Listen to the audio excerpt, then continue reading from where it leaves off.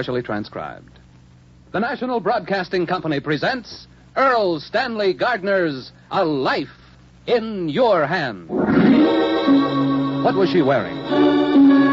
Was the door open? Where was the weapon?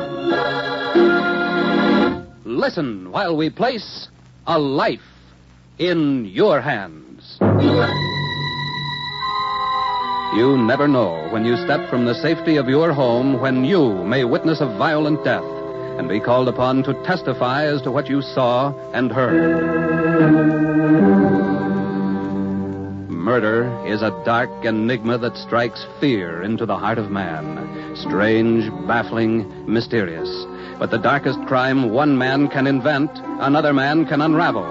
Such a man is Jonathan Kegg, created by Earl Stanley Gardner, the world's most popular writer of mysteries, creator of Perry Mason and many other outstanding characters.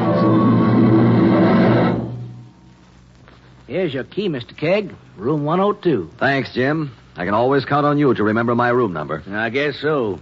It isn't often we have famous people staying at this hotel. How come you stay in a little town like this when you could go to someplace important? Well, when I'm on a vacation, Jim, I like to take it easy. Lie in the sun, swim, eat good meals, and relax. Most of all, I like to avoid crowds. I bet you like to get away from crime, too, don't you? Yes, Jim, but I've found, much to my dismay, that no matter where you go, crime is not far away. You never know when or where violence will strike, or when you'll suddenly become a witness to a crime and be called upon to testify as to what you saw and heard. Even now, somewhere nearby, there may be a crime in the making.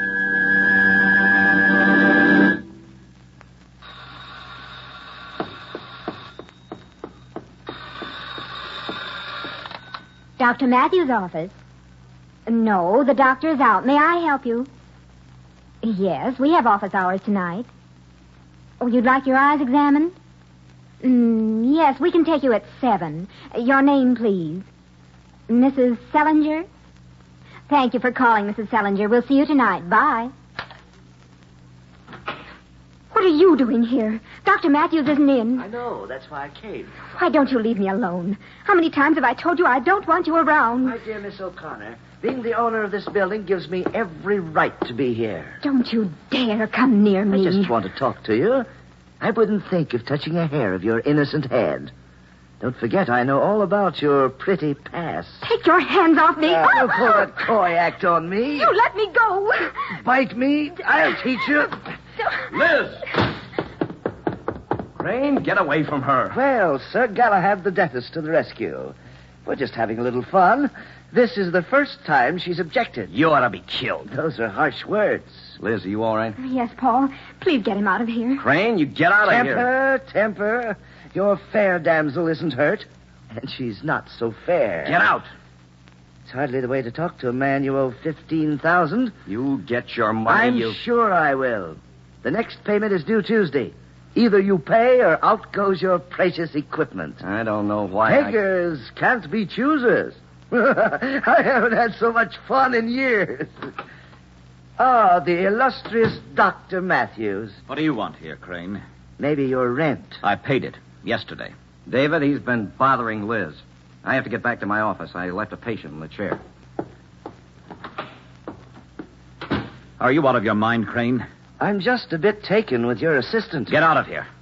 Look, I'm the one who does the evicting around here, and I don't take a lot of guff from tenants. What did you come here for? Just to bother Miss O'Connor?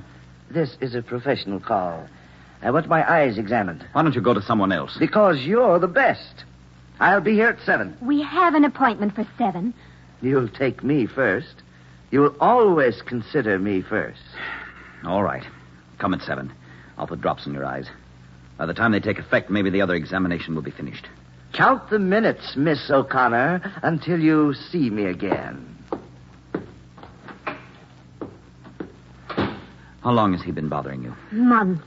I haven't said anything. He could ruin me. He knows all about Paul and me. If it got back to Paul's wife, he'd lose his practice. It's none of my business, but you're playing with fire. No, it's none of your business. I'm sorry, Dr. Matthews. On edge, I guess. Oh, one of your earrings is on the floor. Oh. Here. Thanks. Good heavens, Liz. Was he so rough that he knocked an earring off? No, I always take one off when I answer the phone. These dangle kind get in my way. What are we going to do, Doctor? I mean about Crane. I don't know. But something has to be done.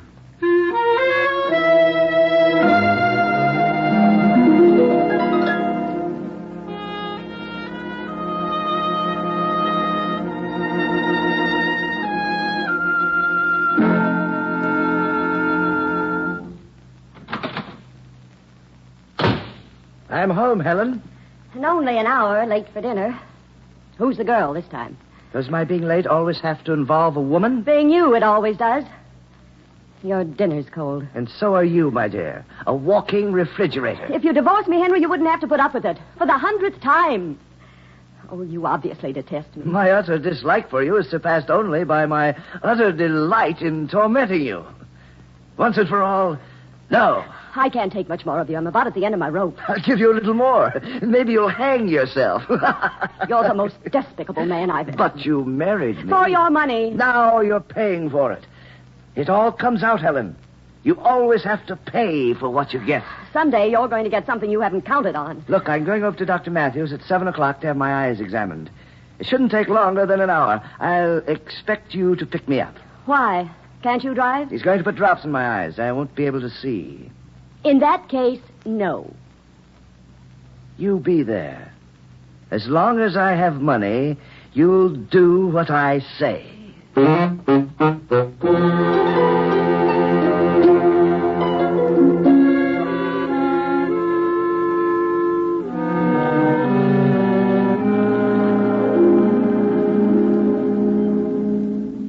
Good evening, Mrs. Salinger. Good evening. The doctor will be right with you. Oh, isn't he here yet? Oh, he's in the treatment room. I've never had an examination before. He won't put anything in my eyes, will he? Yes. Will it hurt? Will I be able to see? Oh, there's nothing to become alarmed about. The drops are merely to dilate your pupils so the doctor can better test your eyes. Oh, your sight may be hazy for a while, but you don't have anything. Mrs. Salinger, will you come in, please? Oh, thank you, Doctor. Now, if you'll sit in this chair. Yes. Now, lean back. Please look up at the ceiling, Mrs. Salinger. That's it. There. Oh. Cold, isn't it? Yes. Now, look up. There. All finished. Just close your eyes. It'll only be a few minutes. I'll be back. Thank you, Doctor. Paul, are you working tonight? I want to be right across the hall if you need me. No telling what that fool Crane might try. He won't try anything tonight. I know. How can you be so sure? He wouldn't dare while I'm in the office. But you have another patient. That means you'll be in the other room most of the time. Don't worry. I'm putting drops in his eyes. He's so farsighted, he'll be practically blind. He won't even be able to find Liz. Oh, as long as I'm over here, could I borrow a hypo of sodium pentothal? I've got a wisdom extraction coming in tonight. Certainly. I'll get it for you. Thanks. Here you are, Paul. Thanks, David. Liz, as soon as I get the drops in Crane's eyes, you can go home. Yes, Dr. Matthews. Good evening. I hope I haven't kept you waiting. I'll be across the hall, Liz. Oh, I see you're here to protect your, interests. You try one more trick like this afternoon, and I'll beat you to a pulp. No, you won't. Because I dispossess you of your equipment and your office space so fast you'd be selling pencils in the street. I'm not afraid of you, Dr. Moore, because I have you right where I want you. Under my thumb. You go to blazes. The age-old battle of love versus career. Shall we proceed, Dr. Matthews? I'm ashamed to even treat you. Careful, your ethics are showing. Ethics should never show. Isn't that right, Miss O'Connor? I don't know what you're talking about. You've never let them color your life. Don't protest, please. I've followed your career, rather your past. Very revealing. I'm sure Mrs. Paul Moore would find it fascinating. Either you shut up and let me start the examination, or... Or what, Doctor? If someone doesn't kill you someday, it will be a miracle. Blow the other way, please. You must have had onions for dinner. Come on, Crane. Into the side room. Sit here. Now, look up. Oh. The other eye. Look up. Hey, that's cold. Sit here till I get back. Mrs. Salinger, you may open your eyes. Just lean your head back on the headrest. There. Let me take a look. I want to be sure the drops have taken effect. Mm-hmm. Just sit here a while longer and look into those lenses. It's a refractor. I want you to get used to it. Now, please excuse me. Oh, of course, Doctor. Liz, you can go home now. Where are you going? Down to buy some gum. I have enough change. I'm ready to leave. Don't forget to turn the sterilizer off. I won't. Good night. Good night. See you in the morning. Thanks for staying down.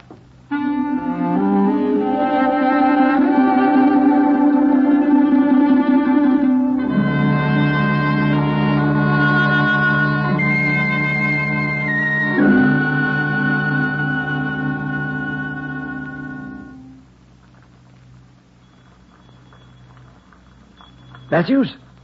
Matthews, how long do I have to sit here with my eyes closed? Matthews, answer me. What's that bubbling noise?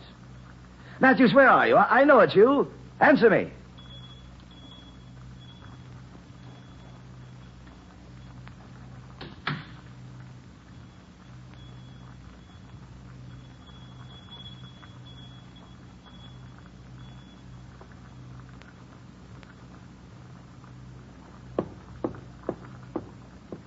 Where is everyone?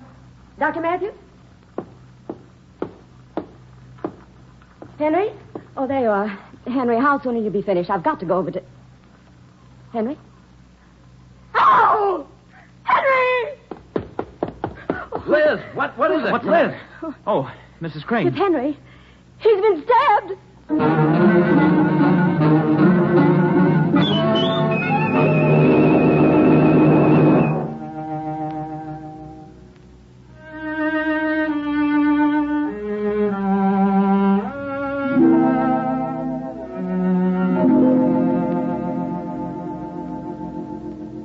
May I have my key, please, Jim? Oh, Mr. Kegg. Sorry, I was reading about the murder. Yes, it was a terrible thing. Mr. Kegg, I know Dr. Matthews didn't do it. I know. What makes you so sure, Jim? I go to him for glasses. He's been swell to me. Never charged me the full price because he knows I can't afford it. Mr. Kegg, he couldn't have killed Henry Crane. It seems like an open and shut case. Dr. Matthews had the motive, the opportunity, the weapon, and the flimsy excuse. Practically everybody in town had a motive for killing Crane. Nobody liked him. Oh, Mr. Kegg, you're so good at being a lawyer. Well, I don't mean exactly a lawyer. Amicus curiae? Yeah. Well, what does it mean? Well, amicus curiae, literally translated, means friend of the court. An amicus curiae works neither for the prosecution nor the defense, only in search of the truth. I cross-examine witnesses. Why aren't there more like you? Well, you see, you don't get paid for it, Jim. I'm fortunate enough that I can do this kind of work gratis, for free. Well, if you don't get paid for your work, then I can't very well ask you to... Jim, my work is done purely in the interest of justice. I tell you what, I'll review the facts of the case and see what can be done for your doctor friend.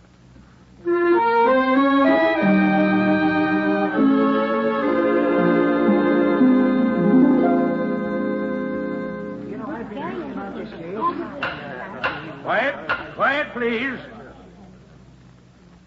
Your Honor, there are certain weaknesses in the evidence against Dr. Matthews. In view of his fine reputation as a doctor, I should like to enter the case as amicus curiae. Your reputation as an expert in cross-examination is well known, Mr. Kegg. We are fortunate to have you with us.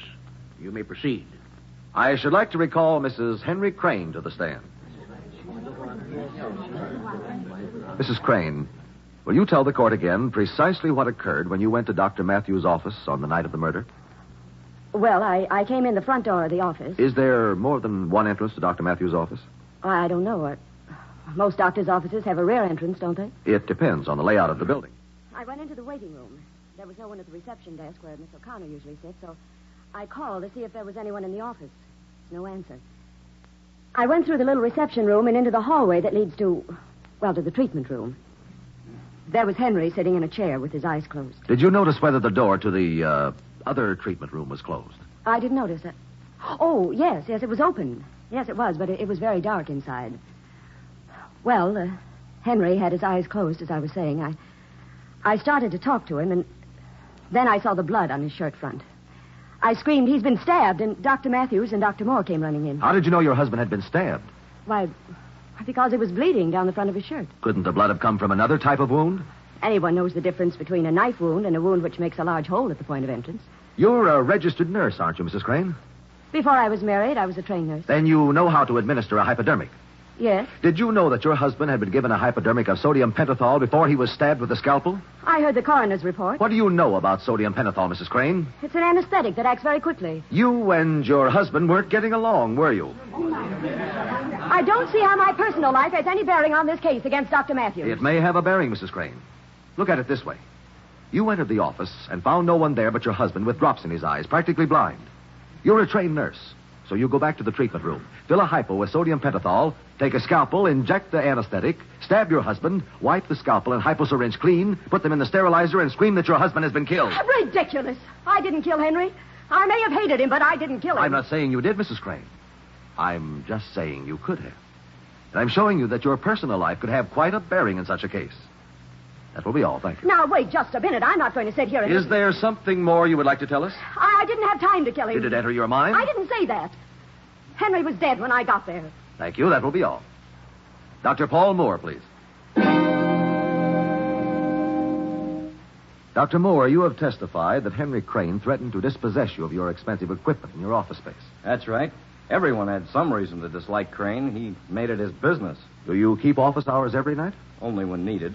Your office is right across the hall from Dr. Matthews? Yes. Did you hear anything unusual at the time of the murder?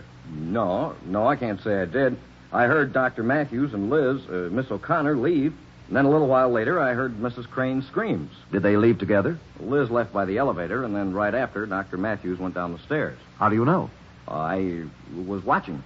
Sort of peeking out your door? Well, When you knew the two had left, you knew Crane was alone. I knew Mrs. Selinger was in the treatment room. I'd been over earlier to borrow something. Anyone who knew Mrs. Selinger was there and planned to kill Crane would have made sure it was a soundless murder. Probably.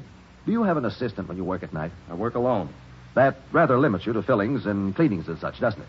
Yes, I don't usually do Yet extractions. Miss O'Connor testified earlier that you had borrowed a hypodermic of sodium pentothal from Dr. Matthews for an extraction that night. I meant it for the morning. Couldn't you have borrowed it in the morning? I suppose so, but as long as I was there... You just stated that you went to Dr. Matthews' office to borrow something.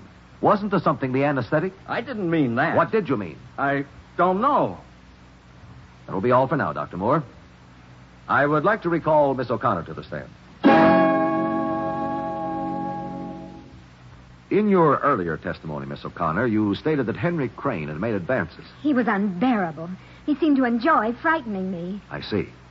Where did you go when you left the office? Home. I was quite tired. I'd had a hectic day. Do you live alone? Yes, I live in an apartment. Did anyone see you come home? I doubt it. I went right up and went to bed. No one saw you? I'll think. Dr. Matthews saw me leave.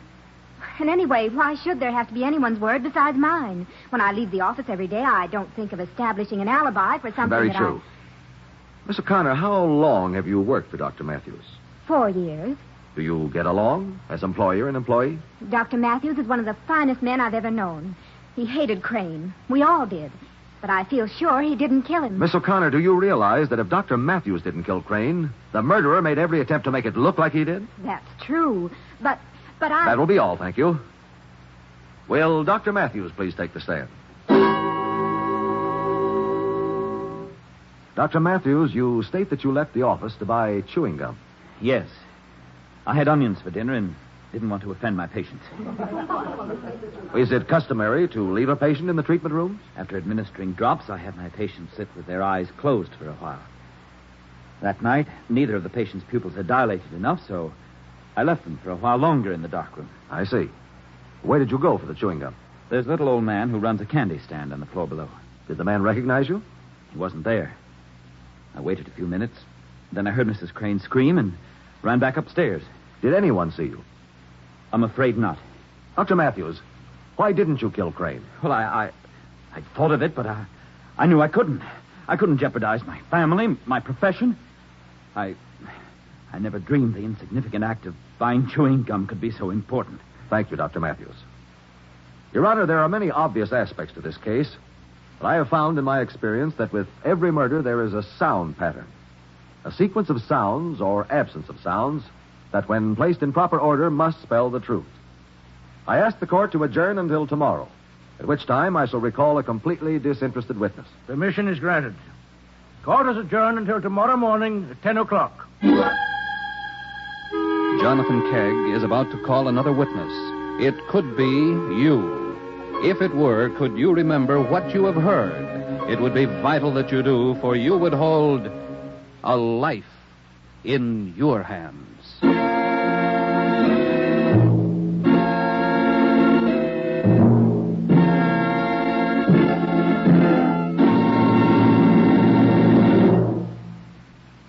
To build our strength against possible aggression, we must equip our armed forces with the weapons of war. And at the same time, in order to defeat inflation, we must produce adequate supplies of civilian goods. There's only one way to meet this double challenge, and that's by turning out more goods and services for every hour we work. Remember, the better we produce, the stronger we grow.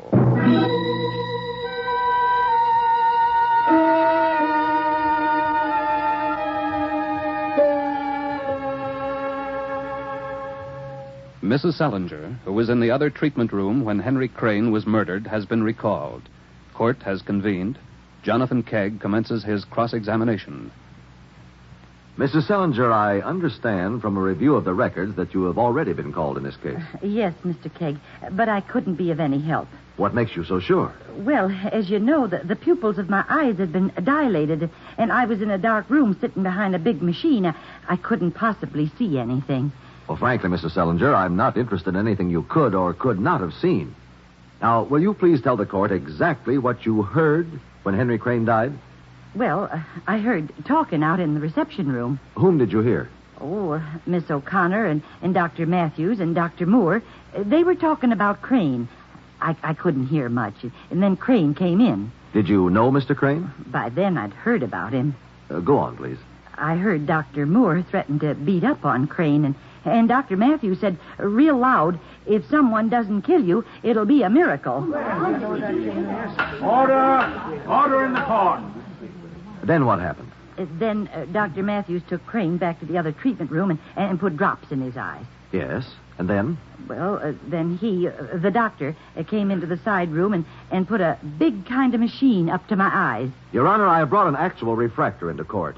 With your permission, I would like to exhibit it. You may proceed. Will you roll it over here, please? Is this what you mean by a machine? Yes, that's it. Mrs. Selinger, what did you hear next? Well, the doctor excused himself, and I heard coins jingling in his hand. How did you know they were coins? Why, I heard them. But you couldn't see them. Well, no, I couldn't. But I know they were. I heard Dr. Matthews tell Miss O'Connor he was going to buy some chewing gum. And then? Well, Miss O'Connor said she was ready to leave. I heard her high heels clicking. It was real quiet. And then I heard a bubbling sound. Crane called out to ask what the noise was. I started to tell him that the doctor was out, but then I heard the jingling of coins, so I guess the doctor must have come back. Did you hear footsteps? No, none. Had you heard Dr. Matthews' footsteps before? No, he was wearing rubber-soled shoes. What did you hear after that?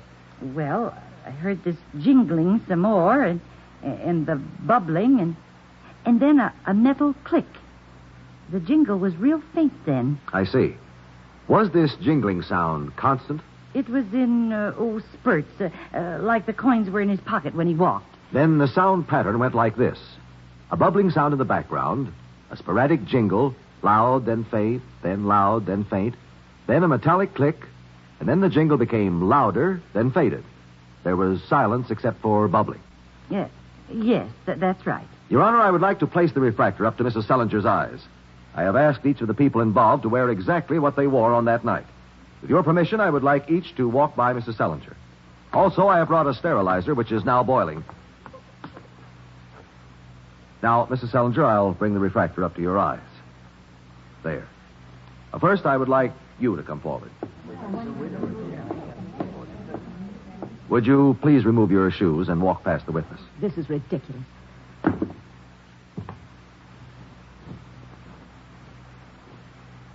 Thank you. You may sit down. And now, you, please.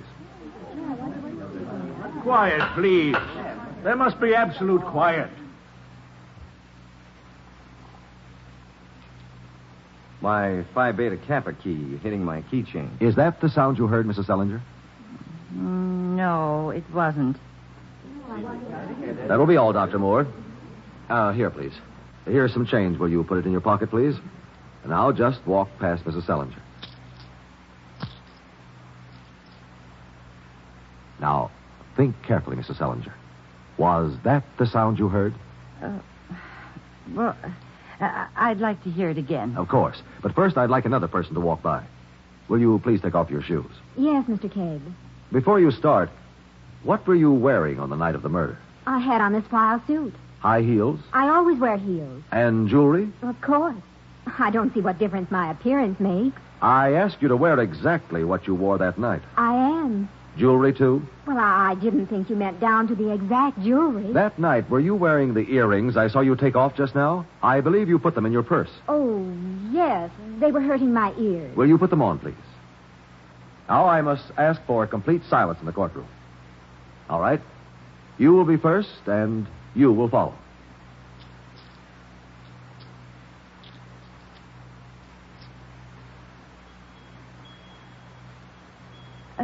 That's it. That last one, I'm sure. The coins. Yes, the coins. That last sound you heard was the jingling of Miss O'Connor's dangling earrings. Oh, no. After appearing to take the elevator downstairs, you, Liz O'Connor, went back into the office, past Crane and Mrs. Selinger, filled the hypodermic, took a scalpel, gave Crane an injection, and stabbed him. You then wiped the instruments and put them in the sterilizer. Hence the metallic click of the lid heard by Mrs. Selinger. You then left by the back door. Thanks to Mrs. Selinger's testimony, to her keen perception, we now know it was you who came back to the office that night. I knew all along I couldn't get away with it. But I'm not sorry, Mr. Kegg. I'm not sorry.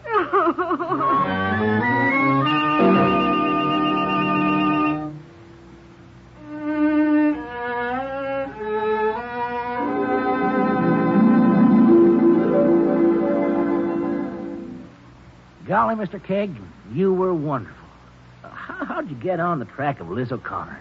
Jim, if Matthews weren't guilty, then the jingling sound must have come from some wearing apparel.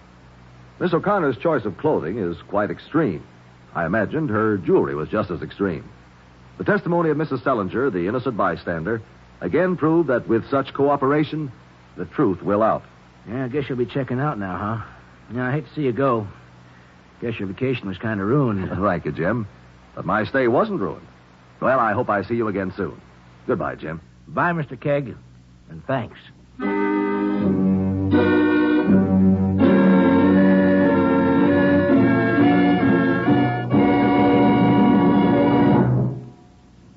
A Life in Your Hands is created by Earl Stanley Gardner, with script by Marty Evards, directed by John Cowan.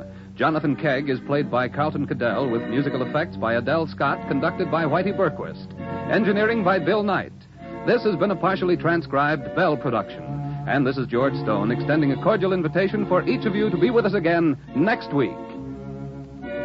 This is NBC, the national broadcasting company.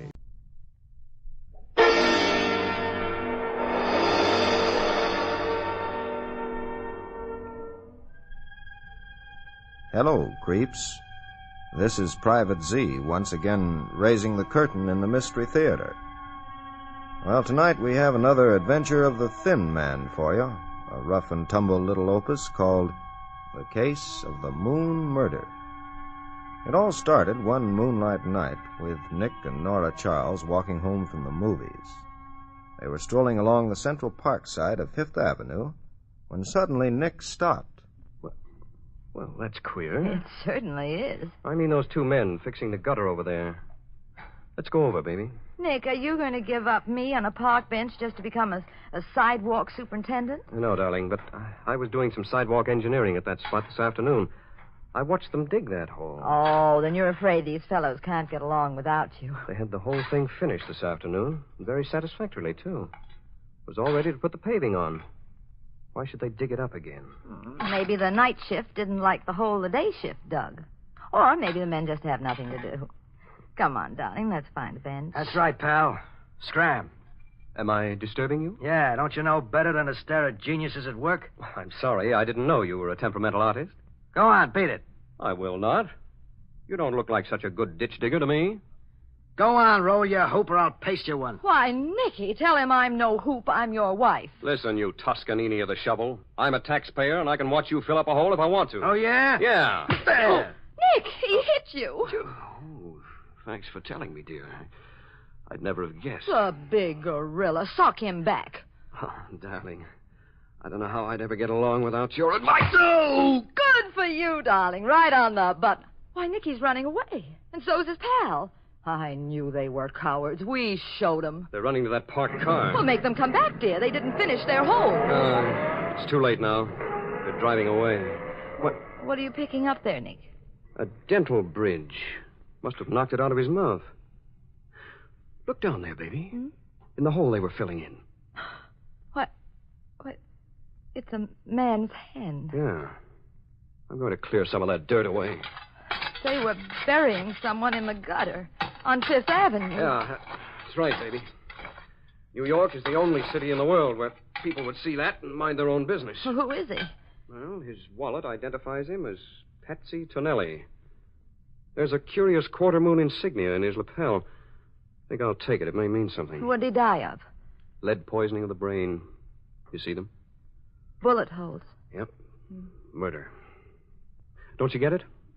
They were going to bury him here, and in the morning the street would be sealed over and paved, and no one would discover the body. Have you any idea who killed him? Any clues? No, baby. Just a page torn from a memo pad I found in his pocket. It says, Ellsworth Gailton, 941 East 57th Street. Oh, I wish I'd had a good look at the guy I socked. I couldn't see him well in the dark. Hey, Nora, duck. Why? That car racing down the street. They're holding guns out the window. Watch it. Ah! Stay down! You all right, darling? Yes, dear. Well, they're gone now. Why'd you scream? I just wanted to see if I was in good screaming voice. That car looked like the same one those two ditch diggers used to get away in. Oh, Nick, there's a cab. Now, let's hope it's empty. I want to get out of here. Hey, taxi! Taxi, Bud? Yes, sir. Get in, dear. Where to, Bud? Home. 60 Park Drive. Nick, aren't you going to investigate this? Let's mind our own business and play safe.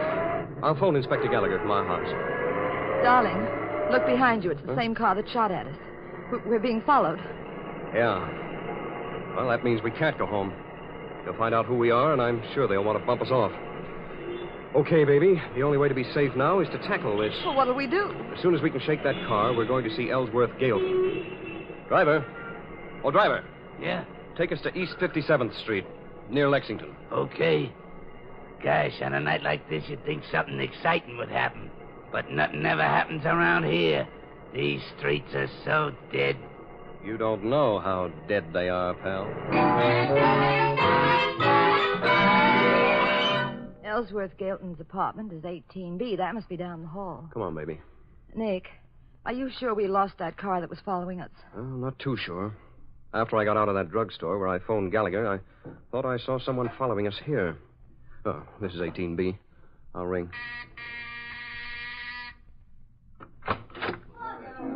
Good evening. Good evening. I'd like to see Mr. Gailton, Mr. Ellsworth Gailton. And whom shall I say is calling? Mr. and Mrs. Nick Charles. Come in, please. Will you wait here, please? I'll tell Mr. Gailton. A butler and everything. It looks as though Mr. Gailton's having a party. Oh, this is no party, baby. It's a slick gambling joint. Don't you see? Over there. They're playing roulette. There's a poker game. In that corner, dice. Oh, can I play, Nick? On a night with a full moon? Oh, don't be silly, baby. If you'll come this way, please, Mr. Gailton will see you in his office. Okay. Mr. Gailton, Mr. and Mrs. Charles. All right, Sampson. Come in, Mr. and Mrs. Charles. How do you do? How do you do? Mr. Charles, you've never been here before? No. Who sponsored you? Patsy Tonelli. Tonelli? I don't believe he ever mentioned you. In fact, I know he didn't. You a friend of his? Yeah. You ever see this before? Well, it looks like some kind of insignia. Quarter moon. That's right, Mr. Gailton. You'll never guess where we found it. Of course, Patsy used to wear this. Hey, how'd you get this? Now, look, Patsy's my friend. Has anything happened to him? Yes. Well, tell me. I'll do anything in the world for Patsy. Where is he? The last time I saw him, he was lying in a hole someone dug on Fifth Avenue. Patsy? He couldn't get up. He found it hard to walk when he was dead. Oh, was he murdered? Well, he had 2 bullet holes in his head. It's the Moon Mummers. The who? The Moon Mummers. It's a crazy cult that Patsy joined. That's why he wore that insignia. Tell me, is there a full moon tonight? Oh, yes, a beauty.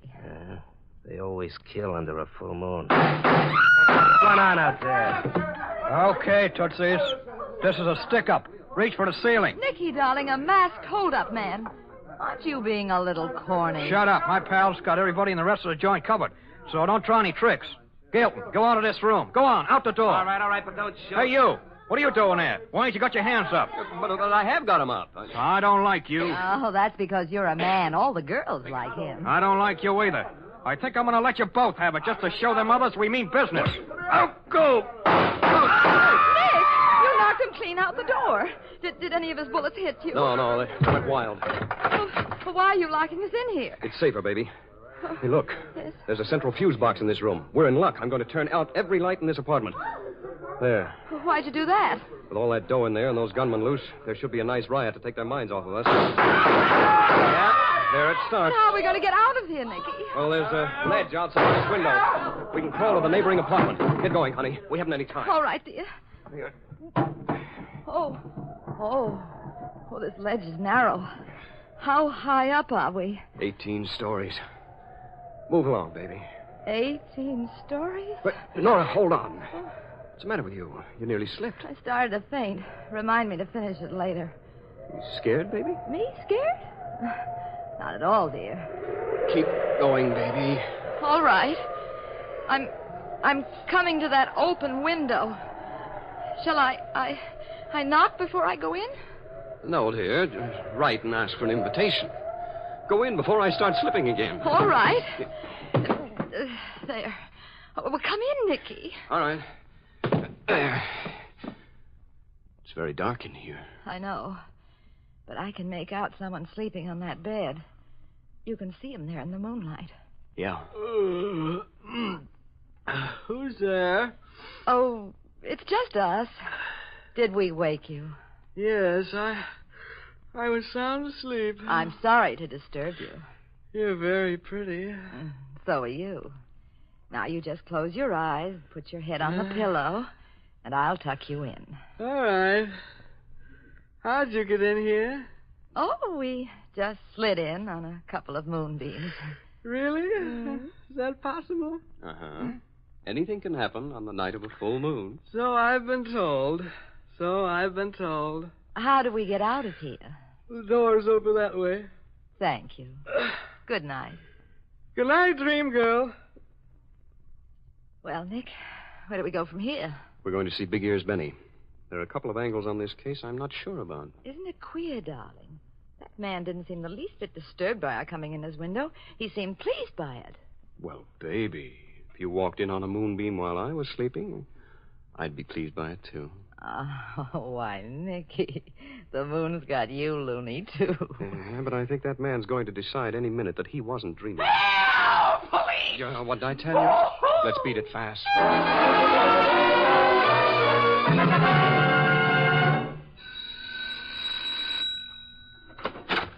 Good evening. Hello. I'm Nick Charles. This is my wife, Nora. How do you do? Pleased to meet you, I'm sure. Is Big Ears Benny at home? Oh, gee, what a gorgeous coat. Where'd you get it? A Mambouche. What's that, a saloon? Well, it's a sort of clothes saloon. Who are you? Well, Mrs. Big Ears. Oh, gee, that's a gorgeous hunk of material. Even feels gorgeous. Expensive, huh? I don't want to interfere, girls, but where is Big Ears Benny? He's spending the night in jail. Oh, you had an argument? Yeah. Once a month they lock him up. Oh, gee, your dress is pretty, too. Thank you. So is yours. Yeah. Only 2 centuries and a half. I had to squeeze the dough out of Benny like he was a wet mop through a ringer. Would you mind telling me why Benny's in jail? Well, tonight they got a full moon playing in the sky. Every time they got a full moon, they arrest Benny. On what charge? Well, they run out of charges. He just goes down to the jail instead of coming home. What jail? The one at police headquarters? No, they they don't bother to take him there anymore. He checks in at the local precinct on the corner. Oh, well, thank you, Mrs. Big Ears, Benny. And good night. Come, Nora. We'd better go now. All right, dear. Gee, Nora, I simply adore your clothes. Why, thank you, Mrs. Big Ears. Next time I do a striptease, I'll invite you over.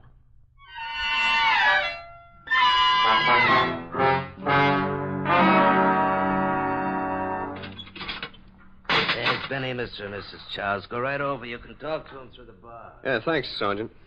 Come, dear. Hello, Mr. Big Ears. Nora and Nick. It's nice to see you again. Are they locking you up on account of there's a full moon, too? No, not yet, Miss Benny. We just came to see you. Well, they gave you a very nice cell. Oh, I always get it to look sweet every time I stop here. What's on your mind, Nick? What do you know about a guy named Ellsworth Gailton? You're talking in my deaf ear, Nick. Does this $10 bill help your hearing? Oh, it makes me hear music, Nora. And when I hear music, I feel like singing. Gailton is ambitious to become the #1 rat in this town. What else does he handle besides gambling? Anything he can muscle into. He's got a mob? Yeah. He's got a permanent want ad out for evil-minded personalities. Who's Patsy Tonelli? I'll need a little more music. Will another 10 help? Oh, considerably. Tonelli is a torpedo who was imported from St. Louis. He specialized in murder and torture. No one knows who imported him or who he's working for. Does this insignia mean anything to you? I'm straining my singing voice, Nick. Gargle with this 10 spot. Oh, that's a big help. That there quarter moon pin is the insignia of the Moon Mummers, a wacky outfit that's really a racket. What kind? Oh, it's got something to do with the moon. A guy named Tamar Luna and his wife Laura Luna run it. They work out of a brownstone house at 999 East 89th Street. I'm not sure, but it smells like blackmail to me. Well, why should Tonelli be wearing this pin when he was killed? He was a member of that there cult, maybe. Do they ever murder any members of their own cult? Maybe. Them people is nuts. But it takes plenty of murdering to rub out a torpedo like Tonelli. Thanks a lot, Big Ears. Well, baby, we're going to drop in on Mr. and Mrs. Lunar. Just a second, Nick. You got some influence with the cops? Yes, Benny. Why? Can't you tell them that the full moon doesn't have any effect on me? I'm perfectly normal. You certainly are, Big Ears. I'm the most normal aeroplane that ever lived. Watch me fly. There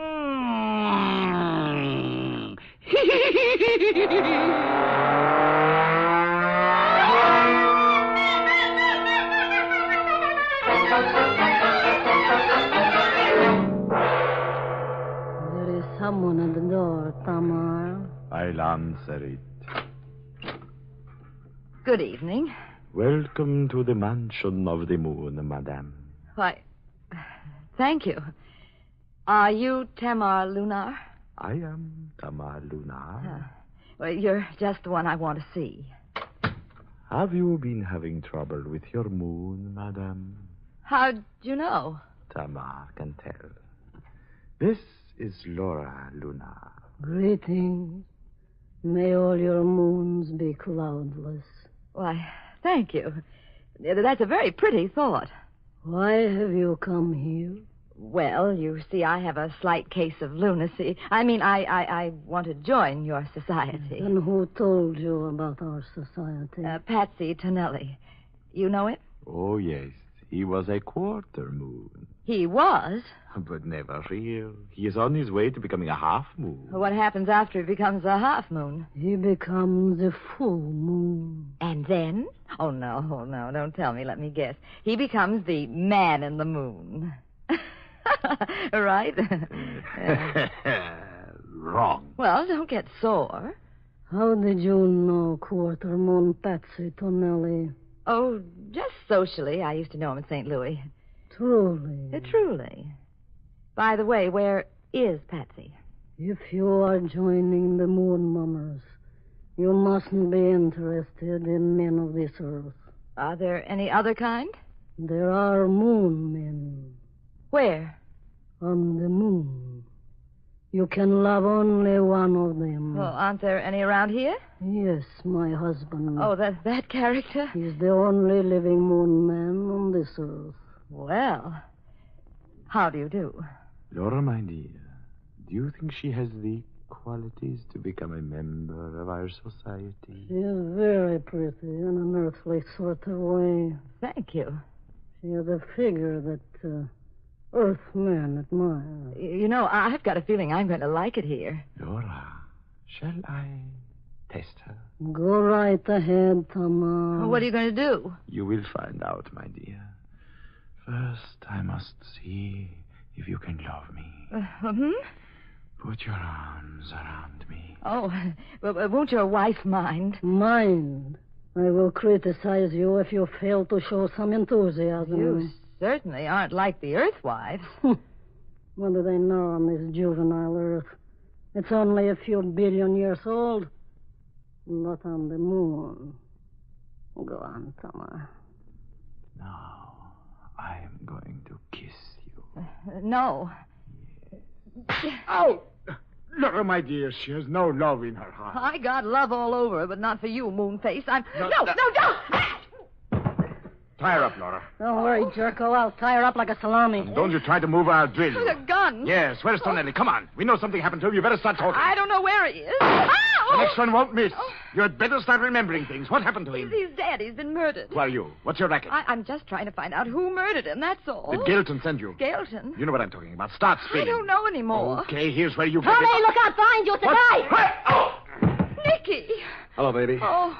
I sneaked in the back just as I told you I would. Get up, Luna. I got your gun. Be careful. Don't shoot that gun. It's loaded. I know it, pal. You're both so anxious to squeeze information out of people with a gun, I'm going to see how you like it for yourself. Who killed Tonelli? We don't know. What connection did he have with you? None whatsoever. Oh, where am I bleeding? Nowhere. But that won't happen the next time. Where does Tonelli fit into this picture? We hired him. Laura, keep quiet. You won't be quiet long. I'm going to call the police. I have nothing to hide from the police. Laura, come. Where do you think you're going? Oh, we're just going to disappear. Nick, they're going up in the air. They're going back to the moon. They're gone. Oh, nuts. Do you suppose we can call it Monkey Shines? It's some stage trick, baby. These cult headquarters are always full of them. But they went right up in the air through the roof. Well, it's done with wires and a trapdoor in this dimly lit room, honey. They must have got away by this time. Come on, we're going to take a quick look around here, and then we're going home.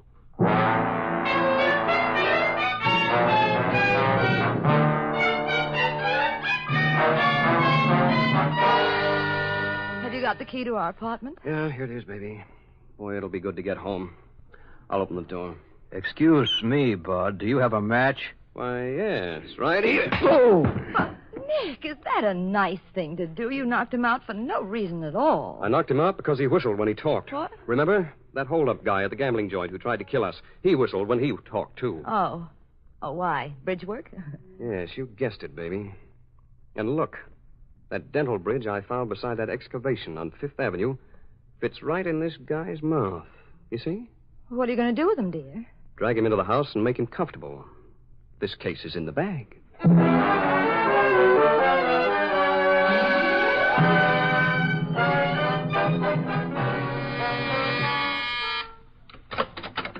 Hello, Charles. Oh, Mr. Gailton. I've been waiting for you. I brought a few of my men along. I thought we might need them for this job. You certainly will. There's the man we found trying to bury your friend Patsy Tonelli on Fifth Avenue. We tried to get him to tell us who killed him, but he won't talk. I'll make him talk. Hello, Gopher. Hiya, boss. Boss? Yes, you poor saps. You played right into my hands. Well, you mean you killed Tonelli? Yeah, I had the pleasure of doing it personally. No. Yes. But why? I told Tom Luna I wanted a cut of that blackmailing racket he ran with his wife. So what does a dope do? He hires Tonelli to bump me off. And you killed him first? Sure.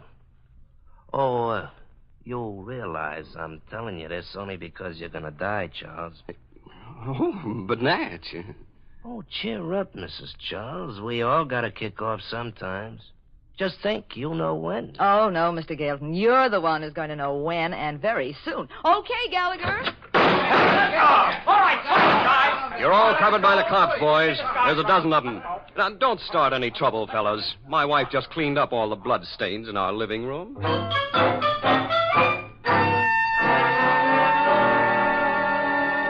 And so, Mr. Genius, give me the rest of the details. I knew that holdup in Galton's joint was a fake. It was an attempt to kill us. Well, how'd you know?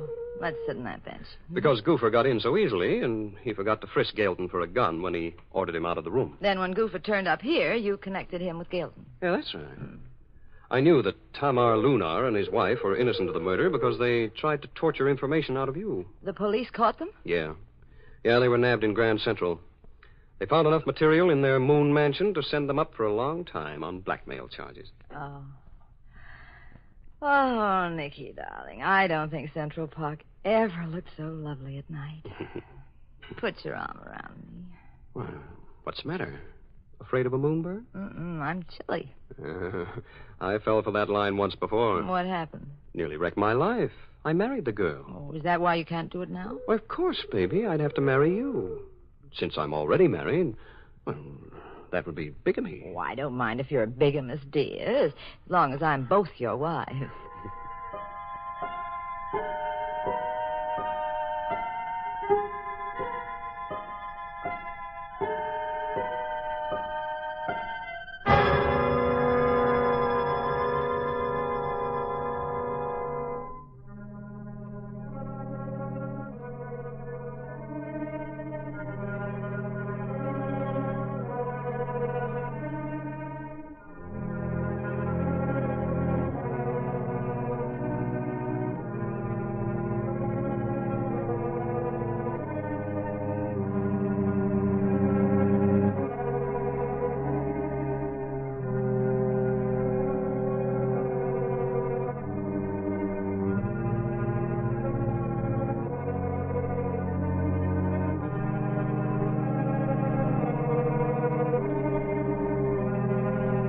Well, there's nothing like a few murders to keep your married life a happy one. Just ask Nick and Nora. It's time once again to close the doors of the Mystery Playhouse. So until next time, this is Private Z saying good night. Sleep tight. This is the Armed Forces Radio Service.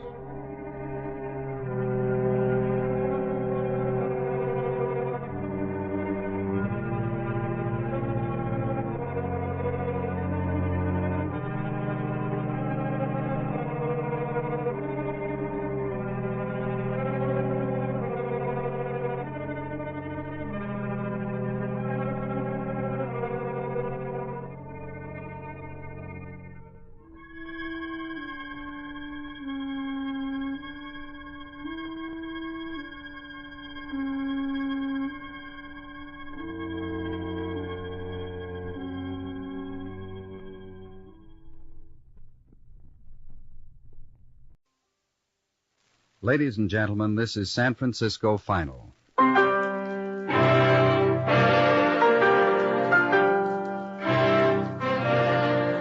This is the story of a newspaper. This is the story of the daily record of a city, of people and events, and a search for truth.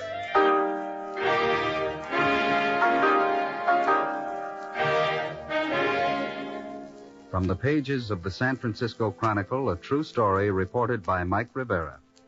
It has a latitude and a longitude, but the names can tell you better.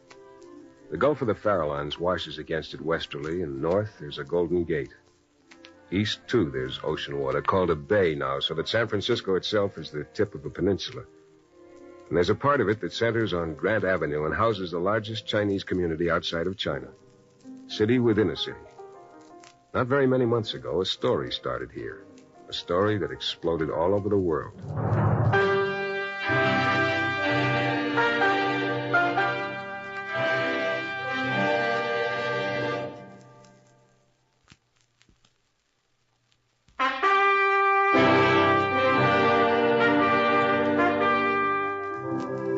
The fog tumbles over Twin Peaks from the ocean before it rolls up Mission Street. When it touches Fifth, any Chronicle reporter working cityside can look out of the window and see the edge of town turn gray. The way it did early Wednesday afternoon when I was working rewrite. I had on the headphones and was taking notes. Hank Peters on the Chronicle police beat was calling from the press room at the Hall of Justice. this Chinese fella 10 minutes ago. He beat up on his own brother. Hurt bad? He's in emergency hospital right now, unconscious. Doc Bauer says he's in pretty bad shape. Possible skull fracture. Definite concussion. What were they fighting about? I don't know. All I checked out so far is they got in a fight corner of Waverly and Washington. The boy knocked his brother down. The brother cracked his head against a fire hydrant. Okay, wait a minute. Yeah, I got it. How about some names? Boy in jail is Johnny Shen. That's S-H-E-N. 23 years old. Brother's name is Lee. Doc says maybe a year or two younger. That's about it. Chinese fighting in public. Never knew that to happen before. Me neither, Mike, in 20 years. They always keep their trouble to themselves. Yeah. You got an address? Yeah, both boys live at 6012 Clay. 6012. Thanks, Hank. Right.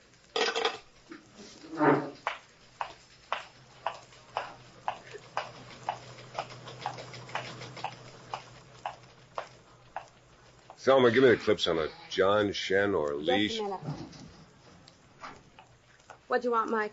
Clips on John Shen or Lee Shen. S-H-E-N, if you have any. You're right. John Shen? And Lee. Well, I got one for both brothers. Same story, Mike. One clip for each. Let's take a look. Sign me out for these, will you? Yeah, sure.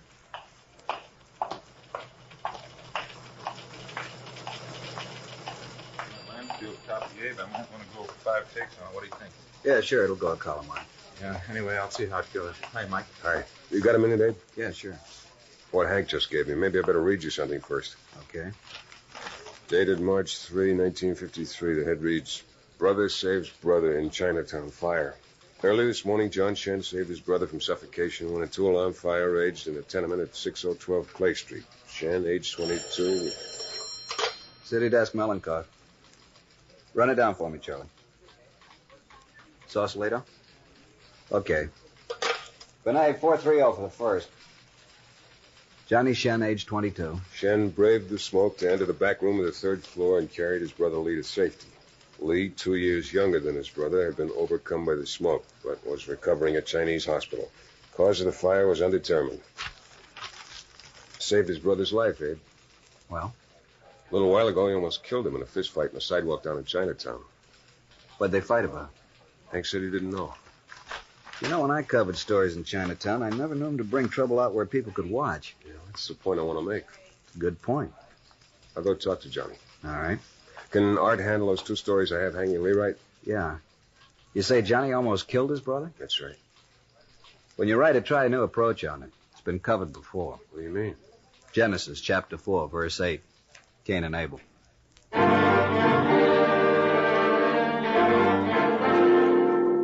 I took the elevator down to the street floor, stopped at the cigarette stand in the lobby, then walked out into the fog. I grabbed a cab and took the 10-minute ride up Stockton Street to Washington and down to Kearny to the Hall of Justice. At the end of the second-floor corridor is a room marked Chinatown detail. I went in. Sergeant Lou Morrissey was at his desk. I told him I wanted to talk to the Shen boy. McKelvey will bring him right down. Thanks. You hear anything more on his brother? Doc says critical. Why'd they fight? Who knows? You talk to him? I brought him in. He hasn't done anything but sneer since I picked him up. Has he got any record? No, he's got a job. His boss says he's a fine boy. Show you something, though.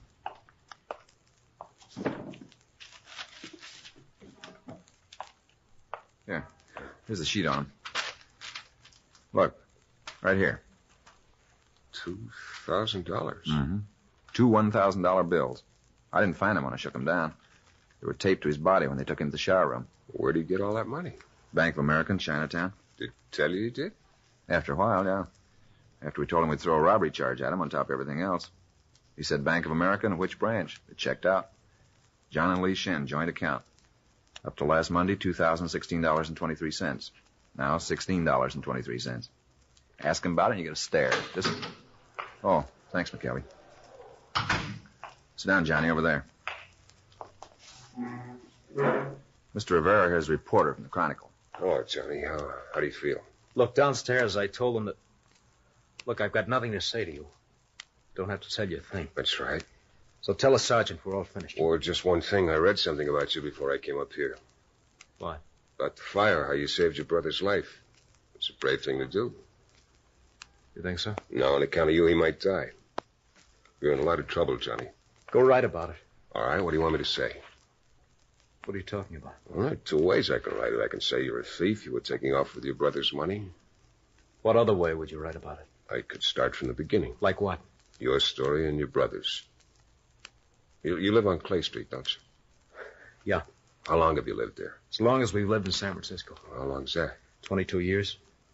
I was born in Beiping, China. Came here when I was a year old. And your brother was born in this country? Uh-huh.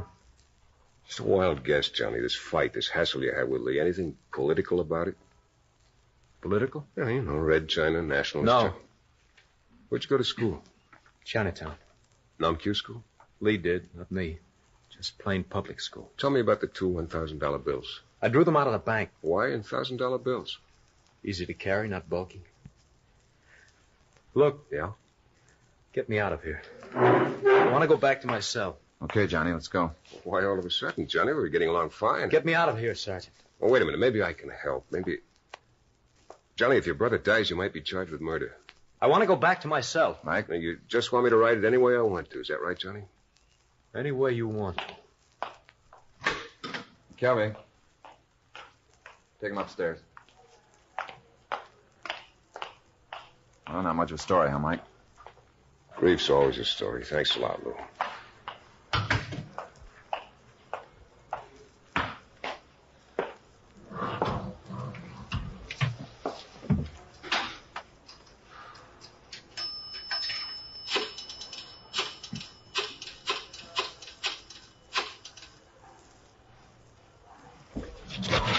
Hi, this is Mike. Give me the city desk, will you? Abe, Mike, on that Chinese story.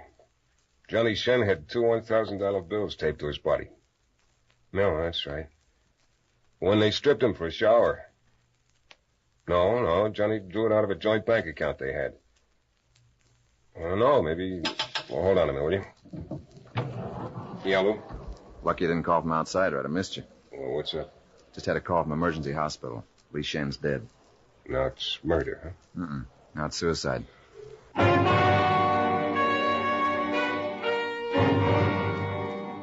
He told me Lee Shen had leaped from his hospital room window and killed himself. I gave it to Art Hoppy on rewrite. I told him I was going to check out the boy's family. It was a short walk from the Hall of Justice to the tenement at 6012 Clay Street. The Shen apartment was on the third floor, second door of a corridor where last year's fire had been charred into its walls and still showed.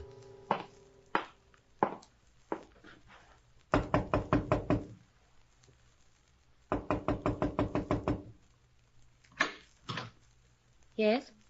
I'm Mike Rivera from the Chronicle. Yes? This is where Johnny and Lee Shen... Yes. I'd like to talk with you about them. Come in, please.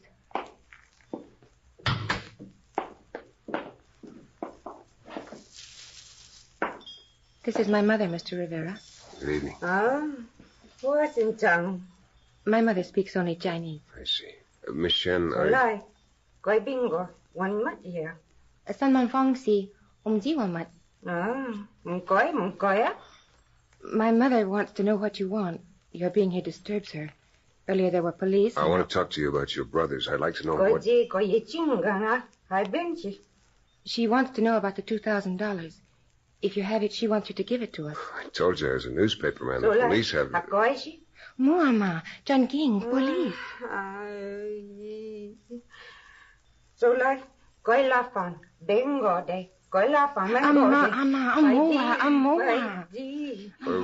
What's the trouble? Nothing. But you... I said nothing. Well, your mother's upset about the money and... Well? I don't know exactly. I'm thinking out loud. If she knows about the money, she knows Johnny drew it out of the bank and... And that now the police have it. We're not wealthy. My mother's concerned about $2,000, that's all. At a time like this? What do you mean? Your brother... They won't do anything to Johnny. It was an accident. I'm talking about Lee. Well, he'll be all right.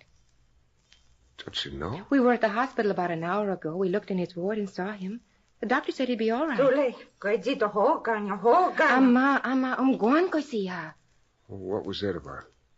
Between my mother and me, Mr. Rivera, it doesn't concern you. Listen, Lee is dead. What? Just a half hour ago, Miss Shen, he jumped out of the window. Mama. Yeah. Ali. Si Allah. Si man. Si Allah. Ja.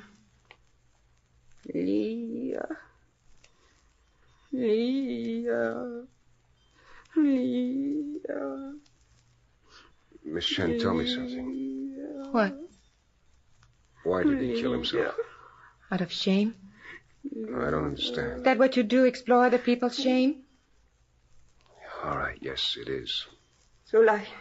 Bepom van kort. Mama, more young. What did you say? Listen to her. Does it need a translation? We were talking about... No more. I think you'd better go, Mr. Rivera. Mother, what are you doing? Bepom van kort. Die jongen. Mama, moa. Die jongen. Take it. Take the letter, Mr. Rivera. Perhaps my mother is right. I don't know. Take it. It's written in Chinese. How am I supposed to... The letter came 10 days ago from China. It says my grandmother is sick. She might die unless we send $2,000. She needs medicine and surgeons. Please, get out. Go, please. Please.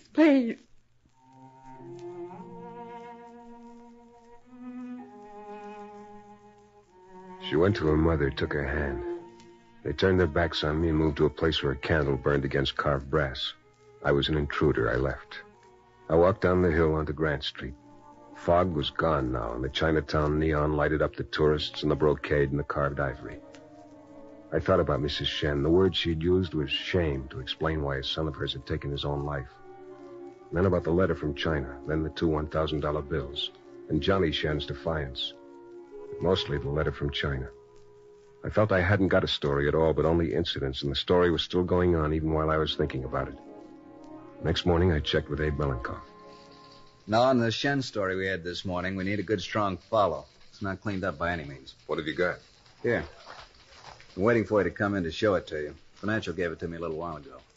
Chinatown Bank reports minor run. The period of 60 days, over $2 million. Withdrawals from 500 to 3,000. What do you think? I'd say Johnny Shen had company. You take pencil and paper, you can figure he had practically all of Chinatown for company. How come all those people need all that money all at once? That's a good question. I got another one. What? Wonder if it's happening in other Chinatown. I'll call down to L.A., talk to Cassell, ask him. I'll have it put on the Times Wire, find out what's going on in New York. Westfall's in Baltimore. He can check out Chinatown there. We'll get a reading on Chicago and Boston and Philly. Starts with a street corner fight, and we call all over the country. If this keeps rolling, it can be quite a thing. Already is. Her mother's been told her son's dead.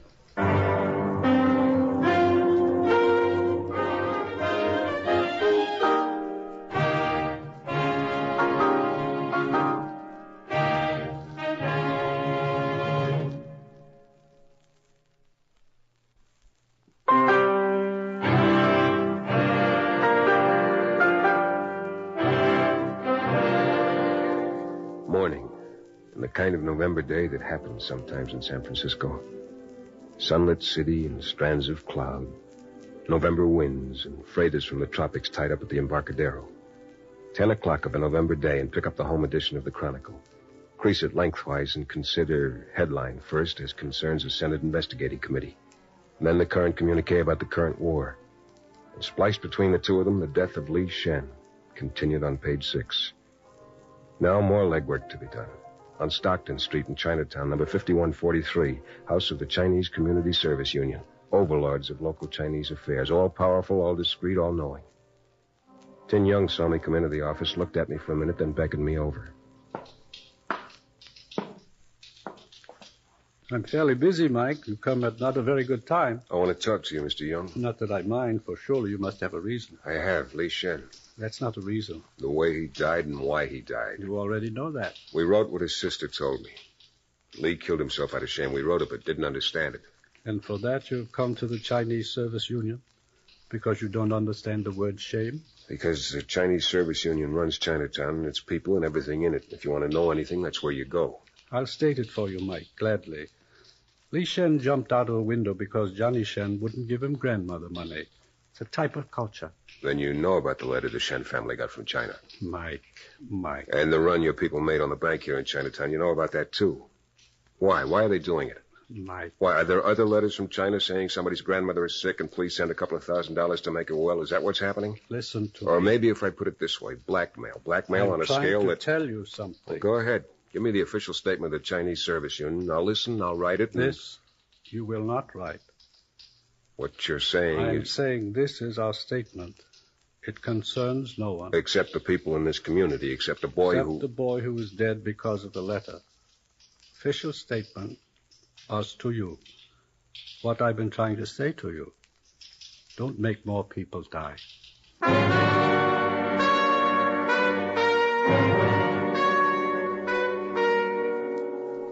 I left. Follow-up now. I walked down to Grand Avenue, the 900 block. The Chinatown branch of the Bank of America said they'd cooperate and furnished me with a list of the people who'd made sizable withdrawals during the bank run. I started to check it out. Alka Chuen, 412 Jason Street. And be told that Mr. Chuen was away on a business trip, couldn't be reached. Then 2 doors down, Tom Shu, too busy to talk to anyone now. Next, around the corner to see Yu Ching, 108 Spofford Street, and a child on the sidewalk said no one was at home. And it went like that. It was mid-afternoon when I walked into Sam Shank's curio shop.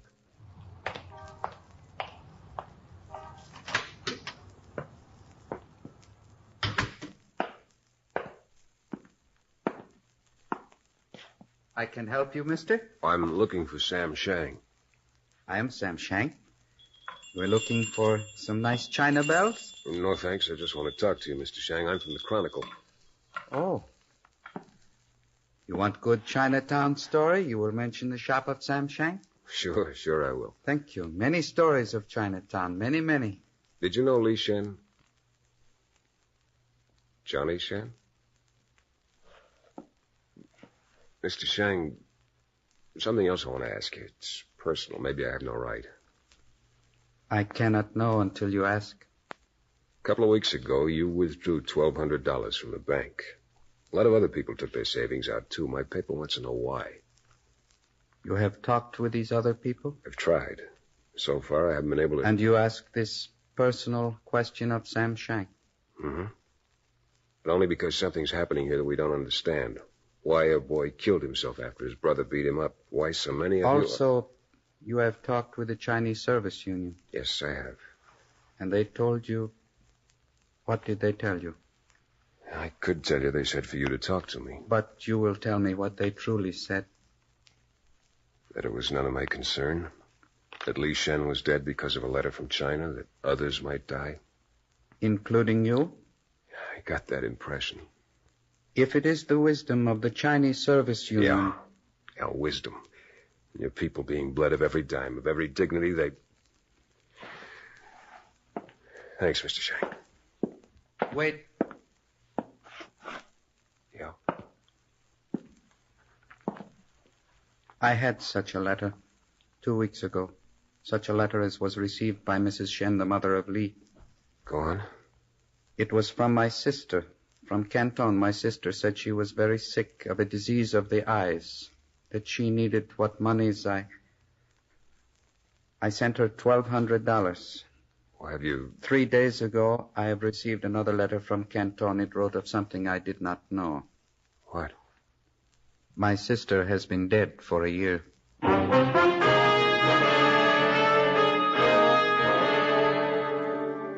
It was late afternoon when the story began to shape itself. Just about the time the first edition was being trucked down the peninsula, there was a phone call from Cassell in Los Angeles. Maybe it's nothing at all, Mike. What have you got? Just yesterday, a suicide. A Chinese named Ho Leong swallowed poison and died quietly in a restroom at Union Station. Why'd you do it? Your guess is as good as mine, but this is the first suicide down here in Chinatown in 23 years. Well, anything on why he killed himself? No suicide note, if that's what you mean. Mm-hmm. But there was a letter on him. From China? That's right, from Swat Tower asking for $500. Who would die unless the money was sent? His uncle from cancer, the letter said. How'd you know about We it? get mail here, too. Thanks a lot. Hey, Yeah? what's it all about? I don't know yet. No, I'm not writing for the papers anymore, Mike. What's it all about? It's about blackmail. Blackmail all the way from China? Not China, Red China.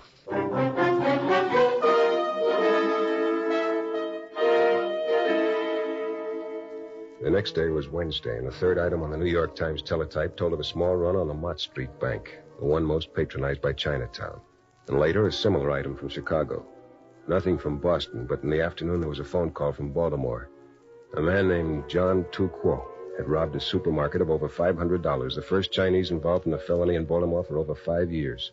Tu Quo gave himself up 3 hours later, but refused to say what he had done with the money. The pattern was clear. I went back to Mr. Young of the Chinese Service Union. Tea? No, thanks. You won't mind if I do. Mr. Young. The tea isn't very good. Listen, No, you listen, Mike. I enjoy making comments, so indulge me. The tea isn't very good. I'm sorry. That's better. The pleasantries have been taken care of. Now you can talk to me.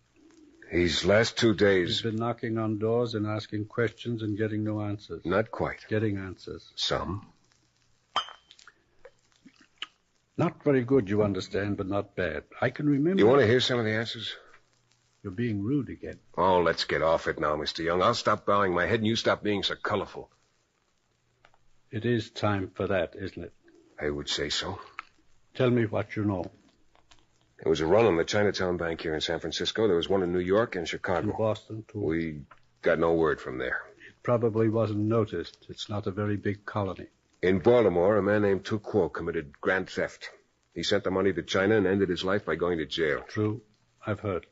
Down the street, Sam Shang got an anguished letter 2 weeks ago, supposedly from his sister in China, except she's been dead for over a year. Also true. And where it all started, as far as I'm concerned, the Shen family.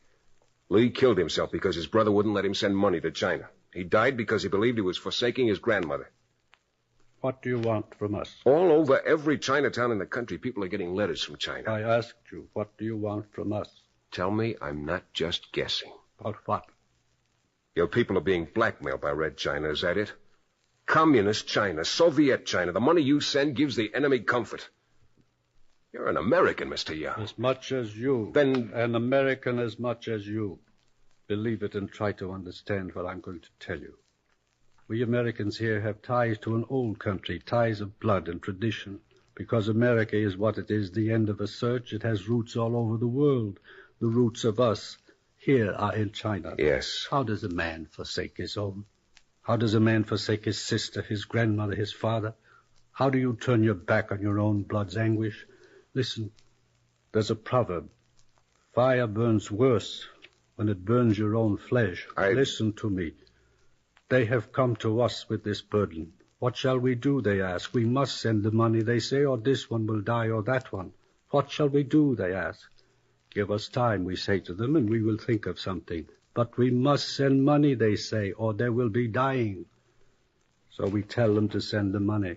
And when will it end? Now.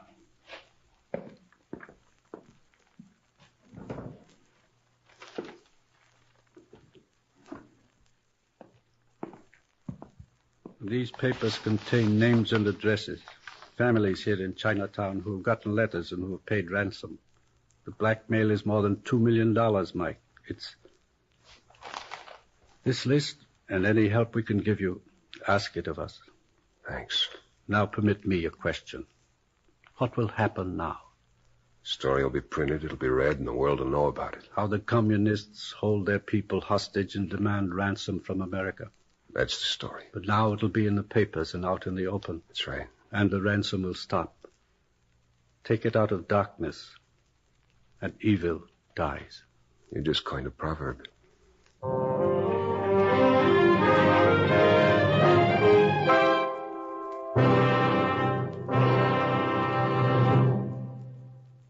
This has been a true story from the pages of the San Francisco Chronicle. In a moment, the story's follow-up.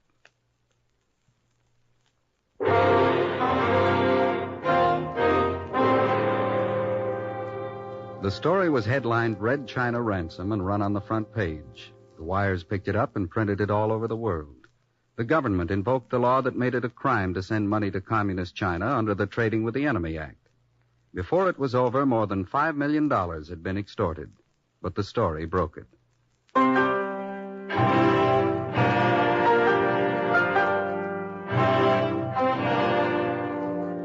San Francisco Final stars Jeff Chandler as Mike Rivera. It is written and directed by David Friedkin and Morton Fine and produced by Michael Meshikoff. Music is composed and conducted by Walter Schumann and arranged by Nathan Scott. Heard in the cast were Harry Bartell, Jerry Hausner, Olin Soule, Lillian Baeff, Virginia Gregg, Herb Butterfield, Vic Perrin, Barney Phillips, and Tony Barrett. The engineer was Raoul Murphy, with sound by Bud Tollefson and Wayne Kenwood.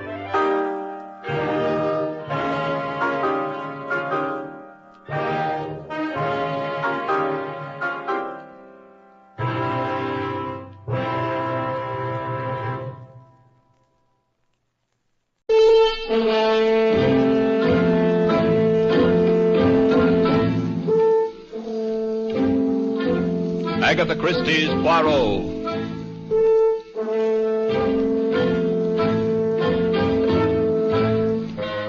From the thrill-packed pages of Agatha Christie's unforgettable stories of corpses, clues, and crime, Mutual now brings you, complete with bowler hat and magnificent mustache, your favorite detective, Hercule Poirot, in Murder Wears a Mask.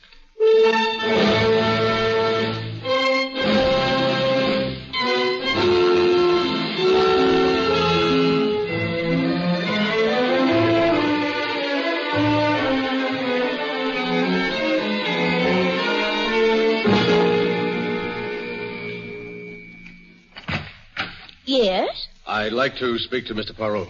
Won't you come in? Your name, please? Richard Fields. Mr. Poirot's busy at the moment. Please sit down. I'll tell him you're here. Thank you. There's some magazines on the table at your left. Mr. Poirot, it's a Mr. Fields. Eh? Well, he can wait. He's a very patient man. He only rang the bell once. Here, Abigail, I want you to taste this sauce now. It's good. Good? Oh, ma foi, Abigail, it is superb. There are only 3 people in the world who know how to prepare this sauce. And you are about to become the 4th. Now, you take 2 tablespoons... Chief, there's someone waiting. Oui, this Monsieur Fields, eh? Eh bien, I suppose we must see him. Come. Mr. Fields, this is Mr. Poirot. Oh, how do you do? Bonjour, monsieur. Well, it must be an important matter which calls you away from your business at the moment when it is most active. Well, as a matter of fact, I don't recall mentioning my business. But it was not necessary, monsieur. The Journal of Wall Street in your pocket tells me you are a stockbroker. Since it is only now 3 o'clock, it is obvious you left your office shortly before the closing of the exchange. Oh. Now, you would not do this for a minor matter. Oh, you're right. I've come to you on a matter that affects me very deeply. It concerns my daughter's welfare. Uh-huh. You see, Mr. Poirot, she's quite young, not quite 18. And at that, she's rather immature for her age. Yes, monsieur, but let us come to the point, please. I have a sauce cooking, important business waiting for me. Well... Now, what is the young lady's difficulty?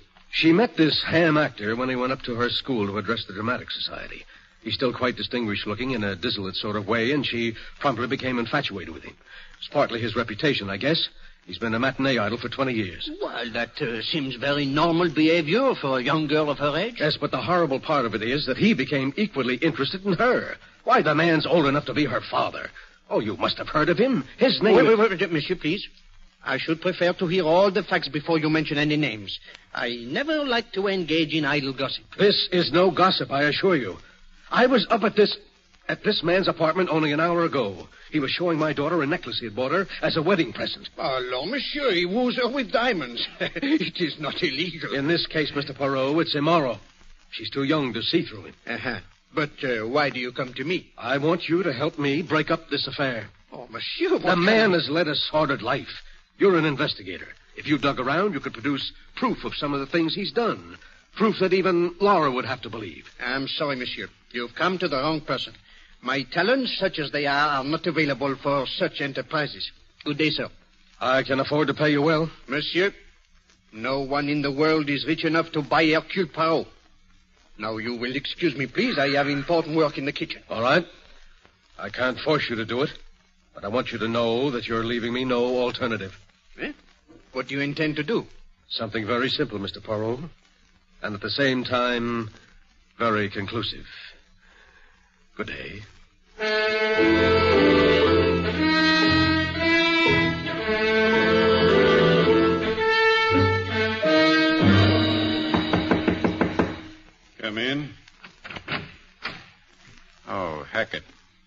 You're fast. I was worried, Mr. Tremaine. This is the first time you've ever called me back on my day off. I suppose that's a pretty reckless thing to do to a valet these days. No, sir, just startling. Is anything wrong? I'm afraid so. You ever seen this before? Why, yes, sir. It's the jewel case you had out this morning. I gathered it contained a pearl necklace which you bought for Miss Fields. Yes. $10,000 necklace. A wedding present. Yes, sir. Open the box, Hackett. They're very lovely, sir. Are they? Oh, yes, sir. Very lovely. Hackett, you're a liar. I beg your pardon? You're a liar. You know perfectly well these are not real pearls. Mr. Tremaine, surely you're jesting. You've made a mistake, Hackett. You thought I was a complete fool, didn't you? You waited till Laura and I left for the theater at 2 o'clock and then substituted these cheap, cultivated pearls for the real ones, hoping I'd never find out until it was too late. I couldn't do that, sir. The pair of pearls were in the safe, and I don't know the combination. Who put them in the safe? I did. You asked me to. But I didn't ask you to leave the safe open, did I? I remember now that I didn't hear you twirl the knob. What did you do with those pearls? I never touched them. Very well. Give you your chance. I'm turning you over to the police. Don't touch that phone, Tremaine. Oh, you cheap, bungling thief posing as a valet. I should have realized what a bad performance it was. Well, I'm sure your experience will come in handy in prison. Drop that phone, Tremaine. Get your hands off me. All right, Tremaine, you asked for it. What are you... Put down that knife. Put down that... No!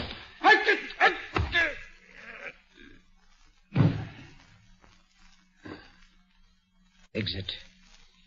Mr. Tremaine.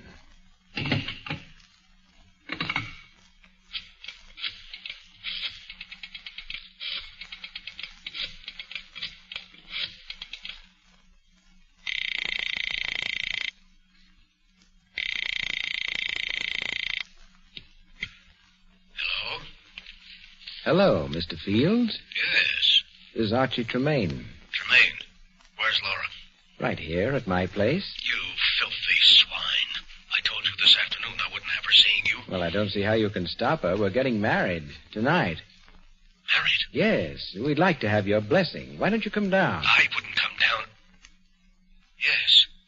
Yes, maybe I will. Sure. I'll give you my blessing, Tremaine. Wait for me. I'll be down in 20 minutes. Don't worry. I'll be here. And so will the police.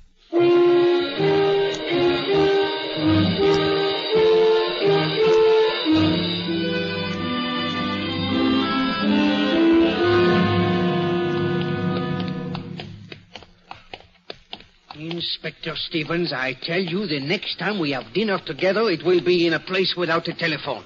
Then I will be certain at least we can finish our dessert without interruption. Here we are. This is the place. You could have stayed and finished your dessert, Poirot. I didn't take you by force. It is the same thing. Why, you very slyly tell me you have received an anonymous call reporting a murder. Alors, you know I cannot resist such a situation. He has excellent taste, this Monsieur Archie Tremaine. Me, I like very much these brownstone houses. Nobody home. Place is dark. We're probably on a wild goose chase. But the door, it is open. Oh. And the light switch, I presume, is here. So, and now? Oh, we better start looking around just to make sure. Now, let's try the library first. It should be... There's no doubt down this hall here. All these brownstones, you know, they are very much the same. There. Inspector, flash your light around, please, eh? All right. Uh-huh. Here's the switch.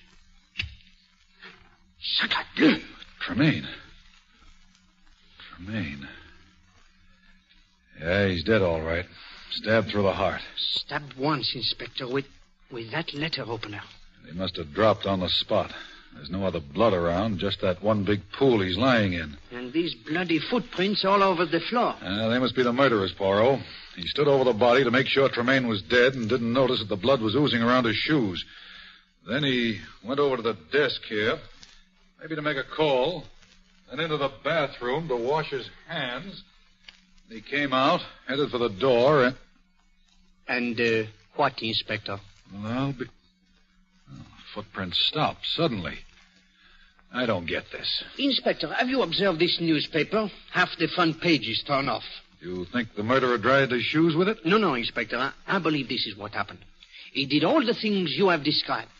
Then, when he reached this point where the footsteps stopped, he realized that his shoes were bloody. Well, he could not go out wearing such shoes, and he could not carry them in his hands. Now, he looked down, and voila! He sees another pair of shoes. Fine, clean shoes, free of any blood. Where? On the feet of the dead man. You mean these shoes belong to the murderer? But obviously. They are covered with blood, and the laces are open because the shoes are a trifle too small. Mm-hmm. Now, the murderer put on the dead man's shoes. He finds they are too large. So, he tears up part of the newspaper and stuffs it into the shoes in order that he may walk with more comfort. By Jove, Poirot, I believe you're right. Now, all you have to do is to find the owner of these shoes. We'll try it through checking the manufacturer's code number. Wait, perhaps I can make the task easier, Inspector. I think you will find that the owner of these shoes is a stockbroker named George Fields. Now, look, Poirot, this is too much. You've been working your little gray cells overtime. How can you... No. I will explain, mon ami. I will explain. You will notice that the heel of the right shoe is worn down considerably more than the left. Earlier today, this Monsieur Fields, who limps rather badly, came to see me. He uttered dire threats against someone who fitted the description of poor Monsieur Tremaine here. So you see, Inspector, I employ the sharp eyes and the ears rather than the little gray cells. And they tell me that you had better question this Monsieur Fields at once.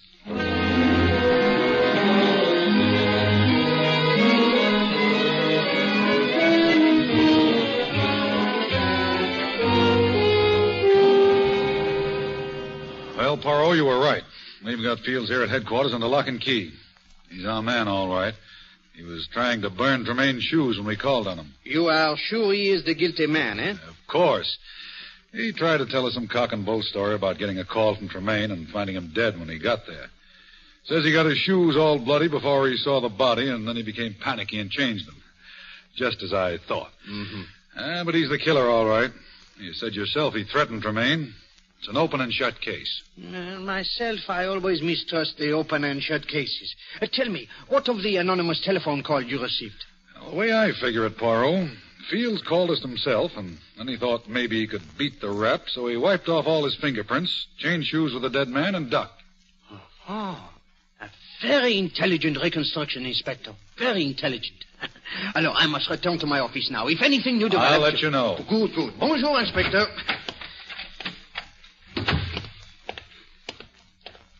Mr. Poirot. No. Oh, Mademoiselle Fields. Mr. Poirot, may I please talk to you for just a moment? Oh, but of course. I know how distressed you must be. Well, here is a bench in the corridor. I don't think we will be disturbed here. Thank you. Mademoiselle, let me assure you of my great sympathy if there is anything I can do. There is, Mr. Poirot. You can prove my father is innocent. Oh, that would be extremely difficult, Mademoiselle. All the evidence seems to point to his guilt. Well, I don't care about the evidence. He didn't do it. He couldn't. He was in my office, Miss Fields, and he threatened to take desperate measures. He lost his head, but he didn't mean what he said. And he was there in Monsieur Tremaine's apartment about the time of the murder. He admits this. Well, of course he admits it. He has nothing to hide. But at first, Mademoiselle, he did deny it. And the exchange of shoes, the removal of the fingerprints. Oh, no, these do not seem to be the acts of an innocent man. Mr. Poirot, he was trapped. Someone lured him down there and planted the evidence to convict him. That is what he tells us, and I will not say it is impossible, you know, but there must be proof. Don't worry, I'll find it somehow. George will help me. George?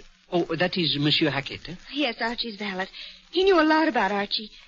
He's downstairs now talking to the detectives. I'll go and get... Oh, here he comes. George! I beg you... Oh, Miss Fields. How are you? George, this is Mr. Poirot, the great detective. Well, how do you do, sir? I've heard of you, of course. Enchanté, monsieur. I have heard fine things about you, too. Oh, thank you. George, you've got to help me find the murderer. Well, Miss Fields... Go on, say it. You think my father's guilty?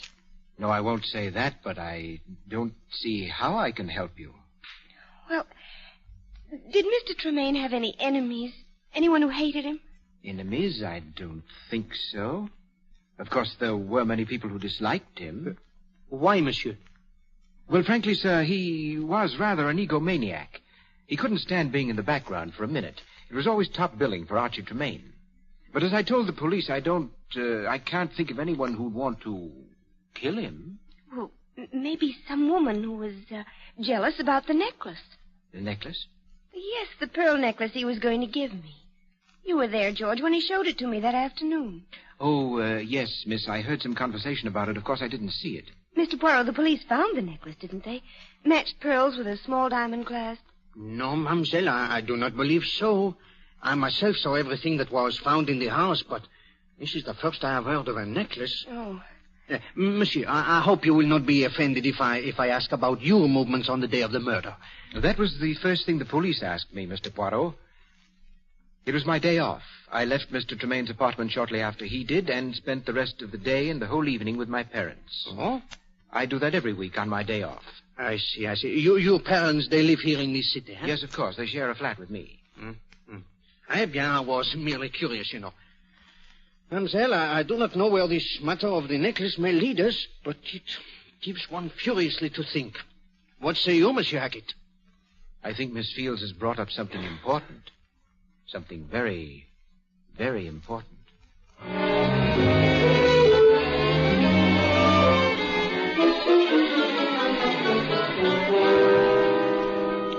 Now listen, you two. You live with me, do you understand? The date was April 5th, Thursday, and I was here all evening. Were you, George? That's interesting. I don't like your tone, Daisy. And I don't like getting the short end of the deal all the time. What? What is this, Peter? Hold up? No, Hackett, I wouldn't say that, but we do all the dirty work as a rule, and you get most of the dough. Well, this time I've done all the dirty work. And you just have to be smart. That little chubby Frenchman or Belgian or whatever he is doesn't look like much, but don't let his accent and that phony-looking mustache fool you. It's going to take great acting to make him believe that you are my parents. And it's going to take a great deal more money to make us try it. We don't want to All right. I'll double your share on this job, but watch yourself. That may be him now. I'll wait in the next room. Just in case. No rough stuff, Hackett. Now, we'll handle it with kid gloves. Yes? Bonjour, madame. My name is Poirot, Hercule Poirot. May I have a few words with you? Well, yes, come in. What is it, Mama? A gentleman, Pa. Man named Peril. Yes, and my secretary, Miss Thatcher. How do you do? Howdy. Excuse my shoes being off. We wasn't expecting any callers. Oh, no. Do not be deranged, monsieur. We will be here only a few moments. Will you have some cherry cordial, sir? I made it myself. Madame, you are too kind. No. I wish only to ask a few questions about your son. George, what about him? Well, you know, I presume that his late employer was found murdered. Oh, yes, poor Mr. Tremaine. A kinder man there never was. Every Thursday, George would come around and talk about nothing but his wonderful Mr. Tremaine. Every Thursday, madame? Yes, sir. His day off. Tell me, on April 5th, the day of the murder, he was here that day, too, huh? Why, what do you mean, Mr. Perot? Of course he was here. All day? Oh, from, about 2:30 on. He was teaching us to play gin rummy. Do you play gin rummy, miss? No, I'm not very good at cards, and I don't drink. Tell me, madame, where is your son now? I believe he's over at Mr. Tremaine's place, straightening things up, you know. I see. Eh bien, you've both been very kind. Oh, must you go so soon? Well, I said it would only be a moment. Come, Abigail. Well, I'm sorry George wasn't home. We'll tell him you were here. Merci bien, madame. Lovely old couple, aren't they? I don't see how their son could do anything wrong. I do not see how he can be their son. What? Did you not observe, Abby, that the kindly old gentleman and his wife, they both have fair hair and blue eyes? Yes. But Monsieur Hackett, his eyes are dark brown. It is impossible, Abigail, for two blonde, blue-eyed parents to have anything but blue-eyed children.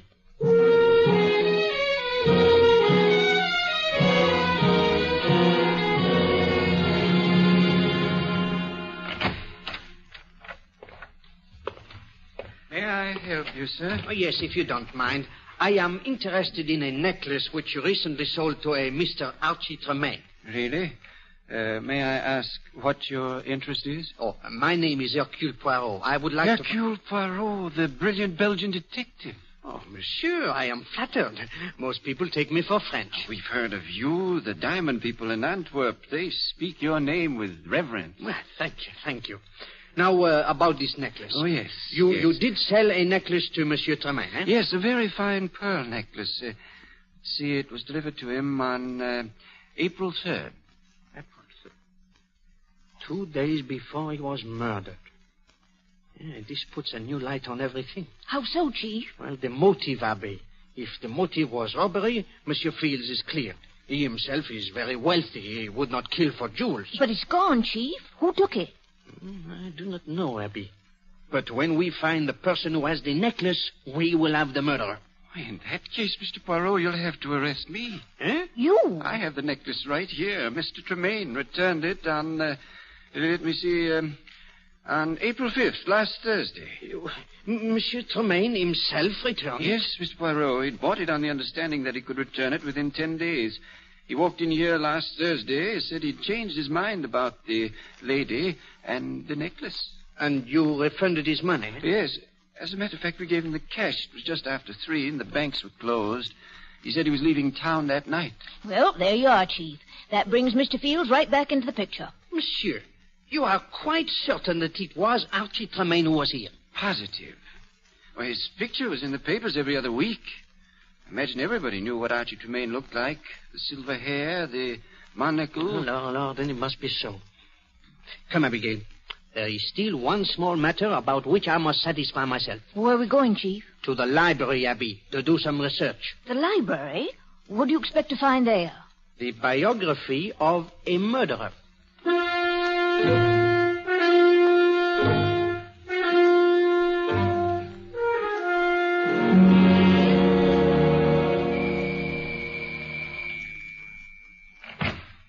Why, Miss Fields, this is a surprise. Hackett, I had to come here to Mr. Tremaine's house. I had to come and see for myself. Is there anything... I'm terribly sorry, miss. I've gone through all of Mr. Tremaine's belongings, and there's not the slightest clue, not the slightest suggestion that anyone else could have killed him. Oh, it's horrible. Horrible. They've indicted him, Hackett. They're going to try my father for murder. Yes, I know. They were about to let him go because of that missing necklace. And then they found out that it had been returned. I can't understand it. I can't believe that Archie returned it. We were going to be married. It was all agreed. Well, miss, your father was so set against it that perhaps... Oh, no, that would have made Archie more stubborn. If I could... Wait. I've just thought of something. What time was that necklace returned? A little after 3, according to the jeweler. At least that's what the papers say. A little after 3? Yes, miss. But that's impossible. Oh, why didn't I think of it sooner? It's impossible, Hackett, because Archie was with me at the theater from 2:30 until 5. He couldn't have been at the jeweler's. You must be mistaken, miss. Oh, no, I'm not. The necklace was returned. Well, then someone else returned it. Someone else returned it and got the money for it. But no one had access to it except Mr. Tremaine. Oh, no one but Mr. Tremaine. And you. Me? You, Hackett. You had access to the necklace, and you knew my father had threatened Archie. You're the murderer. Sit very quietly, Miss Fields. I don't want to shoot you unless I have to. You killed him. You stole the pearls, and you framed my father. I'm going to call the police. No, you don't. Tremaine tried that. Now he's dead. No, that won't do either. The door is locked. I locked it as you came in. Get away from me. Get away! I'm sorry, my dear. Now I'll just gag you so that you're not tempted to scream again. There we are. Now.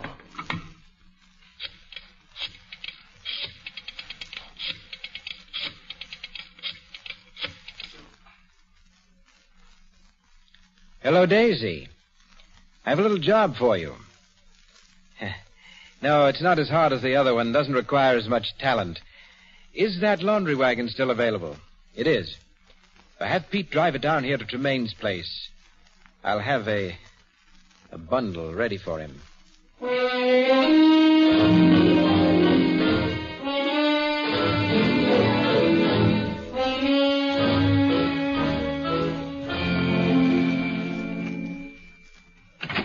Pete. Oh. Bonjour, Monsieur Hackett. May we come in? Why, the place is topsy-turvy, Mr. Poirot. I'm in the middle of packing. Good. I may be of some help to you. You know, I have a very orderly mind. Come, Abigail. Hey. Oh, but, monsieur, this is not the middle of the packing. It is barely the beginning. Yes, the other rooms are all done. I've left this one for the last. And after this room is packed away... The curtain will ring down on Archie Tremaine. Oui. You phrase it so well. Of course, there is still the small matter of punishing the murderer. Yes, I know. You know, I feel sorry for him. For whom? For Mr. Fields. He's not really a murderer. I mean, say he's not the criminal type.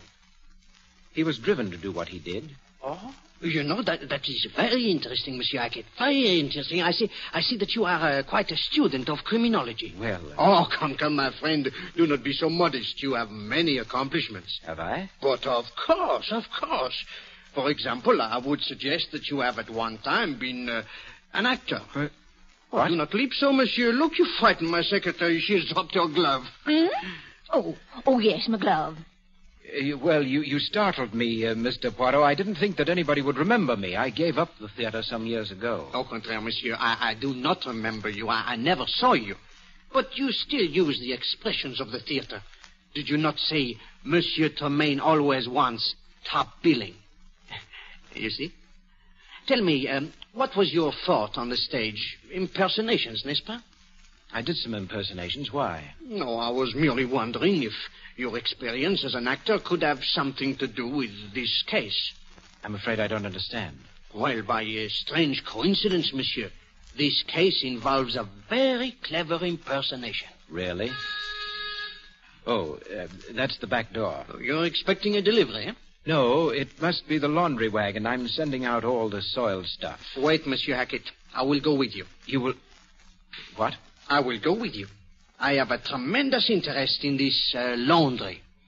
Why, there's no need for you to go. The bundle is already at the back door. Nevertheless, I should like to see it. You know, I have developed an overwhelming curiosity about the laundry ever since I picked up this glove from the floor. Glove? Oui. One solitary, unaccounted-for lady's glove. It was careless of you, Monsieur Hackett, to leave it lying about.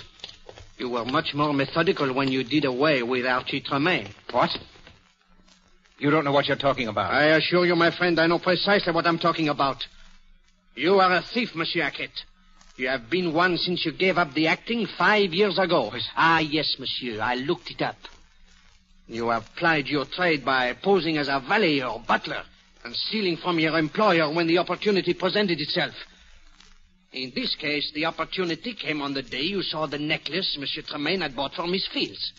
You stole the necklace and went to the jeweler's impersonating Tremaine and received the cash for it. Why, you're mad. Unfortunately, Monsieur Tremaine found you out the very same day. He threatened to call the police. So you killed him. And then a delicious thought occurred to you, monsieur. The thought of implicating an innocent man. So you called the police to tell them of a murder.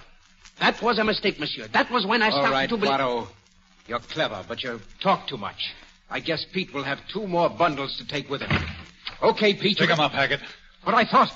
Where's Pete? Don't worry. We've got him nice and safe in a patrol wagon.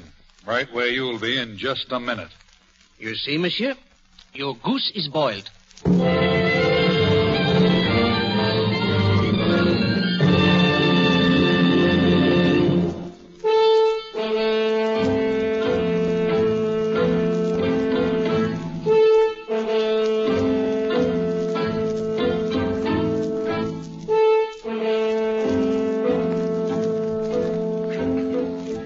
Be sure to listen next week when Agatha Christie, America's favorite mystery writer, brings you her favorite detective, Hercule Poirot, in the case of Death Points a Finger.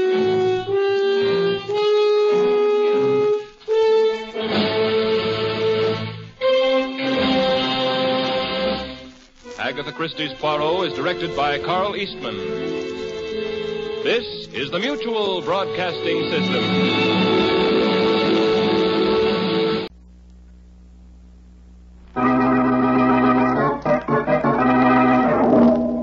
Don't open that coffin. You know, there isn't just a dead body in there. There might also be... Oh, the lid's coming off. Now we can see inside.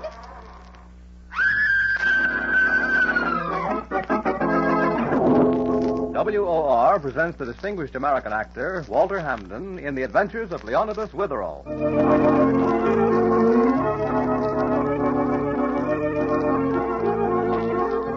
Leonidas Witherall's always getting mixed up in murder. You wouldn't think so. He looks just like Shakespeare. It's his beard, and he's head of an important school for boys in New England. He also writes thriller stories on the side, the Lieutenant Hazeltine stories.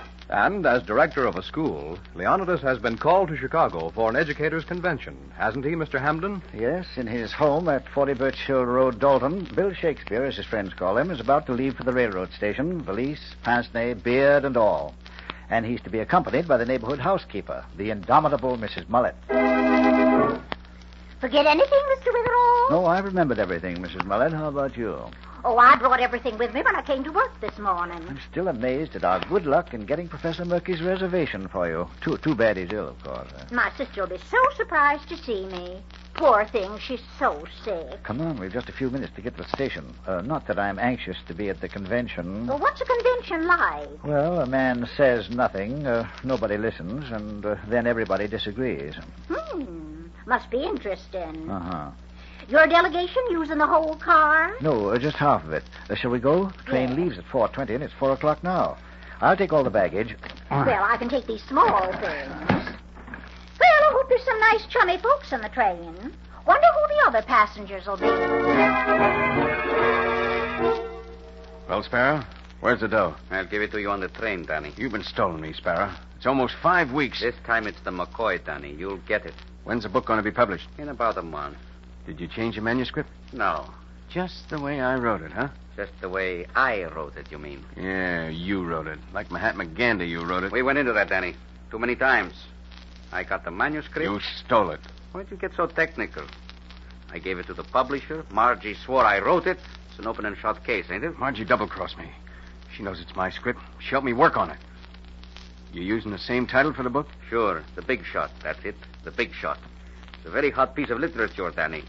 When the great guy himself gets a look at that book, he's liable to blow his top. Yeah. Or yours. I'm taking that chance. It's worth it to get back at him. Every racket of his, every job he ever pulled, it's all in there in that book. The book I sweated over. You'll get paid. Don't worry. You just be on that train, the 4:20 for Chicago. And if I don't get it then, Sparrow, I'm going to cut your heart out. I know. I'd kind of like to do it anyway. Just be on the train. You'll get the payoff there. So long. You'll get the payoff, all right. The final payoff.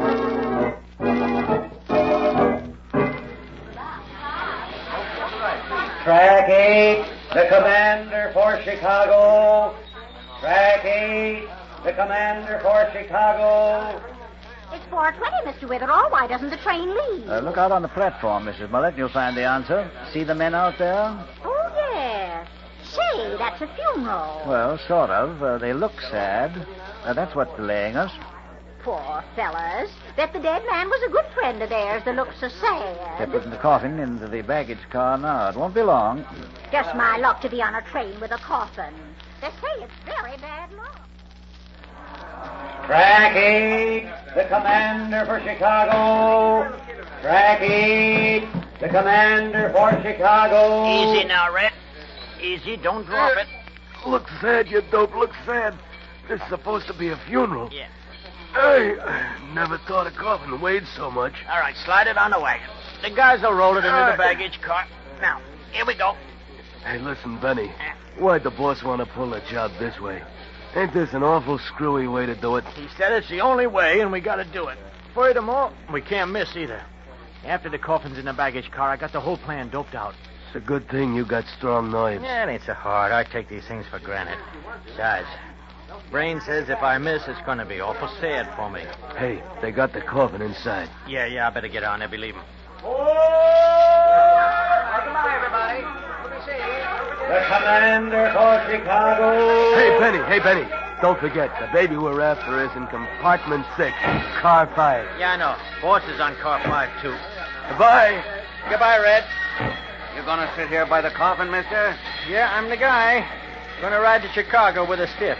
Nice company I pick, huh?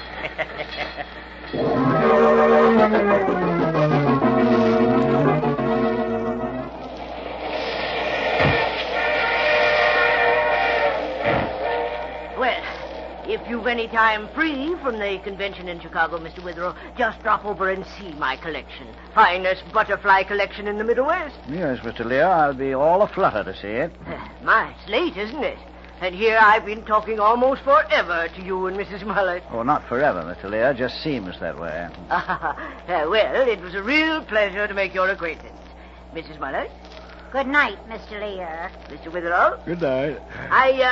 I'm going back to the observation car. I always take 10 deep breaths of pure air before I go to bed. Huh? Puts new oxygen in the lungs. Well, see you in the morning. Help you with your compartment, sir? Yes, Paula, thank you. Well, I better be going to my compartment, too. I'll be in number 4, you know. Then there's the one next door to here. That's 6. This one's number 8, isn't it? That's right, ma'am. All right. Come on. I'll make up number 4, ma'am. Be back soon. Listen, Mr. Witherall. You hear them next door in number 6? Why, they're arguing so loud, comes right through the wall. Okay, so I double-crossed you, so what? You low-down rat. Evidently, they're not honeymooners. Go on, tell the police. You wouldn't get the first base. The big shot's going to be printed. I'm the guy that wrote it as far as everybody's concerned, and you're just a nuisance. Now, what can you do about that? I gave up Danny on account of you. I helped him work on the book. Then I stepped all over him and swore you wrote it. And why? Because you said you and I was going places together. You gave official testimony. You can't perjure yourself. You were up a tree, and I got you there. So what? Danny's on this train. Did you know that? Sure, I told him to be here. Told him I'd pay off. But me, I don't get a nickel. Not a cent. Besides, quit chasing me around. You annoy me. You don't really mean that. You used to like me so much. Embarrassing. We better stop eavesdropping, Mrs. Mullet. Why, not in your life. Just when it's getting interesting. Let go of me. You're getting that cheap powder all over my shoulders. Don't you feel like kissing me good night? Get out. You make me sick. You don't want no part of me, huh? I get no money, no nothing. Okay. We'll see who wins the last round. Oh, hang up, will you? I want to go to bed. When I get finished with you, they'll put you to bed with a shovel. Mrs. Mullet, that's hardly the sort of idyllic conversation to make a nice lullaby. Well, I suppose you're right. Well, good night, Mr. Witherall. Good night, Mrs. Mullet. See you in the morning. I don't like this train at all. Huh? People threatening each other. Then back there in that baggage car, that coffin. I can feel something horrible's going to happen. Something that'd freeze your blood in your veins. Tut, tut. Good night, Mr. Witherall. Pleasant dreams. Good night.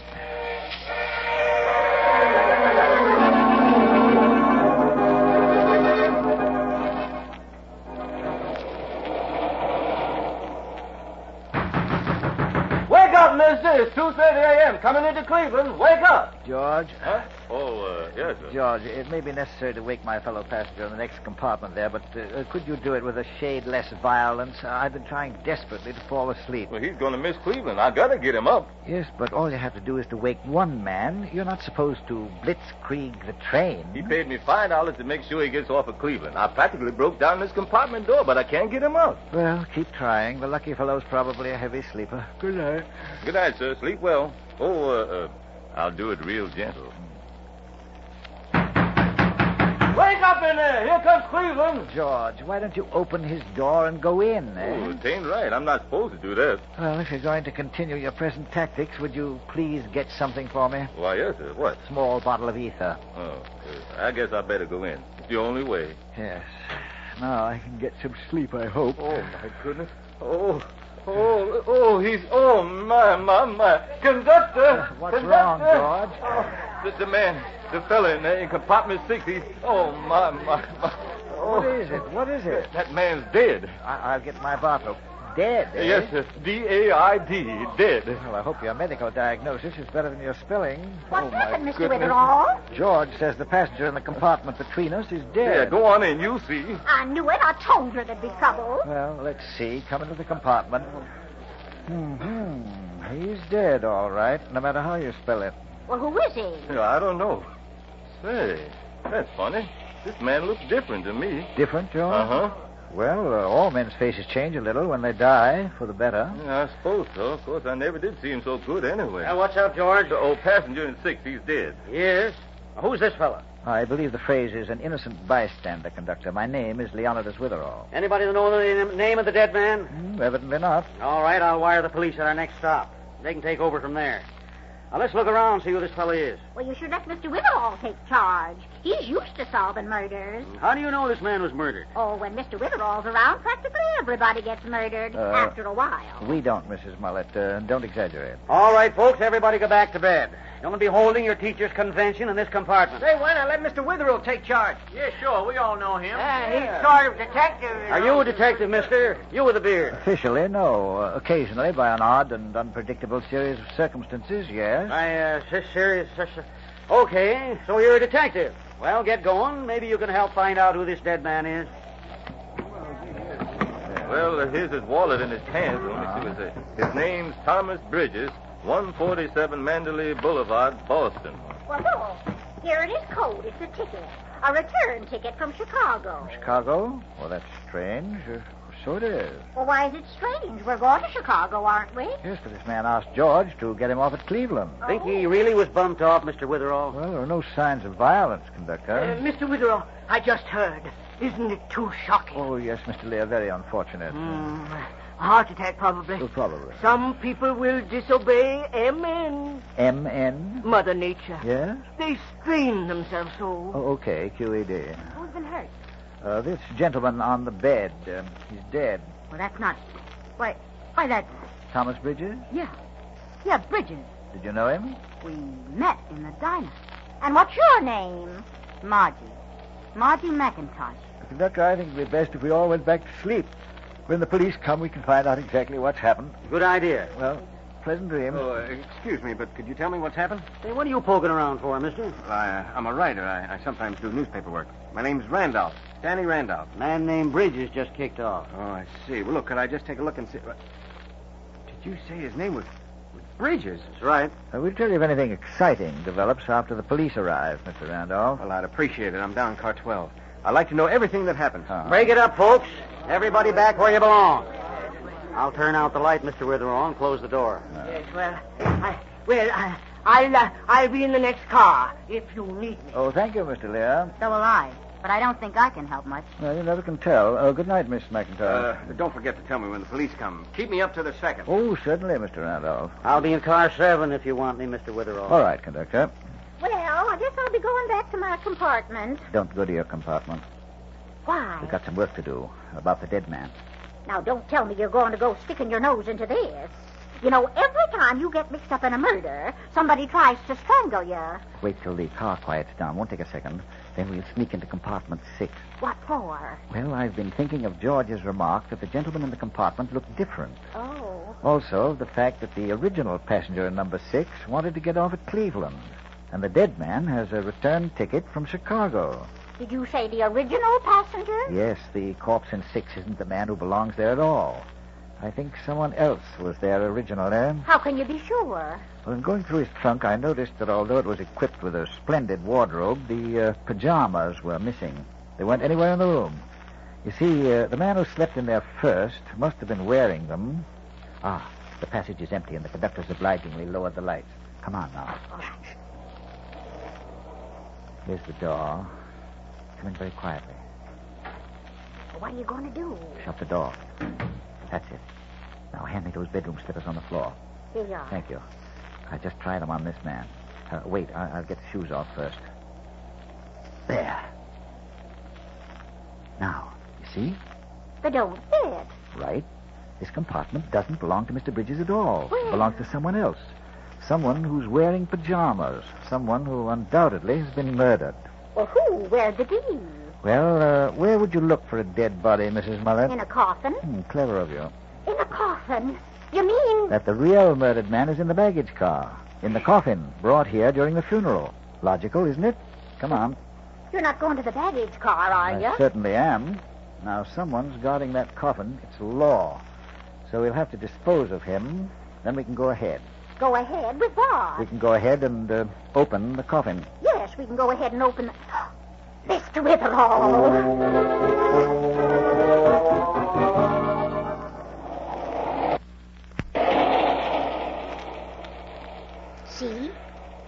little glass in the door.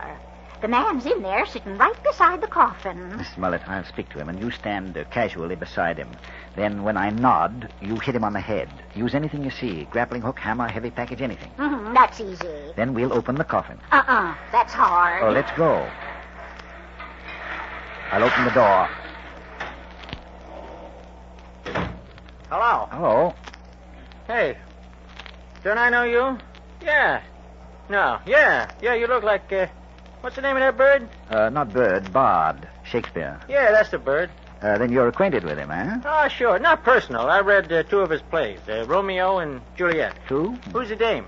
What's that? Mrs. Mullet, meet, what's the bird? Huh? Oh, my name's Benny. Hiya. Hey, what are you two doing back here? Oh, we got restless, walked through the train, found ourselves back here. Oh, guarding that coffin, eh, Benny? Yeah. Why don't you sit down on the 6-foot bungalow there, and we'll split the breeze. You know, I got a great acquaintance with the works of Shakespeare. A lot of his stuff's been dramatized, you know. Oh, you don't say. Yeah, I know all about it. All about his tragedies and comedies and errors. Say, anything happened tonight while you were watching the coffin, Benny? Huh? Nah. Well, anyone speak to you tonight? Any strangers? Yeah, I don't know any. Yeah, just squat here watching after my boyfriend in the fine overcoat. No. Had a nice idea for him, too. You know what? I wanted to put one of them pretty flower horseshoes on the box. You know, the ones that say success. Benny, there's been a murder on this train. Kind of a nut. What? And I'm investigating it. You are? And You are? you're very much in the way. Now, Mrs. Mullet. I'll get him. Tell you, Midsummer Night's Dream. I'll hide, Benny, behind these mail bags. Here, I'll help you. Fine. Now I'll take this grappling hook and get at that coffin. Do you have to do that? It's no time to be nervous. Got this side up. Now, the other. Let me nail this down hard. Oh, it's very bad luck to open a coffin. There's no telling what's inside. Are you sure you have to do that? Now I can pick up the whole lid. Ready, Mrs. Mullet? Well, I'm as ready as I ever will be. Don't behave so foolishly. Coffin's been opened before. Body snatchers do it regularly. Well, not when I was around. So here goes. Why, it's a man in pajamas. And he's been stabbed. Just as I thought. Someone stabbed this man during the middle of the night. And then exchanged his dead body for the corpse in this coffin. They switched it, you see, with Bridges' body. But why would they do that? Cover up. This chap, whoever he is, would disappear completely, you see. He was last seen boarding this train and then vanished as if by magic. By the time his friends or relatives discovered anything was wrong, he would have been buried in this coffin. Well, what would happen to Bridges? Well, I'm sure Mr. Bridges was selected because he's the type of man nobody would be looking for. Oh. Bridges' death would be discovered by the coroner as a heart attack, which it probably was. And that would clear the killer completely, you see. Now, our first problem is, who is this man? And secondly, who played checkers with the 2 cadavers? I'll bet that Benny over there knows. Then we'd better revive him. Wait. Look down the corridor. What? Someone's coming. It's that newspaper man, Danny Randolph. Quick, hide behind these mail sacks. Duck behind here with me. All right. Is this all right? You think they can see us? No, this is fine. You'll see the open coffin. That's just what I want.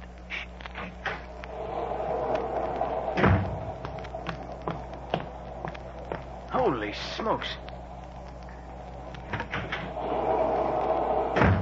Margie, what are you doing here? Shut up. Not so loud. You noticed the same thing, huh? The wrong guy in Sparrow's compartment. Yeah, I figured somebody pulled a switch. There he is. See him in the coffin? Yeah. I'll bet you can explain how it happened. Are you crazy?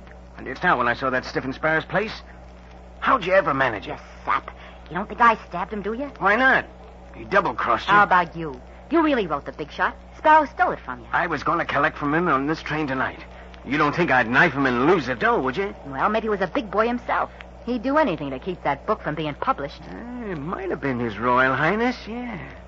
Maybe I that... could make things very hot for you, Danny. I could shoot my mouth off about Sparrow taking your book. That'd give you a terrific motive. Yeah, and I could tell a cute yarn about how you got to swear he wrote it. And then told you to go jump in the drink. We don't have to be nasty to each other, Danny. We could be friends again. I've always been kind of sorry we broke up. Haven't you? First you had me, and then you cashed me in for Sparrow. Now he's gone, you figure you'll take me back. You're a high-class twist, ain't you? I'll keep quiet. We can take up where we left off. Yeah, sure. I could trust you. Wanna kiss and make up? Shows you can get the dough from the book, huh? Go on, scram before I push your face in. But, Danny... I'm getting out of here. This guy's no place to be with Sparrow lying in that coffin. Wait, Danny. Leave me alone and keep your trap shut. Danny, come back! Danny, wait a minute. Quite a girl, ain't she? Yes, a charming twist. Do you think she killed Sparrow, or did Danny do it? You've forgotten the suggestion Danny made himself. Maybe it was the gentleman they called the Big Shot, who was about to be exposed by that book. Well, how can you find out who it was? Well, it seems rather simple to me. Since this is all because of the manuscript of a book, whoever has that script is the killer. We'll have to search for it in their berths, in Margie's, Danny's, and Well, how Dan's. do you search the Big Shot? You don't know who he is. At least I can eliminate the first two. Mrs. Mullet, how's your scream these days? Well, after seeing you open that coffin, should be very good. Well, I want you to stand at one end of that car up front and scream for all you're worth. All right. Then lead everyone on a merry chase all through the train. I want about 3 or 4 minutes of confusion to examine Margie's and Danny's luggage. Suppose the manuscript ain't there. Then we know the Big Shot did the killing, and we'll have to find him. Let's go up front. All right. Leave Benny there. He seems to be resting so peacefully, probably dreaming about those 2 plays, Romeo and Juliet. Come on. Ready, Mrs. Mullet? Ready, Mr. Witherall. Go on.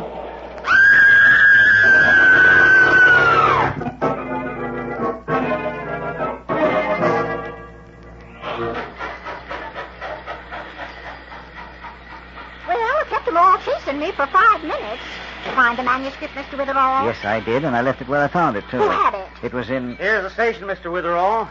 Police will come on. We can get to the bottom of this now. I'm so glad the police are here. I was getting so upset. Yes, I imagine this has been quite a strain for you, Miss Twist. Huh? Beg pardon, Miss McIntosh. What do you mean? Cops will be coming on now, huh? Yep, Mr. Randolph. Everybody stay right here. Oh, I'm so glad we'll know if anything suspicious is going on. I couldn't sleep thinking about this, couldn't sleep at all. And that's so bad.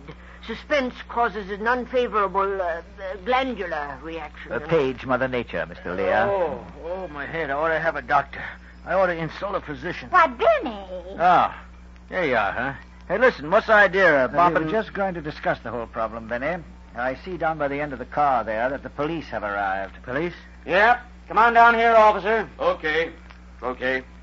Where's the body you wired about? Right in there, compartment 6. It's a man named Bridges. Officer, I think I can explain what's happened. Who are you? He's Leonidas Witherall, head of Meredith Academy.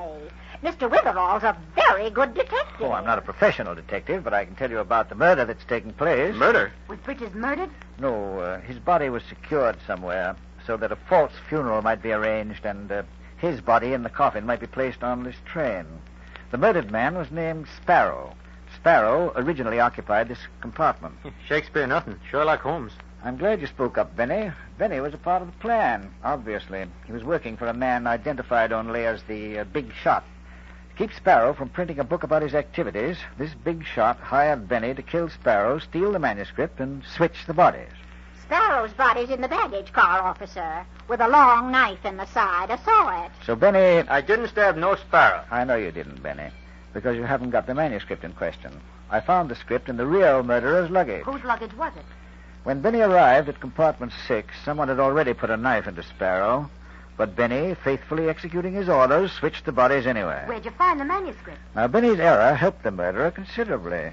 Sparrow had disappeared. No one would ever know where he had gone. Come on. Where'd you find the script? Now, that's the key to the whole problem, isn't it, Margie?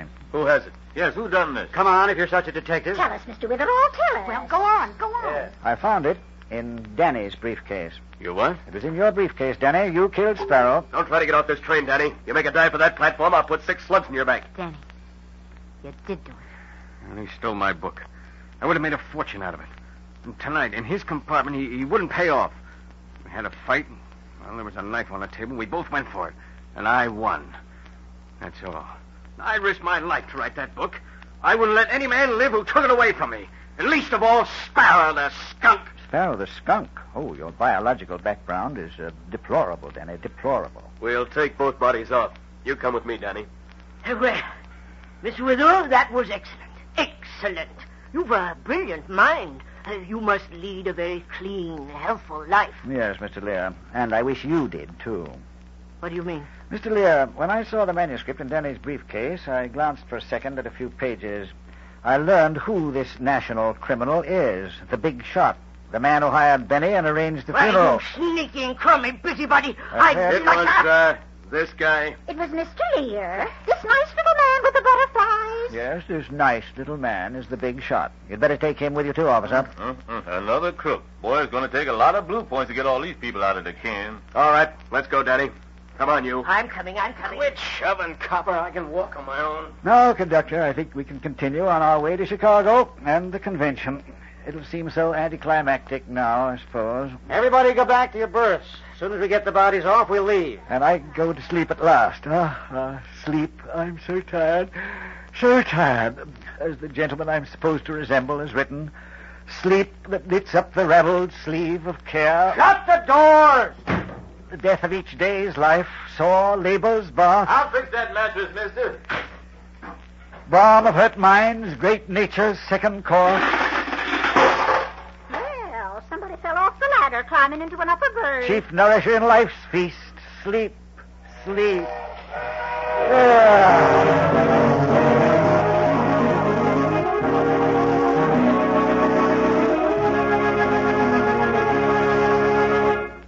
WOR has presented the distinguished American actor, Walter Hamden, in The Adventures of Leonidas Witherall. Mrs. Mullet is played by Ethel Ramey. The character of Leonidas Witherall is from the mystery novels by Alice Tilton.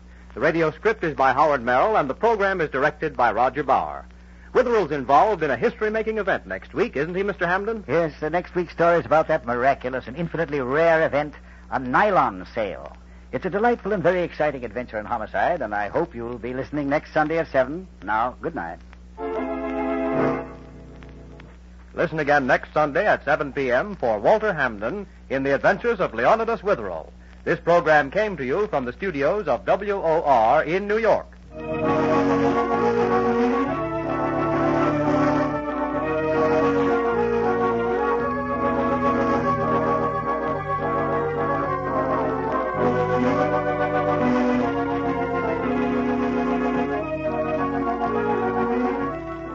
This is Mutual.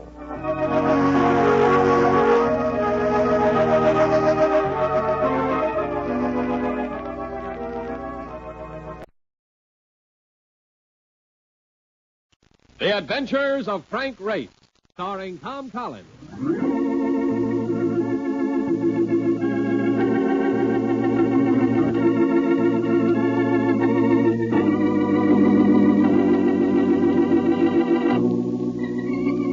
The war changed many things, the face of the earth and the people on it. Before the war, Frank Race worked as an attorney, but he traded his law books for the cloak and dagger of the OSS. And when it was over, his former life was over, too.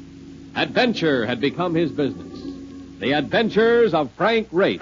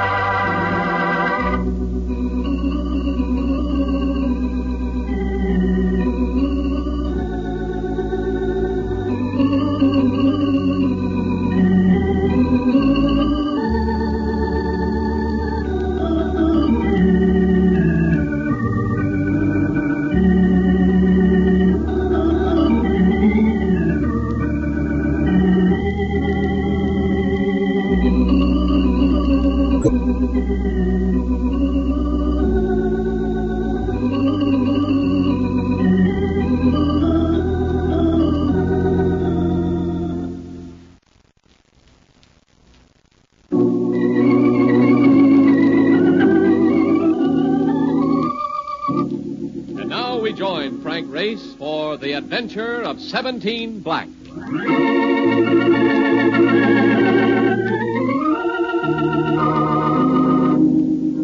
Saratoga, city of sport and health, where you can watch the thoroughbreds come thundering into the stretch or increase your physical efficiency with its spring water and sunshine.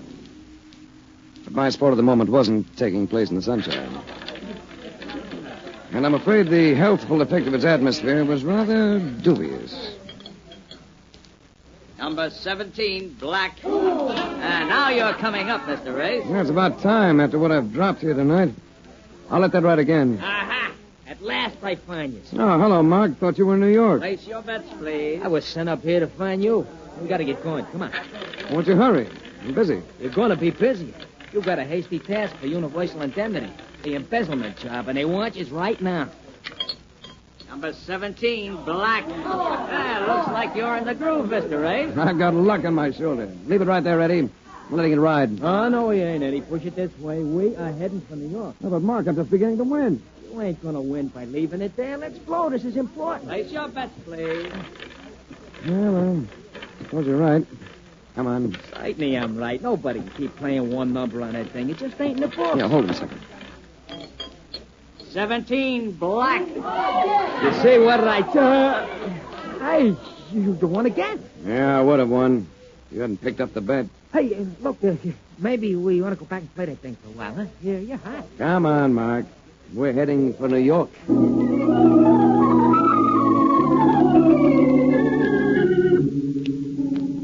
Who talked to you from the insurance company, Reed? Yeah, just A. Reed. I told him you want a little time to yourself, but he said I would forget you anyway. He told me all about it, see, so I could brief you. What's the story? Some guy keeping books for a construction outfit took 70 G's of the company's money. He was bonded with Universal. Reed wants me to go after him, No, not the guy. He's dead. Suicide. Reed wants you should see if you can find the dough.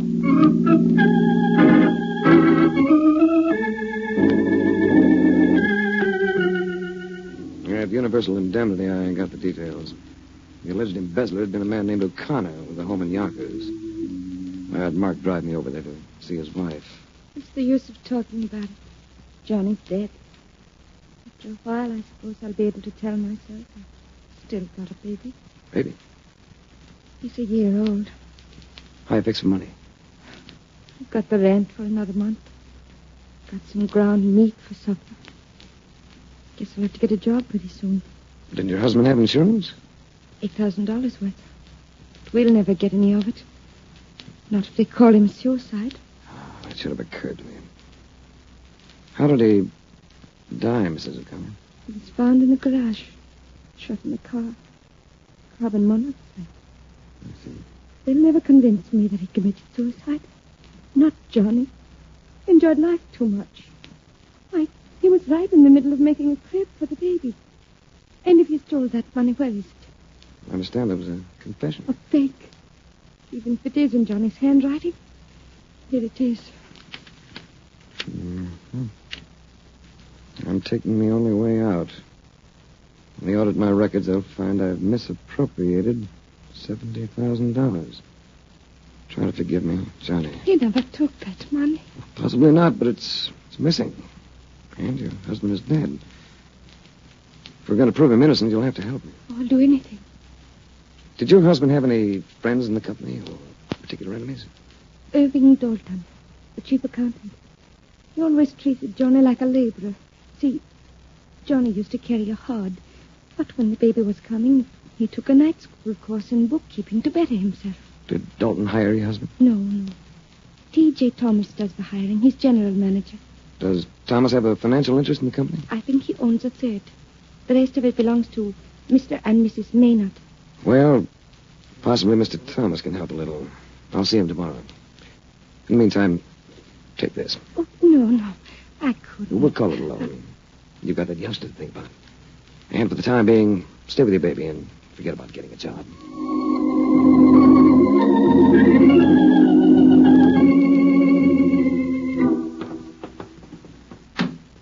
Take me back to the city, Mark.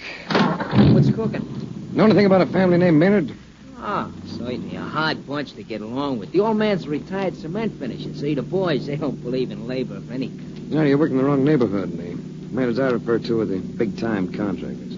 Oh, big shots. No, I know. There is. What is it? That sedan behind us. What's that they're waving out the window? It's a Tommy gun. Right. You better do some twisting. They're waving it at us. I can. You got a gun? In my hand. Against that firepower. He's gaining on me, Race. We're going to get it.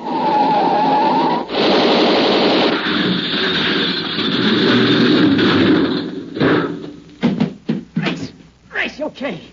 Let me get my arm free. He's coming up with that machine gun. He's lining us up, Race. He's going to... You got him. The other guy's running. Watch out. I didn't kill that one. Just hit him in the leg. Yeah, but he lost the chatterbox. We're okay. Yeah, let me help you out. Yeah. Easy. Take it easy.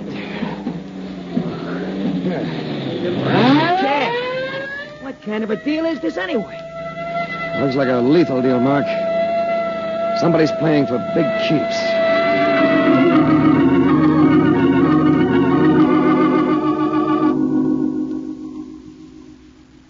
You didn't go to an ordinary lumber yard to find the offices of the Maynard Construction Company. They took up half the 14th floor of a skyscraper. I was impressed by the handsome paneling, the ancestral portraits, and the cocktail party that was going on. Well, the place was rocking. It was only after quite a bit of elbow fencing I was able to force my way to a waiter. He promised to locate T.J. Thomas for me, but it was at least 15 minutes before I got a reaction. Mr. Race? That's right. I'm Irving Dalton, chief accountant of the firm.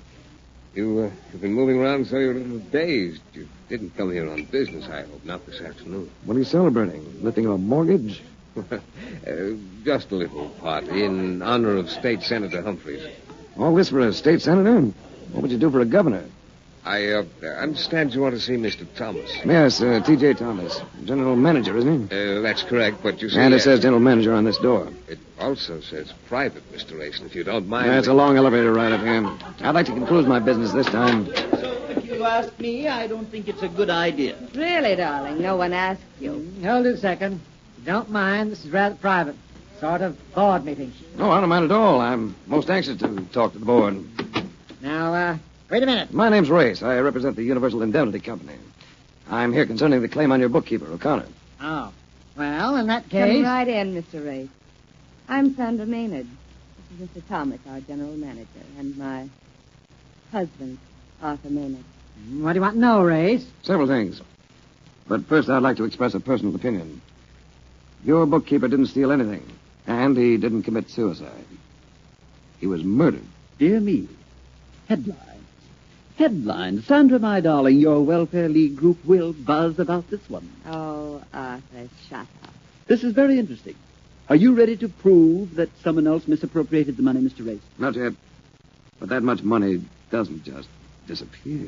It's an outright case of embezzlement. Looks straight for himself. Well, I should think so. Oh, of course. You know all about the records, don't you, darling? I don't know what keeps me from clawing your face. And I'm warning you, Arthur, if you don't stop... Witnessing Marathon Donna books has never been to my liking, so I eased out of the room. And bumped into as delectable a bit of fabric as I'd encountered in several days. A tawny blonde with a benign eye. You look sort of grim. You know those people in there? Sandra and Arthur Maynard? I'm sure I know them. What's the pitch on the relationship? You sound like someone sent out to watch the silver. And I've run into a defendant of the family honor. Oh, not me. I know them, but I don't play in their yard. And never will. They don't get along.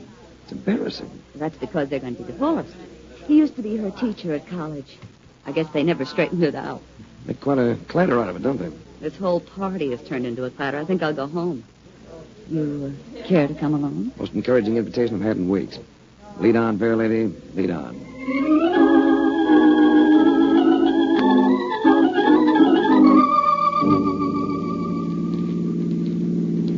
What's the matter with that cab driver back there? Sounded like he was putting up quite a squawk. Mark? No, he's a very unreasonable fellow. Just because he waited half an hour for me, felt he should drive us to your apartment. When I've got my own car. He must be nuts. Yeah, it's a night to send anybody by me, Doris. Full moon, sky full of stars. Perfect night for romance. Or murder. What makes you say that? Just a thought. Do you, always carry so much luggage in your car? I'm a nightclub singer. I'm going away for an engagement. Oh, too bad. You come with me. What'd I do, push your piano around? Really?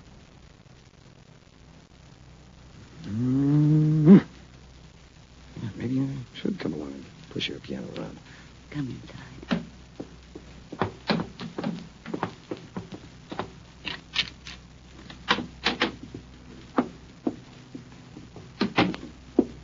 Hold me, Race. Delighted. But first, let's have a little light. What are you doing? Removing this pistol from your purse. What is it? Part of the new look? Oh, Race, don't be like that. I'll go for you if you let me. I might even postpone going away.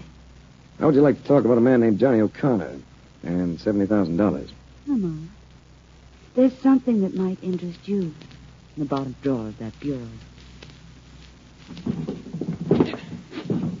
Seems to be stuck. So are you, sucker! Nice work, Doris. Now we can get rid of this chump for good.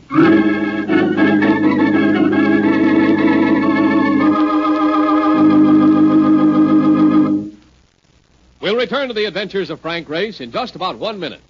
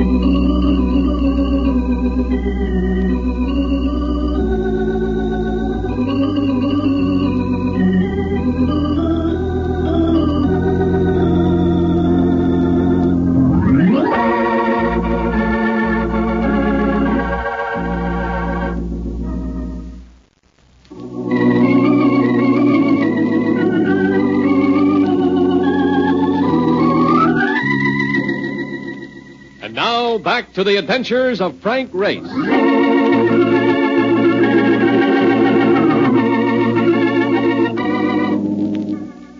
I came alive regretfully. The hazy conviction that my head had grown at least double and was still trying to expand. I told myself irritably this was no procedure for establishing Johnny O'Connor's innocence, nor securing his insurance for his wife and child. Then I caught voices, and I knew my best bet would be to play dead. Any sign of life back there, Rocky? Nah, he's out cold. Better take a look and see if he's coming to. Relax. Will you? When I slug him, they stay out for hours. Well, flash a light on him and make sure. Okay. Out cold as a mackerel. Good. Here's the top of the hill. You, want him up front, don't you? Yeah, right behind the wheel. Here, give me a hand. Yeah. There we go. Oh, this guy's big. He's hard to lift, all right. Let's give another heave. Yeah, that's good. Now pour the liquor open. This ain't no new idea, you know. It's got to be done right or the cops get hip. That's good enough. Now, put the car in high. I want to stay. Why don't you go through that guardrail on the curb? Nothing doing. We're getting out of here. All set. Okay, then. Let it go. The lifts of the car pulled me, threw me sideways in the seat. Getting up, but the reflexes were off. That curve. I had to get control. If I didn't...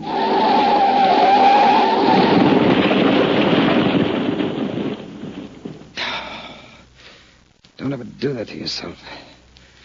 I just sat there for a few seconds. And I staggered to a phone booth and asked Mark to come out and meet me.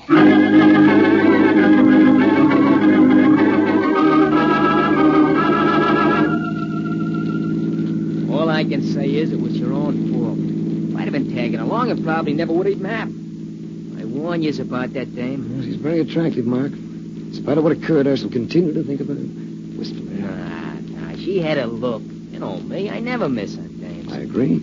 As the poet says, they're the most dangerous species. Most dangerous of the species, Mark. You take it from me, they ain't of anything. When it comes to working angles, dames are all by themselves. What are we gonna do with this car? Take it back. It ain't cracked up as much as my cab was. Ain't a bad car at all. Whose is it? The registration says it belongs to Thomas and Humphreys. Used car sales. That's where we're taking it? At midnight? The joint will be shut tight in Atlantic City in December. Well, let's get inside. You know something? They could call this breaking and entering. You mind? Not so long as the cause is just. They need a new door here. You want my flashlight? Yeah, street light's enough.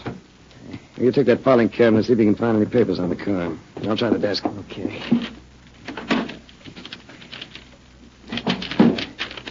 How do they file these things? By license number, make a car, what? I ain't having no luck. Never mind. Take a look at this. What do you got? There's a registration application for the car. Made out in my name. According to this, I own it. Then unload it as soon as you can. It needs new rings and a rebar. A tight little arrangement. Look, I don't get it. I do. If I'd been killed tonight, Mark, this slip would have been mailed to the Motor Vehicle Bureau in the morning. It would have covered my accident very nicely. Looks like you're up against tough pitching, Rice. Well, there's more to this than just the missing $70,000. I wonder if I could squeeze any information out of Sandra Maynard. Squeeze another time? In this case, chum, that ain't good. Well, you're wrong, Marcus. In this case, it ain't bad.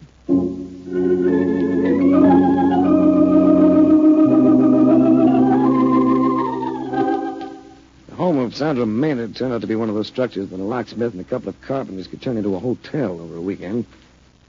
The lady of the house greeted me in a sequence, something that gave almost as much flash as she did. I instantly recognized one quality in her that I tabbed as dynamite. While you were with her, she'd make you forget all the other women you'd ever known. After our scrambled meeting last night, it was rather unexpected. But it's nice. Cigarettes? Thanks. There'll be drinks along the moment. Manhattans and martinis. I'm sure you must like one or the other. There have been occasions when I've gone for both, to my eventual distress. You're attractive, Ray. Then I suppose you already know that. You're rather direct, Mrs. Maynard. I'm sure you make good use of the trait. Saves time. Oh, don't say Mrs. Maynard. I hate the name. Call me Sandra. Everyone does. Even my chauffeur. I'm flattered. I wonder if I stepped off on the wrong foot. With your facade, why worry? Suddenly I do find myself worrying. Do you mind if I try to impress you, Ray? I think I'd enjoy it. Why did you come to see me? To talk business. Can't it wait? I don't think it should. Ray, I have a feeling you might be crusading. Did you know Johnny O'Connor? Do I look the type to know anything about a construction company? I inherited the thing from my father. I care so little about it, I've given my husband a quarter interest to get rid of him. What about your Johnny O'Connor? He was the bookkeeper who was supposed to have committed suicide after embezzling $70,000. And you don't think he did? Either one. Well, it seems that he handled the expense accounts for the firm. Entertainment bills, items like that. I don't get the significance. The state's attorney general's been asking for funds from the legislature to investigate contracted bids for public works. Been complaints that your company's had inside information on supposedly sealed bids. So a lot of expense vouchers in your office became too hot to hold. Expense vouchers that might have been linked with the bribing of public officials. What does all this have to do with that bookkeeper? Well, shall we say that with all those vouchers missing, say, $70,000 worth, O'Connor would be the patsy with nothing to back up the entries in his books. Especially if he weren't around to offer excuses. I'm afraid you've lost me, Race. I let Thomas run the company. And you know nothing about this? Nothing. But I do know one thing. What's that? I'm glad you came into the picture. Thanks. I'm gratified. Oh, stop looking at your watch. You don't have to rush off, Ray. No, it's getting late, and I've another call to make. On another woman? On your chief accountant, Irving Dalton. I want to see you again. If you'd care for my case history, I'm 26 and rather wealthy.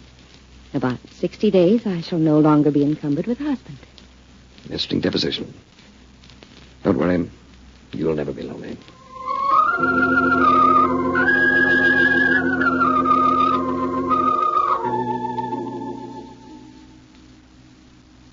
There's nobody home, Race.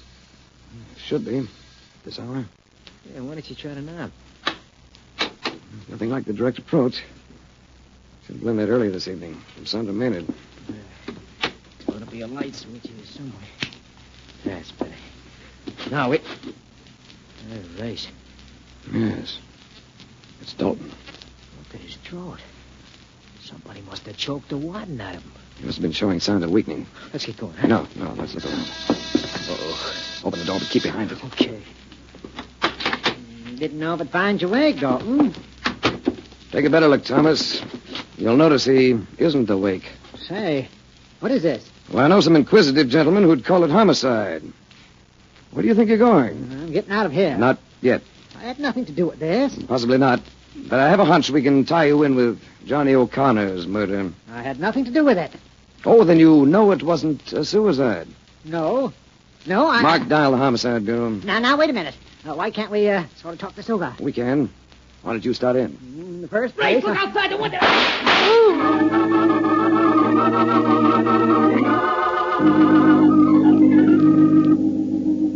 There were lights still on in the home of Sandra Maynard. I told Mark to drift around the grounds, keep his eyes open, and then I rang the bell. The butler, appearing in a robe, insisted that his mistress had retired. I had him take me to her bedroom suite where we found her still up. She dismissed the butler. You mind if I go on brushing my hair, Ray? Not at all. Doesn't disconcert you? You know very well it disconcerts me, but at the moment there's something else. What else, Ray? I just came from Dalton's apartment. He's dead. Wait. And so is T.J. Thomas, your general manager. Dalton was strangled. Thomas was shot. Race, you're not serious. Who could have done it? The police might think you did. I? Race, you're kidding. You don't think I did it, do you? The person who killed Dalton had the strength of a man. Do you have a pistol? Pistol? Have you ever had one? Yes. Yes, of course, but my husband's had it for some time. You can prove that? Well, I think so. The butler knows that Arthur has had it. But the permit was issued in your name. Yes, it was, but... There's a bullet in Dalton's apartment. The bullet that killed Thomas. The police are going to find it. When they check it in ballistics, your butler's testimony isn't going to be much good if they find that gun here in your room. But I told you I don't have the gun. I have a feeling that your husband is going to plant it here. Oh, Race, I'm all upset. Why would he do that? First, to cover himself. When he gave him that interest in the firm, he decided to make it pay off in a big way. He got Thomas and Dalton on the hook, and they started the bribery pattern for big profits. But you're the principal owner, so he's going to try to tag you with the guilt. Another thing. If you were to be executed for murder, he'd get another big chunk of your estate, since he's still your husband. Race, what am I going to do? Well, we can wait for him. Then, when he gets here... I'm already here, Miss Race. What's the matter, my darling? Lost your poise? Emulate Mr. Race. He's quite controlled. That's your gun he's holding, Sandra? Yes, that's it. You've caused me a great deal of trouble, Mr. Race. The obvious suicide of O'Connor satisfied the police. Why didn't it satisfy you? Johnny O'Connor didn't have your educational background, Maynard.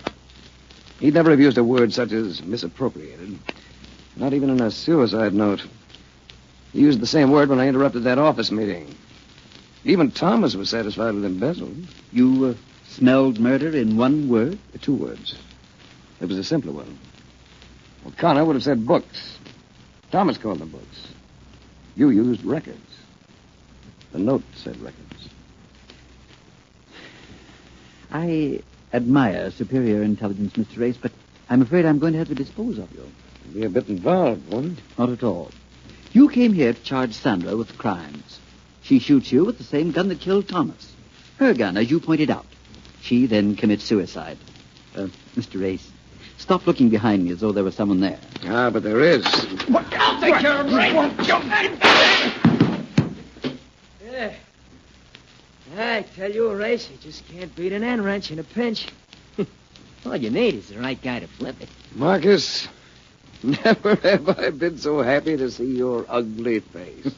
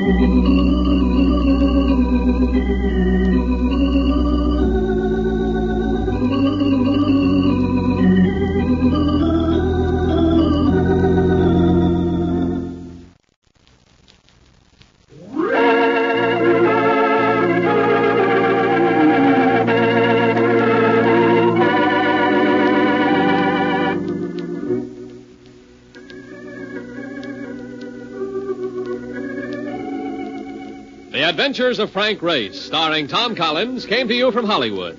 The series is written and directed by Buckley Angel and Joel Murcott. The music is composed and played by Ivan Ditmars. Be sure to be with us again this time, 1 week from today, for another dramatic chapter in the adventures of Frank Race. Art Gilmore speaking. This is a Bruce Ells production.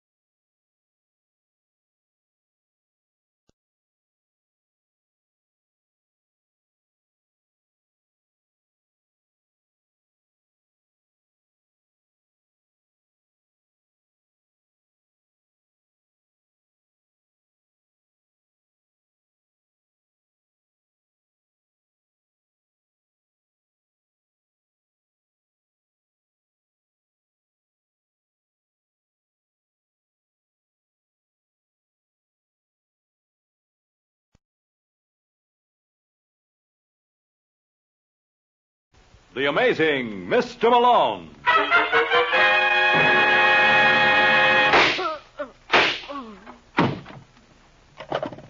Operator?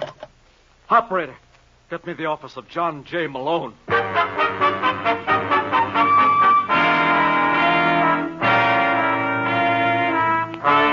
National Broadcasting Company presents The Amazing Mr. Malone, an exciting half hour of mystery starring George Petrie as the lawyer whose practice before every type of bar has become a legend. Our locale is the city of Chicago, the time, the present, and the hero of these weekly adventures, the amazing Mr. Malone.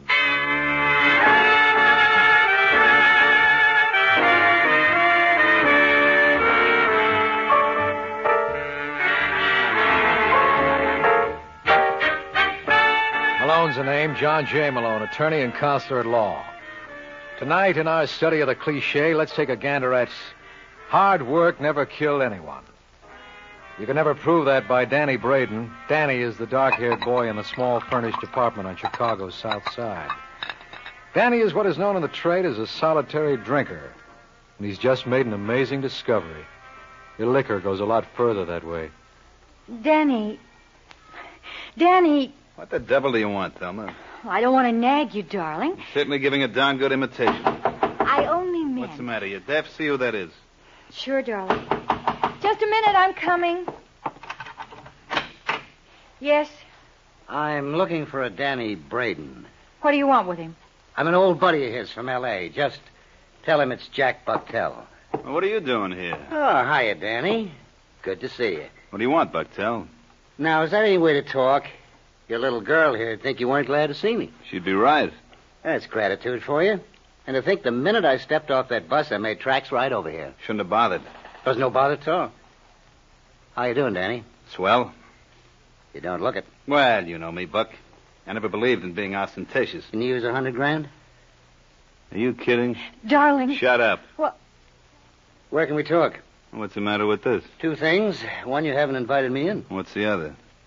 Her. They're both no problems. All right, Thelma, go take yourself a walk. No. You're going to get mixed up in something. Don't you understand English?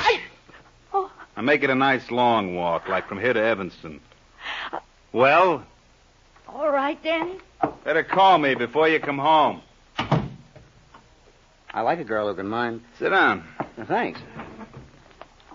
You, said something about $100,000? Oh, not so fast, Danny boy. There are one or two things we got to iron out first. Such as? I got to be protected. Okay.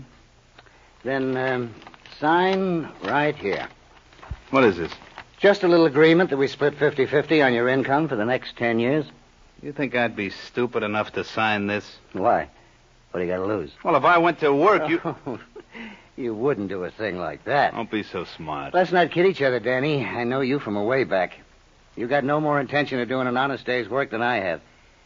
Now, if you want to sign that agreement, okay. If you don't, that's all right, too. Give me a pen. Mm-hmm. Here you are. Daniel M.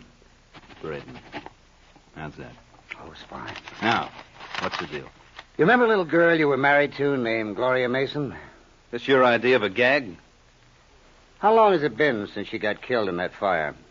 What are you, a comic? Just humor me for a couple of minutes, will you? Well, 6 years ago. As I recall, they never did find her body. Nothing left to find. Just some silver bridge work. I bet she can afford platinum now. What are you babbling about? She's alive, Danny. You're nuts. She started that fire herself. What? Why? Get away from you? What kind of crack is that? I tell you, Gloria's right here in town. Only she calls herself Glenda. Glenda? Yeah. That isn't all she changed. She doesn't have that red hair anymore. And she's married. Married? Uh-huh. To a fellow named Phil Stacy. Phil? The Stacy that owns the Belmont Casino? Uh-huh. I understand she's nuts about him. You must be out of your mind. Well, there's one way to convince yourself. Go up and see. And while you're at it, you might ask her for a couple of bucks. You know, so you can afford a cab back. I'm sure she wouldn't want her husband to walk.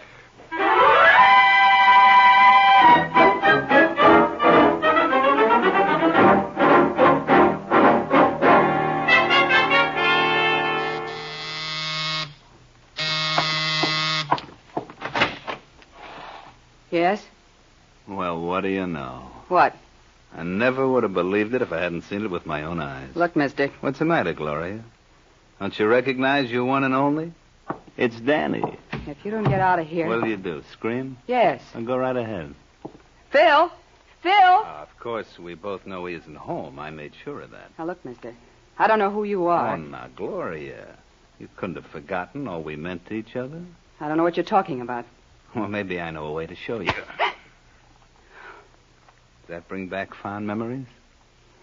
What do you want, Danny? I knew it would ring a bell. What do you want? Only what's mine. You. No. Oh, now you're my wife, honey.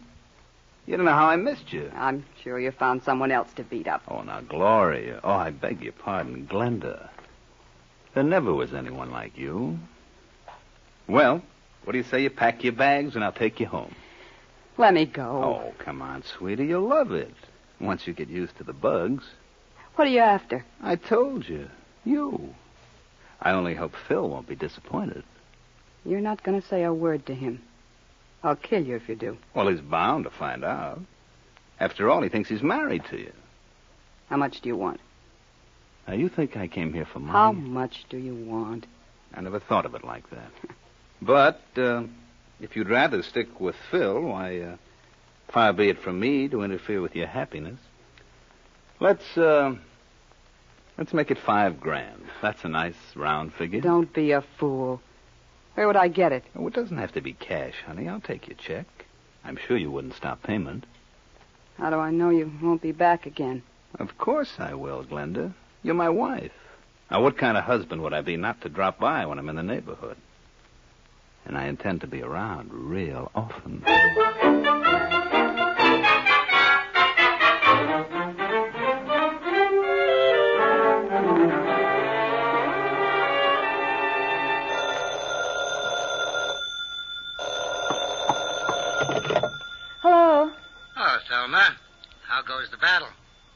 this? Jack Buckshell. Is Danny around? Just a second. It's for you, Danny. Who is it? Mr. Bucktel. Hello. Hiya, Danny. Fine. How'd you make out? How'd I make out? I understand you were up to see Mrs. Stacy this afternoon. Where do you understand that from? Oh, I got ways and means at my disposal. How did we do? We didn't do. I don't get you, Danny. Very simple, Buck. This isn't the right dame. Listen, friend. Well, I ought to know. I was married to her. Look, boy, don't try to hop me around. Never entered my mind. Sorry it worked out this way, Buck. But maybe we can get together on something else sometime. Give me a call if you get any ideas.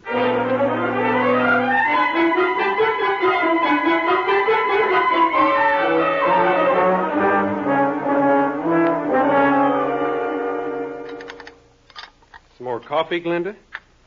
What? I asked if you wanted some more coffee. Oh, no, thanks, Phil. What's the trouble, baby? Trouble? You haven't said 2 words since we sat down. Well, I've got a slight headache. You want some aspirin? No, I'll be all right. Maybe if you ate something. I'm not hungry. You haven't been hungry for a week. If you don't stop picking on me. Sorry, honey. No, it's my fault, Phil. I'm just on edge. Well, I'm going to call Doc Wilburn and No, ask him I don't want you to.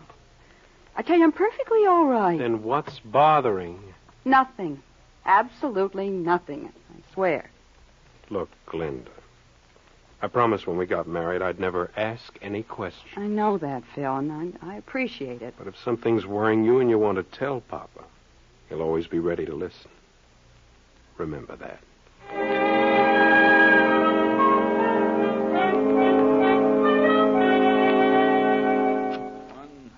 1, 2, 3.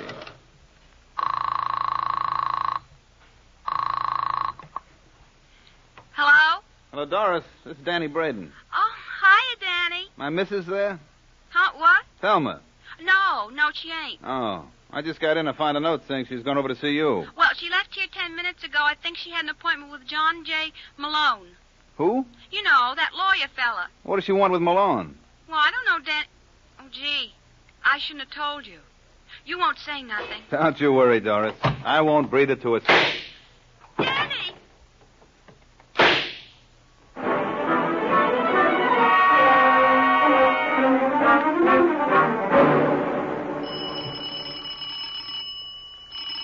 Just a second. I said just a second. Yeah? I'm looking for John J. Malone. Have you tried the Prescott building? I understand he's got an office there. His secretary told me he's never in.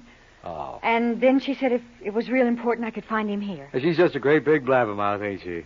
Uh-huh. Skip it. Come on in, Mrs. Oh, Braden. Thelma Braden. Sit down. Well, You don't have to worry. I won't bite. I left my uppers in my other head. what? Hey, don't try to figure it out. It's not worth it. What's your problem? Problem?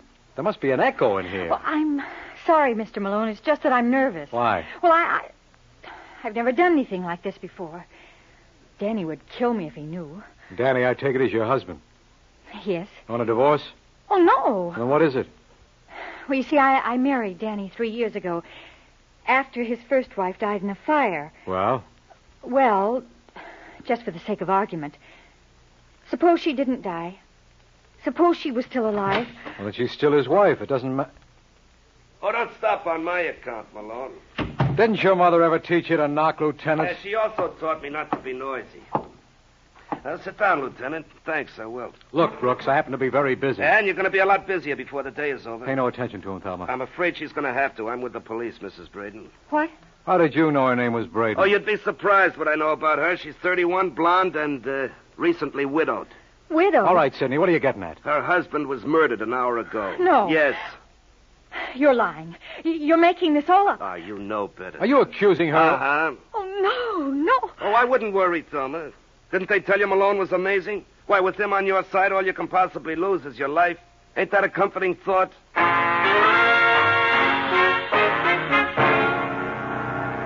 You're listening to The Amazing Miss Malone.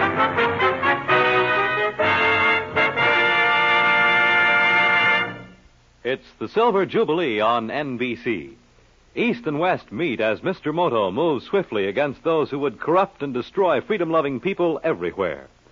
On the national front, Martin Caine, Private Eye, will find himself involved in plenty of action as he becomes involved in whirlwind adventures beginning July 1st.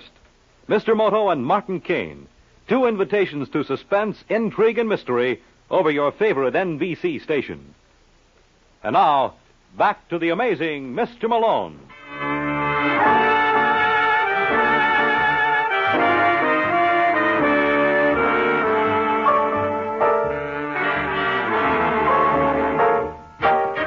There's one nice thing you can say for my apartment.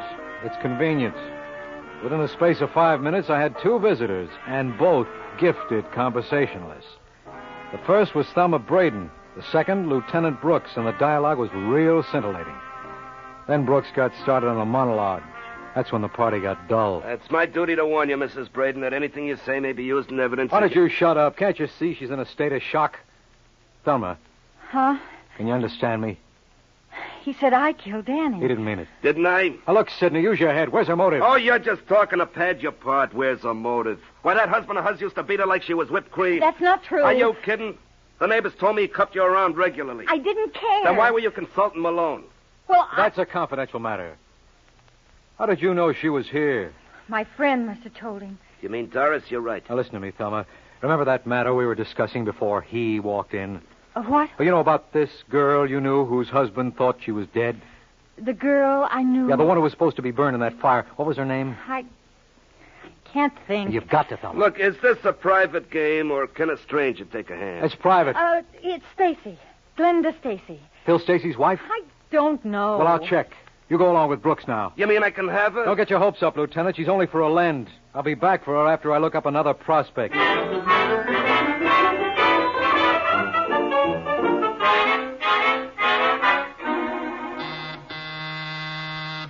Come in. Hello, Phil. Well, if it isn't the amazing Mr. Malone. Come on in. Thanks. Hey, it's quite a place. You know, I've never been up here. Like it? Why shouldn't I? Didn't I furnish it? What are you talking about? Well, I figure with the dough I dropped at your club, I must have at least bought the drapes. Sit down. Thanks. Drink? What do you got? Scotch? That's my boy. Say when. Just one of those things. Just one of... Whoop. Yeah. What about you? No, I'll sit this one out. Well, like they say, here's to crime. All right, Malone, what's in your mind? Well, can't a man just drop around for a sociable drink? Not if you're the man. Well, I was kind of hoping to meet your wife. I've heard a lot about her. She around? No. When will she be back? I have no idea. In that case, suppose we have a little talk. Does it concern Glenda? Vitally. Then I don't want to hear it. I don't discuss my wife with strangers. How do you know I'm a stranger? Maybe Glenda and I have a big romance brewing. Oh, don't make me laugh. You know my reputation. Yeah, you're a sucker for a long shot. What's that supposed to mean? Take it any way you like. Look, Phil, I want to be on the level with you.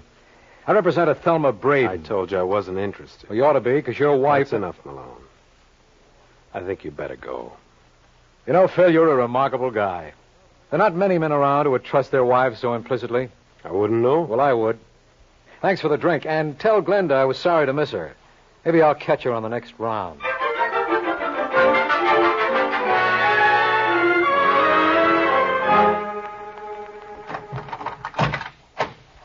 That you, Glenda? Yes, Bill? Look here. Let me help you with those packages. Oh, thanks, darling. How do you feel? Oh, much better. Good. Would you like a drink? I'd love it. You sit down right over here, and Pop will take care of it. Did you bring the evening papers? Oh, I forgot. Oh, it doesn't matter. All the news is bad. Which reminds me, John J. Malone was up to see you this afternoon. Who? You know, a lawyer. But he's representing Thelma. What did he want?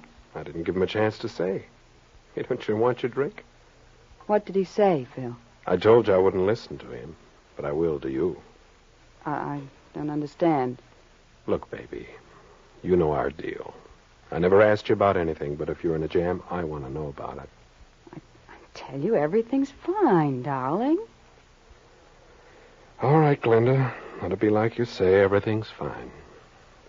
And Malone or no Malone, Papa's going to keep it that way.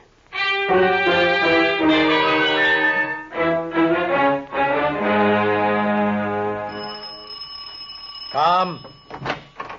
Mr. Malone? That's right. I'm so glad to find you in. You don't know the trouble I had getting your address. You shouldn't have bothered. Oh, I don't mind. All right, let's get it over with. I beg your pardon? Look, Junior, this is an old story to me, though generally I find him waiting inside. Weren't you sent here to warn me off? How in the world did you know that? I'm amazing. Besides, that bulge in your pocket gave you away. Oh, you mean this old thing. Hey, isn't that kind of heavy for a little man like you to carry?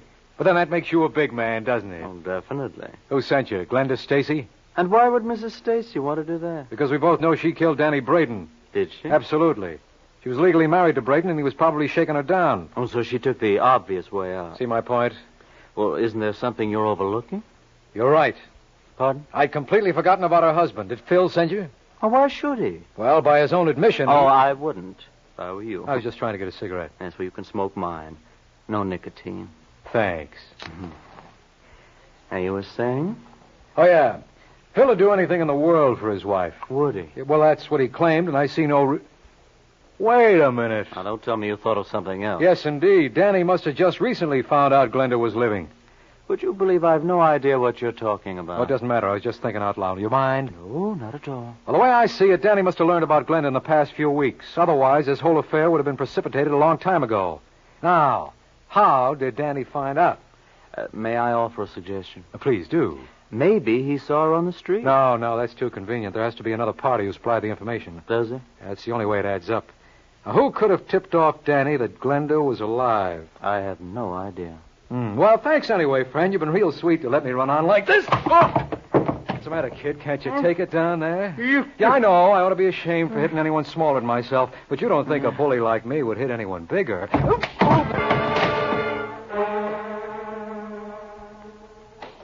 C-O-N-C.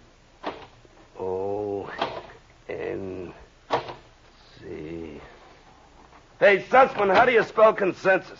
Don't tell him, Hank. You know stool pigeon. Oh, no. Make for the hills, men. That man's here again. Look, you idiot, I want to talk to you. No speaker to English. I'm not kidding, Lieutenant. I got the whole thing figured out. When haven't you? I'm serious. Thelma Braden didn't kill her husband. Well, naturally you'd say that. Naturally, and I've just been with the boy who can prove it. Well, why didn't you bring him with you? He was in no condition to travel. He had a gun, and I saw no point in letting him use it. Coward.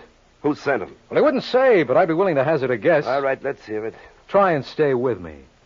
Now, Danny Braden was blackmailing Phil Stacy's wife. Why? Because she was really Danny's wife. She was never legally married to Phil. And this couldn't possibly be as confusing as you make it sound. Well, if you think it's rough, wait till you hear the rest. Danny thought she was dead. Recently, he learned she was alive. Now, that information had to come from someone. Who was it? Well, you tell me. I'm the schlemiel, remember? Okay. It came from the same guy who sent that punk Junior Great around to knock me off. And who's that? Phil Stacy. Are you out of your mind? Well, who'd be in a better position to know all about Glenda's background? Well, why would Phil want to blackmail his own wife? That's what I keep telling you. She's not his wife. All right, why do you want to blackmail Glenda? He's in the chips. Where do you suppose that bankroll came from originally?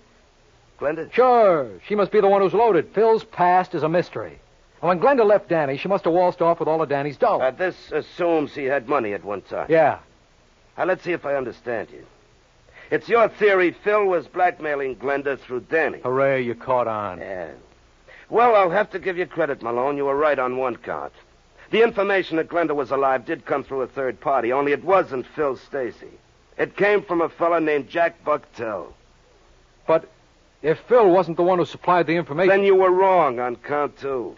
Yeah, but don't feel too badly. You were 50% right, and for you, that's a 49% improvement. Keep it up, Counselor. You're doing fine.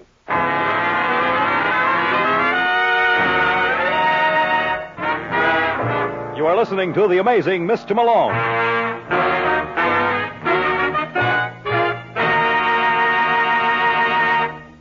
It's the Silver Jubilee on NBC.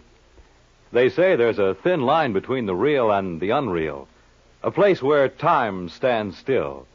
A land of silent mystery. We bring you excursions into the unknown. Journeys into the future and through the shadow-filled corridors of the minds of men on Dimension X, a program designed to bring you the unusual. Tom Conway brings us back to reality as the debonair gentleman adventurer Simon Templar, who finds suspense and mystery awaiting him as the Saint. And here's another program note. Be sure to hear Martin Caine, Private Eye, beginning on this station July 1st, and featuring the well-known screen star Lloyd Nolan. Dimension X, The Saint, and Martin Caine, 3 top programs designed for your summer entertainment over NBC, where the chimes are. And now, back to the amazing Mr. Malone.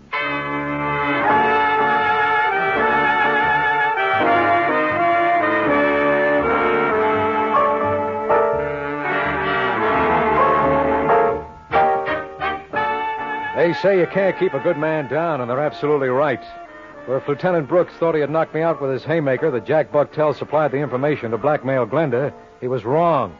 It was a bad blow, all right, but I picked myself right off the floor and stepped into another. So Phil needed Glenda's dough, huh? Why, you schmo boy. Phil's been in the chips since 1930. All right, so I made a mistake. It's nice of you to admit it. I can't help myself. Where's this Jack Bucktel now?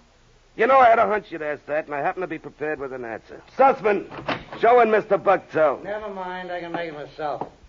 Listen, Lieutenant, if you know what's good for you... Don't be silly. If I knew what's good for me, I never would have been a cop.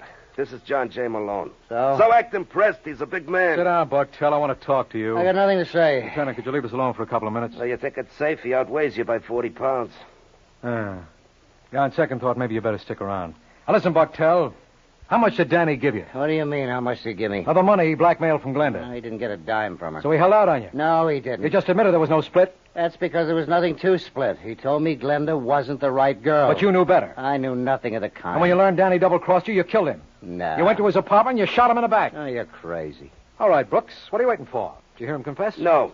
Well, he practically admitted... I didn't hear him. You just haven't been reading between the lines. And all the reading you've done must have strained your eyes. He couldn't have killed Danny. Why not? Because at the time of the murder, he was in Detroit. He what? You heard me. Had to fly Sussman there this morning to pick him up. Well, that doesn't make sense. If he didn't kill Danny... Then it's barely possible your client did. Well, thanks for helping us out, Malone. I don't know what I'd do without you.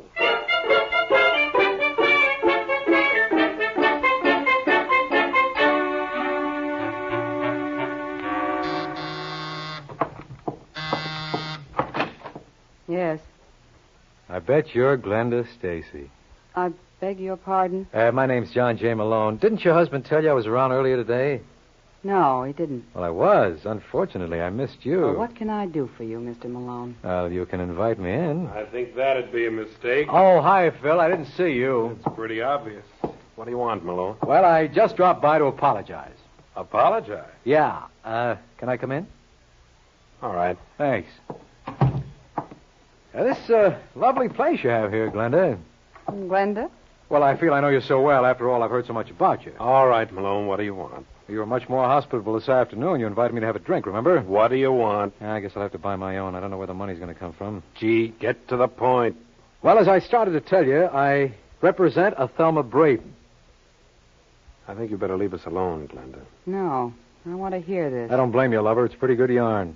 You see, Thelma was married to a boy named Danny. You don't have to go into that. We read it in all the papers. Not all, Phil. You see, Thelma wasn't really married to him. Legally, he was still Glenda's husband. What? That's a lie. You should have told him, lover. Look, Malone, what are you trying to hand me? You folks have nothing to worry about. With Danny dead, there's nothing to prevent you from getting remarried. I don't like those kind of jokes. It's no joke, Phil. But I did do you an injustice. Some gunzel came up to my apartment early this afternoon, and like a fool, I jumped to two conclusions. One, that you sent him. Now, look, Malone. Now, just hear me out. I also came up with a weird theory that you were behind a blackmail plot to shake down Glenda. Are you out of your mind? I must have been. Lieutenant Brooks told me you were the one with the money. I didn't take his word for it, so I checked with your bank.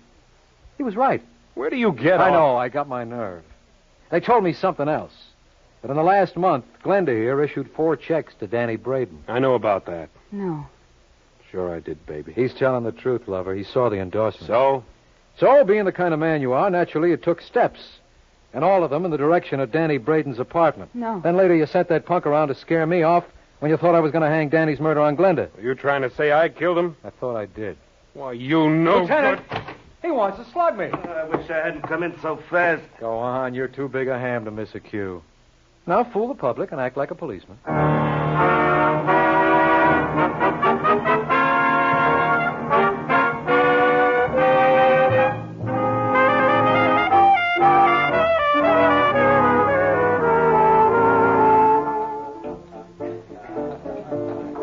Hey, George, how about a little service here? Oh, what are you complaining about, Malone? We're getting as little as possible. Oh, I don't know why I come here every week. Everybody's a comic. Listen, Malone. What do you want? How did you know Phil killed Danny Braden? Well, it all came down to the process of elimination. Mm-hmm. You had a cast-iron alibi for Jack Buttell. So that took care of him. And as far as Glenda was concerned, it wasn't in character for her to commit murder, or she would have done it long ago. Look what she went through to get away from Danny. And then when he turned up again, she paid him off. Well, maybe she got tired of that. Never. You know, the first touch is always the hardest for a blackmailer. Once the victim kicks through, from then on, it's clear sailing. So that took care of Glenda and left us Phil. Oh, why didn't he let on to Glenda that he knew about Danny? Because that's the kind of a guy Phil is. He was crazy about her. If she thought she was keeping something from him, he wasn't going to let on. Now, does that take care of all your questions? No. This is all well and good about the process of elimination, but there's one party in this deal you overlooked. Who? Your client. Why couldn't Thelma have been guilty? Because you made the pinch. Well, you were right last week, so now it had to be my turn. After all, I'm the one who's amazing. Good night, Lieutenant.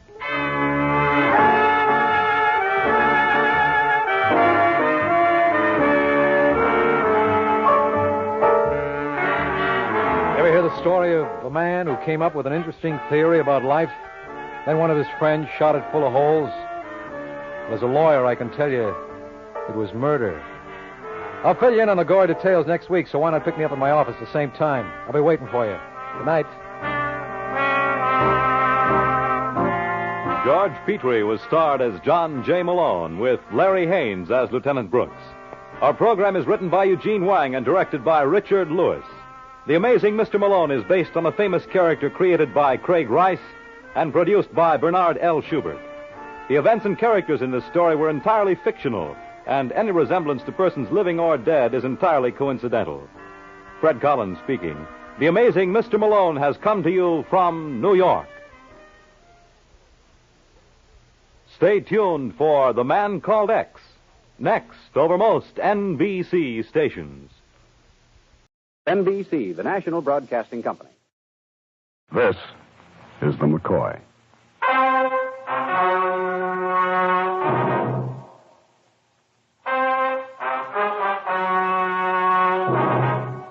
The National Broadcasting Company presents The McCoy, starring Howard Duff.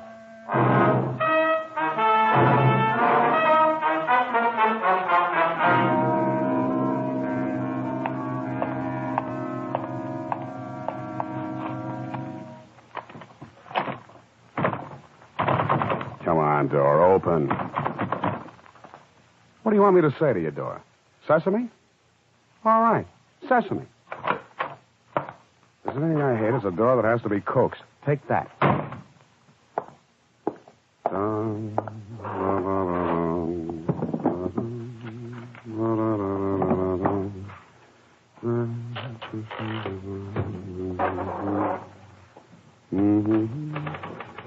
For the file, Mike McCoy, Criminal Investigations, file number 354, 22 April 1951, Los Angeles, California. Where else? Case, the three wayward girls. It was 5:20 of a dirty day. The sun beat through the smog and still had strength enough to kiss the summer dresses walking Sunset Strip. The girls walking their poodles home to Daddy, who'd had a hard day at the office. Having nothing better to do, the dogs and I chatted. I took my leave, and I tiptoed through the Cadillacs, patted their saucy fishtails, watched my hand turn green, then walked into Shea Mason's on the Strip. The kindly picture folk were already there, exchanging pills from matching Cloisonne pill boxes and discussing the high cost of nervous breakdowns. Then Herm, the maitre d', saw me, ad-libbed his way through all that box office gold, offered me two things.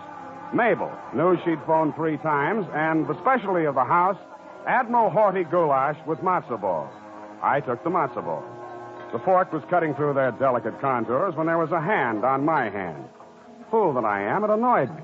But when I saw that the moist hand on mine belonged to Phil Gardner, peddler, talent agent, shill for plaid dinner jackets, it annoyed me even more. Only a minute, Mike. Scooch over a little bit. I'll sit down next to you. You want something, huh, Phil? I'll tell you how I know. You keep licking your lips, your hand shakes, which reminds me, take back your hand. I've had it. Mike, I want you to go to work for me. Right now. From this minute, you're on salary. Yeah, with expenses. Per diem. Philzy, my matzo balls are growing colder. It's for Toby. Toby Drake. I'm putting you on the payroll. You remember Toby built you up to her, gave you a knockdown to her? You had a season's pass with her. You remember Toby. What's the matter, Phil? The girl getting lonely for the McCoy again? Lonelier than you know, Mike. The girl's being threatened. With phone calls, with poison letters. You're doing real good, Phil. Mike, listen close because I'm going to almost whisper. Well, that should be refreshing, but not so close. Somebody's going to kill her. Yeah, murder her dead. Toby's my client. It shouldn't happen to my client to die from an anonymous threat. You tried, Phil. You really did. Mr. Gardner, there's a phone call for you. Will you take it here? Thanks, Charlie. Mike, you gotta pay attention to me. You got to. I got matzo balls. Gardner speaking. Snap it out. I'm busy. Huh? No. Yeah, huh? No. Yeah. Phil, why don't you talk to me like that when you talk to me? You're dynamite with monosyllables. I'll bet now you'll believe, Skeptic. Toby's dead. No jokes, Phil. I'm not in the mood. Her boyfriend just called. I should be the first to know. I tell you, she's dead. Dead? If you're kidding me. Look, I'll drive you over in my cab. I'll put the top down, Mike. Sure. You wouldn't want to go to a funeral any other way, would you, Phil?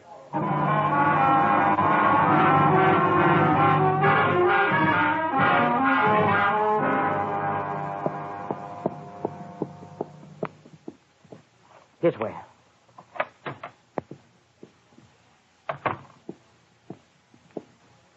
There, you see? You see, Mike? What did I tell you? She's dead. My client. Shut up. The place was swarming with new things.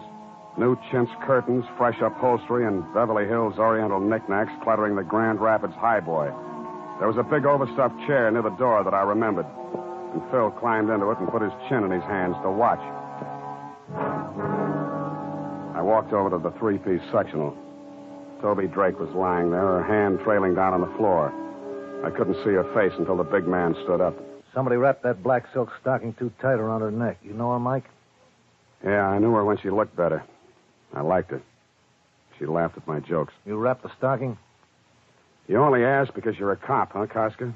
I only asked because if I were a cop, I'd ask. The call came and said get here because there was a dead girl named Toby Drake, and on the way down I toyed with the name. Then I remembered she used to laugh at your jokes, and all of a sudden you're here.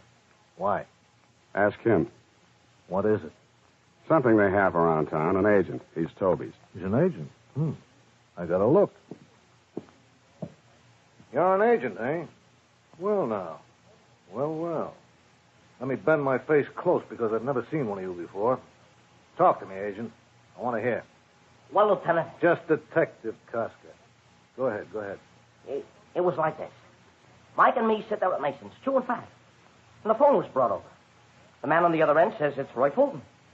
And he says his girlfriend's dead. Honest, I'm broken up about this. Well, now. Well. You wrapped the stocking, agent? Me wrap? Leave him alone, Koska. Leave him alone. Agents only kill other agents. Thanks a lot, Mike. I'll jot it down in the book. You been hired, Mike? I was, but I don't know if I'm still working. You're working. All the way, Mike. Find out for me who killed my client, Toby. Oh, you're hired. These guys employ you, huh? Look, Koska, I got a crummy license, and I'm in a crummy business because people sneak up dark alleys, because people hate, people rob, people strangle. That's where my money comes from, because people do all those things.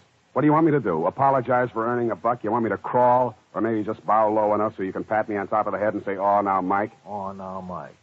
Yeah. Where's her boyfriend? He's in the bedroom. He's a guy by the name of Roy Fulton. He hardly says a word to me. Maybe you're not his type. Well, go talk to him, Mike. Go tell him it's okay that you should talk to him. Let me count the ways I love thee to the depths and breadth and height my soul can reach when feeling out of sight. Go on. I like it. Who are you? I'm Mike McCoy. I'm a criminal investigator. Toby's dead. She was murdered, Mr. Fulton. I'm trying to find out who did it. We had a date. I came here. I saw her. I didn't lose my head. I called her agent. Then I called the police. Did you kill her? No. But she should have been more careful. Girls like her. What kind of a girl did you think she was? Very pretty. In my old griefs, in my childhood faith, I love thee with a love Mr. Fulton. I seem to lose with my lost saints. I love thee with the breath. Mr. Fulton, Mild tears of all my life, and if God choose, I shall but love thee better after his death. I couldn't get through to him anymore. The poetry he spouted stood between us. In his own way, Mr. Fulton was grieving. so I got out of the place. Then a fascinating 20 minutes in the center lane of Pico Boulevard, getting dared by the pedestrians and the swarms of cars on both sides of me. The parking lots had just hung their 50 cents till closing signs when I drove up to the office building on Olive. Then to the corner beanery and a few reminiscences about Toby Drake. Toby, a kid who had once won a title, something like Miss Donegal Tweed of Patterson, New Jersey.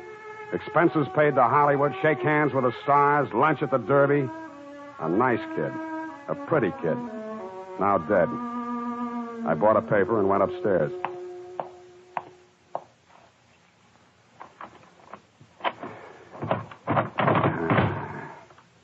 Sesame. I had to rent an office that once belonged to a Persian rug merchant.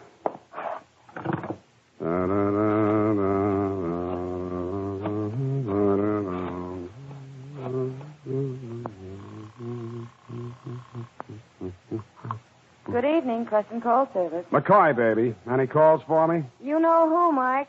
Mabel? 4 times. What happens to a girl when she goes out with you? She's got a call every half hour and a half hour? I'm delicate. They worry. You worry about me, Judy? Cut it out, Mike. You worry about me, don't you, You kid? got another call with a message. You want it? Sure, Judy, sure. Go ahead. I'll listen. Goes like this. First, Toby, then Stella Martin. You can't stop it, McCoy.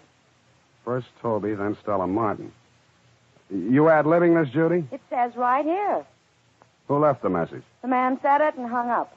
What's Stella Martin to me? I wish I knew, baby. We had a Stella Martin who used this service a long time ago, an actress or something. I used to get calls for her. You discontinued. You got an address on her? No more. Why don't you try Central Casting? They'd know. Yeah, I should have thought of that. Thanks a lot.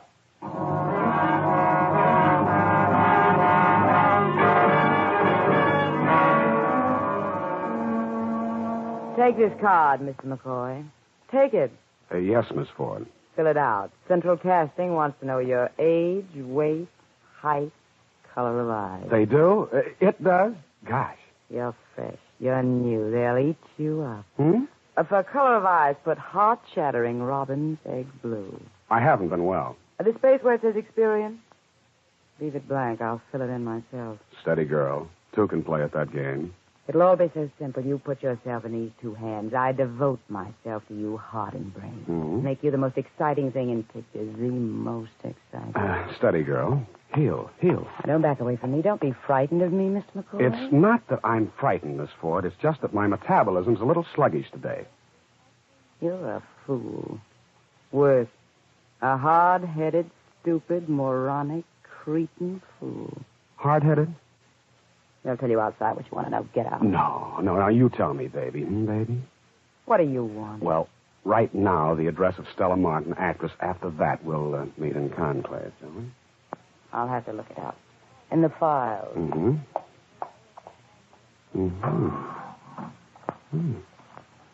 Yeah.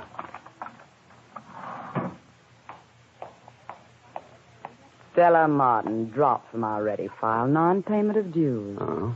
Well, there must be an address where you done it. Las Flores Hotel on Selma. Las Flores Hotel. Well, that burned down last month. It should happen to you, Mr. McCoy. Come on, I'll open a door for you. No hard feelings, huh, baby? Miss Ford, baby? I'll remember you always. Bye. Cute kid. Make a note, McCoy. Must wear chest protector.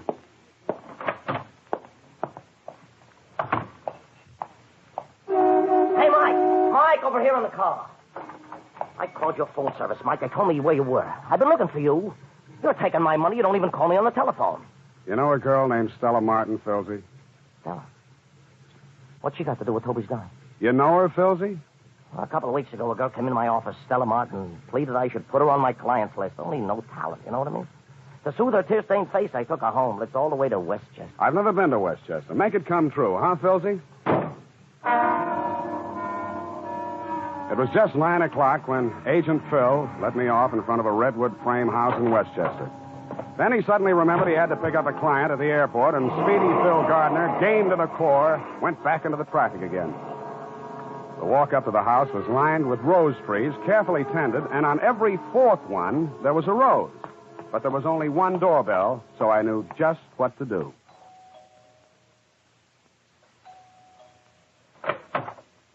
You want what, mister? Stella Martin. She live here? You're who? Mike McCoy, Investigations.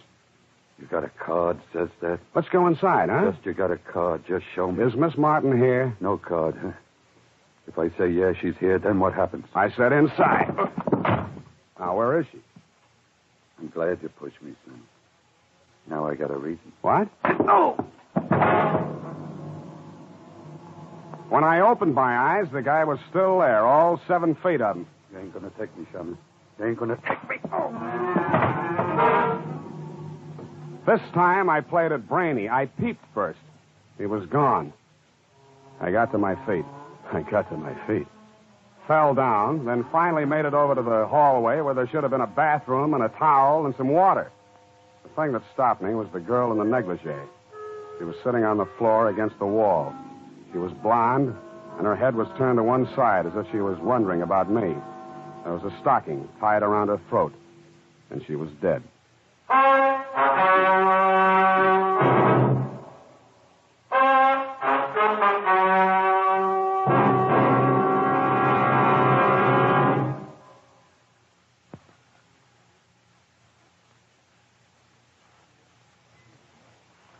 And now back to the McCoy, starring Howard Duff.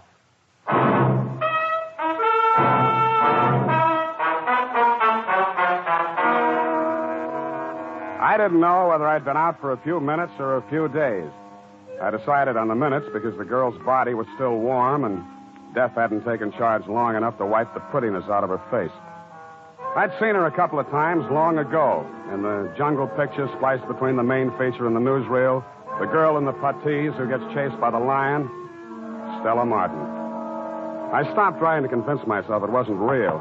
It was real, all right, and I didn't need the pounding on the door to knock it into my head. I didn't need Koska either, but I had him. What is this, Mike? You on a rampage? You want to know what happened, or you want to be a big man? Now, just be gentle with me. That's all I want you to do, Mike. 15 minutes ago, I was in a warm bed. Just be gentle. I got slugged. A man 7 feet tall in a black leather jacket. Look, Mike, I spent 5 hours questioning Roy Fulton about the murder of his girlfriend, Toby. Nothing. He quoted poetry. Then I climbed into this warm bed, and I was sleeping fine. Then Sergeant Hurd called. It seems someone phoned in this address to Sergeant Hurd. You were saying what, Mike? She's in the hallway, propped up against the wall. Show me. Here she is. She's young and she's strangled, and her name's Stella Martin. You want to clear it up for me? You want to listen about a guy in a black leather jacket? 7 feet tall, eh? Yeah, 7 feet tall. Find him. That shouldn't be tough for a sharp fellow like you. Now, don't be sour on me, Mike. You took some lumps and you... You see this, kid? What? This. Holding something in her hand. Well, now. Well. Read it, Mike. Read what it says on the paper. There'll be another one tomorrow, McCoy. Another one tomorrow, McCoy. McCoy. Well, now. What makes me so popular, Koska? Why doesn't it say your name? Why doesn't it say Sergeant Hurd? Because it says McCoy. Because it says the name of a guy I stumble over when I get out of a warm bed. Because you know things you're not telling me and you're not going to tell me because you think it's clever to obstruct justice. What am I going to do with you, Mike? Take you downtown and sweat you? Watch you be a hero because you won't tell me what you know? Get out of here, Mike. Get out.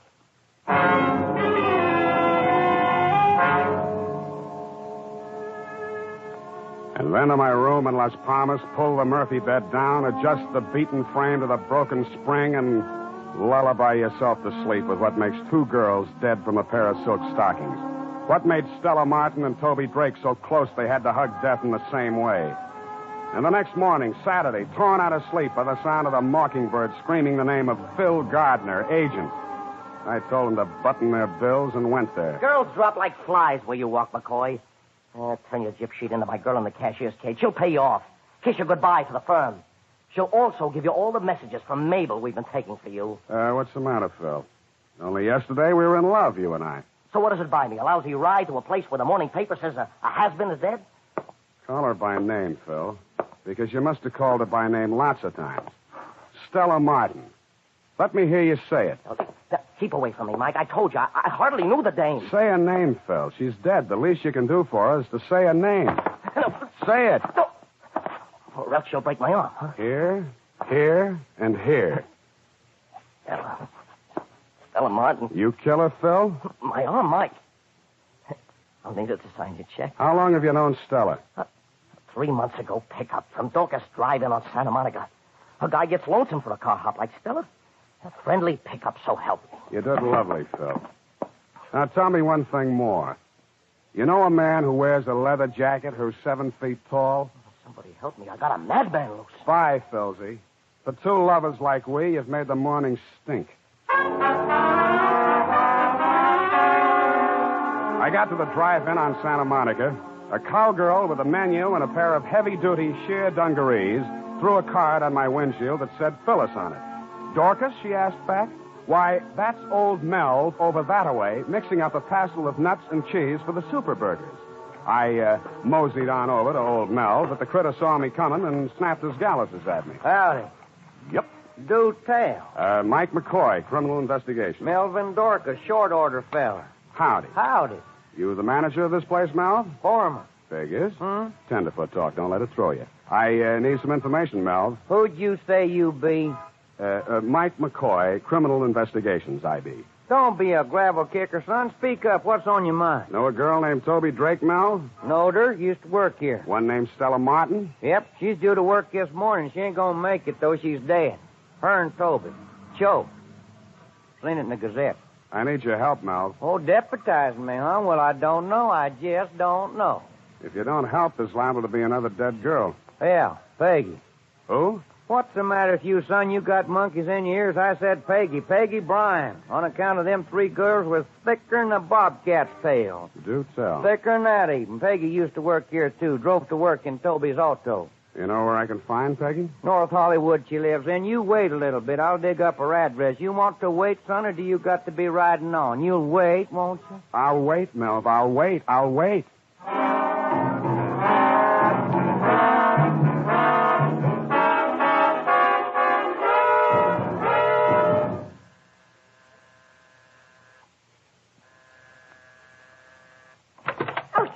I'll kill you before you kill me. Don't be crazy. Give me that gun. Come on. That's better. Kill. That's what you've got to kill me. No. Let's scream inside. We don't want to make talk to the neighbors. Inside, Peggy. Come on. Hush, baby girl. Hush. See? I'll let you go. Nothing to be scared of. Don't do that. Scream, but don't do that. Kill me.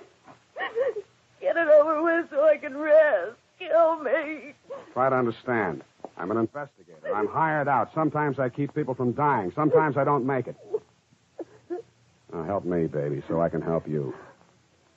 That way we'll save us both a lot of pain. So frightened. It's because I'm so frightened. Sure. Now, whoever killed Toby and Stella, why would they want to kill you? Tell me, Peggy. A woman was killed. We killed her. What woman? I don't know. I can't even remember her name. It was 3 years ago. Toby, Stella, and I, we had a little car, a jalopy. And one day... One day what? This woman crashed into it. It was her fault. Honest, it was her fault. And she was killed. A married woman. The police said it wasn't our fault. It's the only reason. Why else would anyone want us dead? It's Saturday, Peggy. What do you do with yourself on Saturday? I shop for groceries. For a new house dress sometimes. I need a new one. We'll go buy you one. And tonight? What'll we do tonight? You mean you're asking me for a date? Mm-hmm. What'll we do tonight, Peggy? Saturday nights I usually go to Ocean Park. It's fun. Rides and people, the fellas. It's fun. Sure it is. Saturday night, Ocean Park. We'll have fun. Then I made a lot of phone calls to my call service to tell them I was going to Ocean Park with a girl named Peggy Bryan. They told me that Mabel was keeping her line open for me. I told them to tell Mabel to keep it open. Then I called Agent Phil Gardner and let him know where I was going. Next, I got Koska on the phone. I didn't tell him anything. I asked him something. But no tall man in a black leather jacket was newly arrived in the pokey. Finally, I called Roy Fulton, Toby's boyfriend, the man who quoted poetry, and let him know all about my plans for the evening. And then, nothing daunted, I took Peggy Bryan by the arm, opened the door for her, and bowed her into my car with a flourish.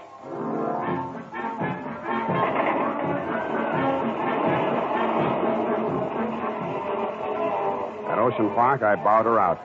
The least I could do was to make it gay for her. After all, she was my personal pigeon. Let's just walk for a while, Mike. Whatever you say.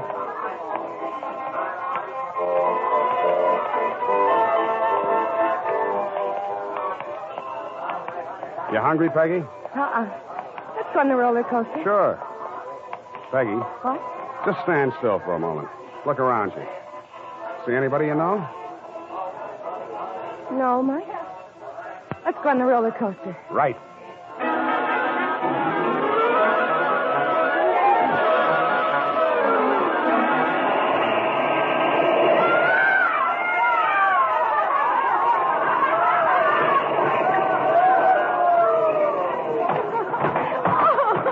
Like it, huh? It scares me, Mike. It's fun. Sure it is, sure. Want to eat now? I always have fried shrimp when I come to Ocean Park. Yeah, me too.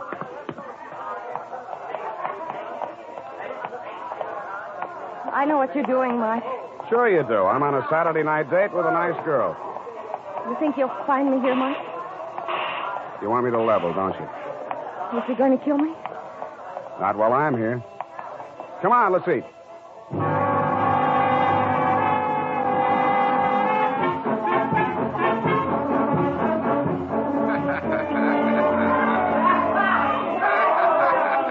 Two tickets, please. Thanks. Let's go, Peggy. Stay close to me, Mike. A girl can get lost in the fun house. A girl can get lost, period. Mike. Oh, Mike. What's the matter, honey? Nothing. I'm having such a good time. You ever been through that spinning barrel? I always fall down. I'll hold your hand.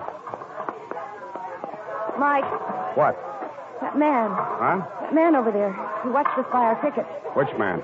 The tall one. The one wearing that black leather jacket.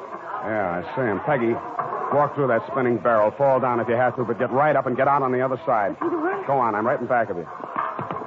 He's following us. Get out of this thing fast. I'm staying.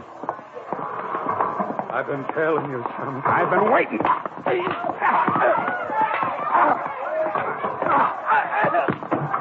Come on, get out of there. Get out of there. All right, now talk. Talk, I say. Help me. You crazy, Sherman. Talk. You think I killed her? I didn't kill Stella. She was dead when I got there. I swear she was dead. Yeah, sure she was. And you come in, I went crazy. I wanted to kill something to get even. Why are you following me?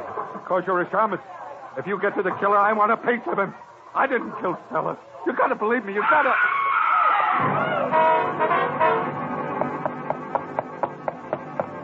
Peggy, what's the matter? The mirror! Look! The mirror! He was in the mirror, all right, his reflection in the crazy, rippled mirror of the funhouse. Roy Fulton's reflection. Long and thin, as if he'd been squeezed together. This time there was no poetry, just a gun. I pulled Peggy down on the floor with me. The crowd scattered, and there was nothing in Fulton's way. Mike! It's her I want, Mike! It's her! I was lucky. My shot got to him, but he kept coming. Then it caught up with him. But he didn't fall. Fulton. They killed my wife. They killed her.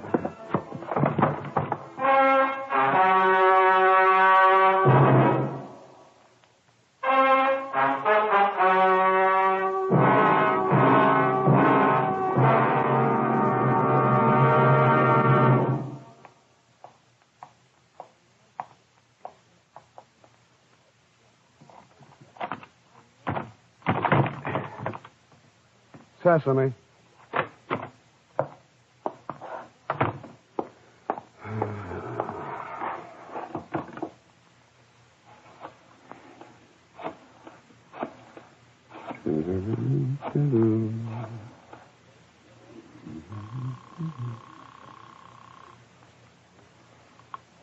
Hello, Miss Ford. Remember me? You wanted me for the talking pictures? Yeah. Mike. Mm-hmm. Oh, you saw it in the papers. That's right, Roy Fulton. Yeah, his wife had been killed in the automobile accident, and he blamed those 3 girls for it. He was definitely off his rocker. Baby, Miss Ford, what are you doing tonight? A ballet dancer? Instead of me? But a ballet dancer? Miss Ford! Miss...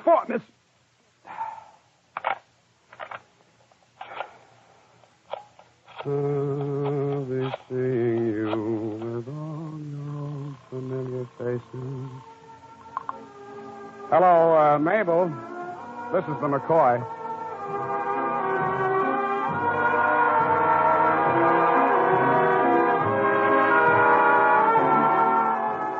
The McCoy, starring Howard Duff, is written, directed, and produced by David Friedkin and Morton Fine, with music composed and conducted by Walter Schumann.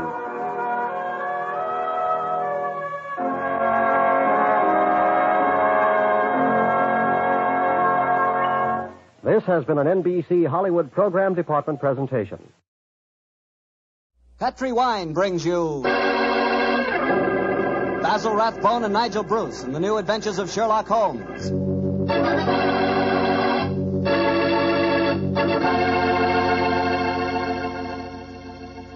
The Petri family, the family that took time to bring you good wine, invites you to listen to Dr. Watson tell us another exciting adventure he shared with his old friend, that master detective, Sherlock Holmes. You know, the lives of Holmes and Watson were not always filled with action. They spent many a quiet evening at home in Baker Street, discussing the problems of the world over a glass of port. You know, it seems that no wine is more expressive of friendship and hospitality than port.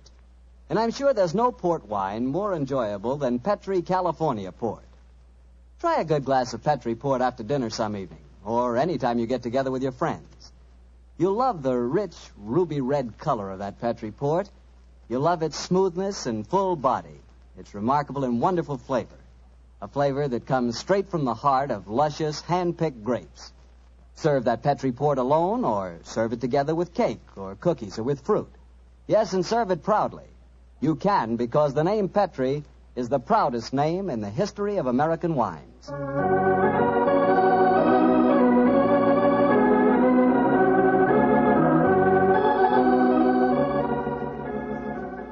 And now I'm sure our old friend Dr. Watson's expecting us. Let's tap on his study door. Come in. Good evening, Doctor. Good evening, Mr. Bartell. Come over here by the fire. I was just having a cup of coffee. Would you care to join me? Thanks, that'd be nice. It'll prevent you falling asleep during my story tonight. There's no chance of that, Doctor. From the hints you gave us last week, it sounded like quite a story. It began in a circus in Paris, you told us? Yes, my boy, the circus. A colorful world of sawdust and spangles. A world, Mr. Bartell, that I may tell you confidentially, always held an irresistible fascination for me when I was a youngster. Me too, Doctor. In fact, when I was 8 years old, I fell desperately in love with a lady bareback rider, a stunning creature who wore pink silk tights with gold sequins on them. Unfortunately, my mother caught me writing her proposal of marriage, and I'm afraid that, that's another story, and one that you probably wouldn't find very interesting. I'm sure I would, Doctor, but I think it would be safer to stick to your Sherlock Holmes story. Yes, you're probably right, my boy. Well, it was a winter in the 1890s, and Holmes and I were in Paris. On our second day there, Holmes suggested we attend that night's performance of the Cirque Royale. Needless to remark, I was delighted, Mr. Bartell. And shortly after 9 o'clock that night, I found myself seated beside Holmes in a box near the ringside. It was an incredibly vivid scene, even for that city of color and light. The gay costumes of the women and the gaudy trappings of the ringmasters and clowns looked like a giant kaleidoscope under the blazing glare of the arc lamps. As we sat there, a brass band nearby blared forth some popular music of the day, and yet he didn't appear to be enjoying himself. And so I leaned across and touched his arm.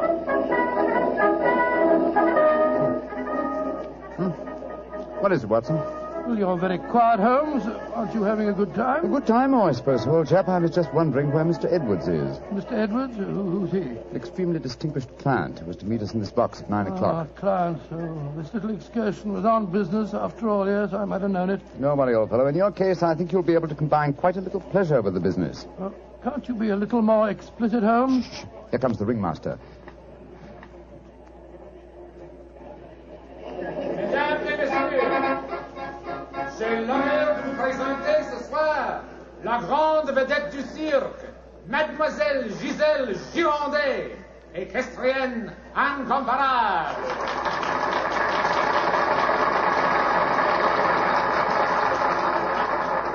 Giselle Gironde, yes, I've heard of her. She's a bareback rider, isn't she, Honest in France, old fellow. She also has quite a reputation as a femme fatale. 3 duels have been fought over her. A young English officer in the Grenadier Guards committed suicide last year because of her. And a famous French banker is at present languishing in prison because her extravagances drove him to appropriate funds that did not belong to him. Yes, Watson, she's an extremely colorful personality. You know, Holmes, the funny thing, when I was 8 years old, I fell violently in love with a lady bareback rider. She wore pink silk tights with golden sequins on them, but unfortunately... Here she is, old fellow. Here she is.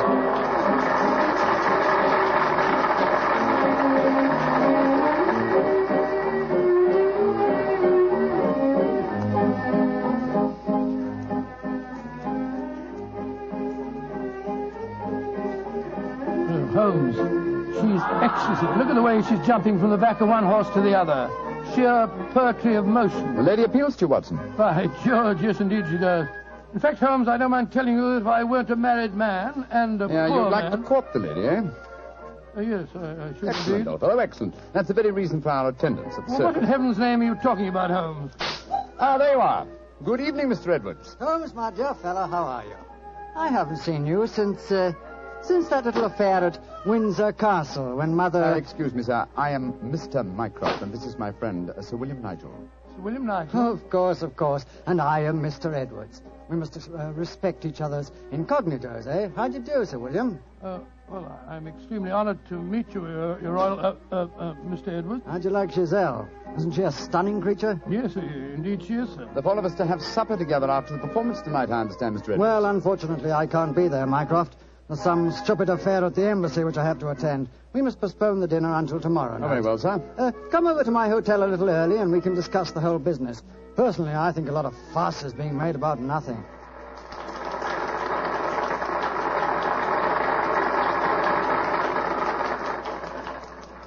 Now, if you'll excuse me, gentlemen, I must go back and see Giselle for a moment and tell her that I can't keep our appointment for tonight. I'll see you tomorrow, Mycroft. Good night, Sir William. Good night. Good night, good night, sir. Et maintenant, pour votre plaisir, les frères Salini, les jongleurs internationaux. Holmes, what's all this mystery? That wasn't Mr. Edwards. It was the Prince of... Watson, please. Discretion, old fellow. Mr. Edwards, as you know, is extremely democratic. Too much so, possibly, when one considers his position and responsibilities.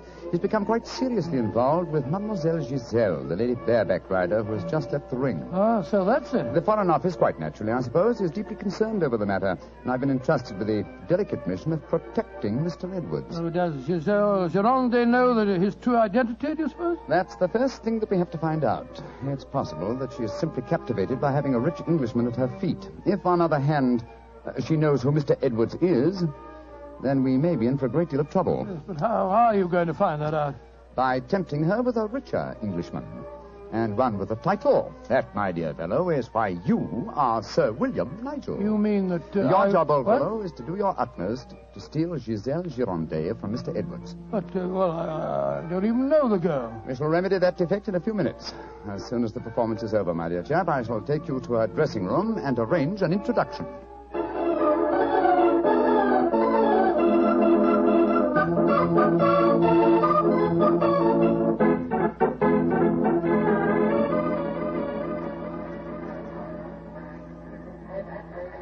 I must say, Holmes, the backstage life at a circus is even more colorful than in the ring. What makes you say that, old fellow? Well, I just saw a pinhead having tea with a bearded lady while a sword swallower was standing behind him practicing his act. Oh, hello. See that man standing talking to the girl in tights? Yeah, attractive, isn't he?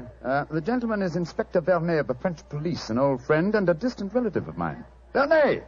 How are you? Ah, Holmes, mon cher ami, comment ça va? No, Vernet, please. On this occasion, my name is Mycroft, if you don't mind, and this is my friend, Sir William Nigel. How do you do, Inspector? Enchanté, Sir William. Permit me to introduce Mademoiselle Yvette Marat. How you do? How do you do, madame? How do you do? What brings you behind the scenes at the circus, may I ask, mon cher Mycroft? My friend Sir William is most anxious to make the acquaintance of Mademoiselle Girondet. But of course, every man wishes to meet Giselle Girondet. Why not ask Vernet? He will present you to her. Ha! He knows the way. Oh, now, Yvette, chérie, do not begin that all over again. You're in love with her. You've always been in love with her. I wish you were dead. Sometimes I think I could kill her myself. Upon my soul, Inspector, she's a fiery little thing, isn't she? Ah, ça c'est vrai, ça, Sir William. Many times I've told her that Giselle Girondet would never waste her time with a simple police inspector. She prefers a wealthy foreigner. But Yvette ne comprend pas. She does not understand and she does not believe. Mademoiselle Marat was dressed in tights, Vernet. And what does she do in the circus? She walks the tightrope. She's yes, queen of the high wire. A charming and a talented girl, but a most jealous one. Vernet, my distinguished friend Sir William Nigel is most anxious to meet Giselle Girondet. Will you introduce him? I should prefer not to appear on the matter at this stage. Oh, mais certainement. I will take you to her dressing room. Please come with me, Sir William. Right. I'll see you later, Holmes. I'll be waiting for you, old chap. Good luck. You're a lucky man, Sir William. Giselle has quite a penchant for the Englishmen. And when they are rich and have a title, I am sure she finds them irresistible. You really think so? Oh, but of course. Ah, quel dommage that I'm only a poor policeman. Here we are. Entrez. Giselle, monsieur, permit me to present to you Sir William Nigel. He's a great admirer of yours. Yes, indeed, madam. Ah, Sir William Nigel. Come and sit here beside me, Sir William. I shall leave you. Au revoir. Sit closer. There. That is much more cozy, no? Oh, it's very nice of you to see me, Mademoiselle Girondet. Oh, don't be so formal, my Englishman. You may call me Giselle, and I shall call you... Let me see, I shall call you Sir William... Willie! I shall call you Willie. You do not mind? Mine? It's very delightful. Quite delightful, my dear. I was hoping perhaps that you care to have a little supper with me tonight, Giselle. So what about some oysters, a cold pheasant, and a bottle or two of Pomeranian Green 072? And you get to taste rather well, don't you think? Oh, Willie, I can see you are a perfect host. I don't know about One that. moment, I get my cloak. Well, you know, Giselle, it's a funny thing. What is a funny thing, Willie? When I was 8 years old, I fell violently in love with a lady bareback rider at a circus. History seems to be repeating itself. Here. Alfieri, do you no longer knock when you come to my door? Who is this man? My name is Nigel, Sir William Nigel, my good man, and who may you be? I am Alfio Alfieri. I am Alfio Alfieri. And what is he? A trainer of wild animals, an imbecile. Va-t'en! You must not speak to Alfio in that way. You belong to me. Send this stupid Englishman away. Confounded impudence. Grossier. Belong to you. Giselle belong to no one. Do I have to take my whip to Put you? down that way. Put it down, you scoundrel. Next time it will be your face, Carla. You infernal blackguard. Raising your hand against a woman. Shocking. Bravo! Monsieur Willie has knocked him down. He certainly deserved it. Oui. And you in turn deserve something, Willie. Oh, what was that? Come close, Willie, and I give it to you. A little kiss. Oh, kiss? Thanks awfully. Oh,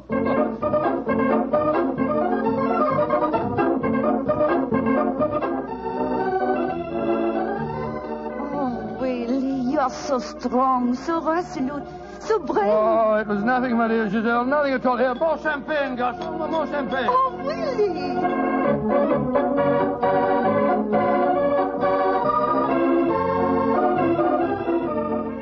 Giselle? Oui, Monsieur Edwards? I have a box for the opera tomorrow night. I was hoping that perhaps... Oh, I'm sorry, Monsieur, but my time is occupied. I am showing the delightsome moment to mon cher Willie.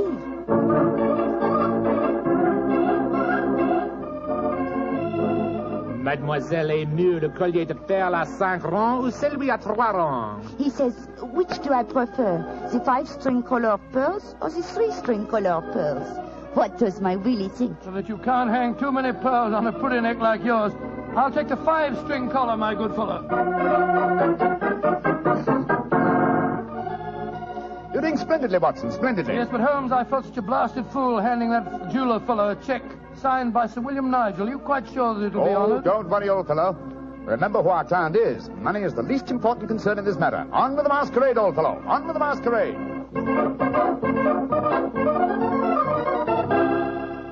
More champagne, garçon.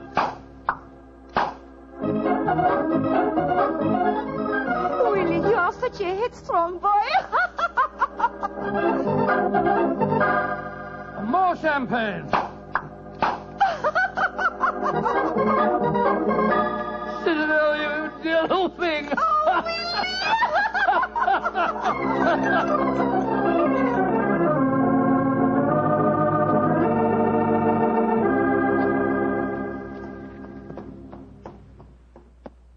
Good evening, Vernet. Has Mademoiselle Girondet come into the evening performance yet? Yes, Monsieur Holmes. I escorted her to her dressing room half an hour ago. Monsieur Edwards is in there with her now. At last, it seems, she has use for a poor policeman. Last night, she found a threatening letter on her makeup table. Since then, she has been most grateful for my company. A threatening letter, eh? Any idea who might have sent it? Oh, yes, of course. I'm afraid I have, Monsieur Holmes. I told her to pay no attention. By the perfume of the notepaper, I recognized the sender. A jealous tightrope walker called Yvette Marat. Oh. Poor Yvette. She would make a very inferior criminal, I'm afraid. Still, Giselle asked me to stay outside her dressing room till the performance starts. You wish to see her? Yes. Oh, good evening, Mr. Edwards. Evening, Mycroft. Evening, Inspector Werner. Comment ça va, Monsieur Edwards? Look here, Mycroft. I think this little game's gone far enough. Giselle has just refused another invitation of mine. Now, I know who Sir William Nigel is, and I swear I'll tell her. Don't you think, sir, that the lady is hardly worth bothering about? Surely this whole incident with Sir William proves that she's a scheming little adventuress. A fictitious title and an apparently bottomless purse have shown her up in her true colors. I could have told you the same thing without such an experiment, my friend. Well, I suppose you're right, Mycroft. I've been a fool. An idiot who lets a pretty ankle turn his head. A conceited dope. Let us just say, monsieur, that you have been a man. Good evening, sir. Good evening. Good evening. Just going back to see Giselle for a moment, I brought us these flowers for her. I'll be back in a jiffy. Just a minute, Watson. I hate to dampen your ardor, old chap, but the masquerade is ended. Ended? What do you mean It is no longer necessary for you to impersonate Sir William Nigel or to pay court to Giselle. Oh, really? Really? Really? Well, that's a great relief, sir. Great relief. I've hated the whole business. Oh, yes, I'm sure you have. We appreciate the sacrifices that you've made, don't we, Sir Edward? Yes, indeed. Well, I must go back and see her once more, though. We had a rendezvous for tonight, and I must cancel it. A gentlemanly thing to do, you know. I won't be a minute. Never have I seen a man more downcast. Obviously, with him, my dear Holmes, business was a pleasure. Alfieri, where are you going? That Englishman. I just saw him go into Giselle's room. To whom are you referring? That man that called himself Sir William Nigel. Yes. 2 days ago, he struck me. I have to settle with him. No man may strike Alfieri. Do not cause any more trouble, Alfieri. From what I've been told, you thoroughly deserved what happened to you. Here he come now. You, English, you. Alfieri challenge you to a duel. Holmes! What's old chap? What is it? You're as white as a ghost. It's Giselle. What's wrong with her? She's dead. She's lying there in her dressing room. Strangled. Strangled? And only half an hour ago I spoke with her myself. Since then I've been standing in this corridor, guarding her door at her own request. Only 2 men have entered Giselle's dressing room since then. You, Monsieur Edwards, and you, Sir William Nigel. What are you suggesting, Vernet? I am suggesting nothing. I am stating that these 2 gentlemen are under arrest for suspicion of murder.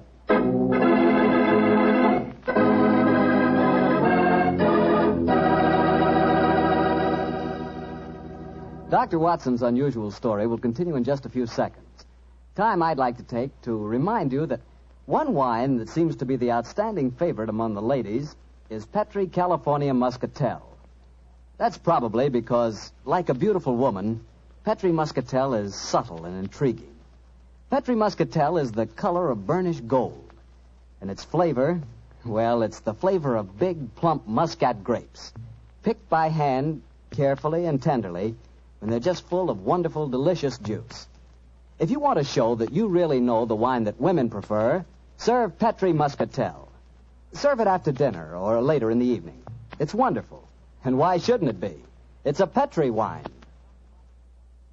Well, Dr. Watson, so you and the mysterious Mr. Edwards got yourselves arrested on suspicion of murder, huh? Yes, Mr. Bartell. Holmes did everything in his power to persuade Inspector Vernet to release us, but it was useless. And so, while Mr. Edwards and myself were languishing in detention cells at the local Sûreté, Holmes and the French inspector were examining the dressing room of the dead woman. I'm sure, Inspector Vernet, that being as keen a detective as you are, you must suspect the true identity of Mr. Edwards. Of course, Monsieur Holmes. But that is the danger of incognitos. If he chooses to assume the identity of plain Monsieur Edwards, then he must run the risks of plain Monsieur And you're convinced that either he or my friend strangled Mademoiselle Girondet? It is obvious. Then I'll have to prove to you that they didn't. And let me examine the body again, will you? If she had been strangled by either of my friends, why would her body be lying here under the window? It's as far away from the door by which they left this room as possible. That proves nothing. No, but it's odd. Giselle was a strong girl. There might easily have been a struggle. Perhaps she tried to get away through the window. And yet there are no marks of violence on her throat. Just this piece of very fine cord that did its deadly work so cleanly. Cut with a knife. Please do not remove the cord, Monsieur Holmes. The body has not yet been photographed. Dear me, Vernet, you're making it very hard for me, aren't you? You notice, of course, that the window is open. Yes, but we have examined the snow outside. There were no footprints within 3 yards of the window. The murderer must have entered by the door that I was watching. Yes, it would be hard, even for a professional acrobat to jump in. An acrobat? Vernet, your young friend, Mademoiselle Yvette Marat, is a tightrope walker. Yvette, but... Yes, she certainly had a motive. She'd even sent a threatening letter. I heard her express hatred and jealousy for this dead woman. It's conceivable that she could enter a room by a window without leaving footprints in the snow. Where was she at the time of the murder? I do not know. I was waiting for her in the corridor. Then I suggest that we investigate her alibi at once. And after that, Inspector, I must pay a visit to the Sûreté. I don't want my friends to think that I've deserted them.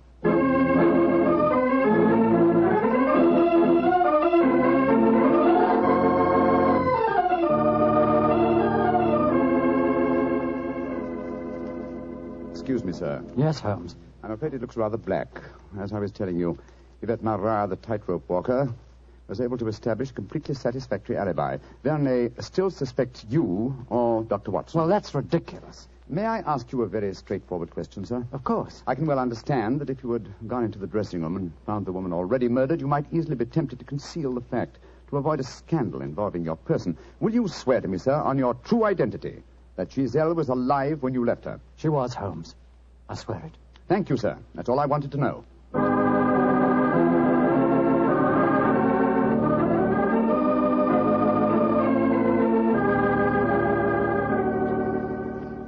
Holmes, I'm glad to see you. You know, I've been thinking. All this depends on Vernet's evidence. But supposing he was the murderer. He told us that Giselle had turned him down, you know. I'd thought of that, but Mr. Edwards swears that Giselle was alive when he left the room. And yet that means that Mr. Edwards... Oh, no. It's unthinkable. Holmes, you're not suggesting... Holmes, if I thought that were possible, I'd confess to the murder myself. My life wouldn't matter if it had saved a scandal like that. Great Scott, it'd shatter the empire. Dear old Watson, you shall not sacrifice yourself. You're as valuable a British institution as the Lion himself. No, my dear fellow. We shall never sacrifice you, not while my mind is still capable of... My mind? That's it. Thank you, Watson. You've given me the answer. Holmes, what are you burbling about now? Be patient, old fellow. In half an hour, you'll be out of this cell, and the real murderer will be in it.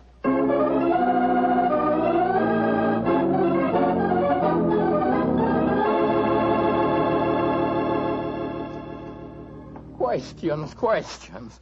Why must Alfieri answer so many questions? Because he will not yet tell the truth. You murdered Giselle Girondet. How many times I have to tell you I did not kill her? Why should I want to harm her? Because you were jealous. Because she humiliated and tormented you. But I was not in her dressing room. I've already proved that fact. Am I a magician that I can kill somebody without entering a room? Alfieri, I know how you killed Giselle Girondet without its necessitating your entering this room. You're a smart man. Please to tell me. I don't need to tell you. With the aid of Vernet, I'll show you. Open the window, Alfieri. What game is this? Very well, then. I'll open the window myself. Put your head out. Come on. So. Who do you see? Inspector Vernet, standing 3 yards away, where you stood, and he's got your long training whip. No! Don't move! Stand there. The inspector hasn't your skill with a whip, but he wants to try a little experiment. No, leave him alone! All right, Vernet. I'm holding him.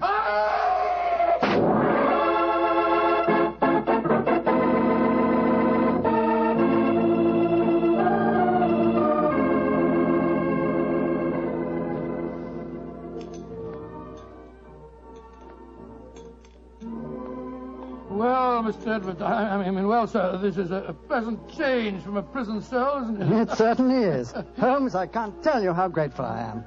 I still don't quite understand how you did it. Watson, in rather a roundabout way, was responsible for giving me the clue. Oh, how was that, Holmes? Well, on more than one occasion, old chap, I've had cause to deplore your rather florid style of writing. Tonight, I was very thankful for it. When I began to speak of the capabilities of my mind, suddenly I remembered a phrase of yours in which you referred to its whip-like rapidity and accuracy. That, of course, made me think of Alfieri, the animal trainer. Exactly how did he kill the poor girl? Well, sir, he stood outside the window, far enough away to leave no incriminating footprints. Called to Giselle, probably persuaded her to lean out, then snapped the whip around her neck, pulling it tight and strangling her. And then I suppose he cut the cord and let the body fall back into the room. Precisely, old fellow. We found a whipstock among his tackle, a whipstock from which the lash had been cut. The stub of lash left matched the cord around the dead girl's throat. Amazing business.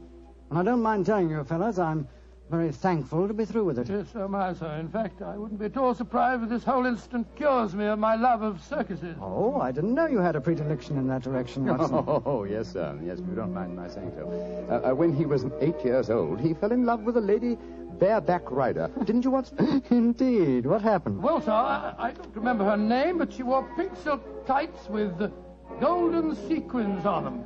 And I wrote her a rather hot-headed letter. Unfortunately, my mother...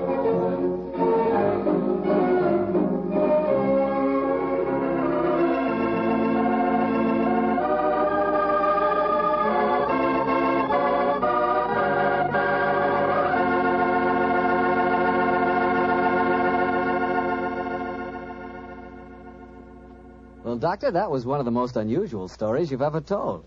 And I might say you played a very prominent part in that case yourself. Oh, I suppose I did at that, Mr. Bartell. Giselle was a beautiful girl. Beautiful. Boy, I sure love that nickname she gave you. Wheelie. Yes, I thought it was rather nice myself. Well, that is, I mean...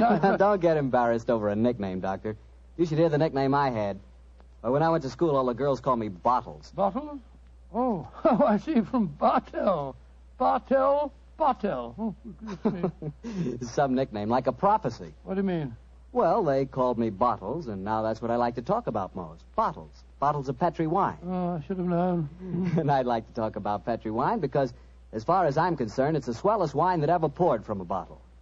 That's because the Petri family really knows how to make good wine. Well, they ought to. They've been making good wine ever since they started the Petri business way back in the 1800s. And since the Petri family has always personally owned and operated their business, they've been able to keep that fine art of winemaking right in the family, handing it on down from father to son, from generation to generation. So it's no wonder, whenever you want a good wine, you want a Petri wine, because Petri took time to bring you good wine.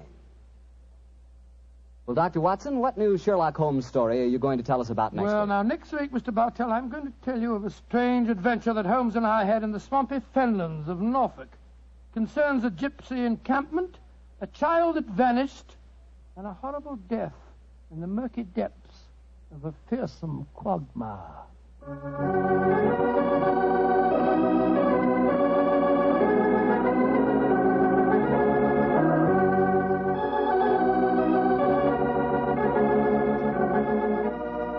Tonight's Sherlock Holmes adventure was written by Dennis Green and Anthony Boucher and was suggested by an incident in the Sir Arthur Conan Doyle story, The Adventure of the Three Students.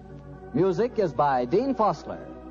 Mr. Rathbone appears through the courtesy of Metro-Goldwyn-Mayer, and Mr. Bruce through the courtesy of Universal Pictures, where they are now starring in the Sherlock Holmes series.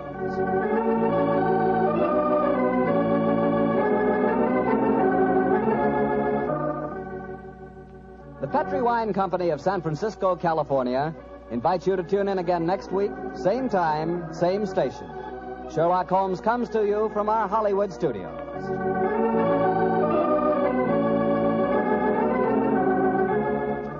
This is Harry Bartell saying goodnight for the Petri family. For a solid hour of exciting mystery dramas, listen every Monday on most of these same stations at 8 o'clock to Michael Shayne, followed immediately by Sherlock Holmes. This is the Mutual Broadcasting System.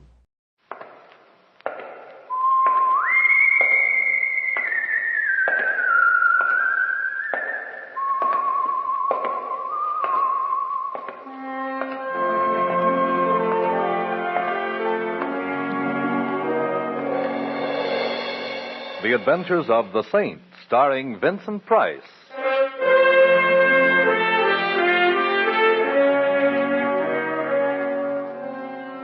The Saint, based on characters created by Leslie Charteris, unknown to millions from books, magazines, and motion pictures.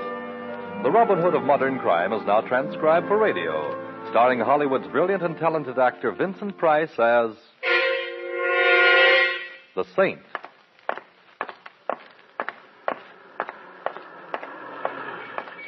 Help! Come on. No. Hey, what's going on here? This is my car here. No. Stop it. Hey, cut it out. Stop it. What's the idea? Now let that man alone. Look, you keep out of this, buddy, or I'll... Well, that ain't the Saint. It's euphonic, but slightly ungrammatical, Mac. Now, what's the disturbance? They drew up alongside of my car. Him and the other fella. They said, get out. We're taking your car. Why, Mac wouldn't do a thing like that. Now, would you, Mac? Nah, of course not. The old man's nuts. What Mac would do if he coveted his neighbor's jalopy is slug him with a piece of lead pipe and drive off. Yeah, so good night. I get business. Now, wait, Mac. You could satisfy my curiosity a little. Why should you want to steal this gentleman's old automobile when you've got nicer, newer ones to choose from? Yes, ask him, mister. Ask him. Yeah, ask me, Saint. Go ahead. And I'm going to satisfy a little curiosity of my own. I didn't think you had any, Mac. What shape does it take? I always wondered how you'd look dead. Good night, all. Good night, Mac. Be seeing you? You let him go? Yes, he convinced me that I should for now. There's nothing like a 32 in the pocket of a known thug for winning an argument. Did you say there was another fellow with him? Yes. Run off when he heard you coming. It was the same fella tried to buy my car yesterday. Someone tried to buy this car? Oh, sure. This fella tried to buy it. And there was a woman made an offer, too. Did you mean you actually refused? I ain't selling until I find out why they want to buy it so bad. This fellow who tried to buy the car, do you know his name? No, he looked like a gentleman until... Until you found him consorting with felonious intent with our just-departed friend, eh? Tell me, was he well-dressed, an annoying little mustache placed just over the sneer he wears for a mouth? Well, yes. Say, how did you... That's easy. Our friend Mac does piecework for him. Fancy Dan Turner is his current alias. But I see you don't keep up with such things. You're going to tell the police? Later, perhaps, when there's something to tell them. Right now, I've got a great thirst that needs quenching. A thirst for knowledge. Huh? Yeah, what's your name and where do you live? Collins. 302 East 8th Street. Mm-hmm. Now, put your car in cold storage, old-timer, and take care of yourself. Something tells me this is Rat's night out.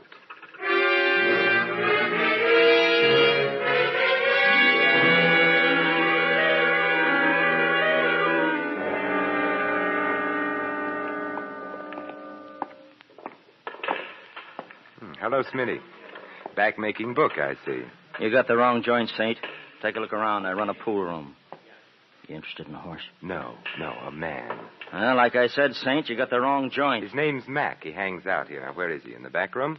I'm the three monkeys, Saint. Deaf, dumb, and blind.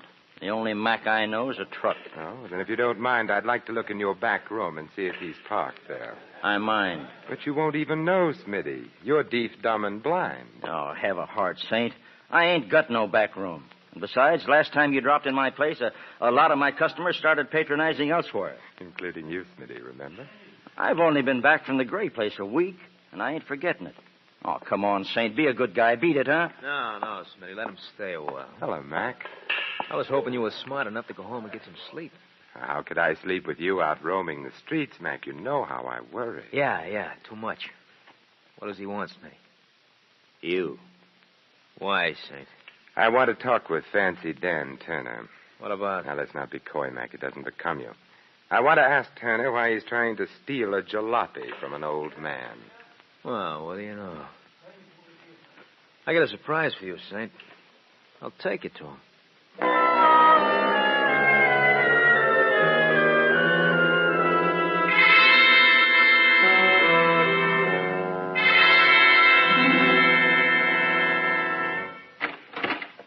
The boys say you're looking for me, Saint.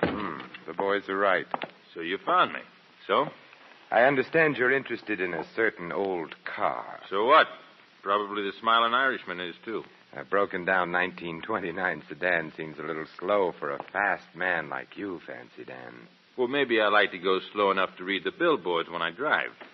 What's it to you, Saint? It depends on what it is to you, Turner. What's on the fire? You are. There's a handle with care sign on this deal, and I don't want just anybody cutting in. You're a fowler-upper. You've been stepping high and fancy-free too long, Turner. You're beginning to irritate me. The feeling's likewise, Saint. Only I got more than fingers in my fist, and you haven't. That's a nice gun you're so bravely wearing, Turner. It must be a pretty big pot to change a small-time con artist like you into a fire-breathing gunman. Big potatoes, huh? Yeah, plenty big, Saint. So big I wouldn't hesitate to shoot at the slightest move. Am I clear? You couldn't be clearer if you were a day ordered by the Chamber of Commerce. Good. Now, it ain't a palace, Saint. It's just the back room of a pool parlor, but please stay and be my guest. Oh, very well, for a little while anyway. Where are the boys? Out. They're wasting their time. Collins won't sell his old wreck. Some old men are stubborn. And Collins seems like a hard man to intimidate. Well, that all depends on who's doing the intimidating, Saint. Now, Mac's a chowderhead, and Smitty's even worse, but put the two boys together, and you'll get a job of work done. Dan, I've adopted old man Collins as a friend. Ah, how big are you? Yes. You know how I feel about people who push other people around, Turner? Especially when the guy getting the shoving is a friend. You know, if I had a glass of beer, I'd cry into it. Sit back and relax, Saint. The boys will be back with what they want after soon enough, and maybe then I'll let you go home. You mean they're coming back with the car? Well, maybe not the whole car. Sit back and relax. Hey, relax. Hey, what are you doing? Sitting back with my chair to the wall, Turner. You want me to relax, don't you? Yeah, Hey, let go of that cue stick. As my old grandmother used to say, Turner, there's nothing as relaxing as a game of pool. Particularly with a hoodlum's head as the cue ball.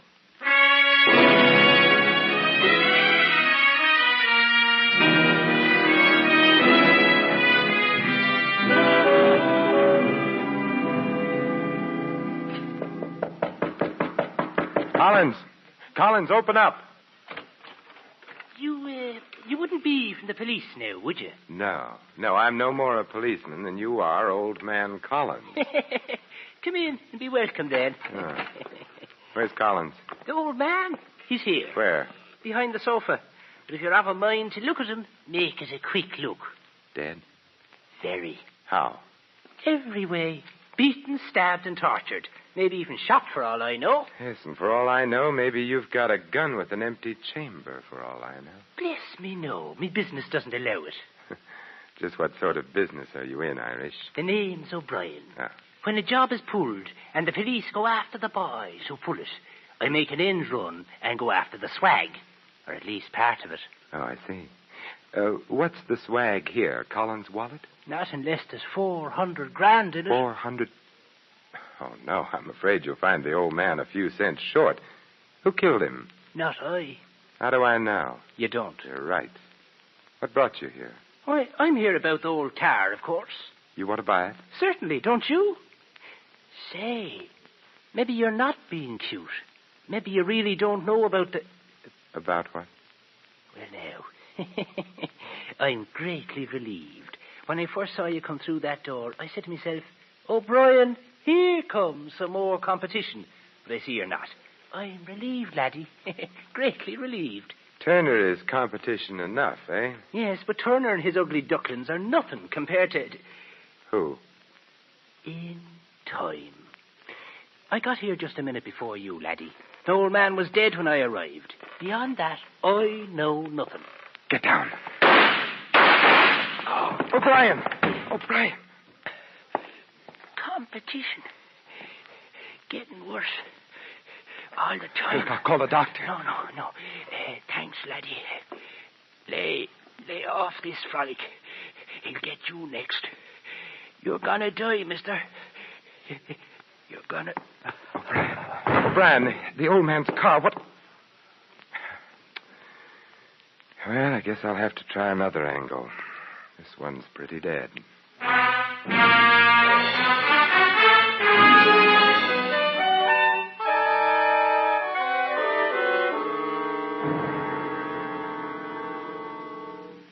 I awakened Mr. Ritchie as you requested, Mr. Templar. He'll be right down. Oh, thank you. I hope the fire isn't too serious, sir. Well, it's serious enough to awaken Mr. Ritchie. Oh, here he is now, sir. Well, which plant is the fire in? Who's responsible? How big is the damage? Oh, the fire isn't in any plant, Mr. Ritchie. What's that? Then where? It's inside of me. I'm burning up, and I need your help. How dare you sneak your way in here 3 o'clock in the morning by telling me there's a fire? Look here, who are you? Simon Templar. Oh, yes, the Saint. I've heard of you. If you have business with me, Mr. Templar, I suggest you phone my secretary for an appointment. Meanwhile, there's no subject on earth can keep me from going back to bed. Not even the subject of $400,000, Mr. Ritchie? What do you know about it? Nothing, other than that it was stolen from you, Mr. Ritchie. That happened 7 years ago. The criminal, John Quayle, was caught, tried, and convicted. Now, if you'll pardon me... Quayle worked for you, I believe. He was my head accountant. And the money was never found? No. Quayle drew 20 years in the penitentiary. He never revealed where the money was hidden. Until the day he died. Died? Yes. 2 weeks ago in prison. And now, Mr. Templar, if you don't mind, I need my rest. I won't detain you much longer, Mr. Ritchie. Just 1 or 2 more questions. Well? Did Quayle have a wife? Yes, he did. If he knew he were dying in prison, it's quite possible he made an attempt to get word to her, to tell her where the money was hidden. He may have made the attempt, but he couldn't possibly have succeeded. He was too closely watched. Oh. After all, $400,000 is a lot of money. A lot of money. Yes, you could almost buy a second-hand car with it. If I hadn't been fully covered by insurance, my firm would have gone under in the face of a loss that large. And now, Mr. Templar, if I might ask a question. Certainly. Why this sudden urgency, this 3 o'clock in the morning business? An old man was tortured to death.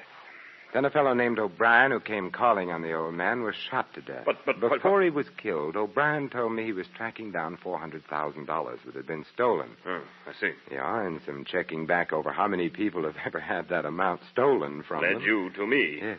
I wonder what I've led you to, Mr. Templar. I wonder, Mr. Ritchie. I wonder.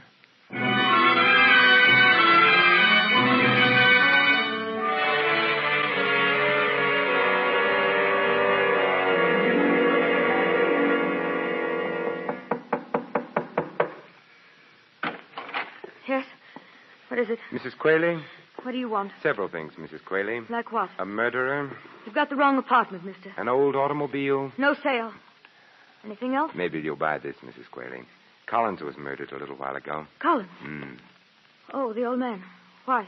Someone wanted his car. Someone who evidently couldn't wait any longer for the newer models. So? So I saw Collins' car in your garage, Mrs. Quayle. Maybe you better come in after all, mister. But come in careful. Careful enough? Keep those hands high. Sure. I don't like you, mister. You're nailing together a frame and you're trying to put my picture into it. Collins sold me that car. When? Tonight. I could have bought a Cadillac for cheaper, mister, but I wasn't in any position to haggle. Yes, I know. What do you know? That's what I want to find out. I know that Collins' car is worth about $20, but as something else, it's worth in the neighborhood of $400,000. And you know that's an awfully nice neighborhood. Nice and exclusive. Chiselers aren't invited to move in. I've been gathering that impression all evening. Well, what have we here? You name it. An acetylene torch, welder's mask, a few chisels, a hammer, steel wire.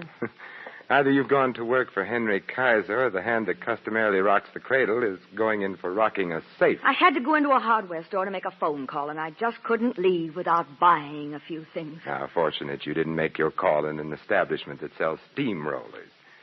I see you have a set of license plates. You see too much. From Collins Jalopy, aren't they? These license plates. So that's how Quayle smuggled out his message. You're getting awfully close to a bullet in your head, mister. Give me those plates. Shh, there's someone at the door. Stay where you are. I'll see who it is. Better not take the license plates with you. Yes? Oh! Mrs. Quayle! Oh! Mrs. The devil. He got the plates. Yes, he got them. Don't let him. Oh, catch him there. Where? Where? Where Johnny worked. Shaft. Top. Before 6. Before... Mrs. Quayle. Collins, O'Brien, and now I have 3 reasons for wanting to meet a certain party.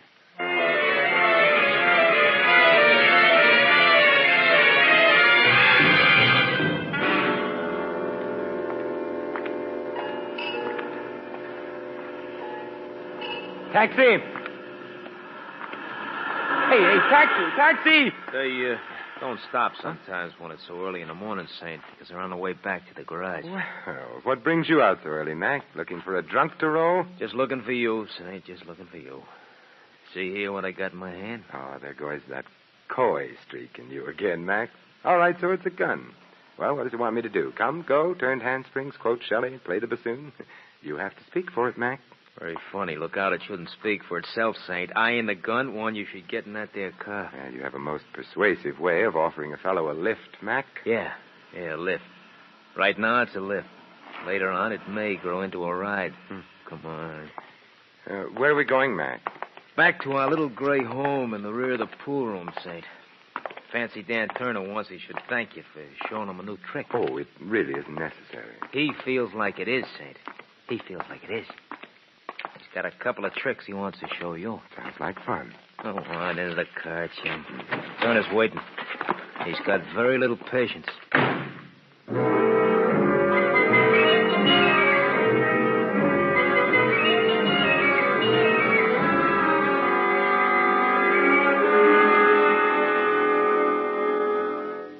Nice to have you back with us, Saint. I missed you. From the looks of that bandage on your skull, Turner, I'll bet you wished I'd missed you. Not now, I don't, Saint. It's a nice feeling having you here, knowing that I owe you something. I pay my debts, Saint. I pay off. Yes, I know. O'Brien was paid off. So was Mrs. Quayle. Paid off with lead checks. They're dead? Oh, now save that innocent expression for the jury, Turner. You'll need everything you've got. Well, when were they killed, Saint? Okay, I'll stooge for you. They were killed an hour or two after I so abruptly left you before. Oh, well, I'll have to find another pigeon, Saint. My alibi's fat. How fat, Turner? City hospital. Having Remember the Saint embroidered where a cue stick hit me. And Smitty and Mac were there, too, to see me through it. Hospitals have records, Saint. We're clean. We're clean. Huh. Then you've got a competitor you don't know about, Turner. Yeah, looks that way. For a job that was supposed to be as simple as this one, I got too many competitors. I wonder how come. Who fingered the job for you, Turner? Who told you Quayle got word out to his wife about where the money was? I got nothing for you, Saint. Smitty, wasn't it? Smitty just finished a stretch up the creek. My guess is he ran into Quayle, maybe shared a cell with him. No. It was in the jail hospital they met. Smitty worked there. Quayle was dying off his nut. Smitty made him talk. Yeah. And Smitty, not being mentally suited for solo work, spilled the pitch to you, Turner, for a price, of course, for money on the line. Yeah, 10 G's to buy in on a 400,000 job. But what are you driving at? What are you picking Smitty's bones for? I was just wondering, Turner, how much O'Brien paid Smitty for his slice of this exclusive information, and how much your other competitors shelled out. The one who happily goes around killing people. What do you mean? If you ask me, Turner, your pal Smitty is the sort of rat that even rats on rats. He sold Quayle's secret 3 times that we know of. Hey, thanks for handicapping it for me, Saint. If you're really grateful, Turner, you can return the favor by telling me what time is it? It's 5:15 in the morning, Saint, but you ain't going nowhere. I have a date to keep before 6, Turner, with your competitor. Yeah, Saint, that's what you think. Maybe not, Turner. What do you say we play a little pool while we're waiting for the boys? Get away from that pool table. I ain't playing any games with you, Saint. Well, maybe pool was the wrong game. How about a game of pitch and catch? What? Yeah, I pitch like this. Oh! And you catch it like that. Hate to leave you all by yourself there in the side pocket, but like I said, I have a date to keep.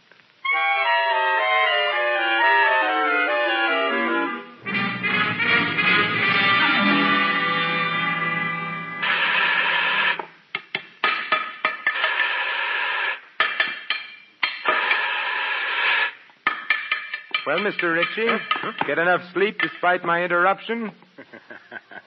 I wasn't really asleep when you called on me, Mr. Templar. I know, Mr. Ritchie. Your hair was a little too carefully combed for a man who's been suddenly awakened and told he's having a fire. You're very clever, Mr. Templar. But not clever enough to catch you before you committed 3 murders. So you're Smitty's silent partner, huh? See what low company's gotten you into, Ritchie? Yes, I see. $400,000 buried in the siding of this elevator shaft. And with the help of this acetylene torch, it'll be all mine. A very ingenious fellow, Quayle. And to think the money never left this building. The place where Johnny worked. Yes, he was ingenious. It was very smart of him to use his prison job making automobile license plates as a means of smuggling out the information to his wife. How did he do it, Richie? Very simple, Templar. There's an extra piece of thin metal in this particular plate, forming a sort of pocket. And inside the pocket, a note on cigarette paper telling poor Mrs. Quayle how to get the money. Of course, once he managed to tell her the number of the license plate, well, the rest was easy, wasn't it? Yes. All poor Mrs. Quayle had to do was ask the Motor Vehicle Bureau to whom the plate was assigned. Mr. Collins, in this instance. Poor old fellow. Mr. Templar, would you mind joining me here in the shaft, please?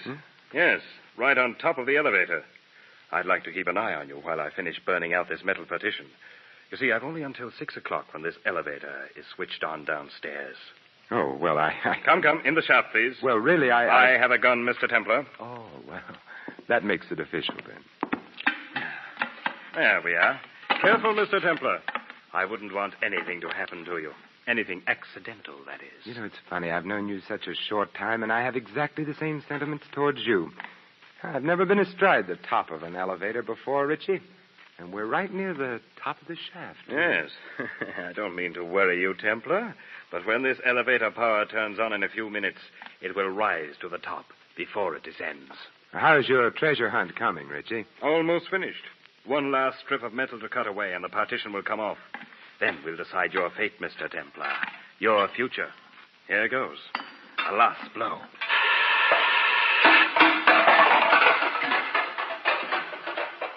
It's there. It's there. I see it. $400,000 in currency, Templar. Think of it. Think of it. You think of it, Richie, and also think of how much blood was spilled on it. Preaching, Templar? You? I never thought. What's that? The elevator, Richie. Maybe it came to work a little early today. My money. My money. Come on, Richie. Come on, get off. No, there's still some money left here. I want it. I want it all. All. Come on. We've got to get off. Jump, Richie, jump. No, my money. I must save the money. Richie, you fool. All right, I got it.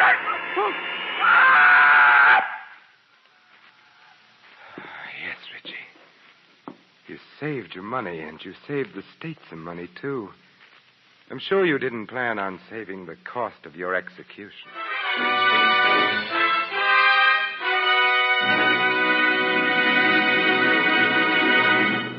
You have been listening to another adventure of the Saint, the Robin Hood of modern crime. And now, here is our star, Vincent Price.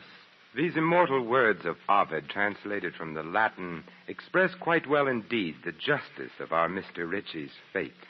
Nor is there any juster law than that the contrivers of death should perish by their own contrivances. This is Vincent Price inviting you to join us again next week at this same time for another exciting adventure of the Saint. Good night.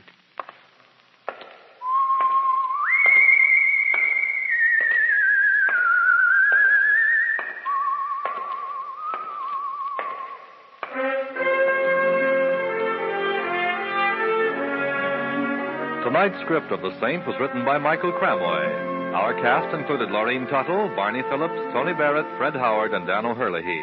The music was composed and conducted by Harry Zimmerman. The Saint is a James L. Safier production and was transcribed and directed by Thomas A. McAvity. All you Saint fans will be glad to know that the Saint comic books are on sale at all newsstands. Your announcer, Merrill Ross. This is the Mutual Broadcasting System.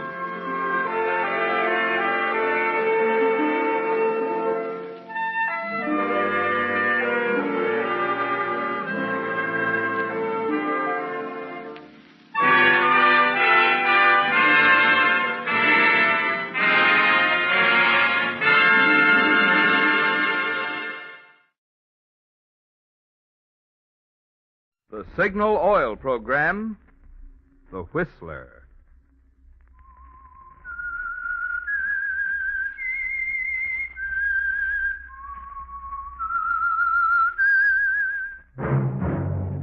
That whistle is your signal for the Signal Oil Program, The Whistler.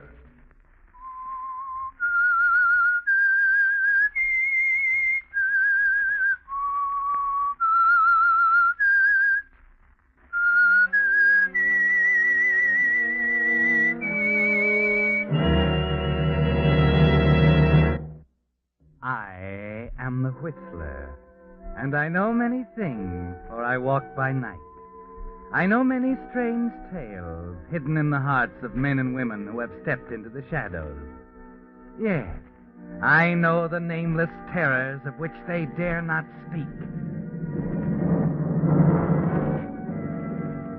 Yes, friends, it's time for the Signal Oil program, The Whistler.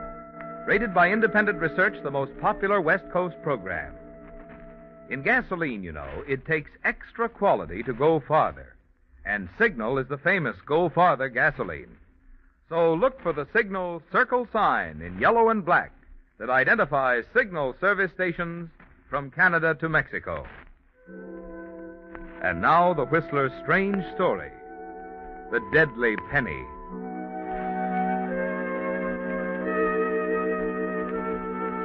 It was only day before yesterday, just last Saturday, in fact, that Millie Parker made a decision. It wasn't a hasty decision, not by any means, for Millie was not the type of person who made hasty decisions. There was a mountain of thought behind this one, long, sleepless nights, careful consideration of possible outcomes. She knew, of course, that it would involve stepping over the line into illegal territory, that very possibly she would find herself a fugitive from justice. But Millie was the kind who'd rather be a wealthy fugitive than a law-abiding citizen who was poor. It was the loss of pride that bothered her most, the fact that after a full year of separation, she'd need her estranged husband Yancey again. So by the time she arrived at Yancey's run-down boarding house last Saturday morning, Millie was preparing herself for the old tongue-in-cheek approach she knew Yancey would use when he saw her once again.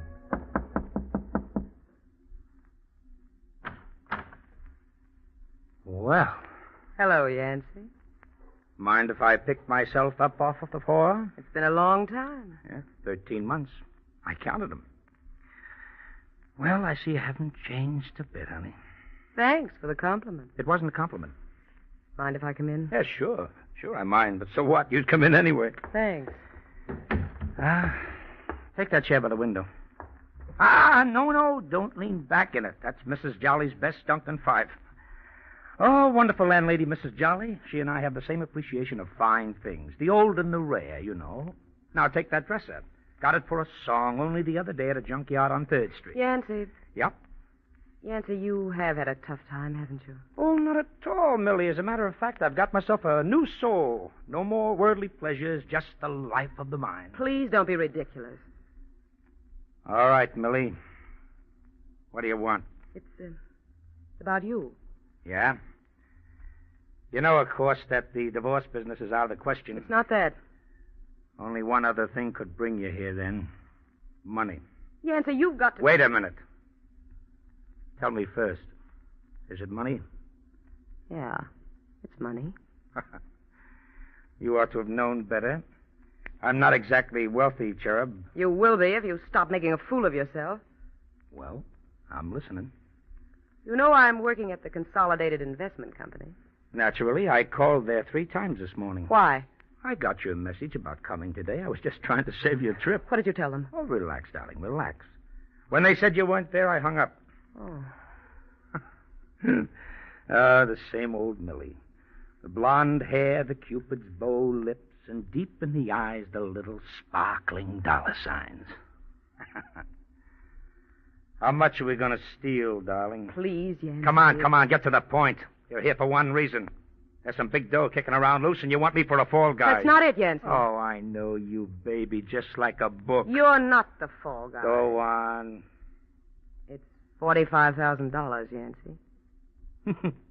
And you walked out on me because you were through with the rackets. Just petty rackets, Yancey.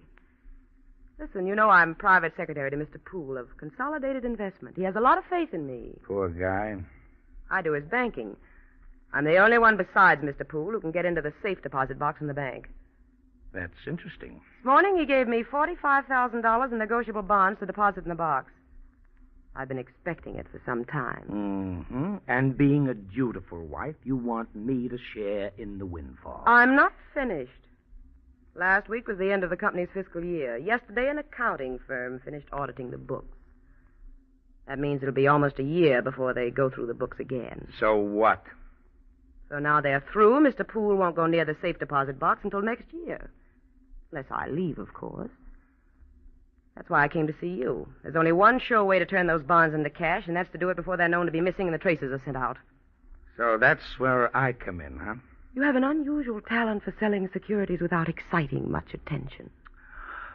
Touching the way you trust me? I think I can trust you. You're smart enough to know... Yeah, sure.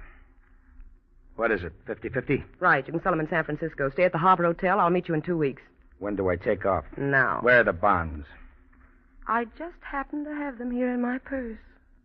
You've thought this over, Millie? You know what's going to happen. Yes, I know what's going to happen. We could have a lot of fun on $45,000. Just like before, Yancey. Places we can go together, the things we can do. Just like it used to be, Millie. Just like... What's the matter, Yancey? The dollar signs again. Like where they always were, in those great big baby blue eyes. Skip it, Millie, skip it. Give me the bonds. I'll see you in San Francisco.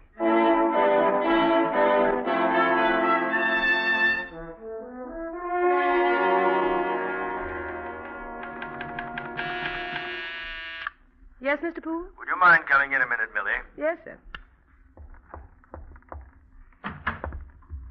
Just get in, Millie? Yes, sir. I was down at the bank. Oh, of course. I sent you down with the bonds.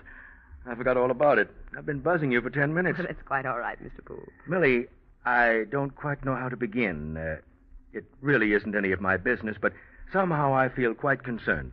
Is something wrong, Mr. Poole? Millie, you know how I've always valued our friendship. I really feel quite close to you. That's why I'm taking the liberty of saying what's on my mind. What? Why, go right ahead, Mr. Poole. It's over a year since you left your husband, Millie. Yes, I guess it is. He called here at the office 3 times this morning. Well, that's nothing, Mr. Poole. Then, why are you so nervous? What? You're shaking like a leaf. Oh, I didn't realize. Millie, you're afraid of him, aren't you? Well, he's harmless, Mr. Poole. It's just that he and I didn't agree on the separation, and, well, he's always hounding me, trying to get me to come back. I don't think he's harmless, Millie. Matter of fact, I think he's rather dangerous. I want to help you if I can. Please, there's nothing you can do. I'm just keeping away from him as best I can. It'll just take time. Oh, very well, Millie. I still think you're being a little foolish, though. That's all I wanted to talk to you about. Thank you, Mr. Poole. Oh, Millie. Yes? I'm sorry. There was something else. I wondered if you'd help me out a little this afternoon. I know it's Saturday, but I thought if you hadn't planned anything... What was it, Mr. Poole? We're in quite a spot with that audit. Houston and Company just told me they're tied up on another account every morning of next week. They can't send the auditors over here until the afternoon. The auditors? They were here all last week, Millie. Surely you know them by now. What are you talking about? The audit was all finished yesterday. Of course. I was thinking you were here when they called this morning. Oh, I'm afraid we're going to have to get things ready for the auditors all over again. That's why I was hoping you'd stay. Mr. Poole, what do you mean, get things ready? It seems our books were out of balance by the impressive sum of 1 cent. Do you mean they're going to have to do another audit for 1 cent? It seems silly. It's ridiculous. But it's necessary. Since the auditors are only available afternoons, we'll start Monday by checking the securities down at the bank. And this time, I'm going over it with them. I see. How about it, Millie? Will you stay this afternoon and help me out? I'm sorry, Mr. Poole. I don't feel well at all. I've been working pretty hard. Of course, Millie. I thought I'd go home this afternoon and rest. You don't mind? I'm not such an ogre as that. Go ahead. I don't have to tell you that anything you want is all right with me, do I?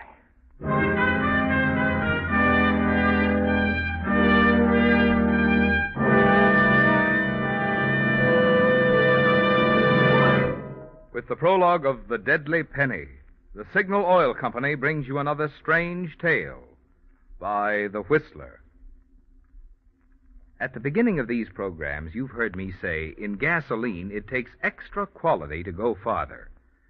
And, of course, if you've lived out west any length of time, you know that from Canada to Mexico, Signal is famous as the go farther gasoline. But perhaps you're one of those folks who like proof. So I'd like to take just one moment now to explain what those qualities are that make Signal's good mileage possible.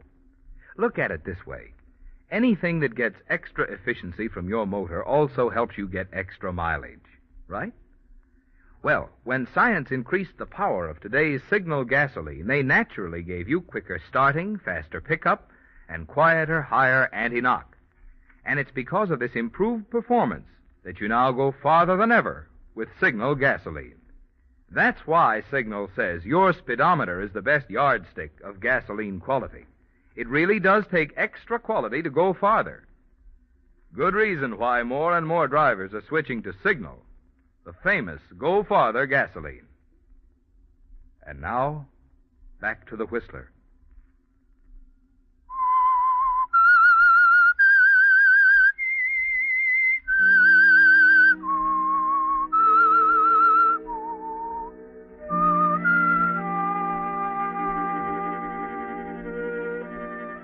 Well, Millie, you weren't lying when you told Mr. Poole you weren't feeling well. His remark about the return of the auditors had pretty much the effect of the floor being suddenly yanked out from under you, and you had to hang on to the edge of his desk for support. The minute you're out of his office, you grab your hat and coat and hurry down to the drugstore on the ground floor. There's a telephone booth just inside the door.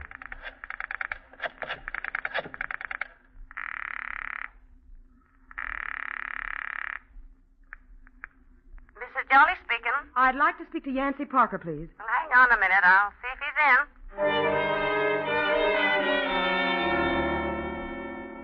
in. Your mind is spinning now, trying to grab the essentials, fighting to get through the maze that has suddenly sprung up before you. It's Saturday now. The auditors won't be available until Monday afternoon. That gives you 2 hours, from 10 until 12 Monday morning, to get the bonds back from Yancey and into that safe deposit box. Hello? Yancey? Well, it's my little apple doubling again. In case you're interested, baby, the airlines are all tied up over the weekend. I can't get out till Monday morning. Wait a minute, Yancey. Something terrible has happened. Don't tell me. Let me guess. Listen to me. The auditors were a penny off. Huh? They've got to do the audit all over again. Mr. Poole's going down to the bank with them Monday afternoon to check the securities. What kind of malarkey is that, a penny off? I know it sounds crazy, but it's true. When did all this happen? This morning while I was gone. Well, that kind of puts a finger on me, doesn't it? I better get a move on. What do you mean? Get rid of them today somewhere. What are you talking about? We wouldn't have a chance. They'd know they were gone 2 days after you sold them. They'd catch us in nothing flat. So, what's the other answer? I've got to put those bonds back. What? I'll come over and get them right now, and sometime between 10 and 12 Monday, I'll put them back in the box. The old dollar signs again. What do you mean, Yancey? Just came over me like a flash, honey. You suddenly decided old Yancey wasn't good enough for their 50-50 split, so you found yourself another boy. Don't be stupid. No, not stupid, honey. Just careful. You've done it before. Please, Yancey, you got to believe me this time. Where can I see you? I'm going home right now. I'll be right over. Thanks, and darling. Skip the darling. Yancey, bring the bonds, will you? All right, baby. I'll bring the bonds. Thanks.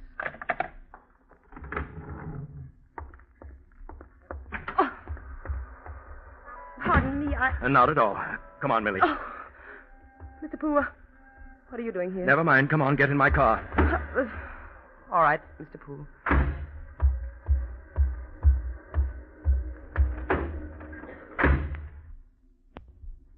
All right. What is it? Just this.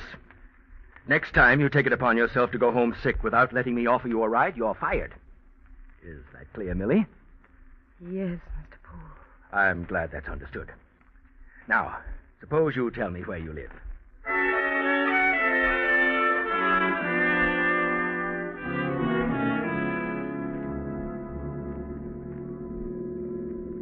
Right there in the next block. You can let me out here, Mr. Poole. Nonsense. Please, it's no trouble. The Poole limousine service operates only on a door-to-door basis. You've been very nice. I'm trying to be in my own crude way. Incidentally, Millie, I thought for a long time that you're quite nice, too. I'm flattered, Mr. Poole. think nothing of it. Ah, here we are. You stay right there. I'll get out. I wouldn't think of it.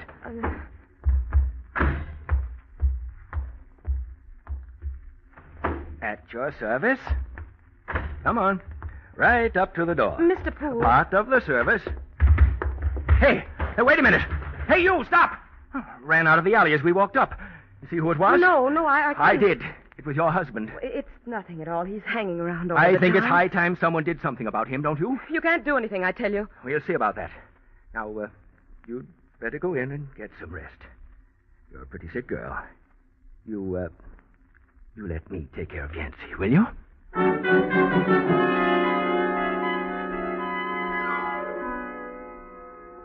Well, Millie, it's getting a little beyond you, isn't it? The minute you're in your room, you close the door and put a call through to Mrs. Jolly's boarding house. And it's only after she tells you Yancy is out that you realize it was stupid. He simply hasn't had time to get back yet. So you call an hour later, and an hour after that, but still he hasn't arrived. It's 9 o'clock when your phone finally rings. Yancy. Well, you're psychic, baby. How'd you know it was me? I've been trying to get you all afternoon. And I wasn't there. Incidentally, I'm still not there. I've got to see you right away. Gonna bring Mr. Poole along? I couldn't get out of it, Yancy. He insisted. Yeah, sure. 13 months you worked for him. And you're waiting for me until I'm as hot as a firecracker with 45 grand in my coat pocket to bring him home with you. I said I was sick. He wanted me to work. Skip it. If I could add it up, I'd quit cold right now. You're in it as deep as I am. Took the words right out of my mouth. Now, let me see. The auditors will hit that safe deposit box about 1 on Monday afternoon, right? Yes.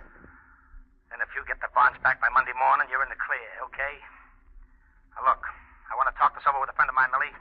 So I'll be out of town tomorrow. I'll meet you here at the boarding house at 9 sharp Monday morning. What about the bonds? That's what I'm going to talk to my friend about. So long, baby. Pleasant dreams.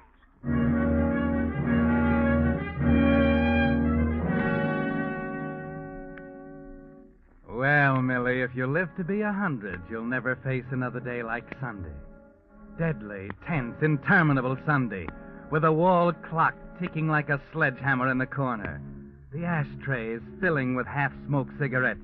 The floors littered with unread magazines. And Monday hanging over your head like an axe. It's just 9:15 on Monday morning when you race up the stairs of Mrs. Jolly's boarding house and down the hall to Yancy's room.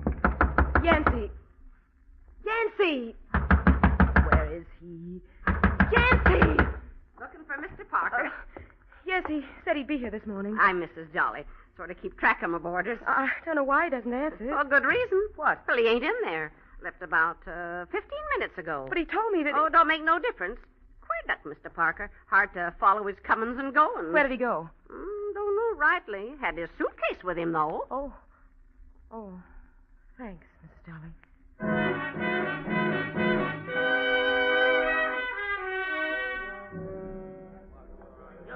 Flight 28, Phoenix, Tucson, El Paso. Loading now at gate 7. Yes, ma'am? When's the next plane to San Francisco? Let's see now. Flight 8 just left. What did you say? Flight 8 just left for San Francisco 5 minutes ago. The next one's at 10. Oh, thank you. Can I help you? No, not now. Thanks. Pardon me, sir. Are you next? Looking for someone? Yancy. Surprised. What are you doing here? Checking my baggage. Oh, I thought you ran out on me. As a matter of fact, I am in a few hours. I was just on my way back to the house to meet you. Glad to hear it. Crushing blow, knowing you still don't trust me. Where are the bonds? But we must be discreet, my child. Suppose we return to my chambers and discuss that very thing. Shall we?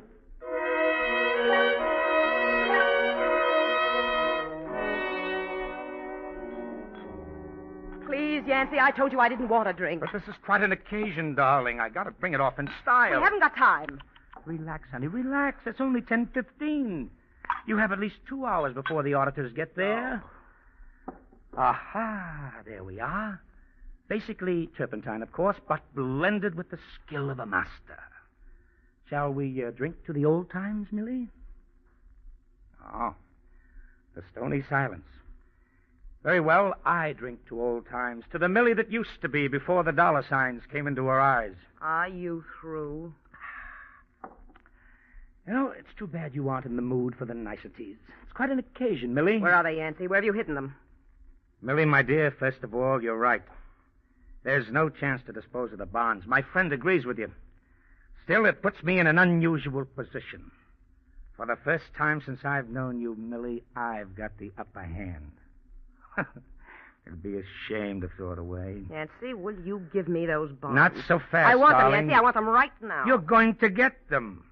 I've decided to let you have them, darling. Just on one condition, though. Go on. You'll get them back, Millie, sound and whole, on Tuesday morning. Wait a minute. That's too late, Yancey. They'd be... You're going to get them on Tuesday morning, and I'll be out of the state. Oh, it's going to be tough, I admit. I hate to miss the explanation scene this afternoon when you try to put it past those auditors. You wouldn't. I'd tell you... I'll take my chances, baby. I won't let you. Give them to me, Yancey. Oh, wait a minute. Put down that gun, Millie. The rough stuff won't go. You tell me where they are, or Take it easy, I mean every kid. word I said, Yancey. Either I'd get them right now, or I'd pull the trigger. All right, Millie.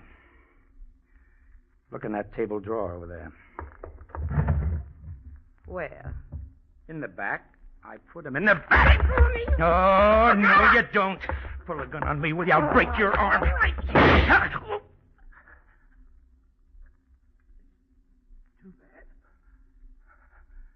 Too bad.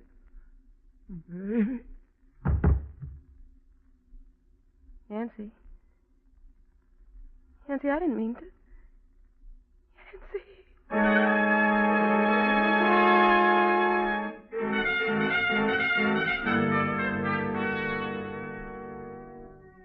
It's too late now, Millie.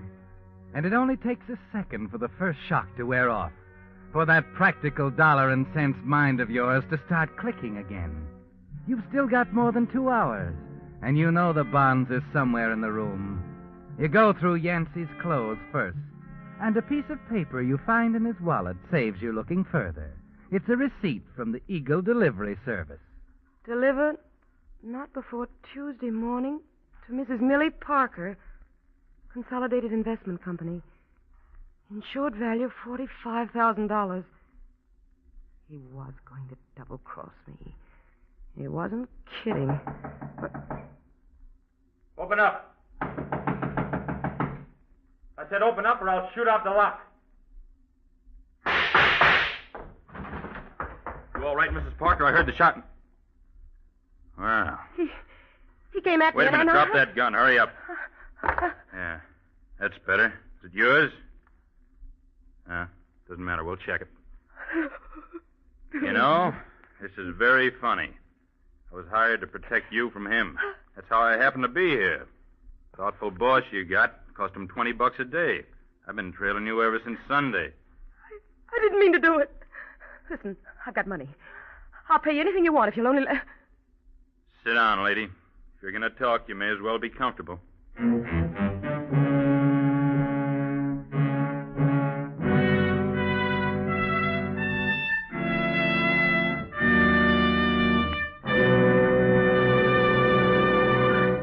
The Whistler will return in just a moment with the strange ending of tonight's story. Meantime, with chilly nights and mornings definitely here to stay, here's a timely tip for you drivers.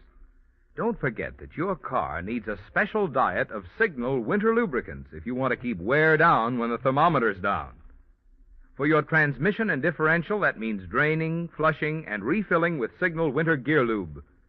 If it's been 5,000 miles since your wheel bearings were serviced, better have them removed, thoroughly cleaned, and then repacked with Signal long-life wheel bearing grease. And for your motor, it's high time to drain out summer weight oil. Refill with pure paraffin-based Signal Premium Motor Oil. 5 scientific new compounds in Signal Premium Motor Oil not only make it flow freely instantly in coldest weather, but also keep motors 6 times cleaner and reduce cylinder wear 1/3. Well, there you have it. The lubrication essentials your car needs now. Drive in for them this week at your nearby Signal service station.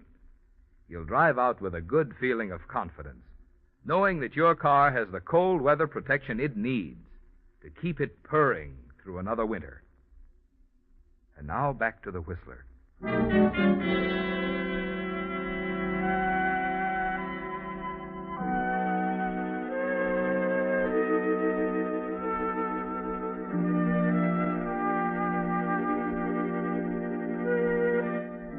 Well, Millie, it's something you'll never forget, isn't it? The awful scene in Yancey's room. Mr. Poole's private detective sitting opposite you, toying with his automatic as you tell him everything. From the moment you decided to steal the securities and sell them through Yancey, until a minute ago when he broke through the door to find you standing over Yancey's body. You watch him carefully as you talk. Notice the interest in his eyes when you mention the $45,000. And there's a foolish, stupid glimmer of hope in your heart as you finish. That's all I know. Yancey hated me. That's why he turned the bonds over to the delivery service marked delivered Tuesday morning. He knew they wouldn't get there until too late. Listen, Mr. Kelly. Trite but true. I'm a detective named Kelly. Mr. Kelly, you could say you lost me back at the airport. I'll give you everything I have. There's a few thousand in my name, and What about it, Mr. Kelly? No. I'm not for sale. Let's go, huh? All right, Mr. Kelly. No, it's too bad, Mrs. Parker. All seems so useless when you look back at it. Guy gets himself knocked off. Beautiful dame goes up for murder. It was useless. How right you are. You said the auditors were only working afternoons? Yes. Huh. The bonds would have been in your hands tomorrow morning. That's a dirty shame. What do you mean? Why didn't you wait, baby? You could have put them back in that safe deposit box tomorrow morning. You had all the time in the world. No, I just told you the auditors will be at the bank today, this afternoon. Not this afternoon, kid. This is Armistice Day. The banks are closed.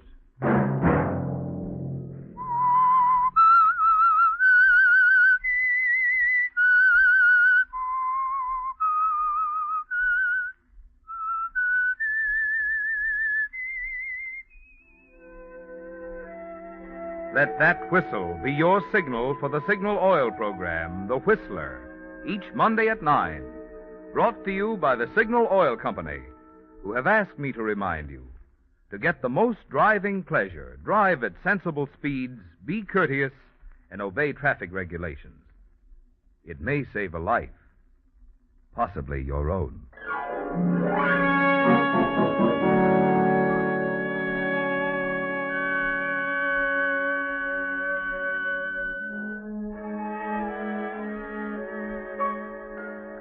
Featured in tonight's story were Betty Lou Gerson and Wally Maher.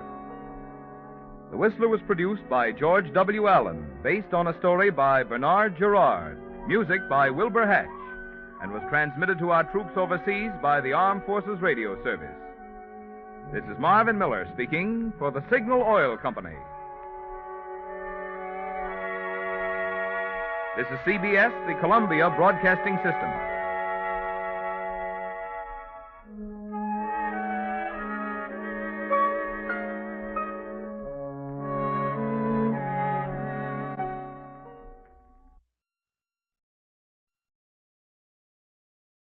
Petri Wine brings you Basil Rathbone and Nigel Bruce in the new adventures of Sherlock Holmes.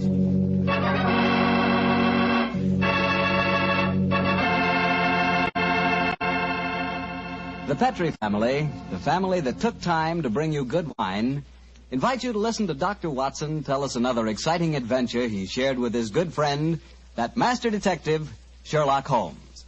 And I'd like to tell you about my favorite time of day. It's just before dinner. You know, when the family's all sitting around in the living room and wonderful things are cooking in the kitchen? Ah, that's for me. And boy, that's the time for a glass of sherry. Because Petri California sherry really makes waiting for dinner a pleasure. That Petri sherry wine. Just look at its beautiful amber color. And then taste that wonderful Petri sherry. What a flavor. Petri sherry has a rich, nutty flavor that's right from the heart of sun-ripened grapes. And if you like your sherry dry, you know, not sweet, you'll want to get Petri Pale Dry Sherry. Or better yet, taste them both. Don't buy one, buy two. Those letters P-E-T-R-I on the label are the personal assurance of the Petri family that Petri sherry is truly good wine.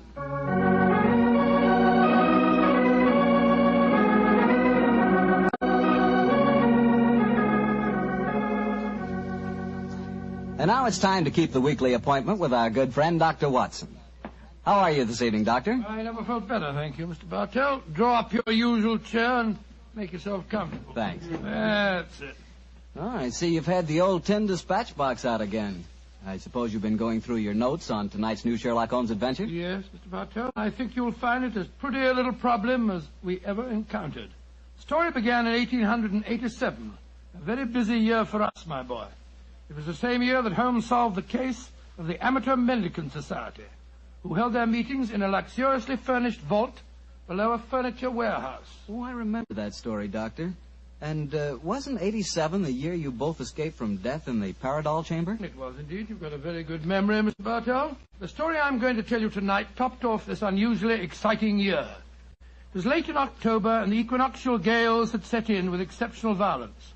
All day the wind had howled, and the rain had beaten against the windows of our Baker Street lodgings. Finally, it was nearly midnight, as far as I remember.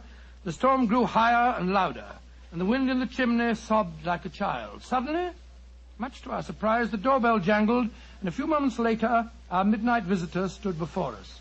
He was a man of about 45, and as he looked about him anxiously in the glare of the lamp, I could see that his face was pale and that his eyes heavy, like those of... His tone was businesslike and almost aggressive. I've come to you for advice, Mr. Holmes. That's easily obtained. And help. That is not always so easy. Help the gentleman off with his coat, will you, Watson? Yes, indeed. Here you are, sir. Let me hang it up for you. Thank you, sir. I heard of you, Mr. Holmes, from Major Prendergast. Oh, yes. He said that you could solve anything. Oh, I'm afraid he said too much. But you've never been beaten. I've been beaten 4 times, sir. 3 times by men and once by a woman. But supposing you sit down and introduce yourself. My name is Watson, Dr. Watson. How do you do, sir? How do you do, Doctor? My name is Lovelace, Edmund Lovelace. At this hour of the night, Mr. Lovelace. I'm in terrible trouble, Mr. Holmes. You don't know anything about me, but if you'll accept my case, you can save 4 lives. I wouldn't say that I know nothing about you, sir, though it's true that I know little beyond the somewhat obvious fact that, well, you're single, that you keep a dog, but not a manservant, and that you are much preoccupied with your business, which I take to be some form of insurance. Oh, come.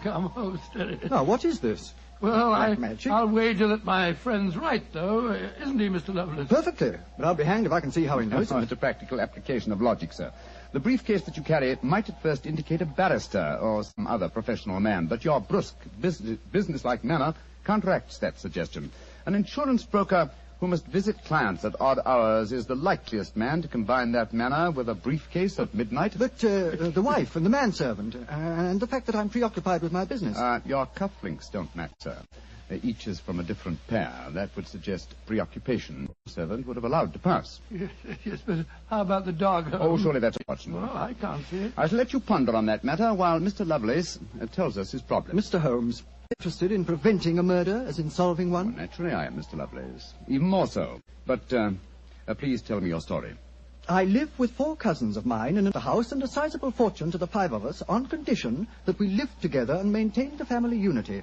It probably wouldn't surprise you to know that we've grown to get pretty much on each other's nerves. Well, what happens if one of you dies, Mr. Not that a murder may take place, but that it has not happened long ago. Who's responsible for the administration? He's much older than the rest of us, and he's a thoroughly unpleasant, cantankerous man. Yeah. He gets an extra share in the estate as administrator, and in consequence he doesn't work.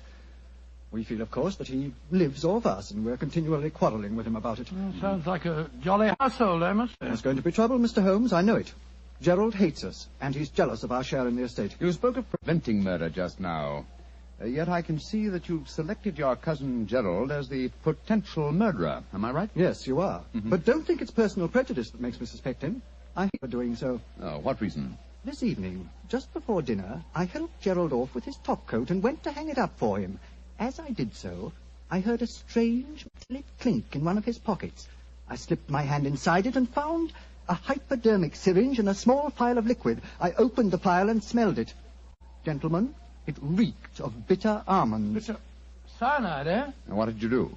I thought of destroying it, but I realized that would put him on his guard, so I replaced it in his pocket. Of course, I warned the others, and we decided that I'd come here earlier. Yes, it seems odd that you didn't come directly to Mr. Holmes as soon as you'd made the discovery, Mr. Lovelace. After all, if a potential murderer, that itself was more important than business. Well, Yes, I suppose it might seem so to you, Doctor. That's a most interesting stick you carry, sir. May I examine it? Of course. Here. Oh, thank you. Now I see how you deduced that Mr. Lovelace had a dog, Holmes. There are the marks of the dog's teeth on the stick. Yes, my dear Watson, but these marks under scrutiny give us even more specific information. He's a large dog. You've had him for some years, Mr. Lovelace, and he's now old and feeble. Well, you're perfectly right, but I'll be hanged if I can see how you can tell that from looking at a walking stick. This stick is covered with teeth marks, therefore it has been carried many times by the dog. Now, it's a heavy stick, so only a large dog could have carried it. And the teeth marks also indicate a large jaw. The older marks are deep sunk. Look here. The fresh ones, where the wood has not yet darkened, are shallow. Yes, it's obvious that the jaws are losing their strength. That's very clever of you, Mr. Holmes, but I don't see what it has to do with the case in hand. Your story, Mr. Lovelace, may bear a less terrifying implication than you think. On the other hand, its implication may be even more terrifying. Though it's late at night, I feel that any further delay in this matter would be extremely dangerous. I suggest that we get a cab and come to your house in Camberwell at once.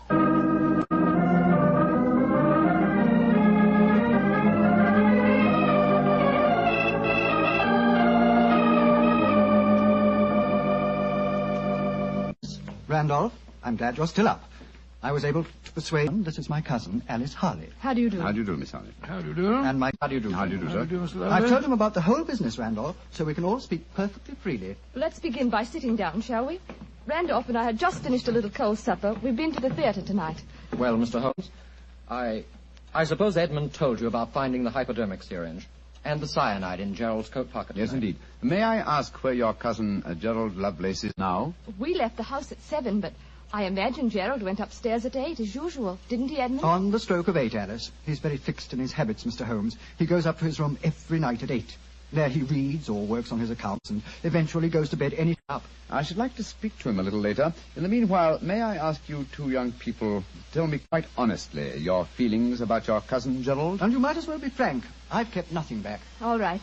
Randolph and I hate him. First of all, we're sure he's jealous of our shares in the estate, and then we... Alice and I want to get married, Mr. Holmes, and Gerald won't hear of it. But you're cousins, aren't you? Only second cousins, Dr. Watson.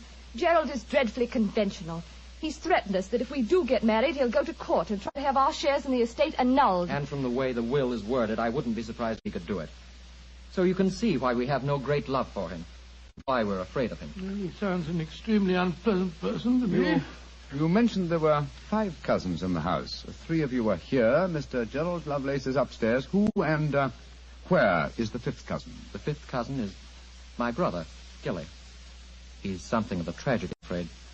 You see, Gilly's 20, but he never developed mentally beyond the age of 8. He had a bad fall in the hunting field when he was a kid. He's been like this ever since. Oh, I'm sorry to hear that, sir. But he's the dearest, most gentle boy you've ever met. And, incidentally, the one person in this house who doesn't hate Gerald. The poor fellow doesn't understand the conditions of the will, I suppose. No. But if he did, I don't think it'd make any difference. I swear that Gilly loves every living thing, especially Gladstone. Gladstone is the name of his dog. His dog? Yes. The dog may be the key to this whole matter. The dog? What makes you say that, Holmes? When a man brings a quick and painless poison home to a household containing an old and feeble dog, it's more than possible that he has obtained that poison, quite legitimately, to give the dog a merciful death. And almost blind But, now. Mr. Holmes, if you think Gerald brought home the poison to put Gladstone out of the way, well, and I admit it sounds perfectly logical, what made you decide to come here tonight? Because I dare not even guess what you may have done by intruding the thought of murder in this situation. Where is your brother Gilly? In his room upstairs, asleep. I wonder if we might go up to him. I should like to talk to him, if you don't mind. And after that, I want a few words with your cousin, Gerald Lovelace.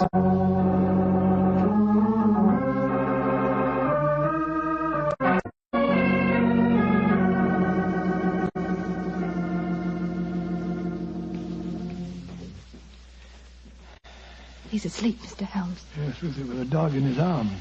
I'm afraid we'll have to waken him. Gilly? Gilly?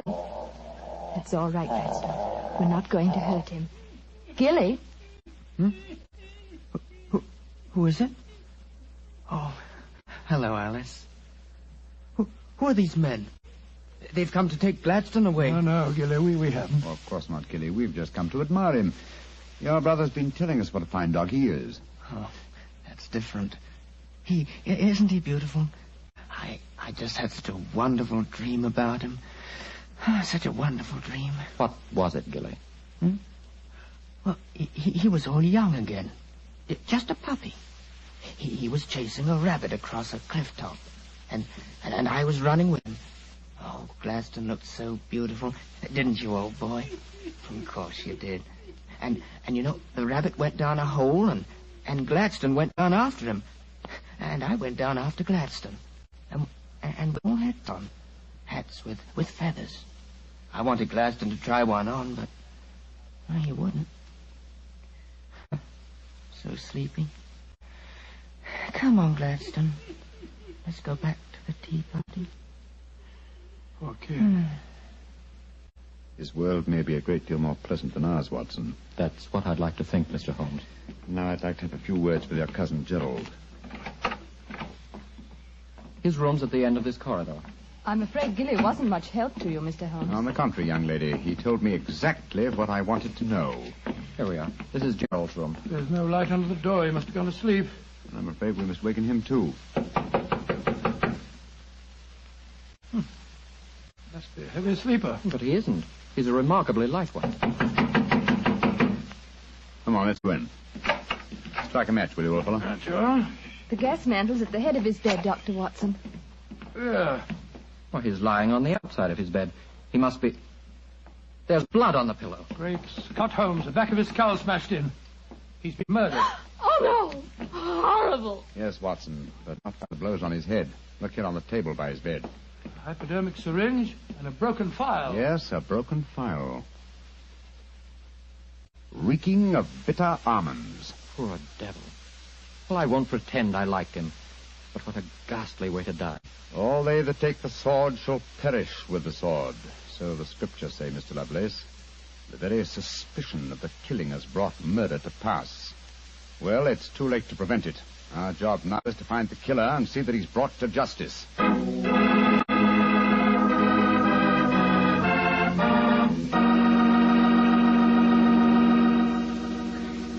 Dr. Watson will tell you the rest of his story in just a few seconds.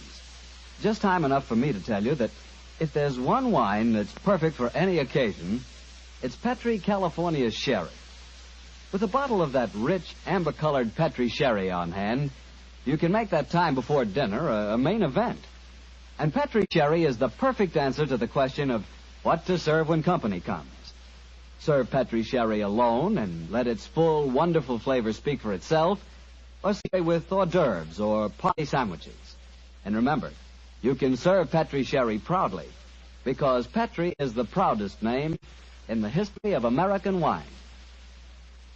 Well, Dr. Watson, so you found Gerald Lovelace dead in one of the bedrooms of the house in Camberwell. What did you do? Send for the police? Not at once, Mr. Bartell. Sherlock Holmes persuaded the remainder of the household to give him the opportunity of examining the scene of the crime carefully before the police were sent for. And so, a few minutes before 1 o'clock that October night, Holmes and I stood alone in the room of death. Turn the gas a little higher, will you, old chap? Sure.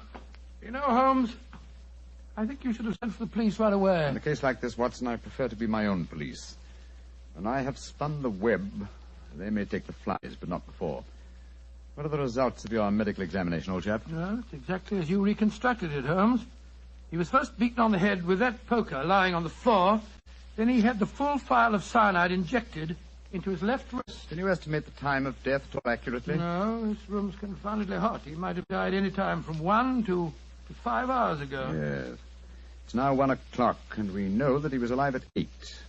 Mr. Edmund Lovelace saw him leave for his room at that hour. Yes, if he was telling the truth. One thing we do know for a fact is that this man was murdered at the exact moment he was going to bed.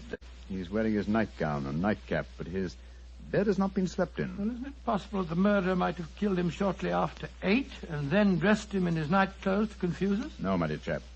You will notice that the hypodermic needle passed through the sleeve of his nightshirt. Here. Also, the nightcap is crushed and bloodstained from the blows of the poker. No, Gerald Lovelace had prepared for bed. Yes. Look at the glass of water on the night table and the prayer book and the watch. Yes.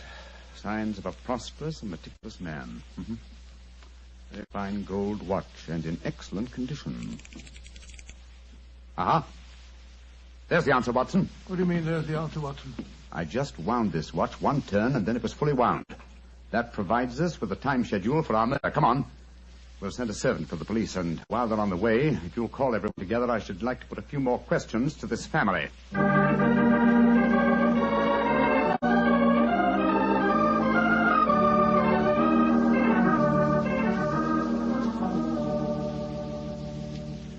Before the police arrive, I should like to hear your mind.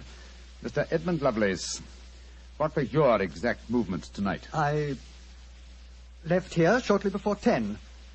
From 10 o'clock until the time I came to Baker Street, I was with my client. His name and address, please. 9 Onslow Square, South Kensington. Thank you. Make a note of these, will you, Watson? All right, you're home. You, Miss Harley, and you, Mr. Randolph Lovelace, went to the theater together. Can any independent witness testify as to your movements? Well, yes, Mr. Holmes. We went with friends, the Grant Moresbys. They live at the Clarendon Hotel off Charing Cross. What time did you leave this house? Well, it was about 7:45, wasn't it, Alice? Yes. And after the play, we went to the Café Royal for a little refreshment with our friends and then came back here. I see. And what time did you arrive back at this house? Just a few minutes before midnight.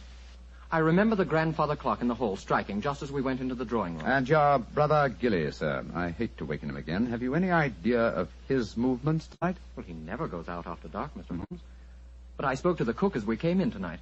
She says that he played cards with her until just after 10 o'clock. He was fast asleep when... Thank you.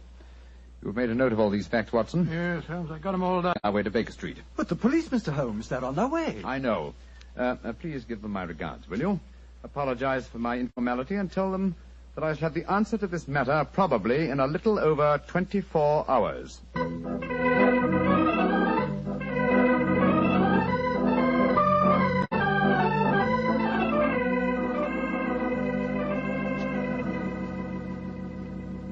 Holmes, here it is well after midnight. You haven't done a thing on the Camberwell case. No, but you have, old chap. You've checked on all the time alibis and found them valid. I'm much obliged to you. Yes, Inspector Lestrade was here tonight, you know, and he made some pretty caustic remarks, I can tell you. Oh, didn't you inform him that I'll have the answer to the problem before many hours have passed? I did, but you know, Lestrade, he wanted action. He shall have it. Is the watch still running? Yes, there's another thing. What'll Lestrade say when he finds that you took the dead man's watch? I've no idea. Oh, why did you take it anyway? You sound sleepy, old chap. Yes, I am confoundedly sleepy. Well, why don't you go to bed? What are you going to do? Continue my vigil with my pipe and the watch of a dead man.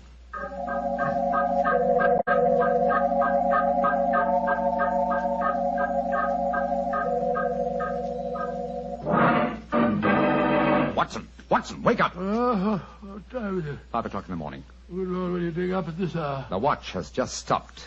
I'm about to rewind it. What are you rewinding it for, Holmes? You waited over 24 hours for it to unwind. When I know how many turns it takes to wind it fully, I shall have the answer to the whole business. 10, 11... You're being confoundedly mysterious, as usual.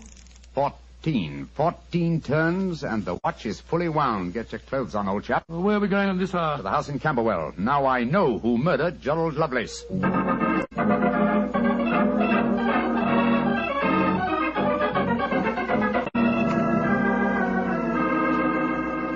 Mr. Edmund Lovelace, I'm glad you let us in. Please take us up to your young cousin's room at once. Gilly? What do you want with him? I'll explain in a moment. Please take us up to him. Oh, of course, but what brings you here at this hour of the morning? Mr. Holmes knows who murdered your cousin. Well, I'm glad to hear it. It's more than the police seem to know. They were here half the night cross-examining us. Here we are. I don't think we'll bother to knock.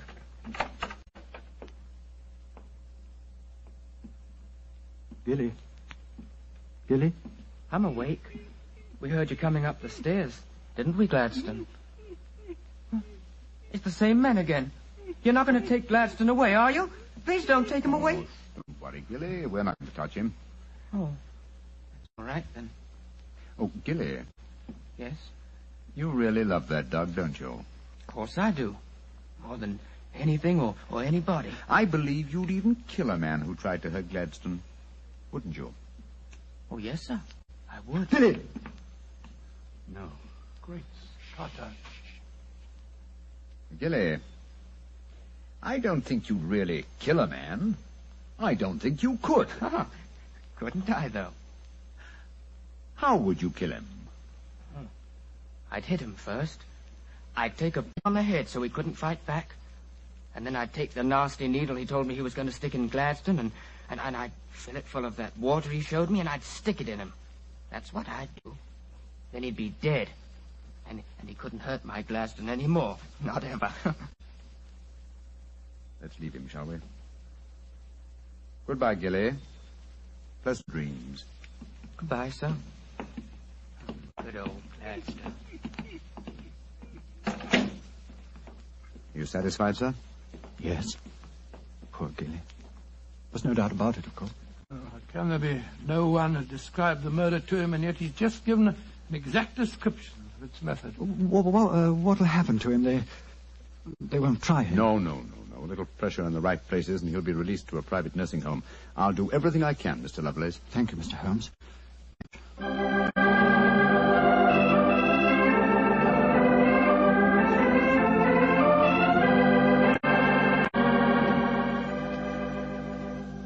Well, Holmes, now that we're back in Baker Street and the whole depressing case is finished with, perhaps you'll tell me how you knew that Billy had committed the murder. Well, consider the time schedules, old fellow. You checked the alibis of the other cousins and found them satisfactory. That meant that Alice Harley and Randolph Lovelace could have committed the crime only at midnight.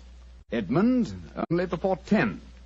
Gilly only around 11. You said that the time of death could have been at any of those hours. Yes, I did. So how did you pin it down to 11? The watch gave me the specific answer. When I picked it up, I unthinkingly wound it.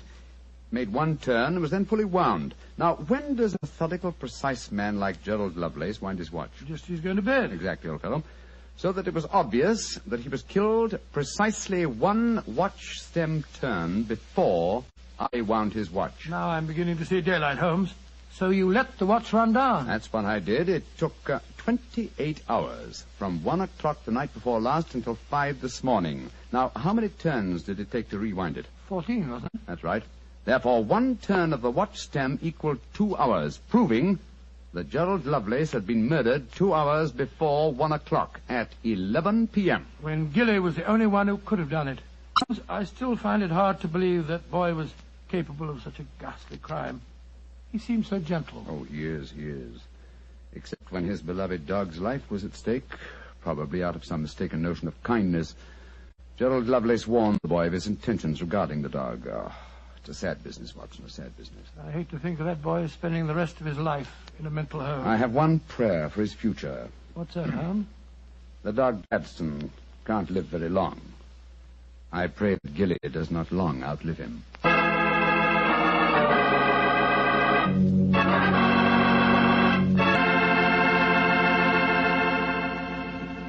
Holmes? Yes, extremely clever, wasn't it? Of course, if I may say so, I was of some small help myself.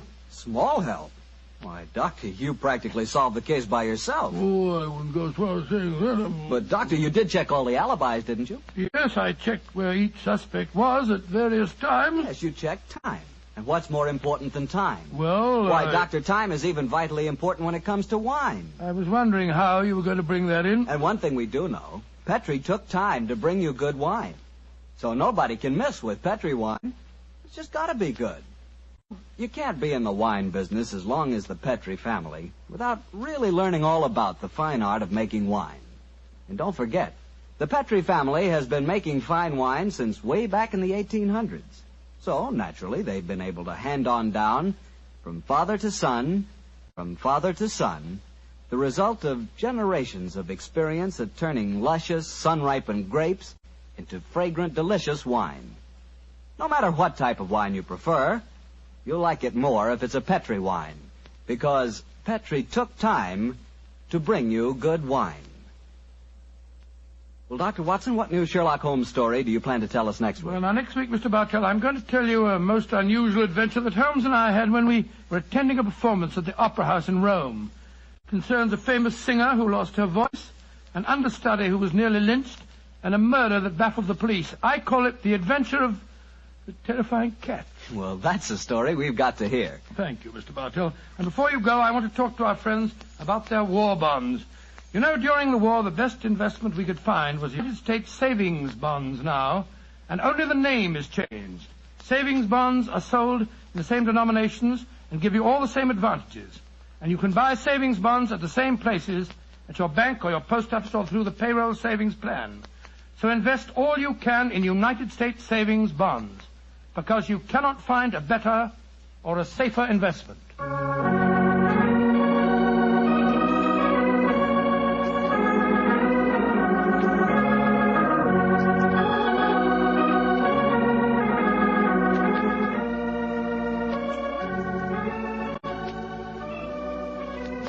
Tonight's Sherlock Holmes adventure was written by Dennis Green and Anthony Boucher and was suggested by an incident in the Sir Arthur Conan Doyle story, The 5 Orange Pips. Music is by Dean Fostler. Mr. Rathbone appears through the courtesy of Metro-Goldwyn-Mayer, and Mr. Bruce through the courtesy of Universal Pictures, where they are now starring in the Sherlock Holmes series. The Petri Wine Company of San Francisco, California, invites you to tune in again next week, same time, same station. Sherlock Holmes comes to you from our Hollywood studios.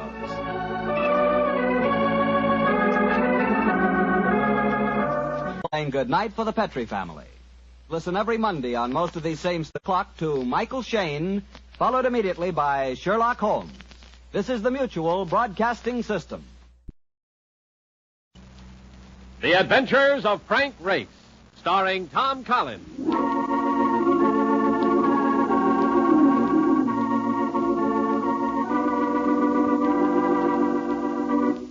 The war changed many things, the face of the earth and the people on it. Before the war, Frank Race worked as an attorney, but he traded his law books for the cloak and dagger of the OSS. And when it was over, his former life was over, too. Adventure had become his business. The Adventures of Frank Race.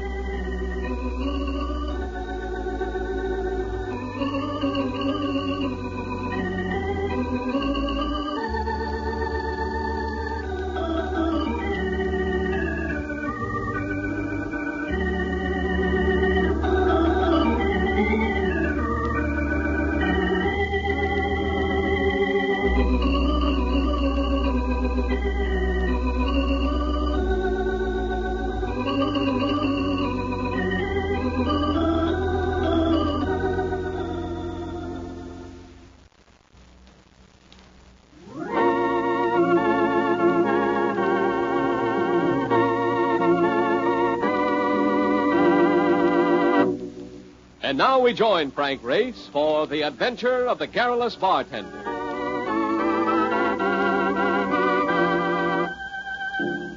There's something about having a date with a redhead that causes a man to spend an extra 5 minutes with his razor. Take a little more time in choosing a tie and maybe giving himself a last look in the mirror just before he's ready to go. Which is just what I was doing when... Hey, I was wondering if you'd be here. I've been trying to get hold of you all... My, don't the man look pretty? Big night, Marcus. Dining with that delicious lass with the Titian tresses Who is third from the left in the chorus that legs it in Mike Shannon's flush. Exactly. And now you may congratulate me. And now I am going to break your heart. Mr. Daniel Poulsen of the Pacific Insurance Company wants he should see you, but bad, and but right away. Look, Mark, I'm willing to forget you ever gave me this news. Breaking this date tonight would make me very unhappy. Yeah, huh? Mr. Poulsen is already unhappy.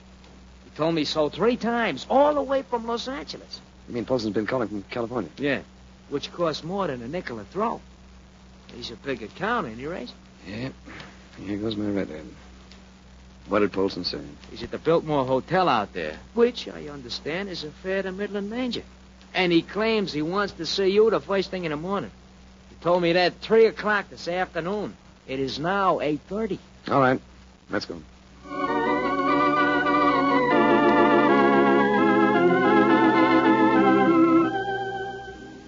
Los Angeles was having one of those days her Chamber of Commerce doesn't like to discuss. Cloudy. And the weather matched the expression of Dan Polson as he greeted me in his suite at Bilton. I'm glad you got here. You've got to move fast on this thing. What is it? An embezzlement job. $100,000, and you know what that means. If we don't crack it, there'll be 100 more of them all over the country. It must be a bank job. It is. A man by the name of Thomas Carney. Manager of the Spring Street branch of the Merchants National Bank. Any leads? Just two. And both pretty slim.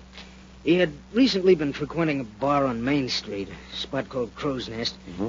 And in his apartment, the police came across an envelope postmarked Juarez, Mexico. Had no return address. There was nothing inside it. Ah, that's something. I guess my first move was a visit to this place called the Crow's Nest.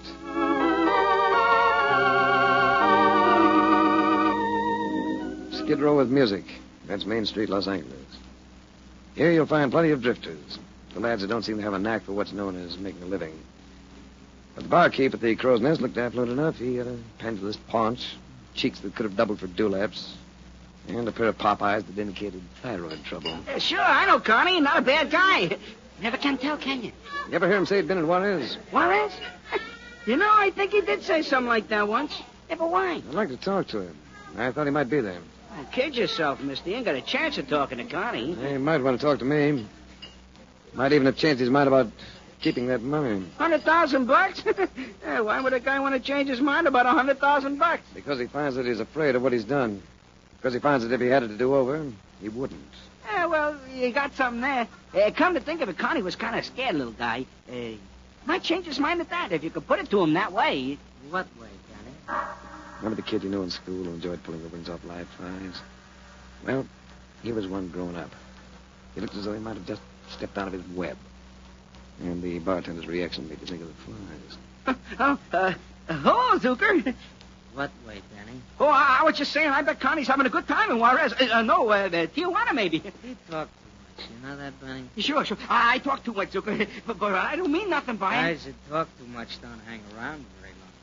You don't know that, man. Sure. I know it. Excuse me, Zucker. I got a customer. You heard my name, pal. What's yours? Race. You're a cop, aren't you? Not exactly. I hate cops. Just to keep the record straight, I'm an insurance investigator. It's all the same. You're a cop. Which adds up to what? Gonna head right for Juarez, ain't you? Just because that flabmouth said Carney might be there. I might head for Juarez. I head right for Juarez just because that little flabmouth likes to jabber. And Benny... what do you want, Zucker? Come here. Oh, look, Zucker, I told you I didn't mean nothing. I said come here. What do you want, Zucker? A drink? Lean over here. What for? So I can take hold of you. Like this. Let go. You fat flabmouth. I'm gonna...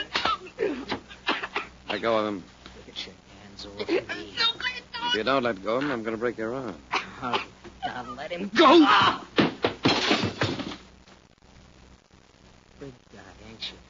Tough, hard, big guy. Why don't you drift? Well, what I'm going to do, you big guy. I'm going to be around. I'm going to be around all the time. You stay here, I stay here. You go to Juarez, I go to Juarez. All the time to get you somewhere just right. Then I'm going to make you wish you'd never been born.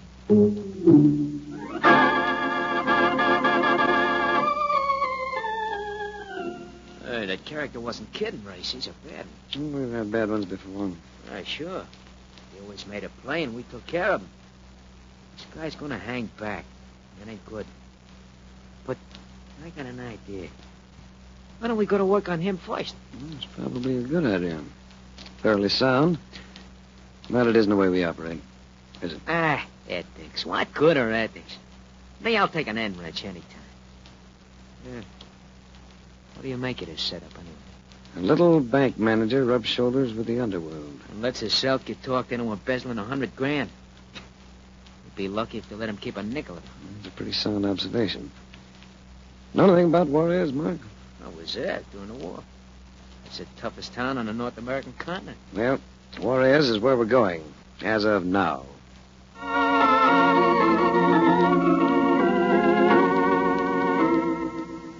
toughest town on the North American continent looked sleepy, felt unbearably hot, and gave you the feeling that here had been gathered all the dust in the world.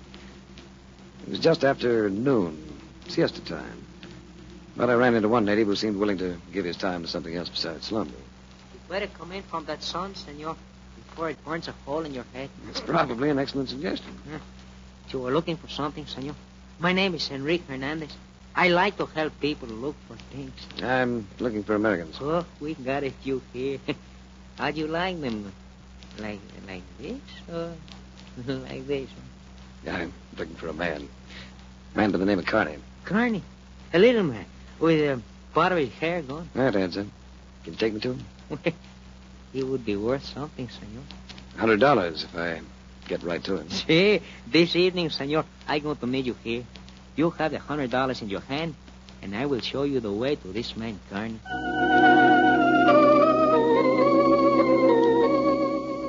I had sent Mark Donovan looking for information. I found him seated at a table in the bar of our so-called hotel, sipping drinks with 3 people who were obviously Americans. There was a man and 2 women. Mark saw me as I came in, excused himself, and came over to me. Hey, have any luck, Race? No, little. You look as though you're doing all right. Yeah. I kind of stumble into this. See the 2 dames? Well, I make a play for the young one, and the old one gets the idea I mean her. Well, look at it. She didn't exactly slap your face. Yeah, not Emma. In 15 minutes, I am the thrill of her life. May not be important, but they're a lot of fun. Come on over, I'll introduce you. Mark introduced the man at the table as Jack Kemp. The women as Peggy Dana and Emma Tellifer. Kemp must have been about 30. Nice-looking person with a pleasant manner. Peggy Dana reminded me of a girl I'd once fallen for in high school. She wore slacks and a sweater, and I felt I could do the falling all over again. Emma Tellifer was wearing slacks, too. And she shouldn't have been. A red splash of bandana had been tied around her head and face that would have looked better in a football helmet. Suppose you're wondering what we're doing down here, Mr. Ace. Matter of fact, I'm wondering myself. What are we doing, Peggy? Why, darling, you said you wanted to do something different, something exciting. Didn't she, Jack? That's the way I heard it. As Mark had said, it wasn't important, but it was fun. So much so I remembered my appointment with Enrique Hernandez just in time. I made my excuses, left Mark behind, went out to find Enrique waiting impatiently. He had me follow him to an alley that led to what appeared to be an abandoned cafe. What you are, senor? And now the $100, please. After I've seen my man. Where is he? You just open the door, senor. Where you see a light. You're going to find him inside. All right. I find him, then you get your 100. Who's that? The man on the other side of the room was staring at me with a cool, clear, all-seeing gaze of a drunk peering through a wet window. But he wasn't drunk. He was frightened. Little and bald-headed and frightened. Did you hear me? I said, who is it? Someone who wants to talk to you. Who are you? I don't know you. If you let me, I'm going to help you. I don't need any help. Help me. How? I can make it possible for you to go back to the States. I don't want to go back to the States. How would you make it possible? I can arrange a deal. What kind of a deal? You turn back the money you embezzled, and I think I can get you off with a light sentence. No, I couldn't do that. You'd rather sweat it out like this, would you? Terror-stricken, wondering what's going to happen next. I know, but I couldn't return the money now. They wouldn't let me. Who wouldn't let you? Never mind, I can't say. You'd rather keep eating your heart out, would you?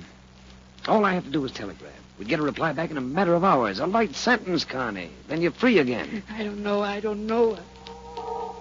could see I had him going, so I kept talking until he finally gave in. I was to wire Los Angeles. If the deal could be made, if he could get off with a light sentence, he was willing to turn over the money. I left him and found a telegraph office, but it wasn't until the next morning that I got my reply. Then I went back to see him. Connie, you here? Yeah, he's here, Ray. Why don't you shut the door? It was Zucker, looking as though he just pulled a wing off of one of those flies. He was sitting in a rocking chair, rocking gently. Sit down. Oh, I'm afraid you'd get your clothes dirty. Where's Connie? He's here, in the other room. Go take a look. I will.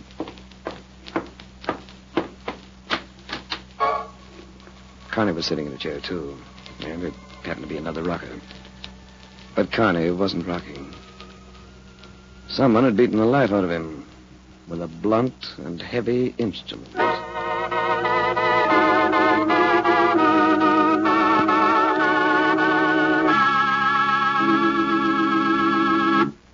We'll return to the adventures of Frank Race in just about 1 minute.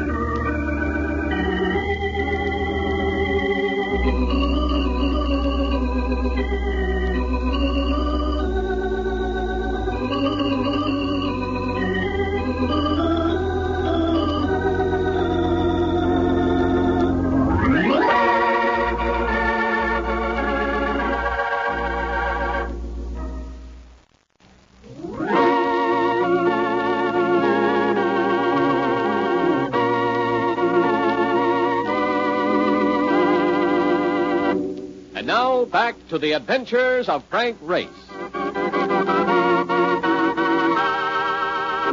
It all seemed so pat. My scared fugitive with his $100,000 hidden away somewhere, and I needed only a talk with him to break the case. So I had been telling myself. Or should I say, kidding myself. When a man has no breath in him, he does no talking. This was now the permanent condition of Thomas Carney embezzler. I turned back to Zucker to find he'd been joined by a couple of dubious-looking companions. Kind of a mess, ain't he? Carney? Yeah, he's a mess, all right. Somebody must have really had a grudge against that boy. Somebody who wanted that money he was carrying. Yeah, that's the way I figured it, too. You didn't want it, of course. Me? I was Connie's pal. That's right. You were his protector, weren't you? So you let someone murder him. Go ahead. Needle me. See what it gets you. Of course, you weren't with him when it happened. That's right, I wasn't with him. Or it wouldn't have happened. Not right now, anyway. But somebody was with him. It might have been you. Sure, yeah. That's the way I make my living. By murdering the one man who can break the case for me. Well, it's been done before. That's right. You don't like cops, do you? You don't think they're honest. That's right. I don't think they're honest. I told you I wasn't a cop. You're a cop, all right. I suppose you've been looking for that money. I hate cops. If you had the money, you wouldn't be here. And you wouldn't have killed Carney unless you were sure of the money. So then, let you out. I'm much obliged. But it don't let you out. No? No. And you know what we're gonna do? We're gonna tease you. Tease you till you tell us a story on that dough. You're overlooking something, aren't you? Yeah? What? Would I have come back here if I already had the money? How do I know? How do I know what a cop's liable to do? You want we should start in on him now, Zucker? No, not here. We might want to work on this boy for quite a while. We wouldn't want them Juarez police to butt in. So you take him to the motel, eh? No, you take him out in the sticks. Out in the sand where we went yesterday. You keep him in the sun while you work on him. That's going to get a little hot. For you? Sure. But think how hot it's going to get for him. You ain't coming? No, not right now. I want to have a look around this joint. I'll catch up with you later. A pair of assistants took me outside to a car they had waiting at the end of the alley. I was pushed into the back seat, but it didn't start moving. The car just wouldn't cooperate. It sounds like you boys might be a little low on gas. Then you put no push in this crate. No, you didn't. Look at the gauge, you jerk. Well, let's go back and tell Zucker. He'll probably be quite happy with the efficiency shown by you boys. I ain't going to tell Zucker nothing about it. There's a gas station a couple of blocks from here. We'll go get some. All right, come on, get out. Oh, you want me along, too, huh? No, I thought maybe you'd let me sit here and watch the passers-by. We're clowning. Get out. It's more than 2 blocks. It was 5. All of them dusty, all of them hot.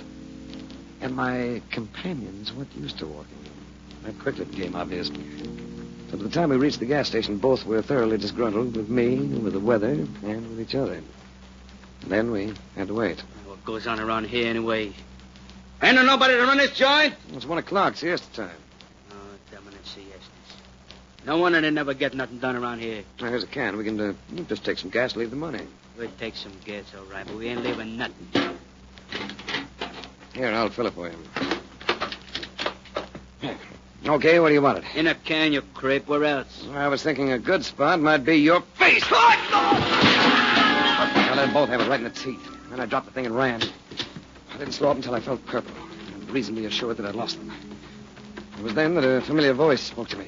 You better come in from that sun, senor. It's not good for running like that. Oh, it's you, Hernandez. You're so right. Only an idiot would run in heat like this. See. You had not forget my $100, have you, senor? No, Ricky, I have not forgot. Yeah. Oh, gracias, senor. Muchas gracias. I was a little surprised you weren't waiting for me when I came out of that place last night. I would have waited, senor, but I was afraid. While you were in that place, there was someone else who came. Someone else? Who? What'd they look like? I could only hear, senor. It was too dark to see. But they stood outside while you were there, and that $100, it was for telling about Garney, not for fighting about him. You have sound logic, Enrique. It should carry you a long way. Is there anything else for which the senor would like to employ me? There may be, Enrique. We'll see. I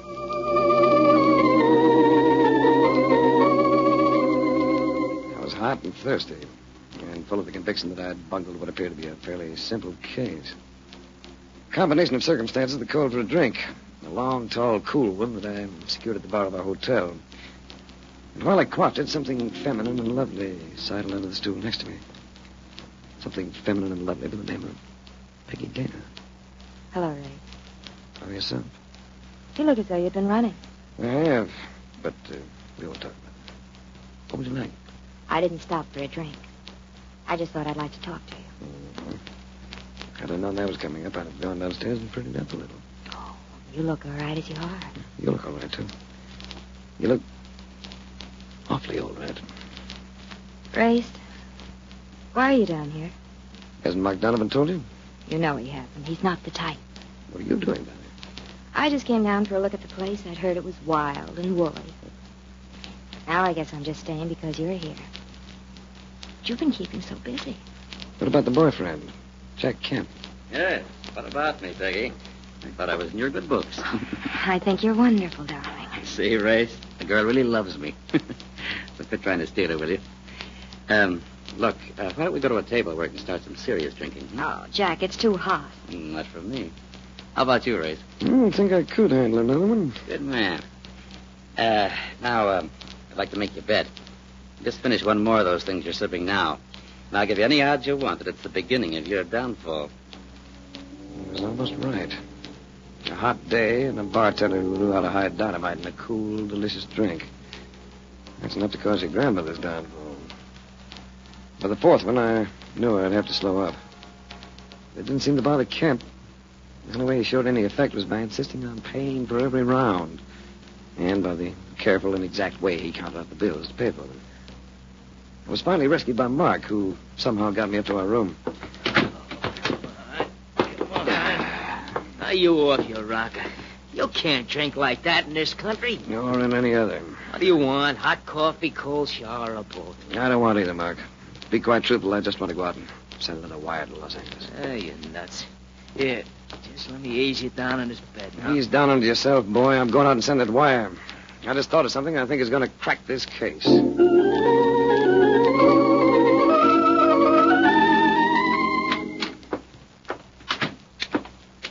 Yeah.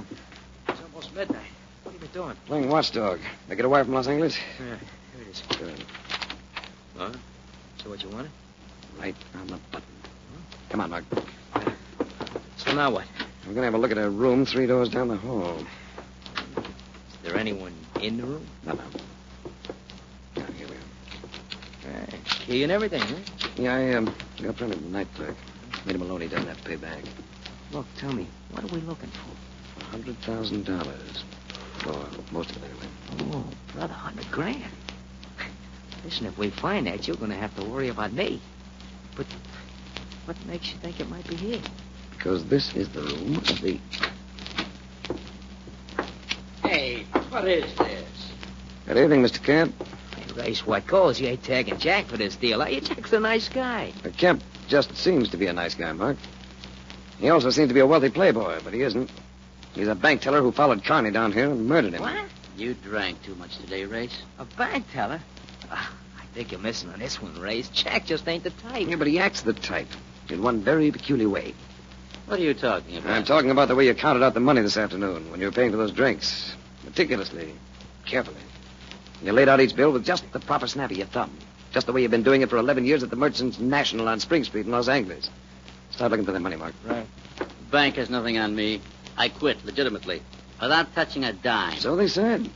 But you knew about Carney. He'd been foolish enough to confide in you a little, shall we say? You knew he was going to a rendezvous down here with thugs he thought were going to protect him. So you came here, too, and got to the money before they could. But you had to murder him to make it stick. Hey, Race, here's the dough. It was in his phone book. And you can turn it all over to me. Thanks for leaving the door open, boy. A written invitation. It's still open, Zucker. For you to back out. I ain't backing out of nothing. Come on, chum. Bring me that phone book. You can still leave, Zucker. But not with that phone book. Like I told you before, Race, I don't like cops. You crowd me too far, and I'll prove it to you. Bring me the phone book, chum. That gun he's got in his hand, Race, that's a good argument. I've got a gun in my hand, too, Mark. In my pocket. But, maybe you had better give him the phone book. Oh. All right. I'll give it on. Here!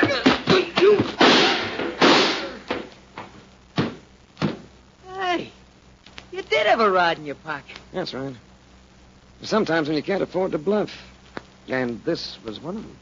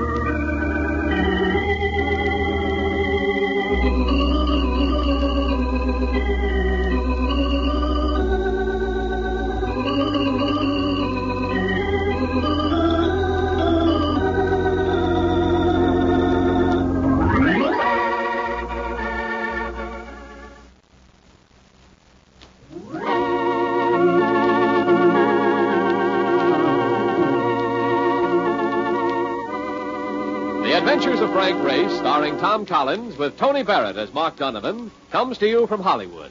Others heard in tonight's cast were Michael Ann Barrett, D.J. Thompson, Wilms Herbert, Tom Holland, and Jack Crucian. This series is written and directed by Buckley Angel and Joel Murcott. The music is composed and played by Ivan Ditmars. Be sure to be with us again this same time next week for another dramatic chapter in The Adventures of Frank Race.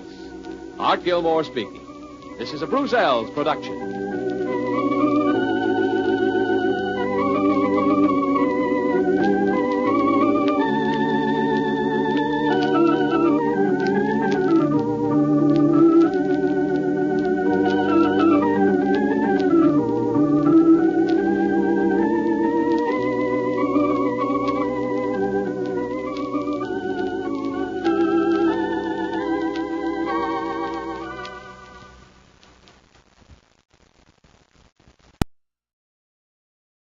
The Signal Oil Program, The Whistler.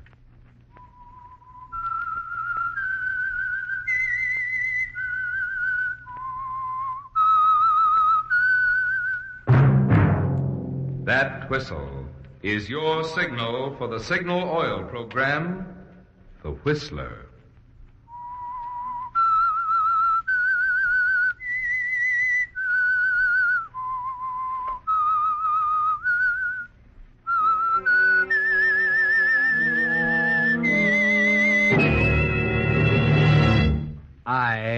am the Whistler, and I know many things, for I walk by night.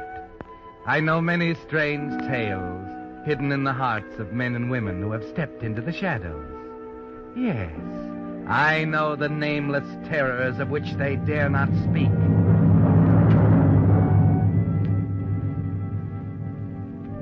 Yes, friends, it's time for the Signal Oil program, The Whistler.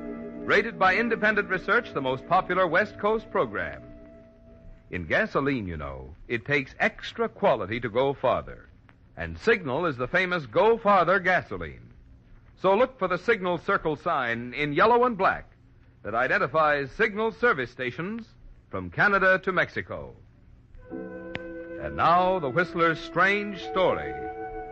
Next year is mine.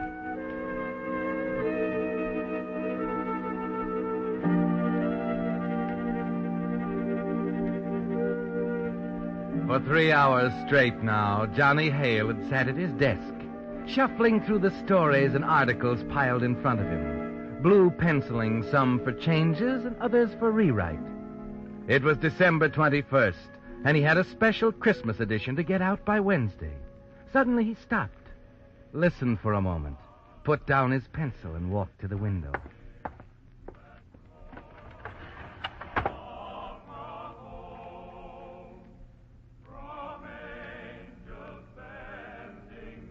The quartet was practicing in the building across the way.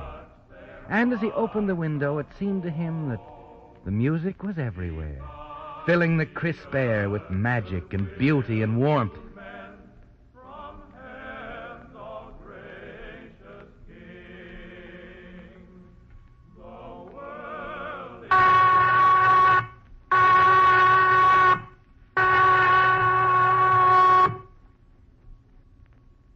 The prison whistle, Johnny, cutting Christmas out of the air like a knife. Lights out in 15 minutes, no matter what. You're not Johnny Hale anymore.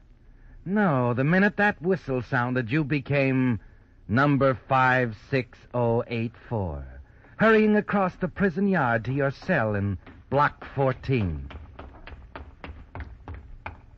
Okay, Hale, inside. Hurry up, you're late. I was listening to the quartet. Christmas is coming, you know. So what? Yeah, I guess you're right. So what? What's the matter, Mac? I take you away from your poker? Could have sworn I saw a game going on as I passed the locker room. Forget it, will you? Sure, Mac. Don't worry, I'm not after your job. Cut the wisecracks, Johnny. You know how the old man feels about his rules. The guards, too, huh? Sure, everybody. You better get inside. Your cellmate's getting lonesome. Well, don't blame him. That pan of yours would make anyone lonesome. You know, someday that smart talk of yours is going to get you into trouble. You're a regular comic, Mac. You mean there's more trouble in a 5-year stretch? Sure, a lot more. Stay smart. Be a nice boy like always. You only get 6 months to go, you know. The old man don't like guys who talk flip to the guards. Skip it, Mac. Now run along, will you? I'm tired. I've had a hard day at the office. Now, look, Hale, take a tip from me I said I had a hard day at the office. Good night, Mac. You better hurry. You'll miss your deal. Hit the buck. You're not getting a rise out of me tonight. Too close to Christmas. You shouldn't talk to them like that, Johnny. Hello, Ed. How you feeling? Oh, all right, I guess. They sent the doctor in to see me today. What'd he say? They gonna transfer you into the hospital ward? No, they ain't. Why, the dirty... I wouldn't let them. I'd go crazy in there, Johnny. I want to be here with you. But you're a sick man, Ed. You can't No. I'm just an old man, Johnny. A very old man heading downhill. What about your eyes? Doc gonna do anything for them? Well, they're just as old as the rest of me, son. I don't know how you do it, Ed. All these years in this 2x4 room. You know, Johnny, I always get to thinking, around this time of year, Christmas coming up and everything, this will be the 31st Christmas since I come here. You're still not mad at anybody, are you, Ed? Well, there's no use getting mad. what I did had to be paid for. I'm here for life, and well, I've almost served my stretch now. No. Don't go on talking like that. Here, let's have a smoke. Oh, thanks, Johnny. You know, you don't have to cheer me up. I'm all right. Here's the light. Careful. Well, thanks. I'm telling you again, Ed. You ought to do something about those eyes. Oh, your eyes work good enough for me, don't they? Here. I got another letter from her today. Will you read it to me? Sure, Ed. I'll read it. Opened again. Oh, well, it's just the censors, Johnny. Go ahead and read it. Well, let's see. My dearest Edward, it was so good to hear from you again. It's always the same, my darling. I find the letter in the box, and suddenly the trees seem greener and the sun brighter. And the miles of rolling water that separate us seem to disappear. It's the nearest thing I know of to having you here with me, smiling and holding my hand, just as you used to do so often. That's the part they were kidding me about, I guess. Who was kidding you? Oh, some of the boys out in the yard. How did they know? Oh, it's nothing, Johnny. I suppose one of the censors thought... Yeah, that's what it is. One of those wiseacre trustees up in censorship. Well, they better watch their step. They got no right. They'll hear you. I don't care if they do hear me. What's in your letters is none of their business. Well, it's the rules. Well, I'm going to do something about it, Ed, tomorrow. I'm going to see old Ironsides upstairs and tell him what I think of his rotten rule book. Oh, now, please, Johnny, please, you'll only make trouble. There's no reason why your letters have to be open, and he knows it. Kidding you, huh? Making wisecracks about... Johnny. Please go on, will you? Finish it. Okay, let's see. I want you to know that I'm with you, Edward. Wherever you are, whatever you're doing, you'll be in my heart as long as I live. Go on, Johnny, go on. Sorry, Ed. There go the lights.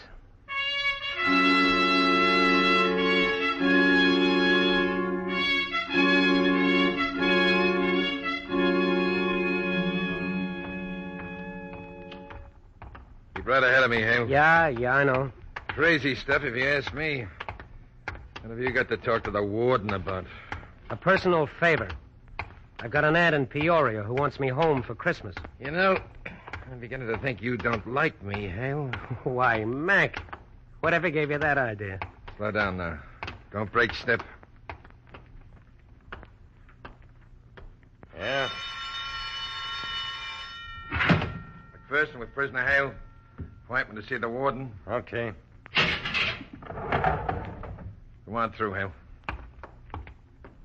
Hold it. I frisked him already. Good. Sure. He found a Tommy gun in my right rear Well, pocket. look, Hale. Yeah, I know, the rules. What'd happen to you guys if someone lost the rule book? Ever wonder about that? We'd make out without smart guys like you to tell us what to do. Now move. You don't use good sense, Hale. Forget it. Where's the office? Right here. Yes? Guard McPherson, sir. Prisoner Hale. Come in. Make it brief, Hale. I haven't much time. It's about Ed Halliday, Warden. What about him? He's on his last legs. I guess you know that. His heart is bad. His eyesight is almost gone. And there's only one thing that keeps him going. The letters that he gets every week from a woman in England. Is that why you came here? Well, they're being read in censorship. What's wrong with that? Well, someone up there thinks it's a big joke, quoting them line by line to the goons down in the prison yard. There's nothing in those letters, Warden. There's no reason why they have to be open. Except the rule that says we censor every piece of incoming mail. Well, so there is a rule. You can break a rule, can't you? Not in this prison. Oh, listen, Warden. Guard. Yes, sir. The prisoner and I have nothing further to discuss. Come on, Hale. Oh, now, wait a minute. You gotta listen to me, Warden. Cut it out, Hale. Speak when you're spoken to. Hold it, Mac. Didn't I make myself clear, Hale? Well, you ought to know the whole story, Warden. Warden, you see, the reason I'm sure there can't be any harm in these letters is that the woman who writes them doesn't even know Ed is in prison. He met her in England in 1912, and he came to America and planned to send for her later. Well, You know the rest. She's still there waiting for him. I'd say she's a pretty patient woman. Well, she's the only thing that keeps Ed alive. Don't you see that poor old guy's got nothing left to hold on to? I'm sorry, Hale. I'm still running a prison, and it happens to have rules. That's all. You're not going to do anything about this? No, nothing. It's great to be a tough guy, isn't it? That's enough, Hale. All right, Warden. I just want you to know I got a job on a newspaper waiting for me when I get out. The voters are going to be interested in what I have to say about the state pen and the guy who's running it. Well, that's all. This is your Christmas, Warden. Next year is mine.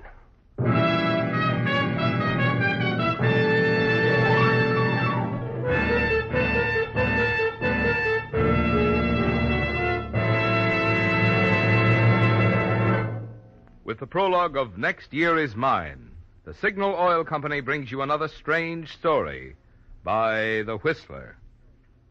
Right now, however, for the benefit of every driver who may have missed this important news on a previous Whistler broadcast, I want to repeat.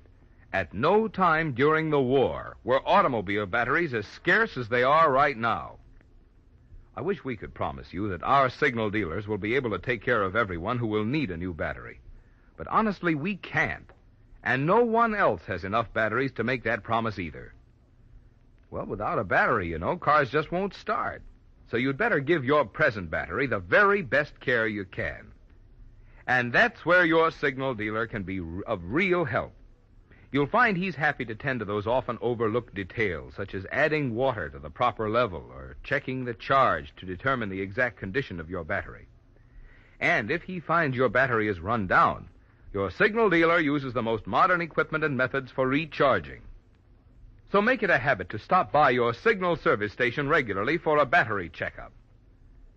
Incidentally, everything you do to make starting easier naturally helps your battery last longer. So make sure your tank is filled with that really quick-starting gasoline, today's improved signal gasoline. And now back to the Whistler.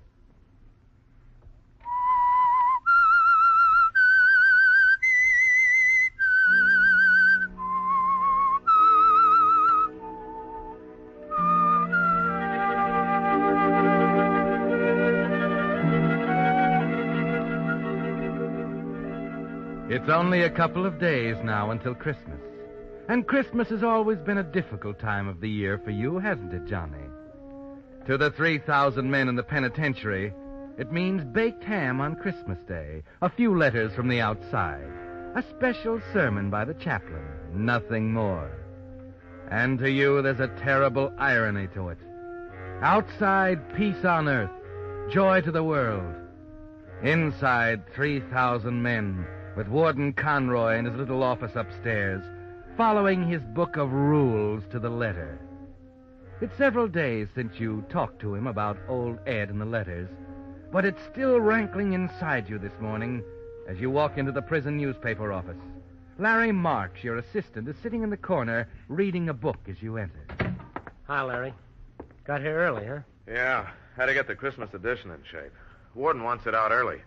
Full of the old cheer, that boy. Are we ready? Everything but the editorial. Uh-huh. What are you reading? The Bible. Got to have a text for an editorial, you know. Well, you better not say anything that might give old Ironsides a guilt complex. His rule book's his only Bible. He follows it even when it means an old man's going to get pushed around. Oh, you mean Ed Holiday? Yeah. What day is today? Monday. Well, there'll be another letter for him, regular as clockwork, once a week. Where is he? He's in his bunk. He won't go to the hospital. Bad? Yeah. Well, we got to find a text. Give me the Bible. Yeah, let's see. What is that? Oh. Guy's out in the yard laughing at something. Oh, wait a minute. Who is that in the middle? That trustee, Charlie Allen. Isn't he working extra in the mailroom now? Yeah. What do you suppose the gag is? I don't know. But I've got an idea.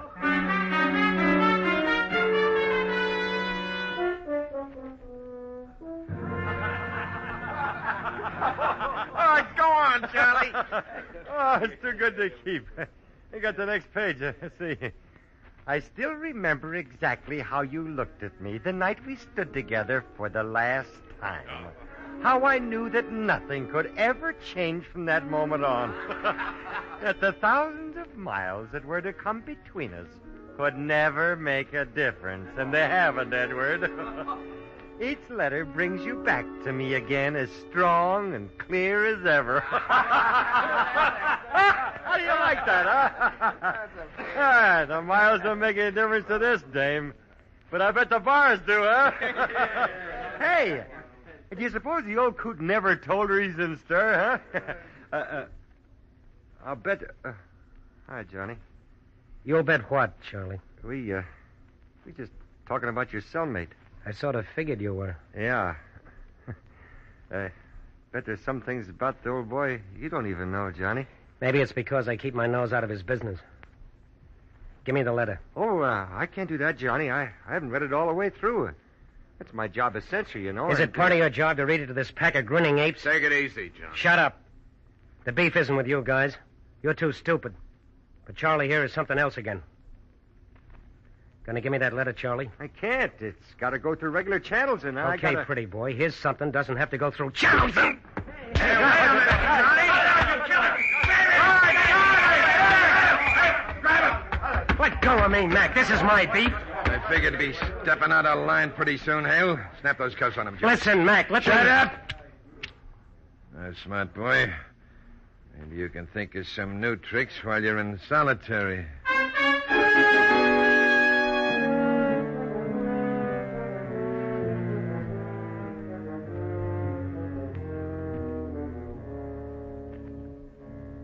Solitary, Johnny. Blackness, bread and water, endless hours. 24, 48.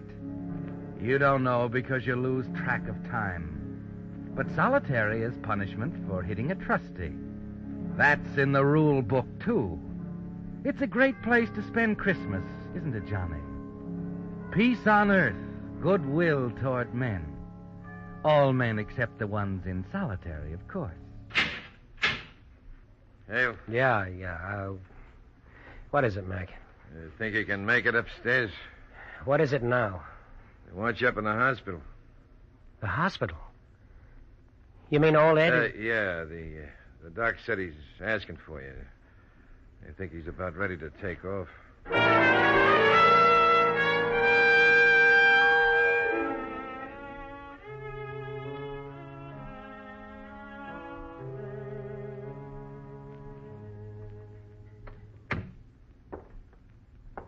Over there on the bed. Yeah, thanks, Mac. Go on. Ed, it's me. Johnny. I'm glad you come, boy. They told me you run into trouble. Oh, that's all right, Ed. I'm here now. Take hold of my hand, Johnny. Sure. That's it. I missed you, boy. You're going to get well, Ed. Oh, no. Not this time. I'm 70 years old, Johnny, and a fella has a way of knowing, I guess. I don't mind, but I want to ask you something. Sure, anything. It's about her. You're going to be out of here soon, and I want you to get in touch with her. Tell her where I've been all this time. Why I never come back. All right. I should have told her in the first place, I guess. I never had the heart. She loved me, Johnny. Sure she did. Read it to me, Johnny. You remember the part about the trees? Sure, Ed. It's always the same, my darling. I'd find the letter in the box, and suddenly the trees seemed greener and the sun brighter. And the miles of rolling water that separate us seemed to disappear. It's the nearest thing I know of to have you here with me, smiling and holding my hand. You love her, too. When you see her... Sure. See, I want you to know that I am with you, Edward, wherever you are and whatever you're doing. That's all? Yeah, Mac, that's all. There go the lights.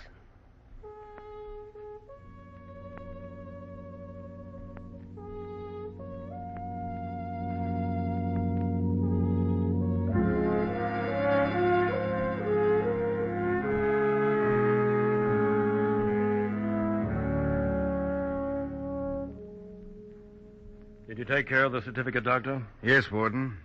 Natural causes, his heart mainly. Good. Is he? Take care of his effects and so on. I expect we'll arrange for Hale here to move into the cell with Connors. A blessing, wasn't it, Warden? Gives you a free cell just when you needed it. We thought a great deal of him, Hale. And for him to go out on Christmas Eve like this... Well, don't let it break you up, Warden. It's a little late for that. You never let go of a thing, do you? No, not this. It's going to make nice reading. You know how much these letters meant to him, I suppose? Yes, I did. The last thing he wanted to hear. They were all he had. All that kept him alive this long. You had to let these guys kick it around the prison yard like a joke. I'm sorry about that, Hale. Mac. Yes, Warden? You can take Hale back to his cell when he's through here. I don't think it'll be necessary to return him to solitary. Yes, sir. Come on, Doctor.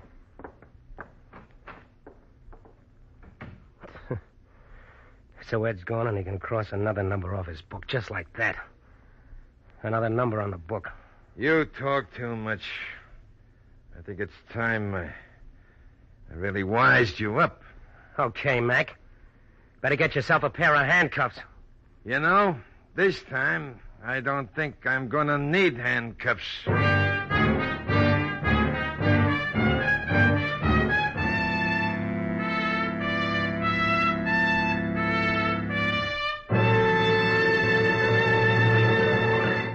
The Whistler will return in just a moment with a strange ending to tonight's story. I hate to disappoint you now, but the commercial message you expect at this time won't be heard tonight. I know it's a bit early to be opening Christmas gifts, but we here in the studio couldn't resist a peek into that present you gave us. I'm talking about that new popularity rating of the Whistler.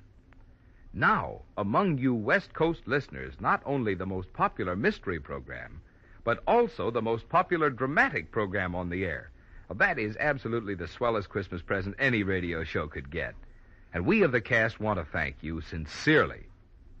Now, if you can keep a secret, I'll let you in on something signal dealers are sending you. It's 52 more weeks of the Whistler for next year. 52 more intriguing stories to add to your radio listening pleasure. And now, since we don't have television, I'd like to close by reading you a Christmas card that turned out much too big to fit in our mailman's pack. It's signed by all those friendly fellows who operate dealer-owned signal service stations in California, Oregon, Washington, Idaho, Nevada, and Arizona. And it reads, "To all of you from all of us, a very Merry Christmas and a New Year brim full of happiness." And now back to the Whistler.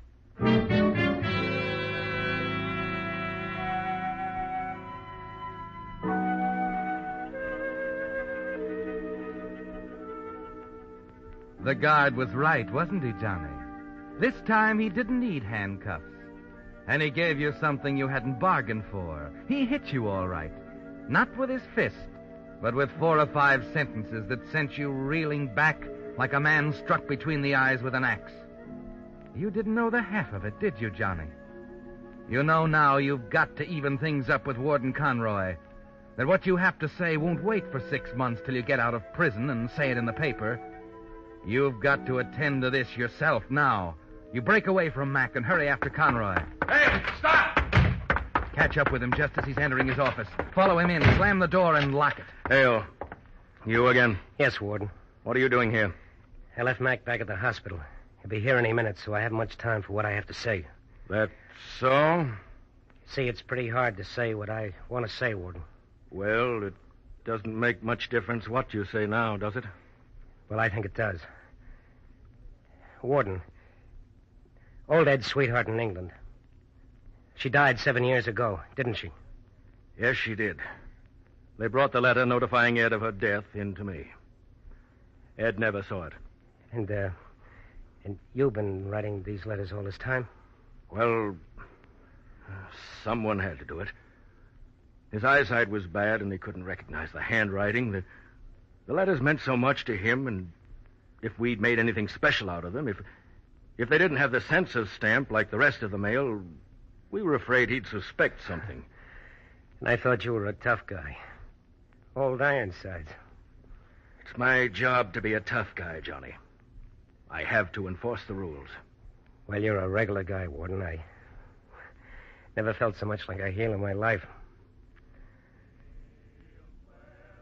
Listen. Yeah. Shall I open the window? Go ahead. I like Christmas carols, too.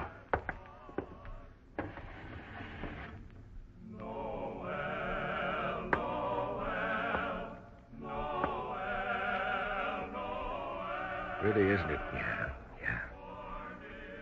You're a loyal friend, Johnny. You did a lot for old Ed, too. How about joining me in a little Christmas drink? Just happen to have a bottle of sherry here. Thanks. And Warden. Yes? It still goes, what I told you before. When I get out of here and I get back to being a newspaper man, I'm still going to tell the voters what kind of a guy they got in charge of the state prison. I'm going to tell the whole world.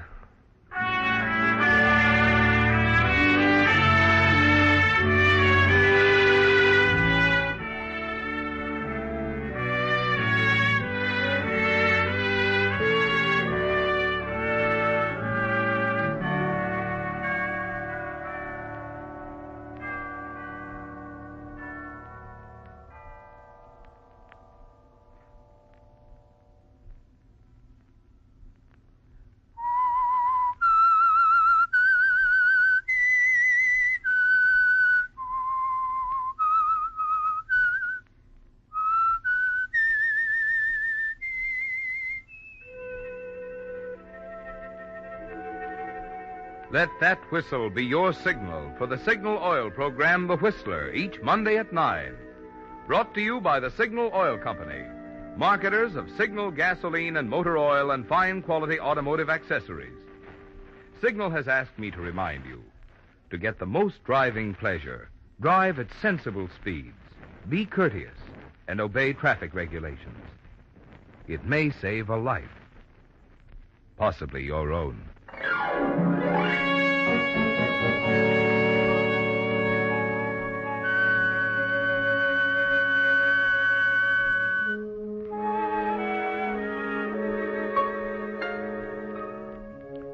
Featured in tonight's story were Frank Lovejoy and Charles Seal. The Whistler was produced by George W. Allen, with story by Joel Malone, music by Wilbur Hatch, and was transmitted to our troops overseas by the Armed Forces Radio Service. This is Marvin Miller speaking for the Signal Oil Company. This is CBS, the Columbia Broadcasting System.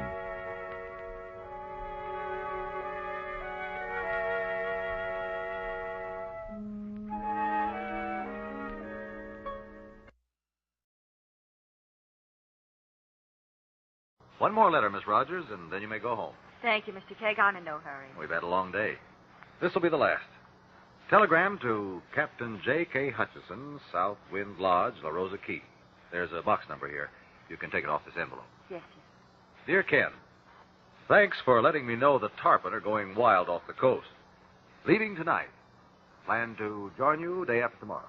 Best regards, Jonathan. I guess that cleans up the desk. I can't think of anything else. You'll know where to reach me. I just hope you can get away this time. So do I. This will be the fourth try. Every time I plan a fishing trip, somebody murders somebody. That's the way with the city. Trouble all around us. It won't be like this on a peaceful island in the Caribbean. I hope you're right. But I've found that murder isn't very careful about picking a place to happen. As you've heard me say, you never know when you may be called upon to testify to an act of violence in which you'll become involved quite innocently. Even now, on one of those peaceful islands in the Caribbean, there may be a crime in the making.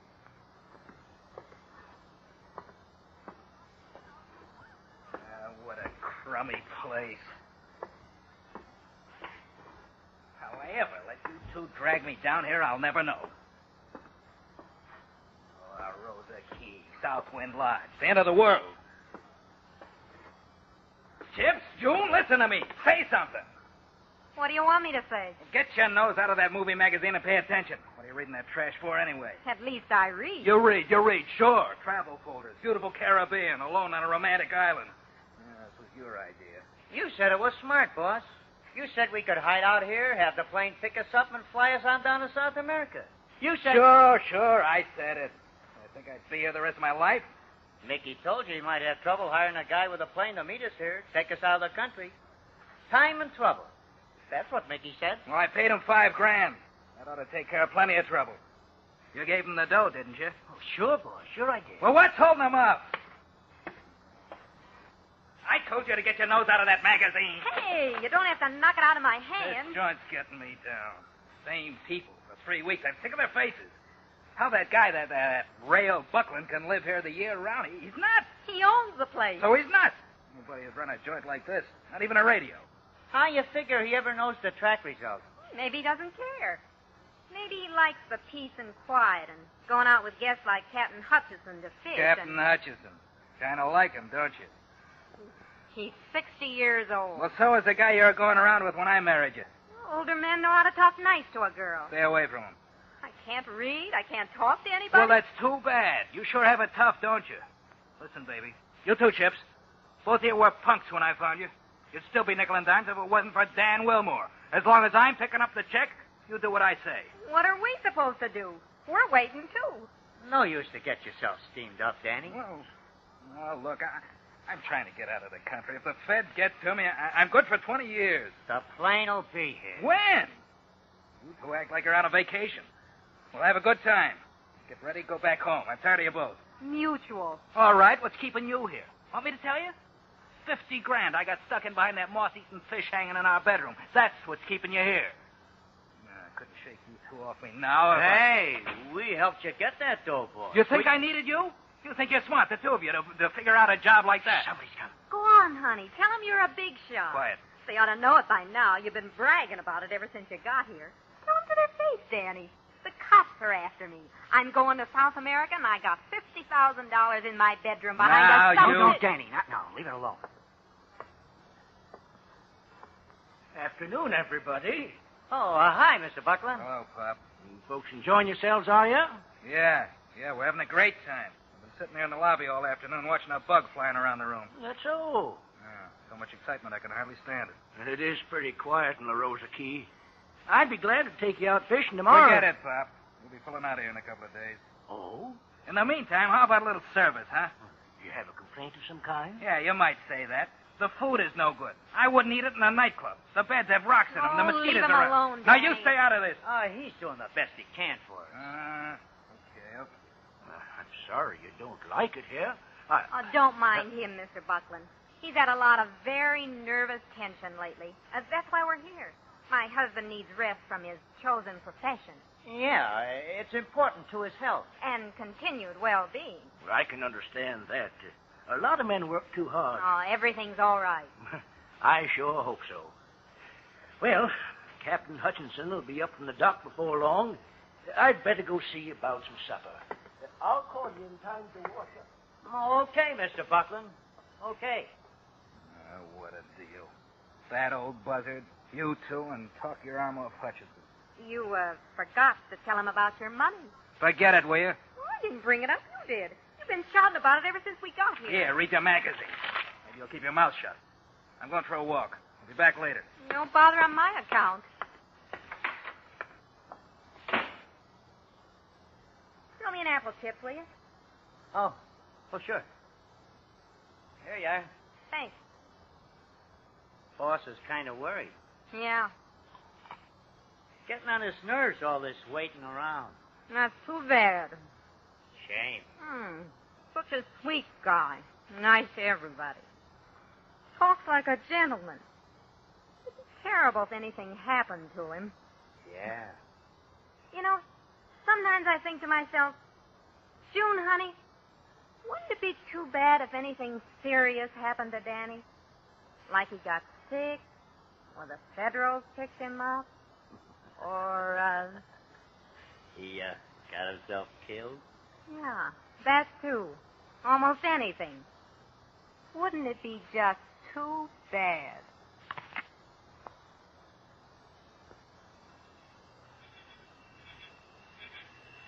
Captain? Yes? Captain Hutchinson. Who is it? It's me, Captain. Rail Buckland. Well, fine. Say, I want to tell you that was a good supper we had tonight. I feel comfortable and very well fed. Well, I'm glad you liked it. Captain, would you mind keeping your voice down? They're right inside. They might hear us from the porch here. You mean the other guests, the Wilmores and their friend? I want to talk to you about them. You haven't paid much attention to them, have you? Well, try to be friendly. Mrs. Wilmore's been cordial, but the men don't seem to want my company. And they don't like me either. To my way of thinking, people that don't like other people are usually trying to hide something. You think they're... I come in and out the door locked. I hear a lot more than my guests think I do. I imagine you do. A couple of times I've heard them fighting among themselves. They're fugitive criminals, Captain. Now, Buckland, your imagination I is heard work- them. Wilmore, he's the boss, and the other one helps him. They're waiting here for somebody to pick them up and take them to South America. I think the police are after the whole crew. If that's true, we'd better... Of course, we're 8 miles from the mainland, but they should be reported. That's why I'm talking to you now. You'd be curious if I tried to leave the island tonight. They don't think you suspect, do they? I wouldn't like to take a chance. Can't blame you. Tomorrow morning, we'll put out at dawn and act like we're going after Tarpoon. And when we get out of sight, we'll head for town and come back with some other men. Tomorrow morning. That's soon enough, if we act natural and don't let on we know who they are. I suppose you're right. I'm going to bed early like I always do. I was going to sit up and read until midnight anyway. That's the idea, Captain. We go right on like we don't suspect a thing. Then tomorrow, we'll have the police over here and catch all 3 of them. I'm going up to the resort, Mr. Swenson. I'll be back in a few minutes. I'll wait here for you, ma'am. Yes, Mr. Swenson, please do.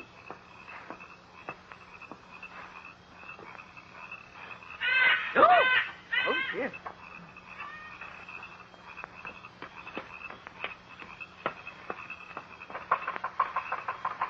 Hello? Hello? Yoo-hoo! Just a minute. Good evening. How do you do? I heard the boat, but I thought it went on by. Well, I had my guide tie up at your dock. I hope you don't mind. Not at all. I realize it is quite Glad late, to but... see you. Come right in. Well, we were passing, and I saw the light, and I hoped you wouldn't be disturbed. I was just reading. My name's Captain Hutchinson. I'm one of the guests at Southwind Resort. Oh, one of the guests? Well, I suppose you'll do, but, What did you have in mind? well, I suppose you can tell me what I want to know. Glad to be of service. Have a chair, Mrs. Miss Irma Mae Jones. I'm a school teacher from Ohio. Keyville, Ohio. Biology. Very pleased to know you. Captain Hutchinson, I am after seashells. You've come to the right place. In the last 2 weeks, I have nearly completed my collection of known seashells found on the beaches of the Gulf of Mexico. Found in this area, naturally. Naturally. I need one perfect Junonia and a perfect lion's paw, and I intend to find them. Very worthy endeavor. I am here to inquire if the beaches of La Rosa Key might be a good hunting ground. Well, I've seen a lot of shells lying around. You're not a collector? No. I fish. Tarpon, mostly. Yes. Well, Captain, is there anyone on the island who could tell me about shelling conditions? Well, the owner of the resort, Mr. Buckland. To tell you the truth, everybody else is going to bed. I hate to disturb Mr. Buckland this late. If you come back tomorrow, I'm sure he'd be Well, glad. I had intended to try some of the islands south of here. No, I'm afraid I couldn't. Well, that sounds like someone's moving about. A shutter banging against the house. It was an off chance. A collector never likes to leave any stone unturned, so to speak. Quite true, yes. Well, you could ask the owner of the resort if the beaches might be productive. And then if I happen to pass by again, I could inquire. That's a good idea. You come back and I'll let you know what I find out.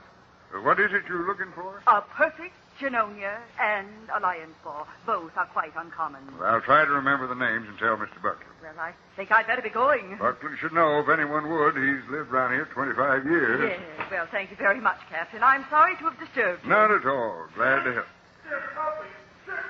Oh, my goodness. Somebody's calling for help. Yes, I hear them. Sounds like Dan Wilmore. Well, I'd better be leaving. Who's that yelling?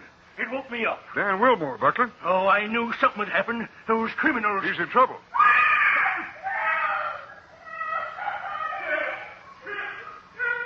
That's the boss. Come on. He's calling for you, Sid. Yeah, I heard him. A man might have the decency to wear more than shorts. I've seen enough.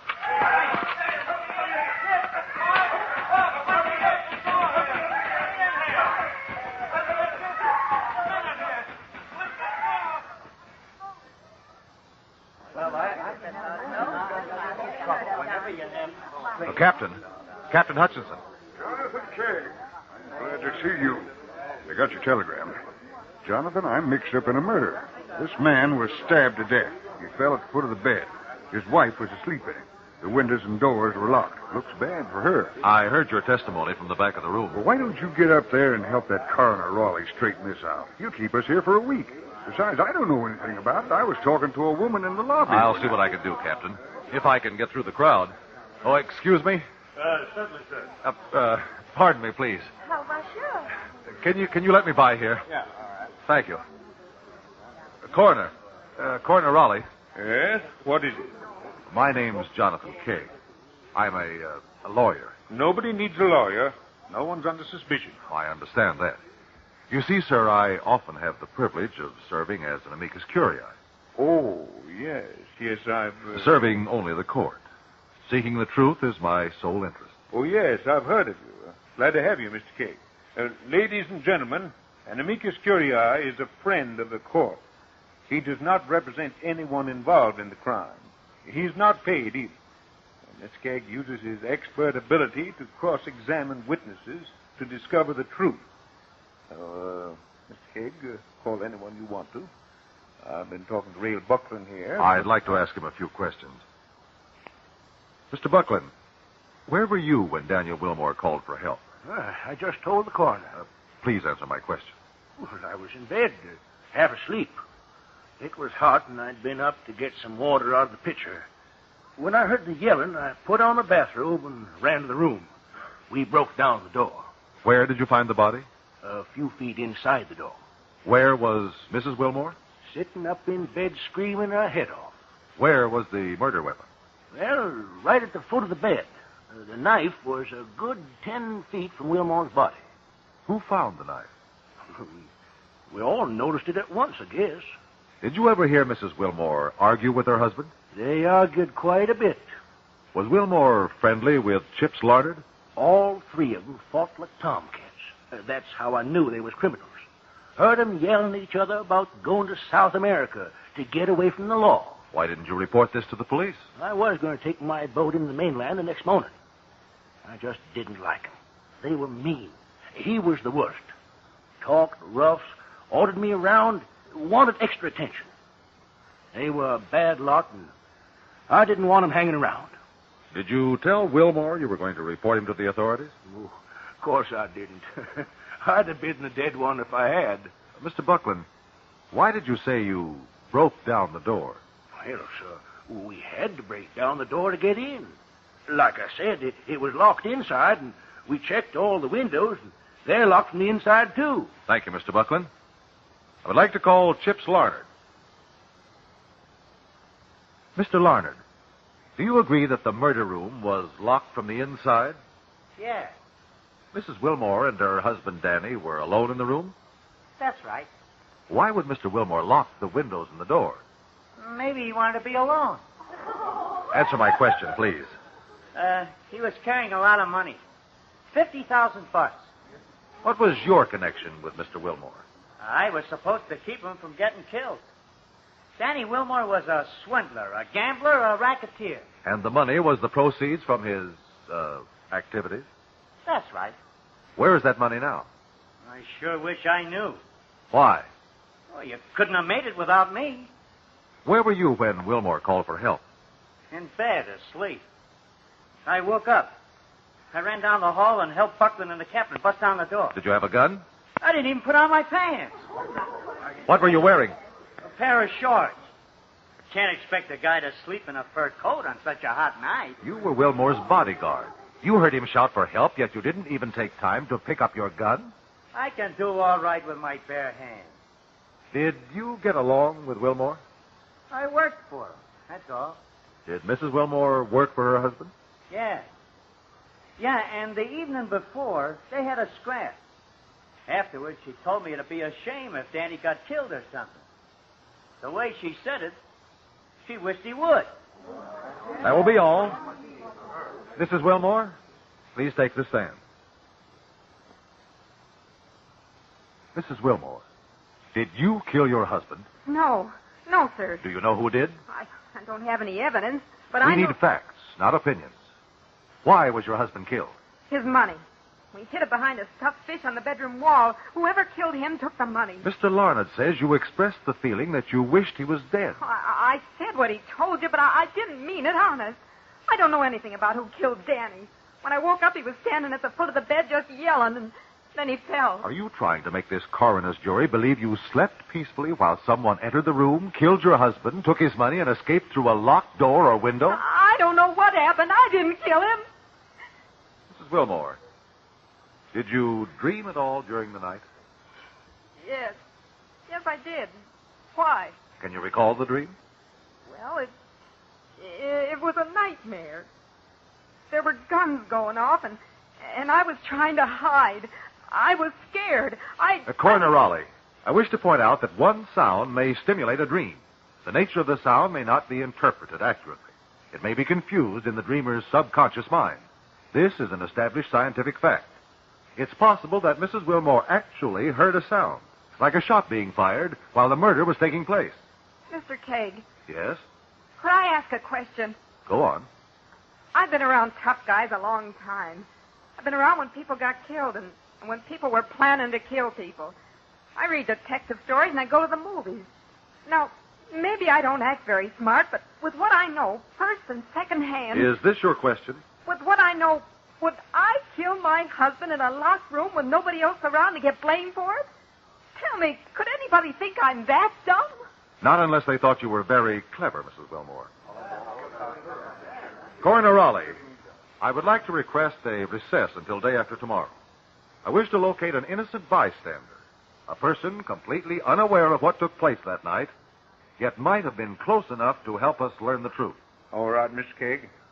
Until I call you together again to continue the inquest, this jury is excused.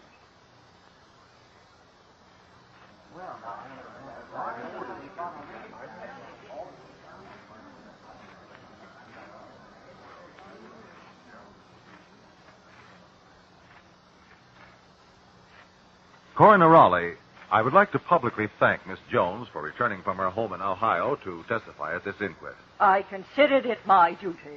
We're grateful to you, Miss Jones. Proceed, Miss Kaeg. Miss Jones, you were present at Southwind Lodge on La Rosa Key on the night the deceased Daniel Wilmore met his death? I was in the lounge talking to Captain Hutchinson. And then suddenly, the most unusual things began to happen. So We'll come to that. Please answer my question. My answer is yes. You were present at the resort. I was. How did you arrive at the island? By boat. I chartered it for the day for Mr. Swenson, and he'd taken me to visit some of the islands in the vicinity. What did you do when you arrived? I walked from the dock to the resort. You saw no one? Only Captain Hutchinson. He was sitting in the lobby, or lounge, reading. What were the weather conditions? Warm. Hot, in fact. It was not uncomfortable on the water, but on land it was muggy. The windows of the resort were open? The doors? Yes. Was the captain alone when you entered the lobby or lounge? Yes. He told me everyone else had gone to bed. Did you have reason to doubt this? Well, he may have thought they were in bed asleep, but while we were talking, I heard a window open. You're sure it was open? Oh, absolutely. And a few seconds later, it was closed.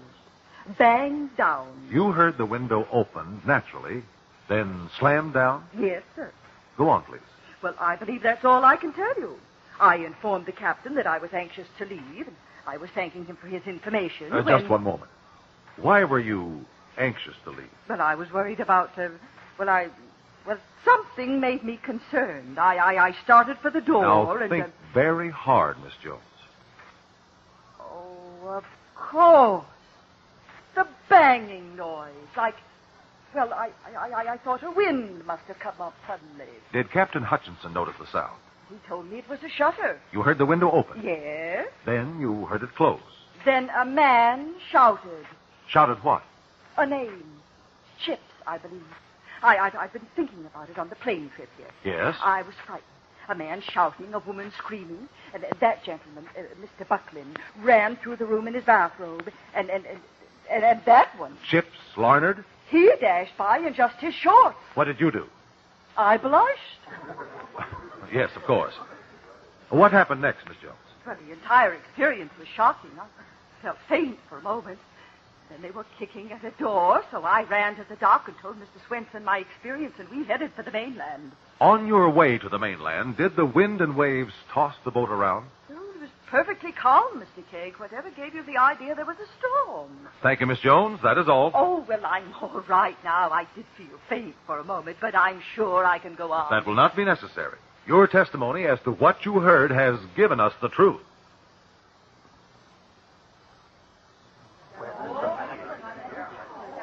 Quiet, please. Quiet, everyone. Please, quiet. Quiet. Coroner Raleigh, you are a physician, are you not? I am. As a doctor, do you believe it is possible for a man fatally stabbed to close a window, lock it, and walk 10 feet or more before he fell? Possible, but... That is the answer to the locked room. Daniel Wilmore was stabbed by someone outside the window. He pulled away, leaving the knife in the murderer's hand. To keep from being struck again, he slammed the window down, threw the lock, and staggered toward the door, shouting for his friend and bodyguard, Chips Larnard. Don't try to hang this on me. I didn't do it. Here's a gun. Careful now, everyone. All of you Careful. stay where you are. Careful, everyone. Careful. Larnard, don't be a fool. Don't move, Keg. You're not going to frame me. I'm getting out of here. Drop that gun. Drop it or I'll come get it. I'm warning you, Keg. The testimony of the innocent bystander can be interpreted in only one way. Stand still, Larnard. Daniel Wilmore's killer hid outside the bedroom. He was there when Miss Jones walked up to the house. He planned to enter and take the money, but the window was locked. Keep walking and I'll shoot. The killer attracted his victim by banging the shutter against the house. Miss Jones heard that sound.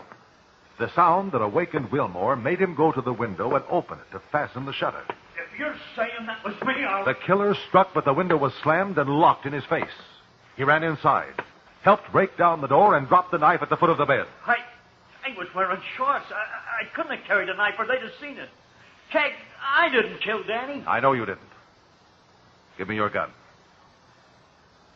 Okay.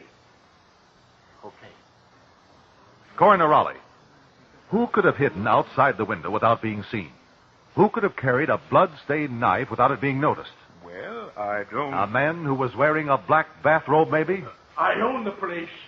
I don't need to kill and steal. Maybe you're tired of taking orders, cooking meals, carrying suitcases. Nobody will believe that. You wanted the money and you have it. You returned after the murder, before the police searched. You removed $50,000 from behind He took that money from honest men. Men like me. He was a no-good criminal. I have more right to it than... Yes, Rail Buckland. You killed Danny Wilmore. Coroner Raleigh, thanks to the testimony of a completely innocent bystander, Miss Irma Mae Jones, we have learned the murderer of Daniel Wilmore. You did it, Mr. Keg. Solved a murder by questioning an innocent bystander. The honest people of the county thank you. Coroner Raleigh, our system of justice is based on the ability of witnesses to testify accurately. Because of this, we can usually learn the truth. When will we see you again, Mr. Keg, as amicus curiae? Whenever I'm needed, I'll be here. Good night, Mr. Keg. Good night. I'll be here. Good night, Mr. Keg. Good night. I'll be here. Good night, Mr. Keg. Good night. I'll be here. Good night, Mr. Be sure to listen tomorrow night for Ted Mack and the original Amateur Hour, broadcast over most of these ABC stations. The amazing Mr. Malone.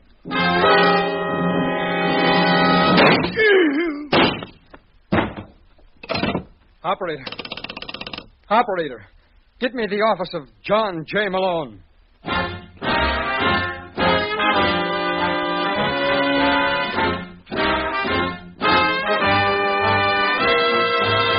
The American Broadcasting Company presents The Amazing Mr. Malone, an exciting half-hour of mystery created by Craig Rice and starring Gene Raymond. Our locale is the city of Chicago, the time, the present, and the hero of these weekly adventures, The Amazing Mr. Malone.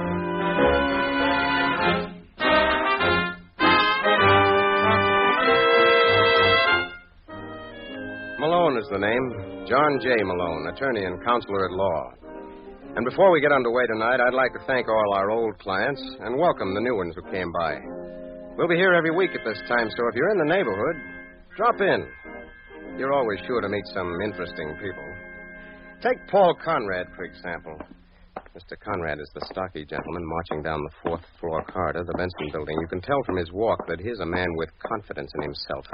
And when he comes to a door marked Larry Hogan, Private Investigations, he doesn't hesitate for a second, but barges right in. Yes. Mr. Conrad is a boy who knows his way around. Hello, Hogan. Huh? I said hello. Oh. You know, it's a funny thing, Mr. Conrad, but I was just thinking about you. All right. Let me in on the joke. Huh? You said it was a funny thing, and I could stand a laugh these days. Oh, you know what I mean. Hey, why don't you sit down? What's the matter, Hogan? Don't you think I can take it standing up? What have you got for me? Well, it's like I told you on the phone, Mr. Conrad. You know, you can't rush these things. Now, do you take a a lady like your wife? Now we're getting down to cases. Who's the boy Doris has been seeing? Well, we haven't been able to run him down yet, but I expect I'll have something for you by next week. That's what you told me 1 month and $400 ago. Just what kind of a chump do you take me for, anyway? No, I resent that, Mr. Conrad. Oh, don't get me wrong, Hogan. I don't blame you. I certainly acted like one. What's the man's name? Let me go. Come on, Hogan. I'm losing my patience. Well? You think you're smart? Not where my wife is concerned. Otherwise, I'd never let a gun-off like you bleed me. Now, who's the boy Doris has been seeing? Didn't you hear me, Hogan? Sherman. Jackie Sherman. Jackie Sherman, huh? Where'll I find him? At the Brighton Apartments. That's very kind of you, Mr. Hogan. Now, if you'll be good enough to make out a check for all the dough you've clipped me for, why, I won't trouble you again.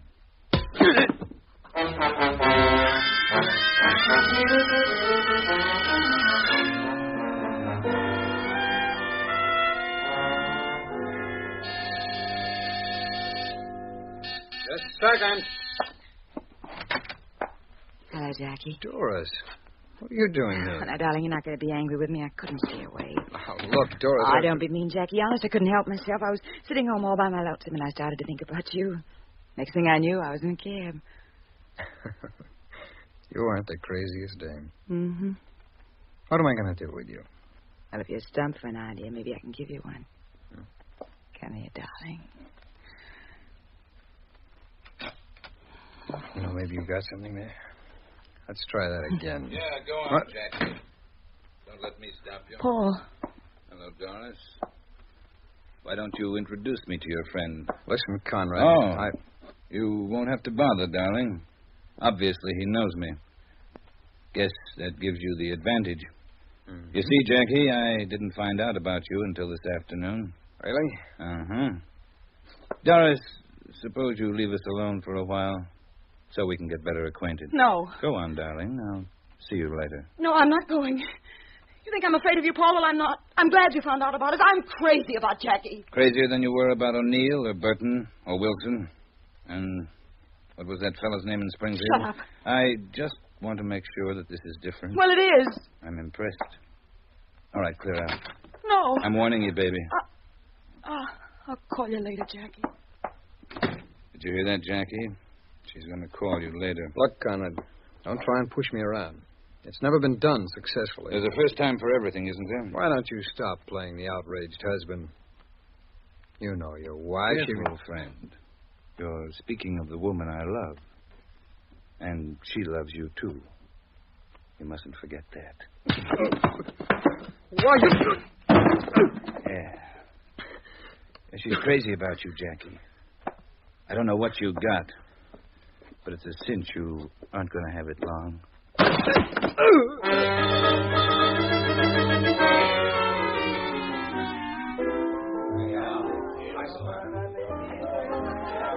Yes, sir, Wadley. Hey, what happened to you, Mr. Shaman? None of your business. Yeah, but look at your face. Did you have an accident or I something? said none of your business. You know a boy named Daniel Seymour? Yeah? Is he here now? Well, look, Mr. Shaman, like you say, it's none of my business. Like I said. Now, where is he? In the corner booth. Send a bottle over to the table.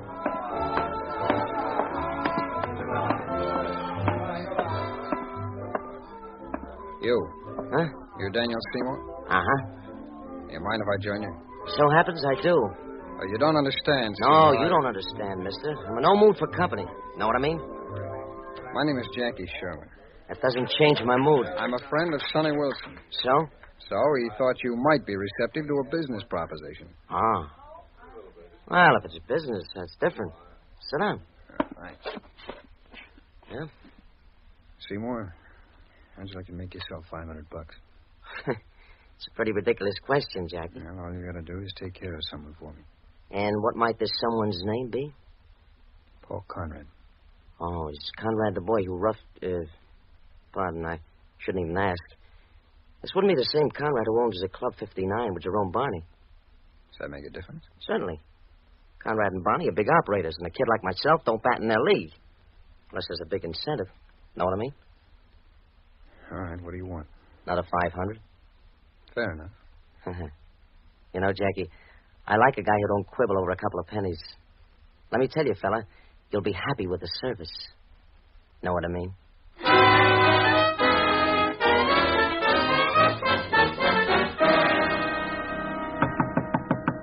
Come in. Hello, Conrad. What brings you here, Barney? I just thought I'd drop by to see how you and Doris were getting along. Just peachy. You couldn't expect me to know. You haven't been down at the club in quite a while. I've had other problems on my mind. You got room for another? We're short. What do you mean, we're short? I just finished going over the books with Harold Plant. He tells me there's close to $50,000 that he can't account for. Is what? Well, I didn't mean to upset you, Conrad. Still, I can't blame you. 50 grand ain't peanuts. What happened to it, Barney? I was hoping you could tell me. Well, let me get this straight. You think... just a second. Don't go away, Barney. I'll be right back. Take all the time you need, Conrad. I'll be here. Yeah, what the... devil?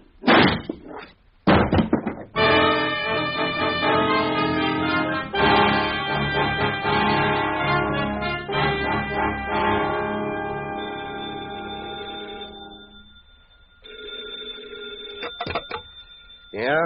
Have I the pleasure of addressing the amazing Mr. Malone? Don't tell me. It can't be Lieutenant Brooks. Can't it? I know I'm asking the impossible, Lieutenant, but if you had a mind, what would be on it? You know, that layoff did you good. Before your vacation, I didn't think your jokes could get any worse, but you fooled me. You're wasting your time in homicide, Brooks. Have you ever considered radio? You like my delivery? I think it's the greatest thing since the U.S. mail. What's up? Ever hear of Paul Conrad? What about him? Got himself knocked off at 5:30 tonight. What's that got to do with me? Well, silly fools that we are, we're holding his partner for the murder. Jerome Barney? Uh-huh. You're crazy. Oh, I bet you tell that to all the cops. Barney couldn't have killed him. You didn't even know Conrad was dead. You already got to figure out Barney isn't the killer. That's right. That's my boy who said that. Unfortunately. All right, Malone, we haven't been amazed in months.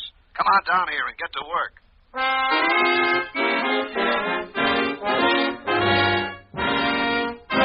You're listening to the amazing Mr. Malone.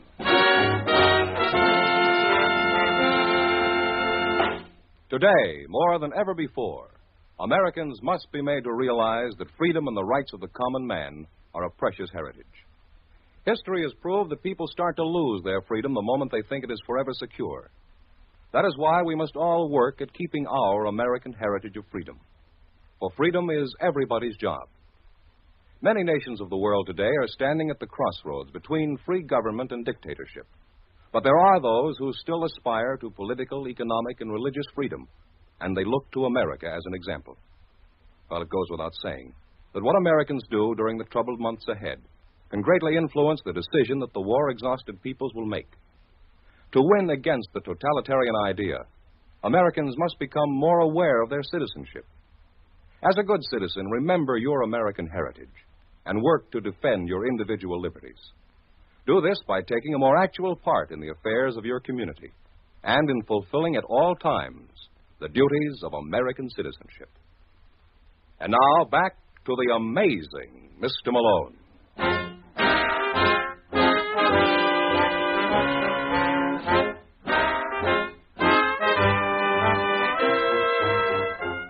Well, that's life for you. 1 minute you got it, and the next you haven't, as Mr. Conrad learned to his sorrow.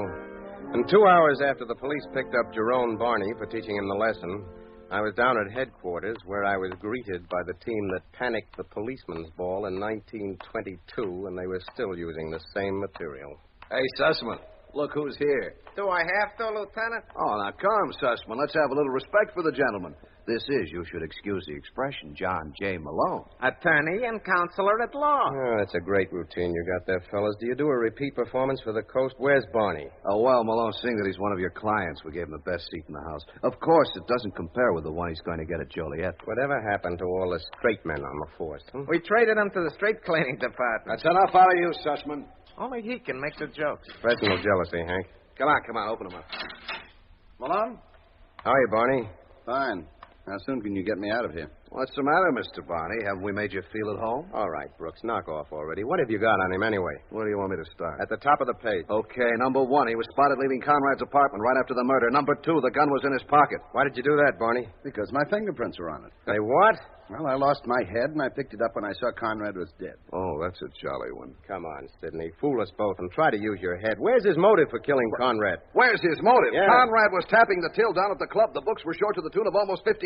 Is that right, Barney? Well, sure, but if I killed Conrad, how was I going to get my money back? Because you boys had a partnership insurance policy on the lives of each other. You know, I forgot about that. Well, it's a pleasure to remind you. Well, what do you say, Mr. Malone? I wish I could think of a smart exit line. Oh, you leaving already, Counselor? Yeah. Why, you haven't been at all amazing.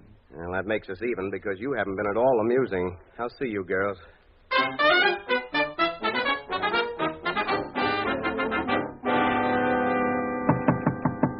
Just a second.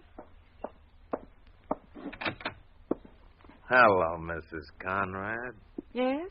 I wonder if you could spare me a few minutes of your valuable time. I'm afraid I'm busy. Oh, you can't be that busy. My name's Hogan. Hogan? Larry Hogan. I'm a detective.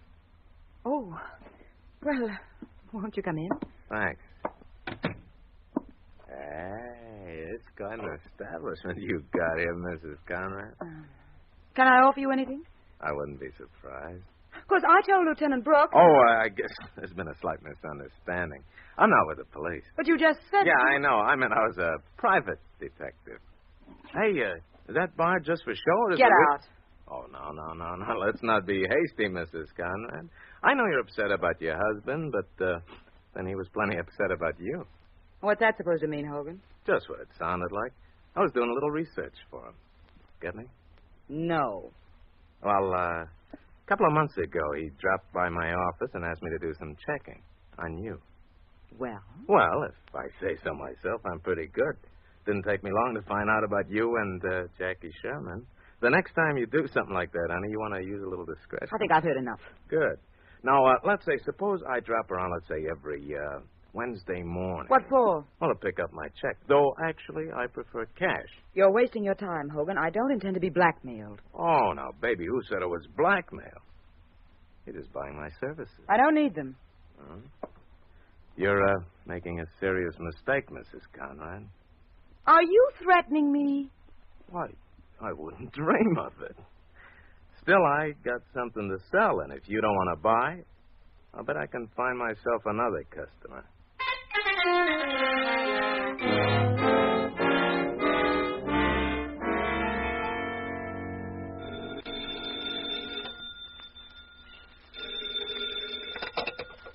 Yeah? I'd like to talk to John J. Malone, please. You are now. Well, you don't know me, Mr. Malone, but my name is Larry Hogan. Who? Larry Hogan. I'm a private eye. A private eye. You've been seeing too many Bogart pictures. I bet you even own a trench coat. Look, Mr. Malone, I call to do you a favor. Why? What do you mean, why? You're representing Jerome Barney in the Conrad killing, ain't you? Well? Well, what would it be worth to your client if I can clear him? What do you want? Well, I'm no pig, you understand. How does $500 suit you? It suits me fine. Well, the party for you to see is Mrs. Conrad. Her hubby hired me to keep tabs on her. Who was you holding hands with? A boy named Jackie Sherman. Jackie Sherman. Yeah, he lives at the Brighton. Well, thanks a lot, Hogan. I'm forever in your debt. Hey, wait a minute, Malone. What about my dough? Hey, what dough? You promised me 5 bills. No, I didn't. I said 500 would suit me fine, and it would. I haven't made a penny since I came back from my vacation, so if you'll excuse me, Hogan, I got to get down to cases.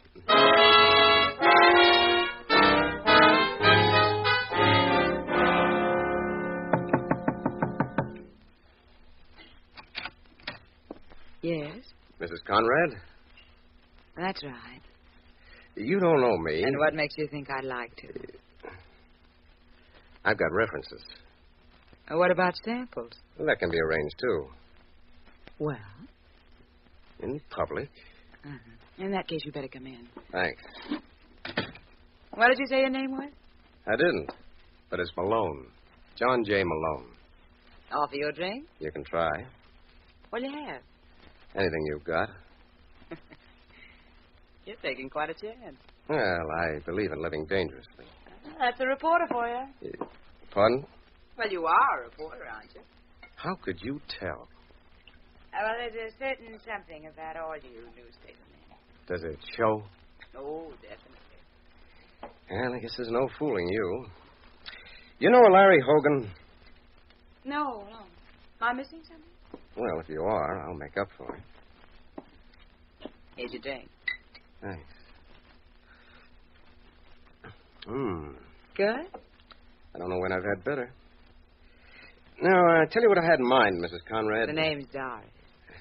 Well, I didn't want to presume.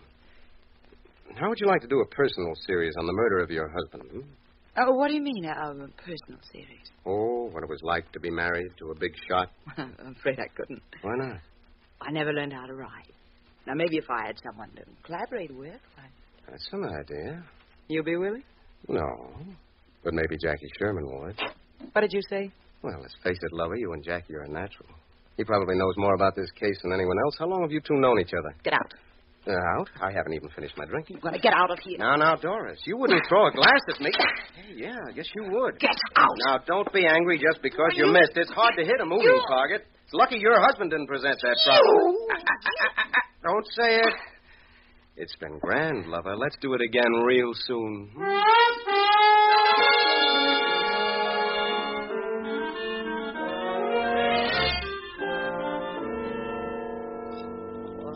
One, two, one.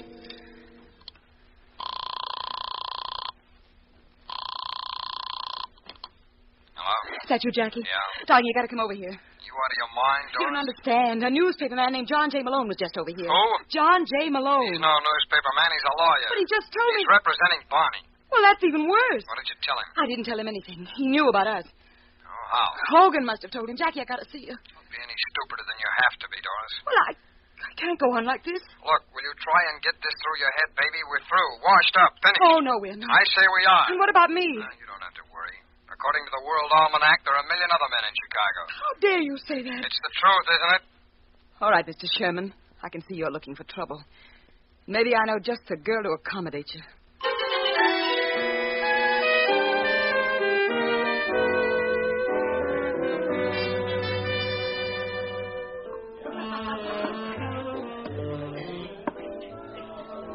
Hello, Seymour. Remember me? Well, the bandages look familiar. Squat. I was very surprised to hear you were still in town. Why? You expect me to leave, Jackie? I got nothing to hide. I disagree with you. Never seen it to fail. Look, Jackie boy, up to this point, my association with you has been very pleasant. You know why? Because you didn't tell me how to run my business. Know what I mean? Well, don't you think with Conrad dead that you... Conrad? Never heard of him. Now, look, Seymour, you... All right, look. I'm willing to pay you $500 more to get out of town. Well, if you're going to put it on that basis, Jackie boy, I'd be an ingrate to refuse. Know what I mean? I don't. What? That's what I hate about this place. They never keep out the riffraff. What are you doing here, Malone? You probably won't believe this, Seymour. Probably not. I had no idea you were here. I was following your friend. Imagine my surprise. Beat it, Malone. Say, what's the trouble with me today? Nobody seems to want me around. Maybe you ought to start reading the ads. That's a thought. And I got one, too. What do you suppose Lieutenant Brooks is going to say when I tell him that Mrs. Conrad's boyfriend has been consorting with a hired killer? Is that what you think I am, Malone? Uh-huh. Well, you're wrong. I never harmed a soul in my life. But you keep talking like that, and I might surprise myself. Know what I mean?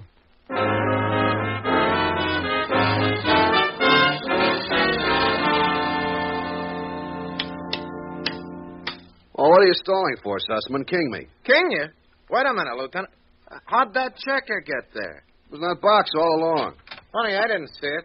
Are you implying that I would cheat? No, he wouldn't do that, Sussman. He's just dishonest. Well, if it isn't the amazing Mr. Malone. What do you hear from Perry Mason? Why don't you give up, Brooks? I don't think you boys will ever replace the Keystone cops. What did you find out? Find out about what? Conrad's murder. Oh, haven't you heard, Mr. Malone? We've got the killer under lock and key. It's a fellow named Jerome Barney who, by an odd coincidence, happens to be your client. You mean you haven't done any more work on the case? Well, it seemed like such a waste of effort with you on the job. Shall we get back to our game, Sussman? Listen, you comics, you know darn well that Barney didn't kill Conrad. Well, enlighten us, Counselor. Where did we make our mistake? Mrs. Conrad was holding hands with a boy named Jackie Sherman. Do tell. 20 minutes ago, Mr. Sherman met with a fellow named Daniel Seymour, and you know what Dan Seymour does for a living. Yeah, I have my suspicions. Well, what deduction do you Hawkshaws draw from that? Now, you listen to me, Malone. As strange as it may seem, we occasionally get an idea once in a while. Yeah. Now, it's your theory that Seymour gunned Conrad on behalf of Jackie Sherman. Yes. Well, there's only one thing wrong with that. When Conrad was killed, Mr. Seymour was being questioned by the police 15 miles away. He what? So I guess you'll have to find yourself another suspect. It's your move, Mr. Malone.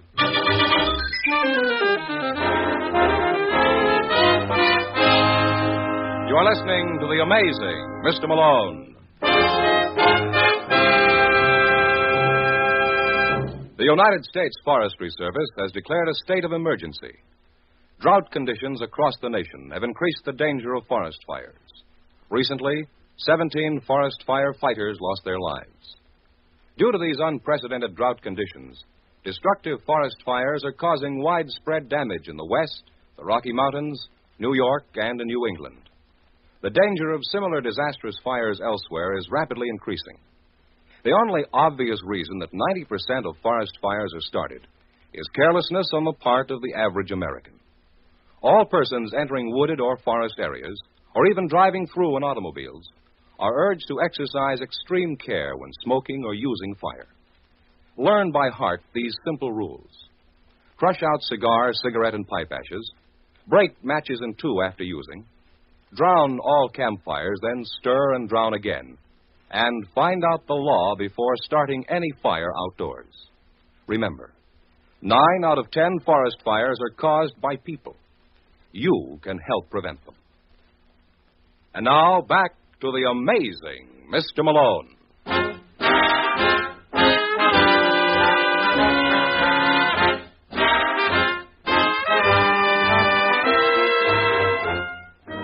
Professor Einstein had as much trouble with his theory as I had with mine. Here I had it worked out so beautifully that Dan Seymour had killed Conrad at the behest of Jackie Sherman, and according to Lieutenant Brooks, there was only one slight flaw. It never happened that way. Say, Malone. Huh? Your mouth's still open. Now, listen, Lieutenant, are you sure that Seymour couldn't have killed Conrad? Positive. How do you know? Because at the time of the murder, we were having a little tete-a-tete. I got a phone call yesterday afternoon that Mr. Seymour had secured himself an assignment and a little interview might be in order. Who was your tipster? My friend didn't care to leave his name. But the point is... The point is that at the very moment Conrad got himself gunned, I was looking into Seymour's beautiful brown eyes. Well, how about Mrs. Conrad? Yeah, hey, how about her? I mean, why couldn't she have killed her husband? No reason, except she didn't. At 5:30, she was having cocktails in Evanston. Any further nominations? Hogan. Who? Did you ever hear of a private detective named Larry Hogan? Yeah, several times. Well, he was the one who gave me Mrs. Conrad and Jackie Sherman. Well, that was sweet of him. Maybe Hogan killed Conrad. Oh, Malone, don't you think you're reaching a little? Well, why not? Where's his motive? He did some work for Conrad. By you, that's a motive? Suppose Conrad refused to pay him. Suppose they had a... Wait a minute, Lieutenant. I think I see it all now. You do? Yeah. Put your head on. We got work to do.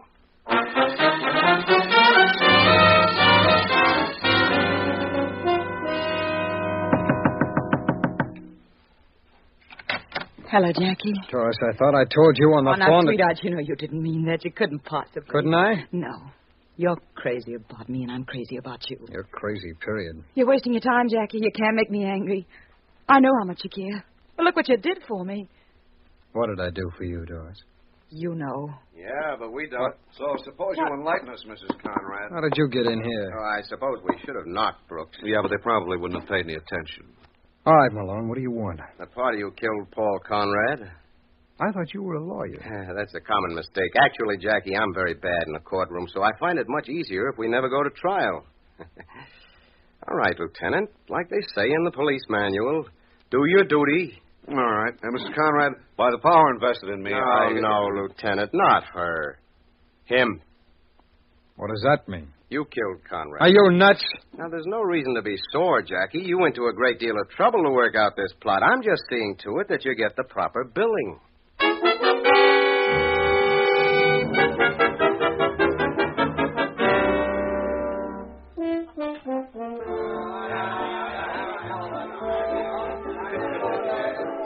Say, Malone. Huh? If it's not asking too much, would you mind drawing me a diagram? Oh, I thought the doctor told you to lay off those stupid pills. Well, Malone, we can't all be as smart as you. After all, if I knew all the answers, I'd be doing guest shots on gangbusters. Well, it had to be Jackie Sherman. Had to be. Now, why? Couldn't be anyone else. What was his motive? Don't tell me he was in love with Doris. Of course not. But you saw the shellacking Conrad gave him. Well, Jackie wasn't the kind to take it laying down. No, that still doesn't prove anything. Well, where do you think your tip came from to pick up Seymour? Jackie? Whom else? Well, that makes a lot of sense. Sure it does. Jackie knew his name was bound to pop up in this case. He was the most obvious suspect. So he hires a killer and then tips us off about it? Exactly. Oh, that's Miss Sugar. It's not crazy at all. Jackie had a great knowledge of psychology. He banked on us figuring the way we did. It didn't seem possible that having hired a gunman, he'd do the job himself, which is just what he did. Why do you think I had no trouble following him to Seymour? He led me there, deliberately. Then I can't get over it. Do you realize how unusual this case was? You mean I didn't wind up with a beautiful blonde? No, I've seen that happen before. Oh, what then? Well, I've been running around with you, man and boy, almost 3 years, and this is the first time I can remember where you didn't get your head parted in the middle with a lethal weapon. Say, that's right. Yeah, let's just hope it doesn't establish a dangerous precedent. Good night, Malone.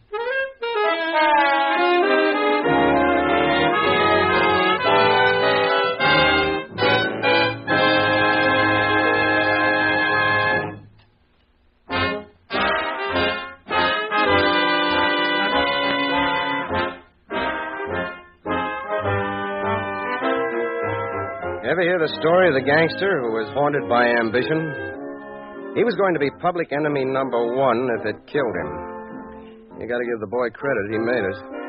I'll tell you all about it next week, so why not pick me up in my office at the same time?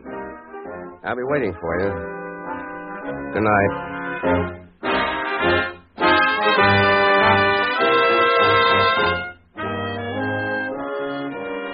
Gene Raymond was starred as John J. Malone.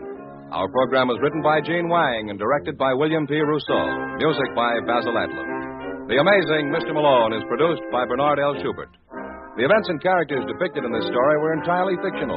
Any resemblance to actual places of people living or dead is entirely coincidental. Mr. George Fenneman inviting you to be with us next week. The Amazing Mr. Malone has come to you from Hollywood.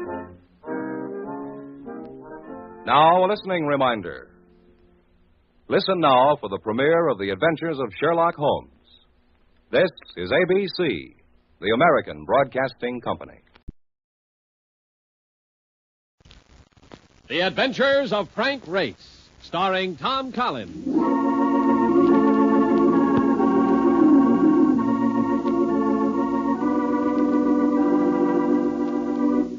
The war changed many things, the face of the earth and the people on it. Before the war, Frank Race worked as an attorney, but he traded his law books for the cloak and dagger of the OSS. And when it was over, his former life was over, too. Adventure had become his business. The Adventures of Frank Race.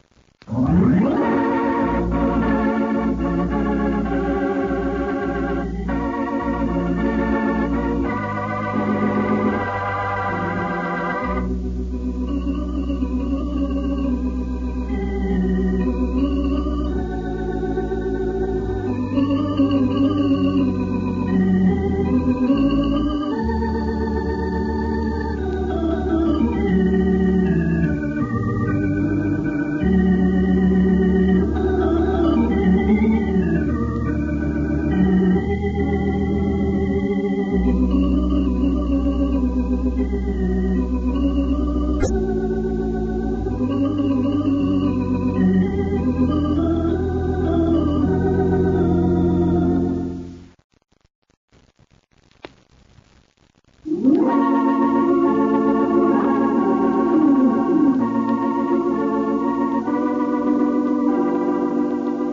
now we join Frank Race for The Adventure of the Silent Heart.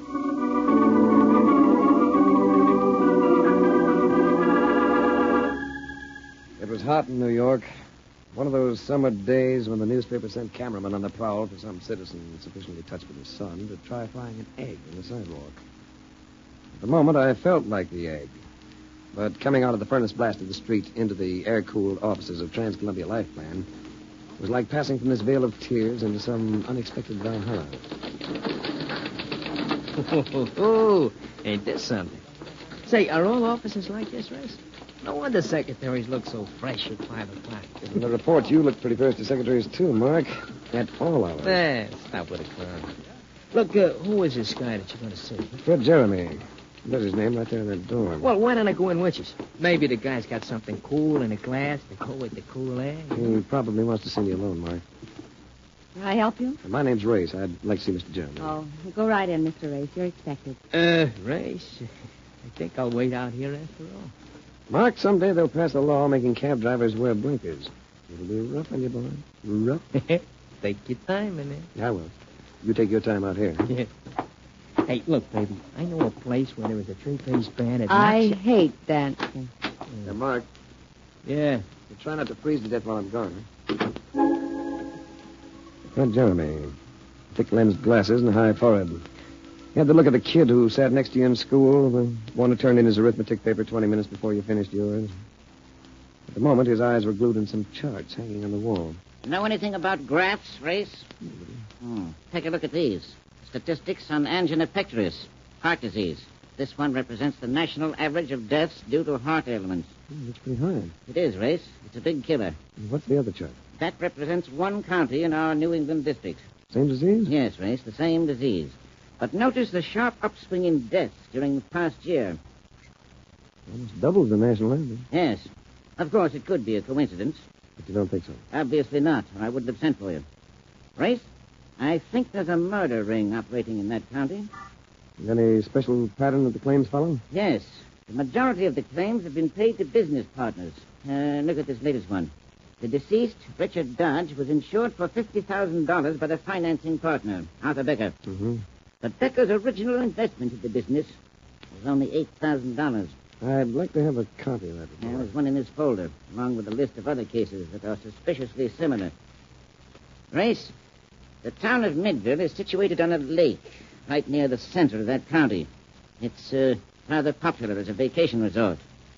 You could use a vacation, couldn't you? I'll leave tonight. I'll let you know where I'm staying.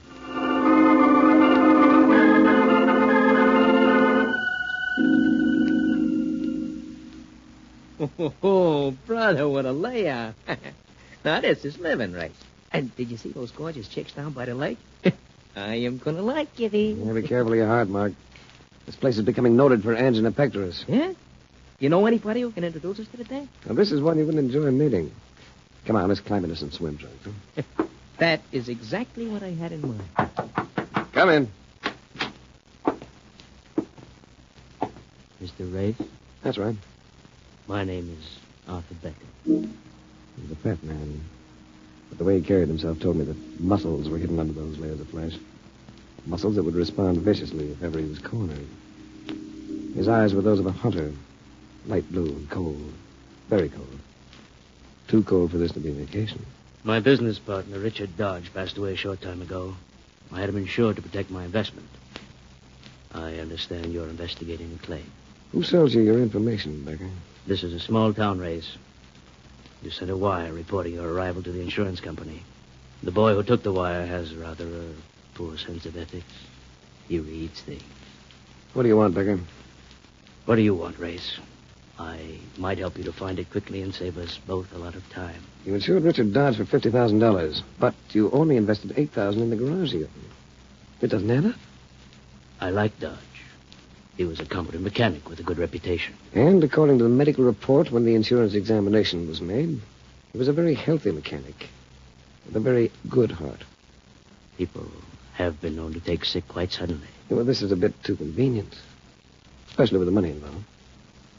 Well, I can see you haven't a very trusting nature, Race. I thought I might be helpful.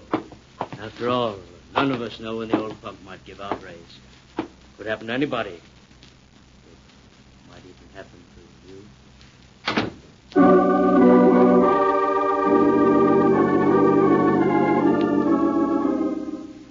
you. In checking around Midville, I found that Richard Dodge, the latest victim of the heart disease racket, had a mother. I went to see her. I can't understand what happened to my boy, Mr. Race. He was so big and strong. He played football when he was in high school, you know. Did he have any insurance? Any payable to you, I mean? Well, he did before he went into the business with Mr. Becker. But then Richard increased his old policy and made it over to Becker so that the premiums wouldn't cost too much. You mean Richard paid the premiums himself? No, I paid them. I had a little money left over from my husband's pension. I see. I have some pictures of my son in his football uniform and when he was a soldier. Would you like to see them, Mr. Ray? No, I'd... Yes. Yes, Mrs. Dodge. I'd like to see them.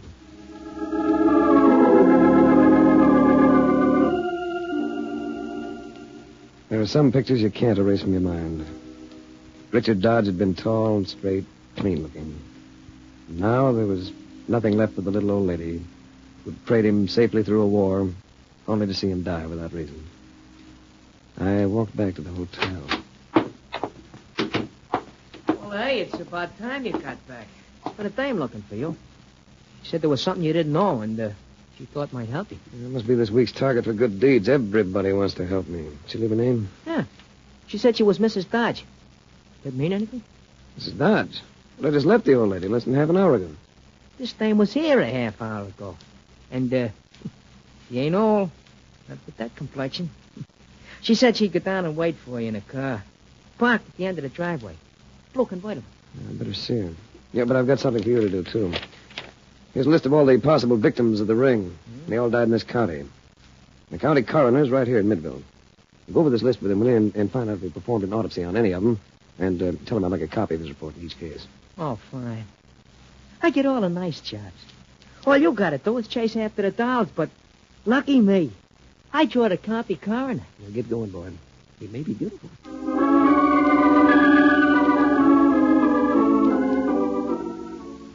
The blue convertible was at the end of the driveway, all right. The girl behind the wheel steered to the highway. I saw her face in the last glow of the sun. It was lovely. Lovely enough to make me forget for a moment why I was here.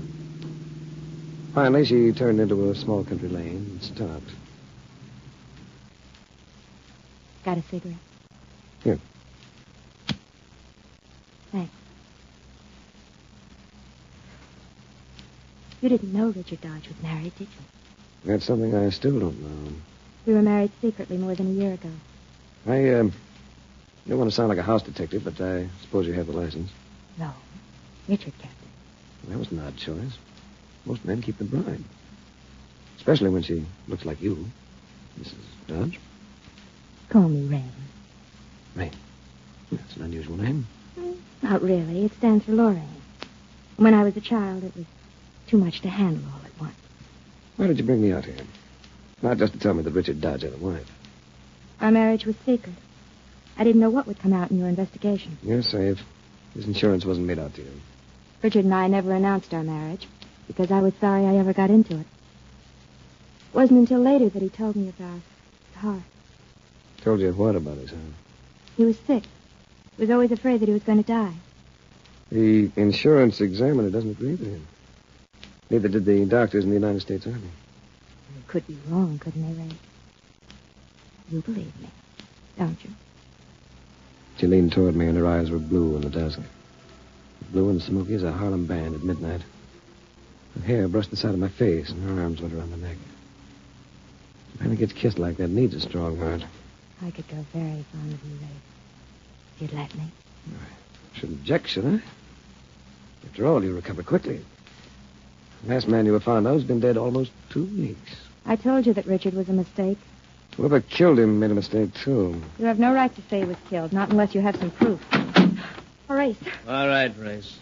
Well, out of the car. Get your hands up. Race, it's a hold-up. Save that for the Midville Little Theater, baby. You'll never make Broadway. You keep your lip button, wise guy. Tell the dame to start the car and get out of here. Why don't you tell her? You know her name as well as you knew mine. Go ahead, sister. Beat it.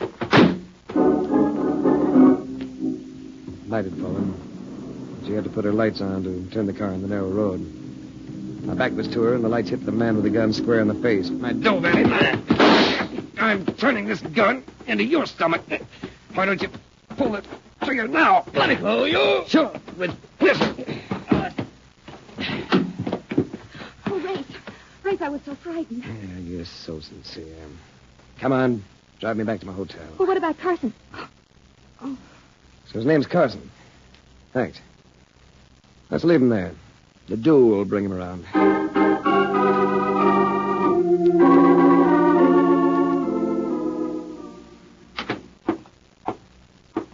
Brother, what happened to you? You got lipstick on your mouth with the rest of you. What did she do? Kiss you and then push you into a concrete mixer? Yeah, rival popped up. A fellow named Carson. How'd you make out with the car? Fine, fine. We'll kill the whole quart of elderberry wine. He makes it himself. How about the death report? He says it was all just plain hard failures. Said we was wasting our time. You too, huh? You know, some I think I'm going to turn in early. That wine has made me woozy. You'll probably have me a Technicolor hangover. A few minutes ago, everything looked blue, and now everything looks yellow. Isn't that funny? Yeah. Yellow. What looks yellow, Mark? Everything. It's funny. Everything. Mark, light up, boy. You're right here in the couch. Right. What's the matter with me? Your order, please. Tell room service to shoot up some ice and plenty of black coffee right away. And send the house doctor up. Hurry. What is it? I feel... Yeah, Mark, you got to be quiet, boy. I'm afraid you're going to have a heart attack. Got about a 50-50 chance to save your life.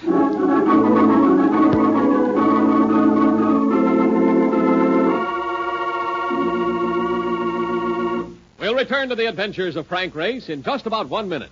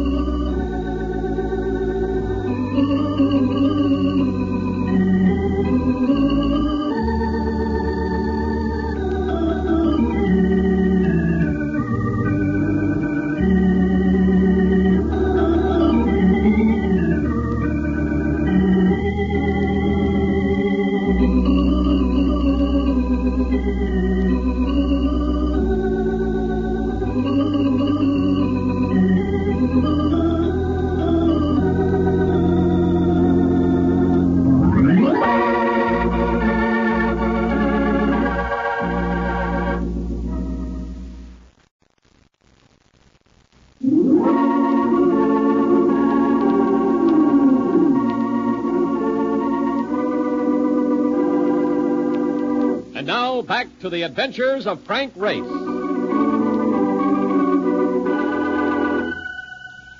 I stayed at the hotel waiting for the doctor to get finished with Mark. It was touch and go. I knew he was having a rough time of it, but while he was conscious, he never lost that grin. Made me want to go out after Becker and his mom. You operate off cue when you get like that. I knew better. How is he, Doctor? He's sleeping now. I think he'll come out of it all right. Coffee you poured into him probably saved his life. I was right about the drug, then. Yes. An overdose of digitalis. Administered orally. If he'd gotten a bit more of it, nothing would have helped. How did you spot it? He had yellow vision. I know that color distortion's often the result of a heart depressant. Yeah, it could be caused by something else.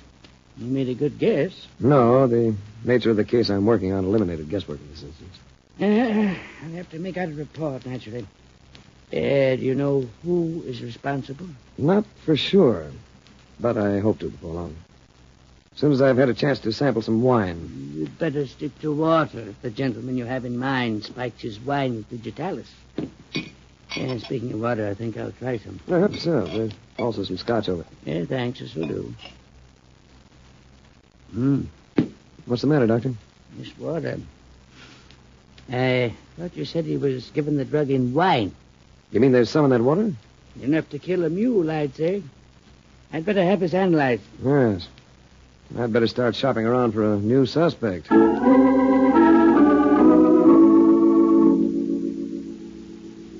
the next 12 hours, Mark slept like a log. I stayed close to him. The stuff he'd swallowed had obviously been meant for me. Made a few long-distance calls, including one to Fred Jeremy. He came up by plane, loaded with information. Well, I checked for the police, Race. There's a lot of stuff. I hope you can make it fit. How about Becker? Yeah, there's a prison record, all right. He also has an alias. Sometimes calls himself Benjamin Delaney. Benjamin Delaney? Well, that's the name of another of the beneficiaries on a policy you paid off a couple months ago. That's right. How about Carson? You able to run down anything on him? He served time with Delaney. He's also out on parole. Good. Now, how about Richard Dodge? Any record of his marriage? Yes. He married a girl named Lorraine Gregory. A civil ceremony performed in the next county. Lorraine Gregory? The county coroner's name's Gregory. That's right, Race. She's the coroner's daughter. But what were Becker and Carson convicted for? Armed robbery. They picked a less spectacular game, but one that's all even more lethal. Race, in view of what happened to your friend, I think we could get the police to make an arrest. No, not yet, Fred. Couldn't make it stick. Why not? Because we can't prove access to the drug. It's hard to obtain. I've had every source checked and all prescriptions searched. There's no way they could have gotten their hands on the quantities used. None that we could prove. Hi, fellas. Hey, Mark, come on, now get back in bed. Not a chance. Don't you know more people die in bed than any place? I'm sorry about what happened to you, Donovan. The company will try to make it up to you. Oh, thanks. But I am interested in how you could have made it up to me if I drank just a little more of this. I guess you're getting better, all right. I have been slip Mickeys before, you know. But this one was meant to be permanent. I would like to get my hands on the gent who's prepared it. I hope you'll get that chance. I'm going out. Bet there's another dame in this. Yes and no. I'm in the mood for a little elderberry wine. I'm going to visit Coroner Gregory and his daughter.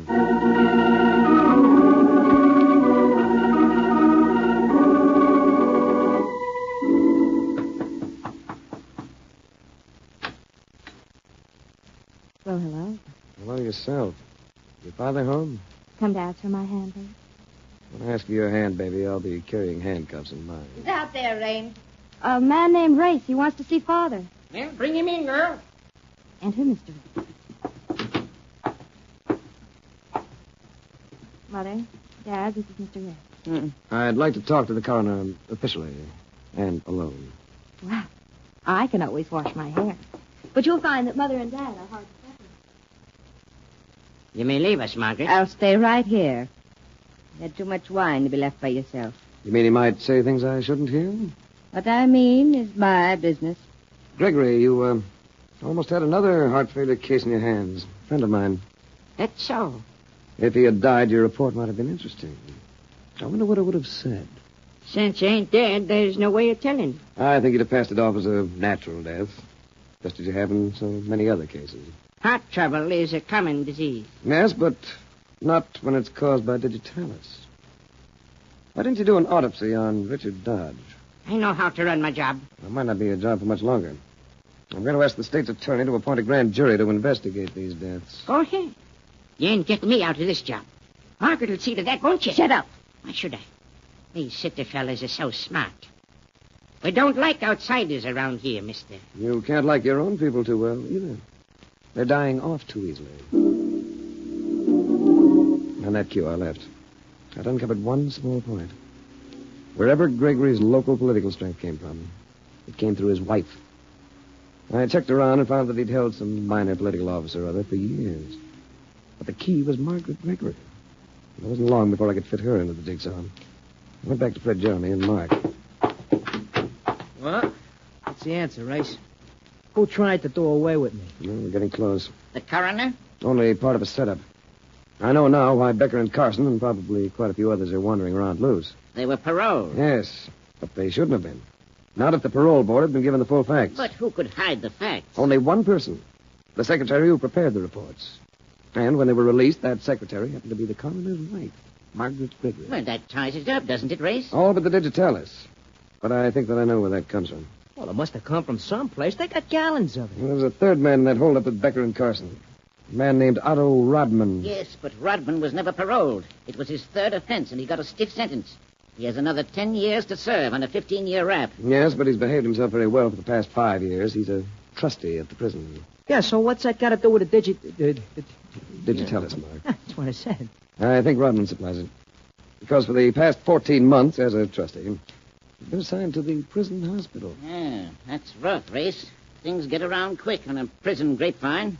If we went in to investigate, he'd know it before we got to him. Well, not the way we're going to do it, Fred. I'm going to set it up with the state's attorney. Mark and I are going into that state prison as a pair of convicted hijackers.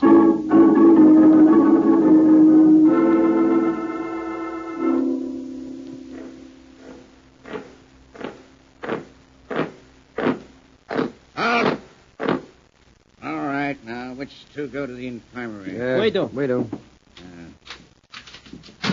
Get in there. Here are two guys for sick call, Rodman. Probably faking. I'll see him on the way back after the doctor gets in. Okay, Mr. Seward.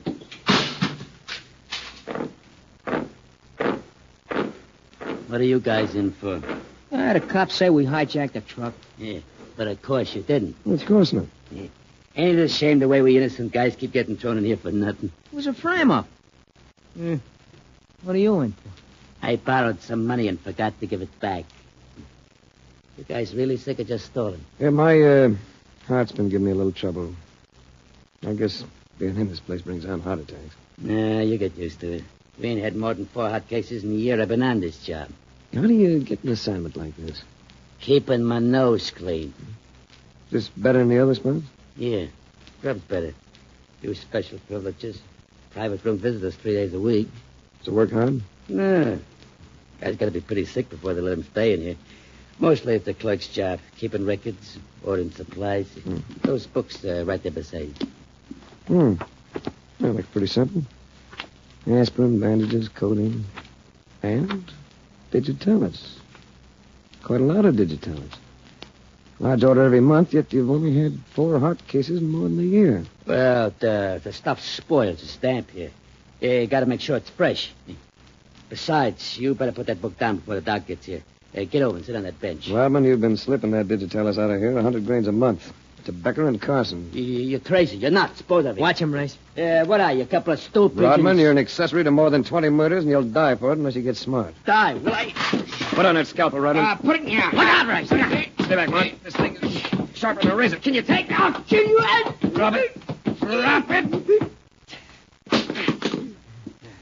You lose, Rodman.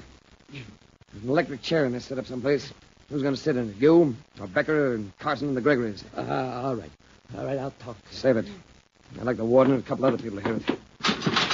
Open up, guard! Hey, you know something, Race? I'll bet we're serving the shortest sentence anybody ever served here.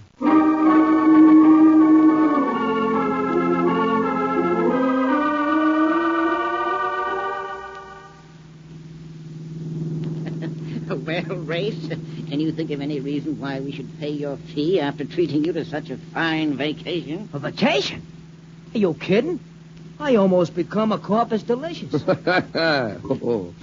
Mark, Latin and you do not make a team. Fred's kidding. I certainly am. What a ring. The coroner and his wife and daughter and a pair of cutthroats. Hey, you know something, Race? That Rain thing wasn't bad looking. I don't think she was so bad. Maybe her family just roped her into it, huh? She's working on your heart for the second time. What do you mean the second time? What do you think poured that stuff into your drinking water? You mean she did it? Why, that 2-time and no good thing. That would have gone on if you hadn't stopped it, Race. You've saved the company a lot of money. I wanted to talk to you about that, Fred. You never paid Becker for the death of Richard Dodge, did you? No, and we won't have to now. Now, those premiums were paid by Dodge's mother, Fred. Sweet old lady. She's the real victim of this. Oh, I see what you're driving at, Race. I think I can arrange to have the claim paid to her. Ah, thanks, Fred. You're a decent guy.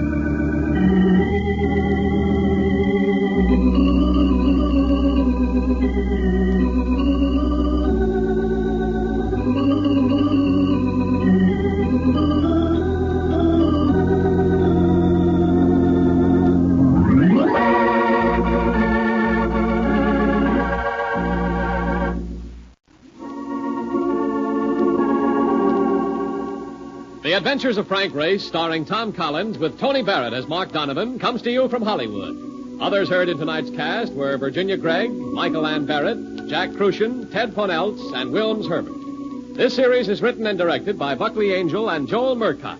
The music is composed and played by Ivan Ditmars. Be sure to be with us again this same time next week for another dramatic chapter in The Adventures of Frank Race. Art Gilmore speaking. This is a Bruce Ells production.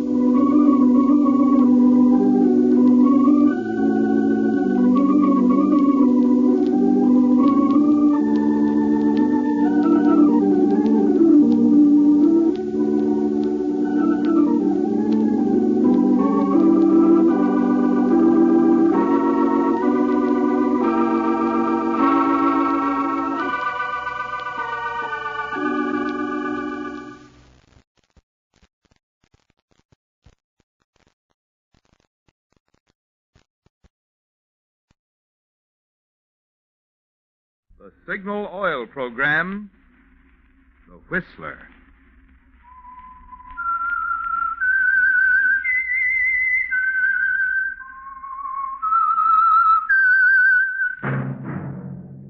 That whistle is your signal for the Signal Oil Program, The Whistler.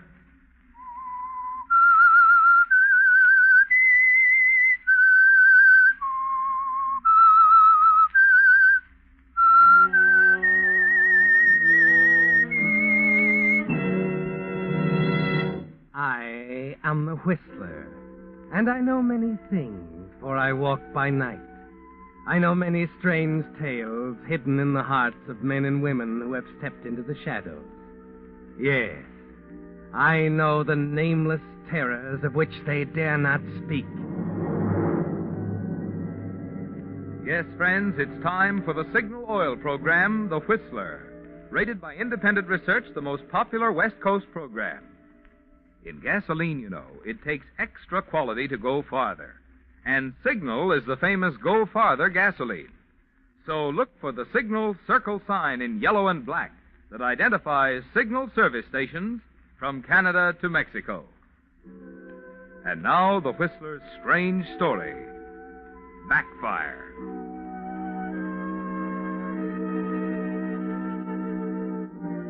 Just a moment before, the music of the little tango orchestra had seemed pure magic to him as they sat at their special table in the soft, enchanting gloom of the Club Madrid.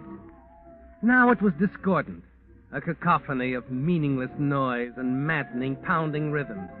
And the club, the dancers, the slim vocalist with the maracas, only heightened the despondency that settled on him like a cloud. And the thing that had worked the change, that had transformed magic into misery in a split second, was the thing that Amy had said, tossed across the table to him as if it had been a comment on the weather. I'm sorry, Carl. I don't love you. I never did. Amy, what are you saying? Really, darling, it isn't anything to look so serious about. You must have known that we couldn't go on like this forever. Amy, we can't just throw it all away. You've got to understand. Throw what away? Carl, dear, you're being awfully naive, don't you think? Amy, I love you. Is that naive? Is that stupid? Well, it doesn't make very good sense, dear. We've had 3 months, 3 wonderful, exciting months. Arnold's coming home tomorrow, and that is that. You know how he'd explode if he ever found out. No? When did you hear from him? Well, he wired from San Francisco this morning. Aren't you just a little bit worried about him? Why? We've been discreet enough. You know, it's a little strange how a man can be so brilliant and so blind all at once. You almost look as if you delight in telling Arnold that. Yes. I'm afraid I can't afford to. Naturally. You know, I think Arnold might resent it a little if he knew his wife had become romantically interested in her chauffeur. That puts me in my place quite nicely, Amy. It was meant to, darling. I suppose you run and get the car. I want to talk to the orchestra leader for a minute. Well, what are you waiting for? Of course, Mrs. Pearson. Right away.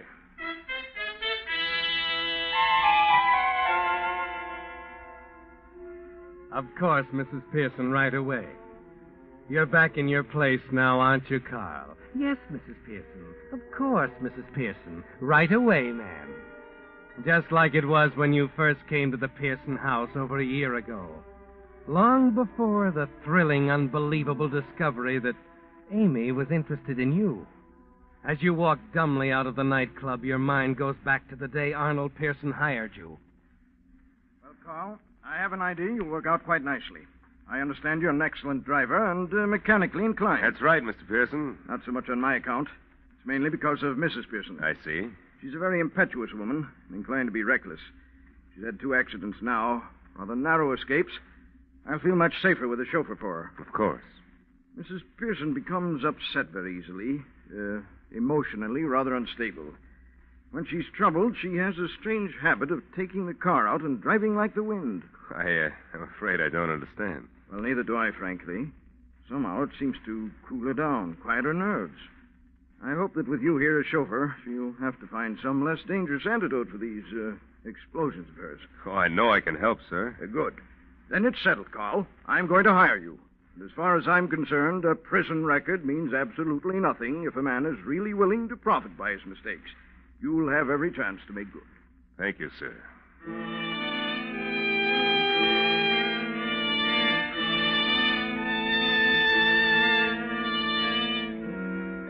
Yes, Carl, you're back in your place.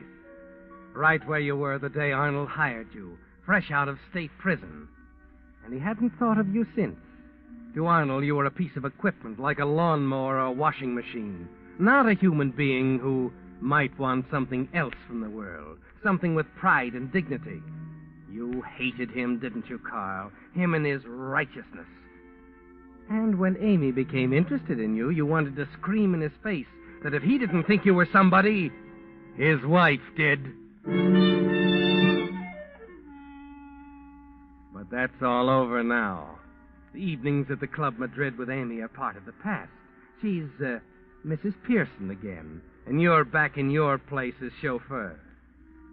You're a little uneasy when Arnold called you into his study on the night of his return. I don't quite know how to begin, Carl.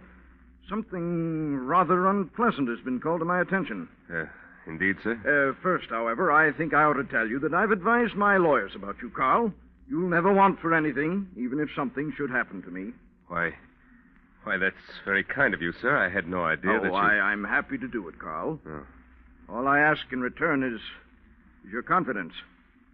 It's about Mrs. Pearson. Mrs. Pearson? As you know, Carl, I'm quite well known. And, well, the fact of the matter is, a chap from the firm spoke to me about Amy this afternoon. He implied she'd been seen on a number of occasions in the company of a strange man. Oh, well, it's probably only gossip, sir. I'm sure that... I hope it is just gossip. It sort of upset me, that's all. Coming home to a lot of ugly rumors about my wife and an orchestra leader. An orchestra leader? Yes. I believe he's working at the Club Madrid.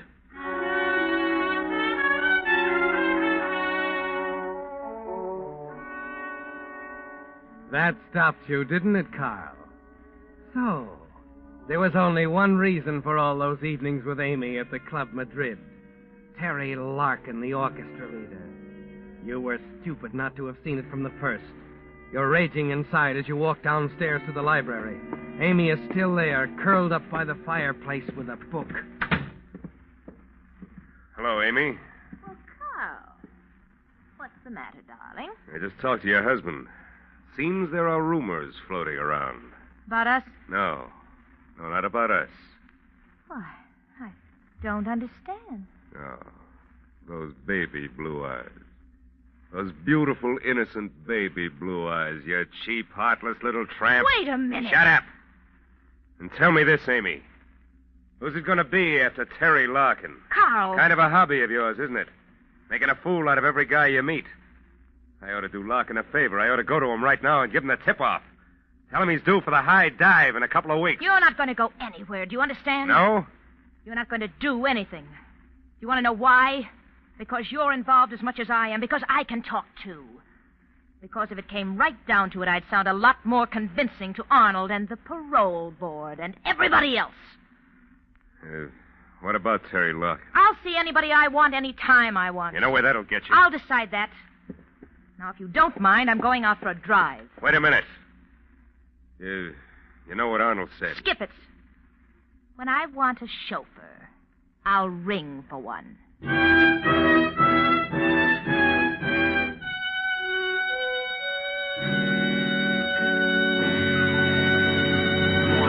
With the prologue of Backfire, the Signal Oil Company brings you another strange tale by The Whistler.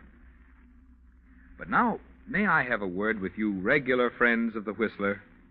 As you know, it's your loyalty that has made this the most popular West Coast program.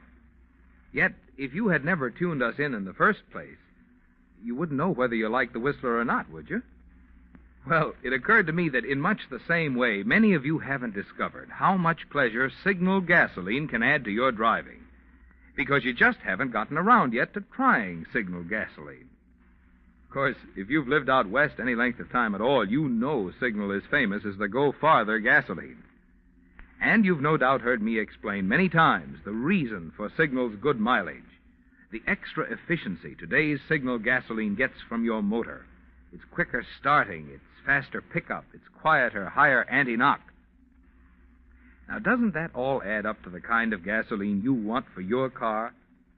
Okay, then I'd like to ask a favor of you. How about trying a few fillings of Signal gasoline, starting with your next tankful?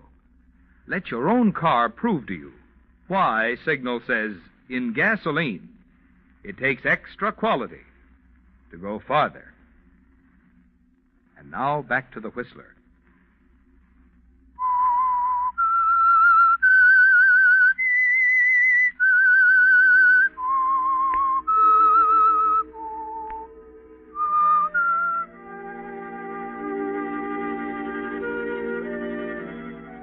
Well, Carl, it's a thin line that divides love from hatred, isn't it? There's a blind, driving hate inside you, fighting for expression every minute of the time you're with Amy.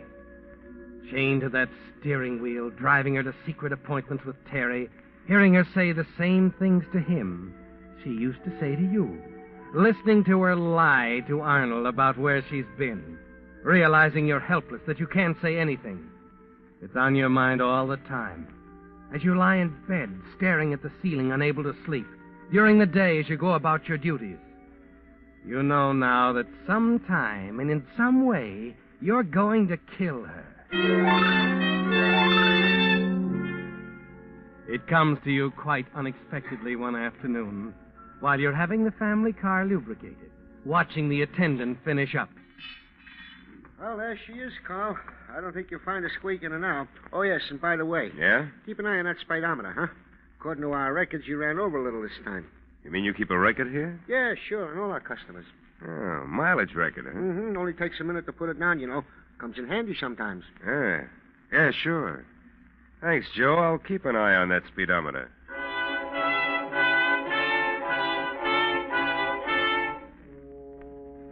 And that's all it took, Carl. A chance remark by the station attendant. Keep an eye on that speedometer, he said, and that's what you're doing. It's 5 miles to the Pearson home from the station, exactly 5 miles.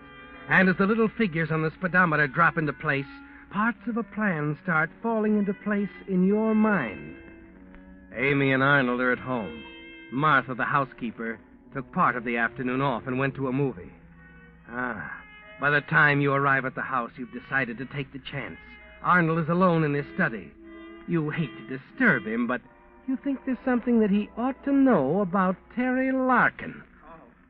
Carl, are you positive about this? Absolutely certain? Yes, sir, I am. I'm terribly sorry, sir, and I wouldn't have mentioned it, but you seemed so upset when you heard about it the other time. I know. It's all right, Carl. You're simply doing your duty. Where's Mrs. Pearson now? I think she's in the drawing room. Thank you very much. You've been most loyal. Thank you, sir.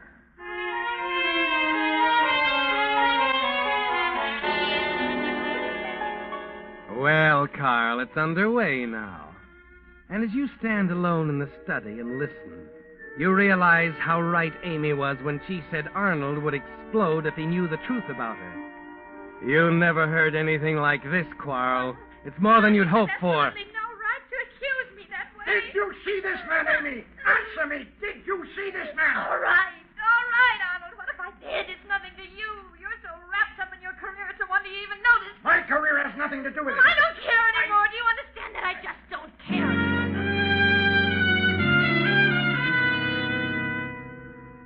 And best of all, Carl, you aren't worried about what Amy might say about you. What she says won't matter. It's what she does that concerns you now. All that matters is that she behaves you expect her to. And she does exactly. The moment the quarrel is over, she rushes out of the house and hurries across the lawn to the garage for another wild ride. You have the car all turned around, keys in the ignition, ready for her.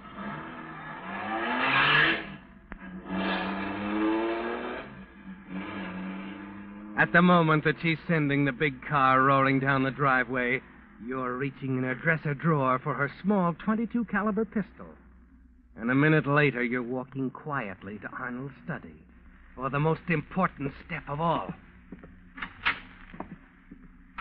Oh, it's you, Carl. Yeah. She left in the car, didn't she? I was hoping you wouldn't let her do that. Mrs. Pearson does pretty much as she chooses. Now, wait a minute, Not Carl. only with you, Mr. Pearson, with me, too. That's quite enough, Carl. You'll do well to let the matter drop right here. Forget all about it. I'll attend to my affairs in my... Carl, what are you doing with that pistol? You don't feel like such a big shot now, do you? It kind of brings you down to size, doesn't it? Carl, wait a minute. I've waited long enough. Put down that gun. Carl, have you gone crazy?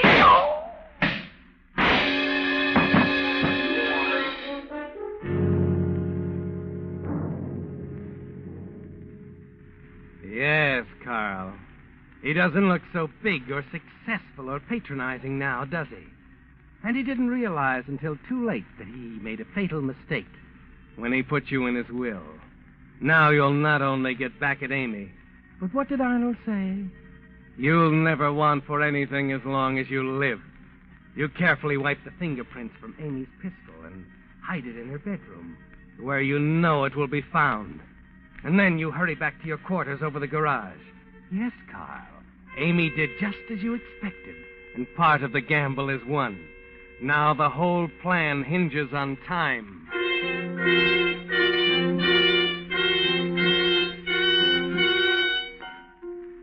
It's quiet now. Nothing but the tick of the clock on your dresser as you sit there, waiting for Amy to return. 5 minutes, 10, 20, a half hour, and still no sound of the car.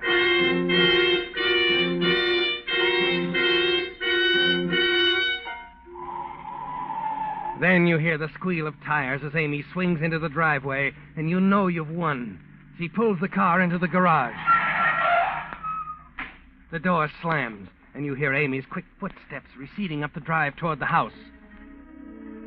In a half minute, you're into the garage, and those swift, sure fingers of yours are setting the speedometer back to the mileage reading it showed when you brought the car back from the service station this afternoon.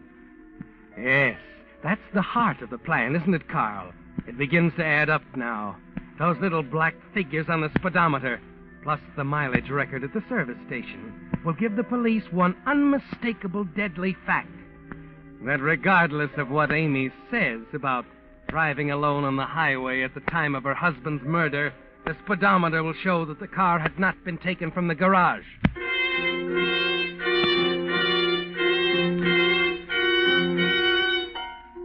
More waiting now, Carl. More pacing back and forth in your little room over the garage, expecting any minute to hear the scream that's sure to come when Amy discovers her husband's body. But it doesn't come. There's no sound from the house. You wonder, then begin to be afraid, and then decide Amy simply hasn't gone into the study. Finally, at long last, you see Martha coming around the corner from the bus stop, back from the matinee. You brace yourself. It'll only be a moment now.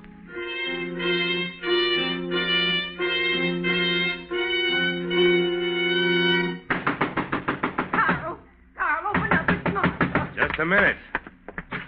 What's the matter? Oh, Carl, it's terrible. Here, sit down. Oh, no. Well, what's the matter? Oh, I can't believe it. That awful Now, get a hold woman. of yourself, Martha. What are you talking about? Mr. Pearson's dead. She killed him. What? Oh, I knew it'd happen sooner or later. That vicious temper of hers. Oh, she's a devil. Where is he? In his study on the floor. Mrs. Pearson's in her room. I don't think she heard me. She's packing her things. I can't believe it. Oh, Carl, we've got to do something. I won't go back into that house. I'm afraid of her. Oh, I should have warned him. I knew it'd happen. I knew it. Here, just a minute, Martha. Operator, give me the police. Hurry!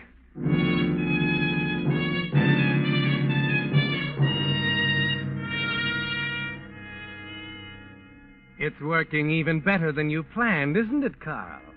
Martha discovering Arnold, and best of all, Amy, caught in the act of packing to go away. She must have decided to do that during her wild drive, realized it was all over with Arnold, that this quarrel was the last one. But who'll believe that story, Carl? It's so fantastic you can hardly believe it yourself. As the police car slides into the drive, the two of you run out to meet it, and you wisely decide to let Martha do most of the talking. Still up there, Inspector, in her room, cold-bloodedly packing to go away. She was there when I came in and found Mr. Pearson. Carl had come home just before I did. Is that correct? Yes, sir. I'd taken the car to be lubricated. Of course, as soon as Martha told me, I called headquarters. I see. She doesn't know either of you two are here, eh? I went in the back door, sir. I'm sure she didn't hear me. How do you know she's packing? Her door was partly open as I sneaked down the hall past her room after I found Mr. Pearson. Why didn't you tell her about it? But I was afraid she'd turn on me, sir. Oh, she's a devil, that one. The quarrels I've seen, Inspector, the way she'd cut at poor Mr. Pearson with that vicious tongue of hers. It's a wonder it didn't happen long ago. Mm-hmm. So she bustles around in her room, taking her time with her husband dead in the study. That seem right to you, Carl? Why, it does seem odd, Inspector, That's putting it mildly. Mike. Yeah, Chief. Take 4 men and cover the exits of the house. Stay here yourself till the coroner arrives. Right. Come on, you two. Let's go up to the house.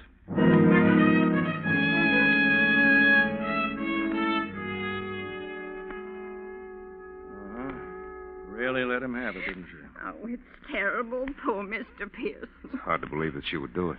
That's what I was thinking. Those shots were fired from a small caliber gun. Does Mrs. Pearson own one? Yes, she has the .22. Uh-huh. Well, let's go up and see her.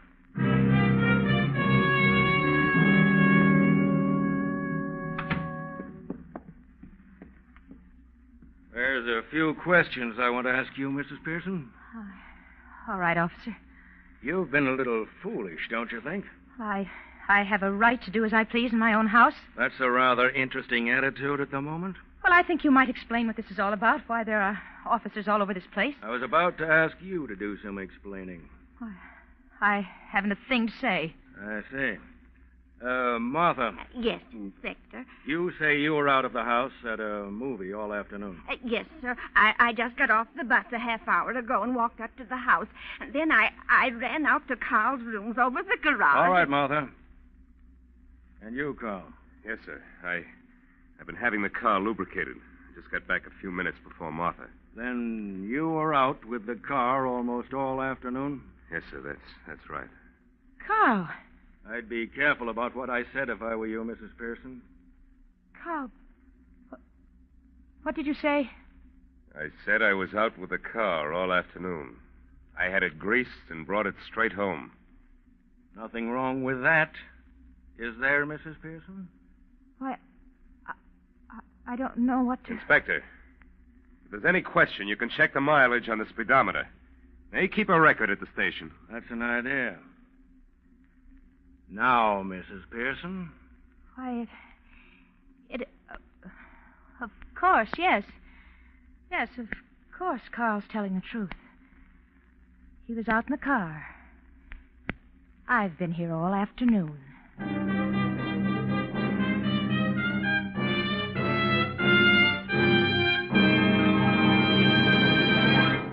The Whistler will return in just a moment with the strange ending of tonight's story.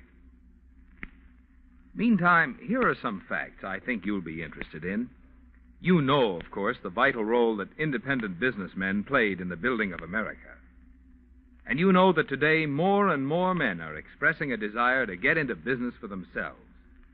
But did you know that our sponsor, Signal Oil Company, has for over 15 years sold its products only through independent businessmen?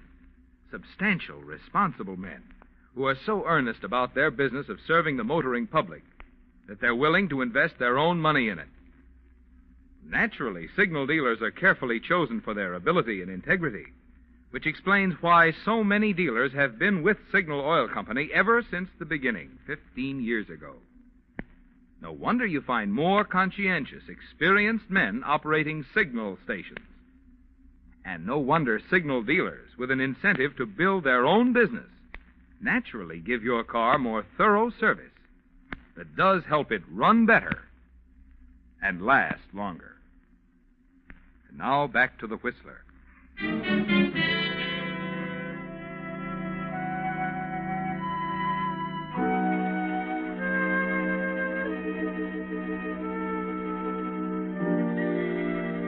Well, Carl, that stopped you, didn't it?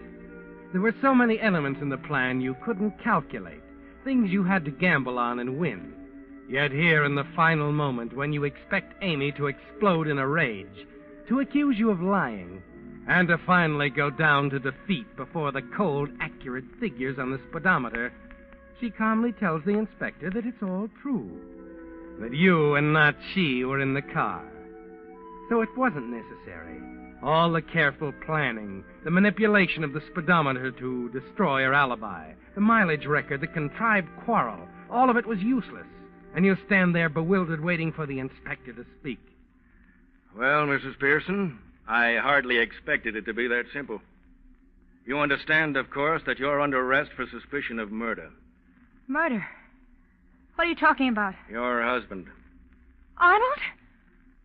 What do you mean, murder? He's still right where you left him, Mrs. Pearson. On the floor of his study. I don't know anything about it. On your own admission, you and he were alone here in the house at the time of the killing. That's good enough for me. And I think it'll be good enough for the jury.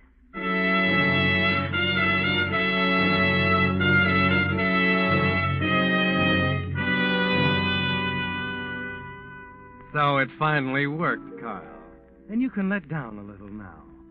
It was hard to believe, of course, the way Amy talked herself right into the trap. But she said it, and it's on the record, and you try to tell yourself you could never understand her anyway. You try to relax alone in your room, but deep inside there's a strange feeling that something's wrong, that it isn't over yet. An hour later, you're startled by a knock at your door. Oh, hello, Inspector. Carl. Where is she? Down at headquarters. Oh.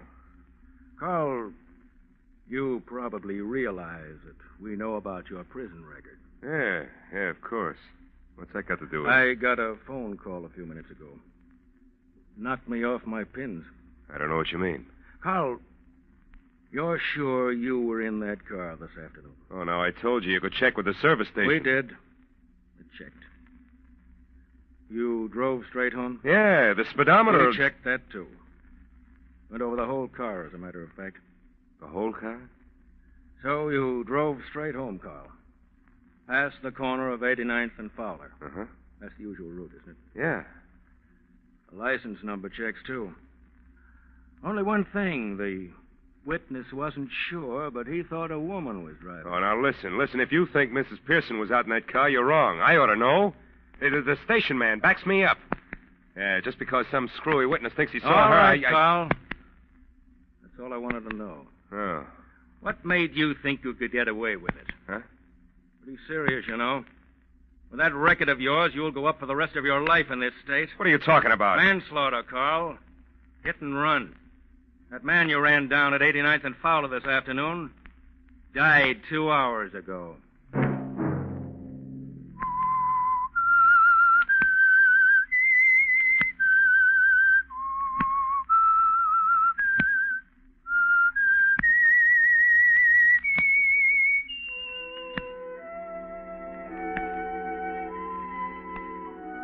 Let that whistle be your signal for the Signal Oil program, The Whistler. Each Monday at 9, brought to you by the Signal Oil Company, who have asked me to remind you, to get the most driving pleasure, drive at sensible speeds, be courteous, and obey traffic regulations. It may save a life, possibly your own.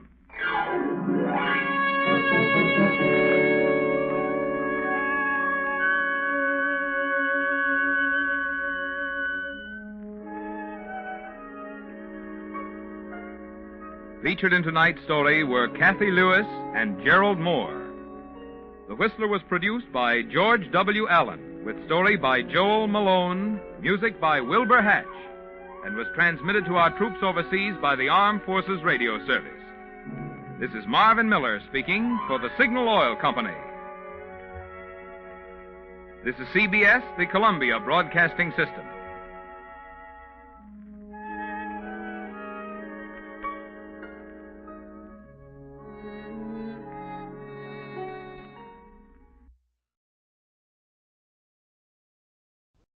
The Signal Oil Program, The Whistler.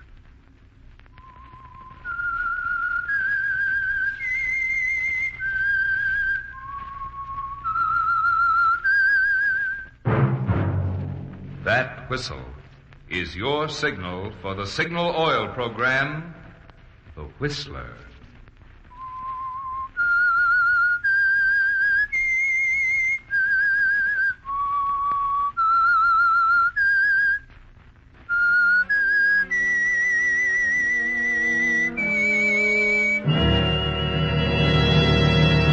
I am the Whistler, and I know many things, for I walk by night. I know many strange tales hidden in the hearts of men and women who have stepped into the shadows. Yes, I know the nameless terrors of which they dare not speak.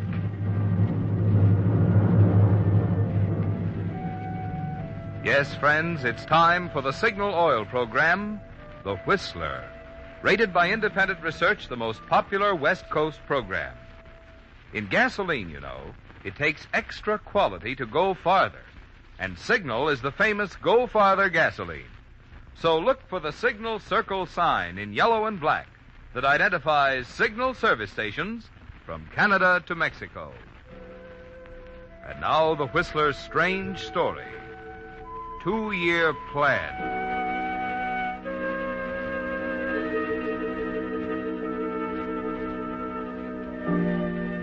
It had taken Eddie Davis exactly 2 years to swing it, and 2 years was very good time, even for a smart lawyer like Eddie.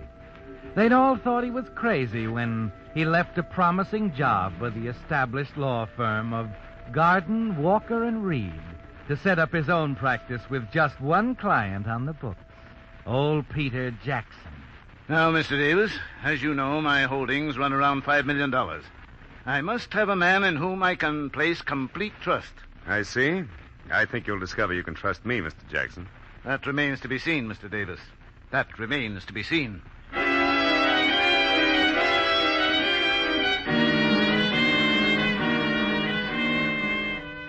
Yes, you went to work for Peter Jackson, Eddie, because he needed someone he could trust those $5 million to. Only a few months later, he was singing a different tune. Eddie, that's wonderful. Nothing to it, Pete. You say old Hamilton didn't know Columbia Stores wanted that corner of his? Well, you don't think he'd let it go for $40,000 if he did, do you? Eddie, believe it or not, this time it isn't the money. For the first time in my life, I've got the jump on Hamilton. You know, Eddie. Yeah? You're doing a great job for me. A great job.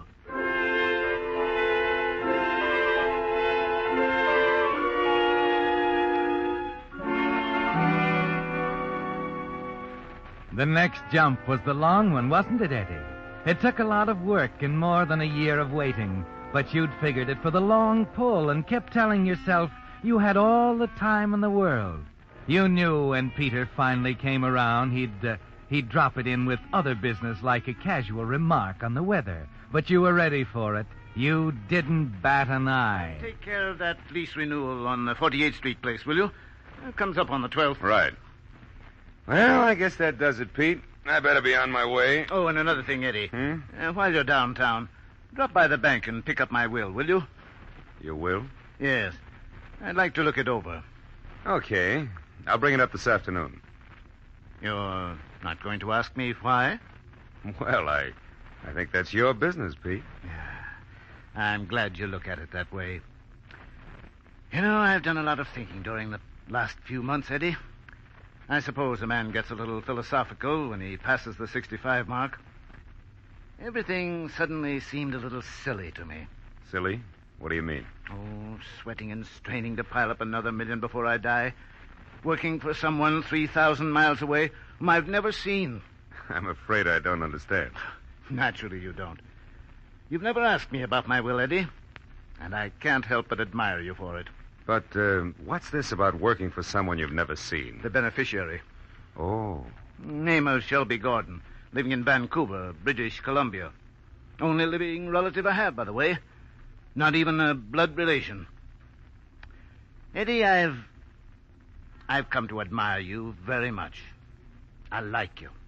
Like the way you do things. Well, thanks, boss. I think I've found something in you, Eddie. Oh? Something I've never had before. Something I've never been able to buy. What's that? Friendship.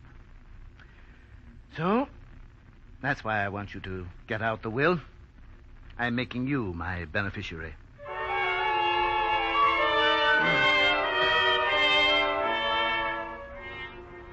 And that was it, Eddie. 2 years almost to the day. And there's a new will, signed, sealed, and witnessed, with your name in the right place, simply because no one else in town was smart enough to see that old Peter Jackson was a pushover for the right boy.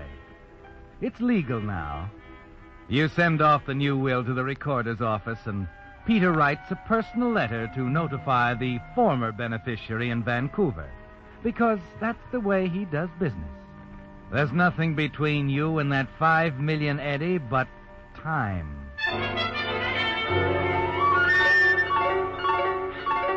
That was January. Then, on a bright afternoon in mid-April, he does something with words he could have done better with a baseball bat. You walk into his office, bright and cheery as usual, and he looks up from his desk, smiling. Oh, Eddie, glad you came. Got some news for you. What is it this time? We buying another brick heap? No, something more important than that. Oh, wait a minute, let me guess. You put another deal over on Hamilton. You'd never guess in a million years, Eddie. I'm getting married. Huh? Married? I told you you'd never guess. Yeah. You were right. Decided I had been a bachelor too long. Sounds silly, doesn't it? Getting married for the first time at 65. Still, I've heard of others. Who is she? A young lady. Tenant of mine in the Riverside Drive place. A young woman, huh? Yes. Why? How young? 40, 45? I said young, Eddie. Marcia's 24. 24? Oh, now, wait a minute. I know what you're going to say. No, but Pete, Don't say it. I want you to meet Marcia first. Okay. Better get ready. She's meeting us in the Astor Lounge in half an hour. No congratulations.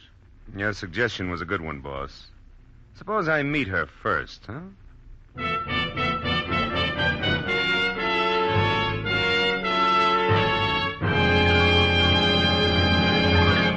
With the prologue of 2-Year Plan, the Signal Oil Company brings you another strange tale by The Whistler. If you were buying something that cost $100, you'd make pretty sure you were getting the very best quality for your money, wouldn't you? Well, if you're an average driver, you spend about $100 a year for gasoline.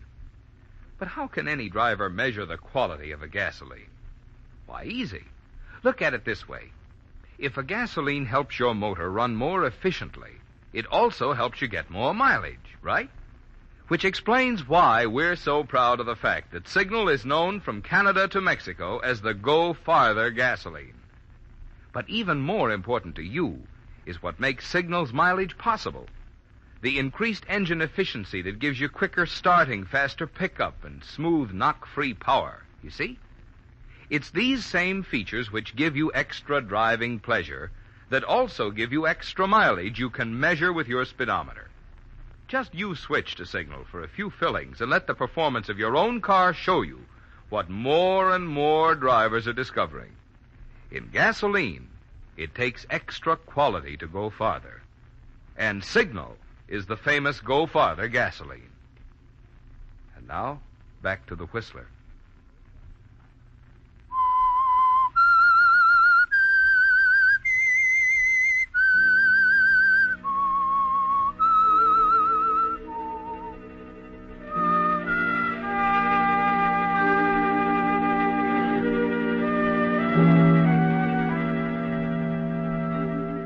Yes, Eddie. Your client and friend, Peter Jackson, could have done it better with a baseball bat. Somehow, though, you managed not to show the shock, the sinking feeling inside you as you stood there in his office while he calmly told you he'd gone off the deep end. You listened to him talk about Marcia McElroy in the taxi on the way to the Astor. And by the time the two of you walk into the lobby, you figure your chances of holding on to that $5 million, if the marriage goes through, are about those of a lame goat in the Kentucky Derby.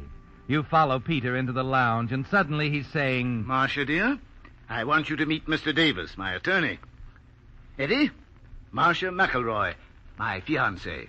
Hello, Mr. Davis. Peter has told me so much about you. What's the matter, Eddie? Cat got your tongue? Oh, I'm sorry. Hello, Miss McElroy.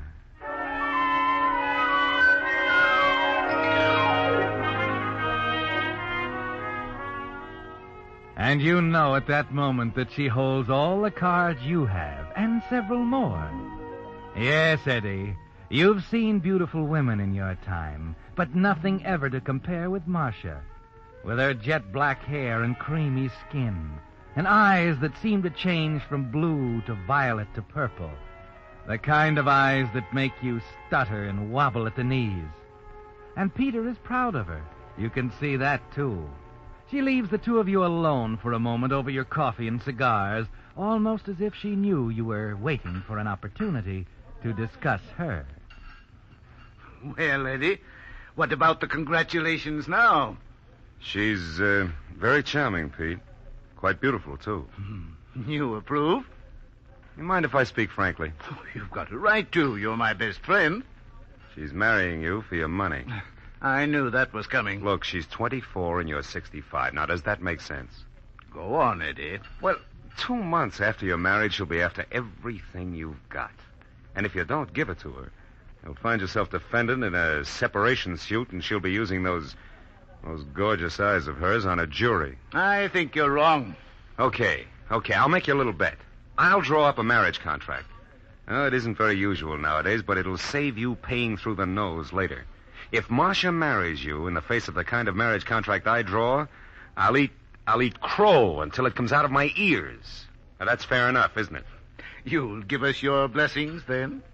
Pete, if she signs that contract, you can make me #1 flower girl. Good. Bring it around tomorrow. I'll have her there to sign it.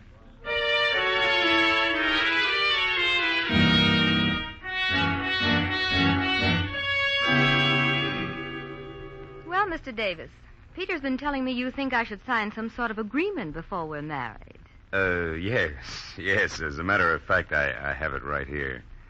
I think it's best to sort of clarify things ahead of time and Oh, stop hemming and hawing, Eddie. I've already told Marcia why you thought she should sign it. She has no objections at all. Peter, you're embarrassing, Mr. Davis. Come on, Eddie. Let's see it. Oh, it looks so legal. Well, briefly, Miss McElroy, it provides for the amount of money you're to have as an allowance while you're married. And, it also provides for any alimony or claim for support in the event of a divorce or separation. I see. And how much is it to be? Well, the allowance is $75 a week. And in the event of divorce or separation, nothing. Well, what do you think, Marcia? Do I have to sign it as is? You mean you have some objection? Well, I suppose I do. Oh? What is it, Marcia? Well, I think the allowance is entirely too much. You better make it $50. After all, Peter, with you to take care of me, what in the world would I do with $75 a week?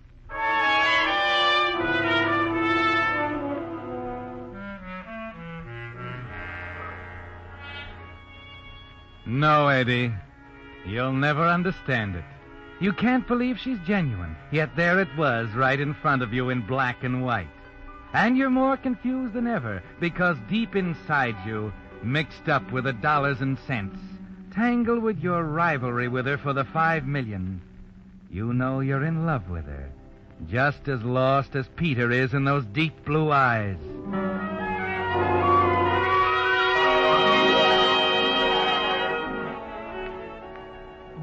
There's only one possible answer, of course. She's like you are, playing it the smart way, concentrating on that $5 million inheritance. It's 3 weeks after the wedding before you get another chance to be with her alone. Peter had called that he wouldn't be at the office all day, and you're working there alone when she comes in. Well, Marcia. Hello. How's the bride? Happy, thank you. What brings you downtown? Well, let's see. Was it 2 things or 3? First of all, Peter has a cold. Yeah, he called. Oh. Secondly, he asked me to do a few errands for him. And third, guess. I'll bite what? I thought you might ask me to lunch. Oh, sounds great. What are you working on? A copy of Peter's will. Oh, that. Yes, that. Now that he's married, you know, there'll have to be some provision for you, one way or another. Does it? Oh, come on now. Let's not go through that again. No, I'm interested. Yeah, I should think you would be. That's why you married him, isn't it? You're being rather cruel. Oh, now drop it, will you? We're alone here. You can let down your hair. Oh, I admit you threw me an awful curve with that marriage contract. As a rule, you know, gold diggers will sacrifice the long pull in favor of ready cash. Please, Eddie. Okay. I'm sorry. Don't you see? I'm trying to make him happy, Eddie. Trying to give him something to believe in. Can you understand that? No. There's no way I can convince you? Yes. There's one way. Well, what's that? Sign away your interest in the estate. I see. Uh-huh. You're genuine, though, aren't you? You're a real friend to him. You don't care about his money. What's that got to do with it? Well, he told me you're the current beneficiary in his will. Oh? How'd you get that out of him? 3rd degree or thumb screws? Did you have to say that? Oh, I'm sorry. You see, I can't help wondering about you, Eddie. Yeah, well, I'll leave that up to Peter. Well, he's wondering, too. You seem so concerned about the marriage. What'd you tell him? Nothing. I see. Would I convince you if I signed away my interest in the will? After that, baby, I'd believe anything. And you'd convince me if you signed away yours. I already told you that the money didn't make any difference to me. What about you? He's my best friend. Does that answer your question? There's only one way you can answer it, Eddie. We can go to him together and tell him we want the will restored to its original state, just as it was before he met either of us. You mean leave his money to that Shelby Gordon in Vancouver? That's right. Oh. Well, which is it? Peter as a friend or his money? I'm sure he'll be glad to know. Do you really mean that? You'd give it all up for... Of course I do. Oh, no. You're not human. You're not human at all. You're out of this world. Do you believe in me now? Oh, it just doesn't make sense, Marcia. You're young. You're the most beautiful girl I ever saw in my life. Peter's 65. I told myself the will was the only possible answer. You've been terribly hard to convince. Oh, they don't come like you. Not even in dreams. You're awfully sweet. I don't need to tell you, I guess. Women have a way of knowing, anyhow. Marcia, Please, don't say it. It isn't right. I'm sorry. I'm not used to playing the second string. I just want you to remember that... But after Pete's gone, I'll be around, waiting. I'll remember that. Well, are we going to see Peter about changing the will back to the original beneficiary? Yeah. You know, you're not only beautiful, Marcia, you're smart. If I refuse, he disinherits me anyway, because my motives aren't pure. You win. Let's go see Peter. But first... What? Lunch.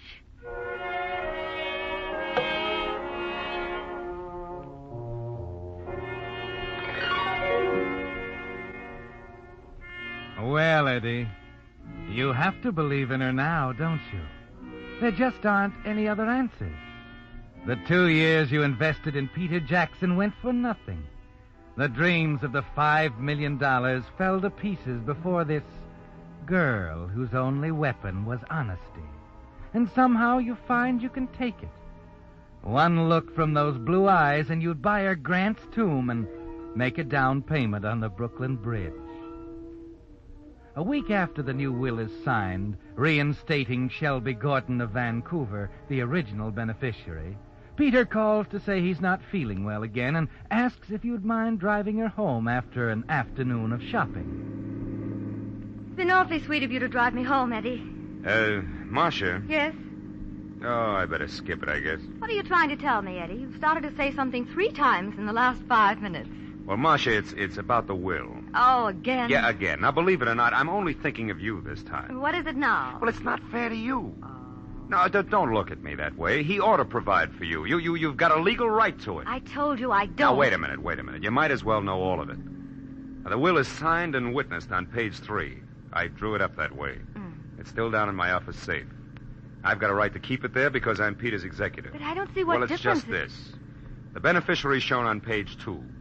It'll make no difference whatsoever to Peter if I draw up a new page with you as beneficiary. Why, Eddie... Why, that'd be forgery. I know it. For you, I take the chance. Look, he doesn't care a rap for this Shelby Gordon in Vancouver. He's never even seen him. I don't want it, Eddie. I don't want you to touch it. Is that clear? You mean you'd expose me if I did? Why, I don't know. Well, here we are. You've got to promise me, Eddie. No, let's not talk about it here. Now, wait a minute. Look, here comes the maid. Mrs. Jackson! Mrs. Jackson! Something's wrong. Oh, Mrs. Jackson, I've been trying to get you. What's the matter? It's Mr. Jackson. He's had a stroke. Peter! It's awful. Did you get a doctor? Yes, he's up there now. I'm afraid Mr. Jackson's gone. Oh, Eddie, come on. We'd better hurry. No. I've got to get back to the office. They'll... Don't argue with me. Go up and talk to the doctor. I told you I've got to get back to the office.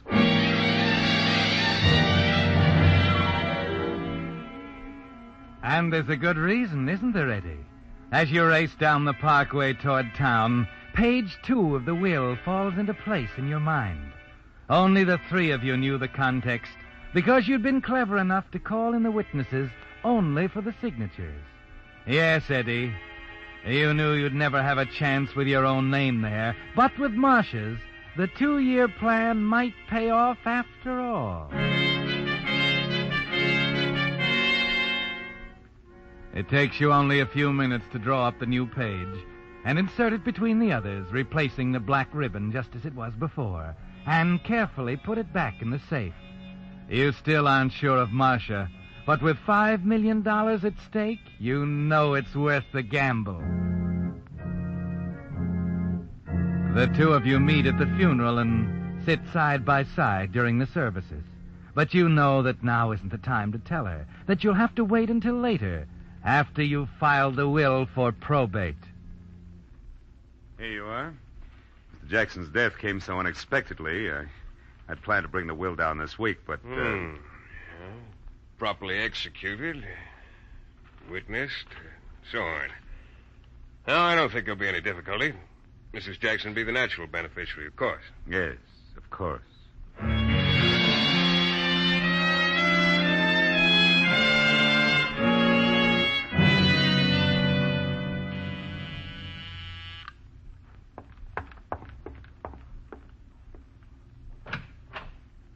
Oh, Mr. Davis. Hello, Anna. Mrs. Jackson in? Why, didn't you know? No, what? She's gone away. Left right after the funeral. Where? She didn't say. Poor thing was pretty hard hit by Mr. Jackson's death, you know. Expect she's gone up to the mountains or somewhere. Oh, she left a note for you. A note? Where is it? You'll find it right there on the hall table. A note? What's she writing notes for? Dear Eddie, I'm writing you this because I'm leaving now for good, and I know we'll never see each other again.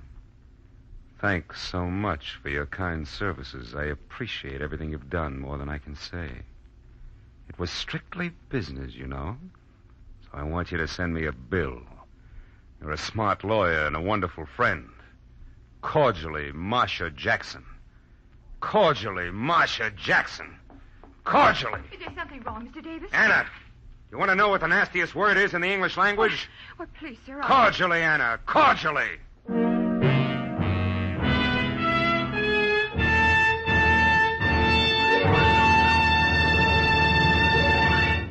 The Whistler will return in just a moment with the strange ending of tonight's story. Meantime, a question. What would you think of a driver who deliberately did something that clogged up his motor with 6 times as much carbon and wore out his cylinders 50% faster than necessary? Well, get ready for a shock, because that's just what you're doing if you're still using old-fashioned straight motor oil. Listen to these facts. In exhaustive road and laboratory tests, today's finest straight motor oil was compared with the amazing new type Signal lubricant that combines 5 scientific compounds with 100% pure paraffin-based Signal premium motor oil. The result? The motors using Signal premium oil actually showed only 1/6 as much carbon and 1/3 less cylinder wear. Now get that. Motors stayed 6 times cleaner. Cylinder wear was reduced 1/3 with new Signal premium motor oil. No wonder drivers who want to keep wear down and performance up are switching from old-fashioned straight motor oil. Better make your next oil change a change for the better. Change to the new type Signal lubricant that's your guarantee of a sweeter running motor. Signal premium motor oil. Now back to the Whistler.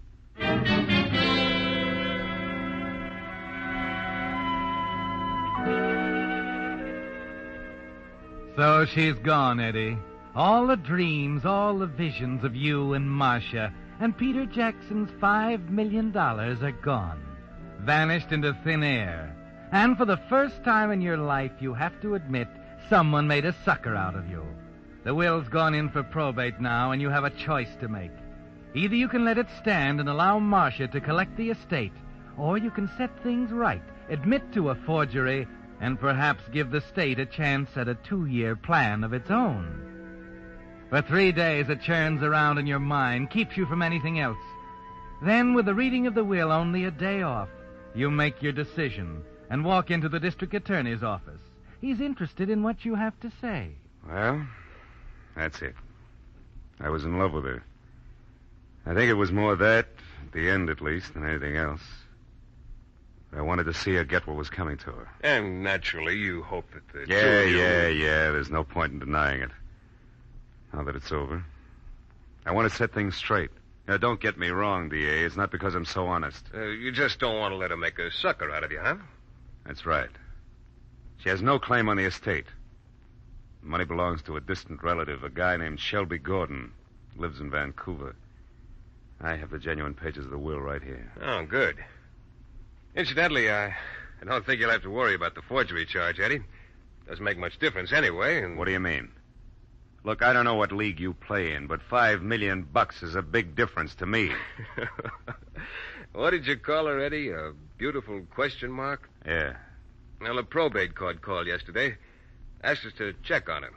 You see, there was a reason why she came to New York and married Peter Jackson after he'd made a new will in your favor. What? We thought there might be a loophole somewhere. Possible fraud. But there isn't any. She's too smart. You see, before she came here, she had her name legally changed to Marcia McElroy. Her real name was Shelby Gordon. Lives in Vancouver.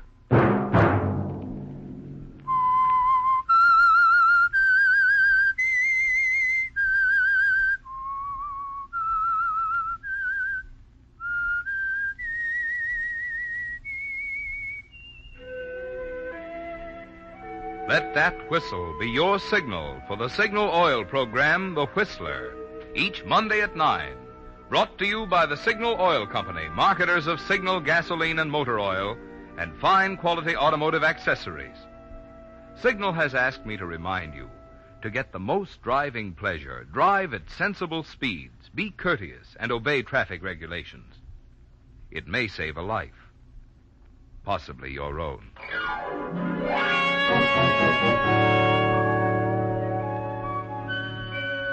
Featured in tonight's story were Lurene Tuttle and Gerald Moore. The Whistler was produced by George W. Allen. Story based on an idea by George Fass. Music by Wilbur Hatch. And was transmitted to our troops overseas by the Armed Forces Radio Service. This is Marvin Miller speaking for the Signal Oil Company.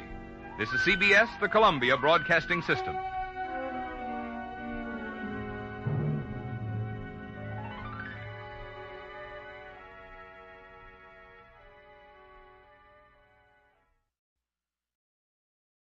From Hollywood, it's time now for...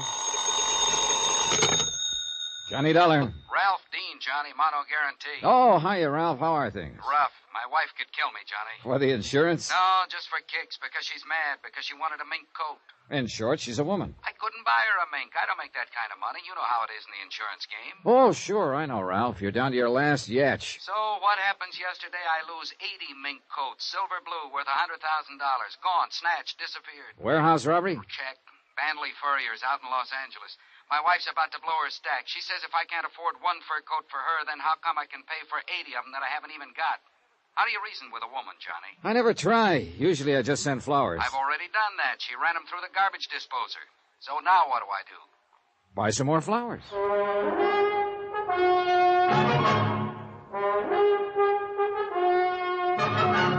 Tonight, and every weekday night, Bob Bailey in the transcribed adventures of the man with the action-packed expense account, America's fabulous freelance insurance investigator. Yours truly, Johnny Dollar.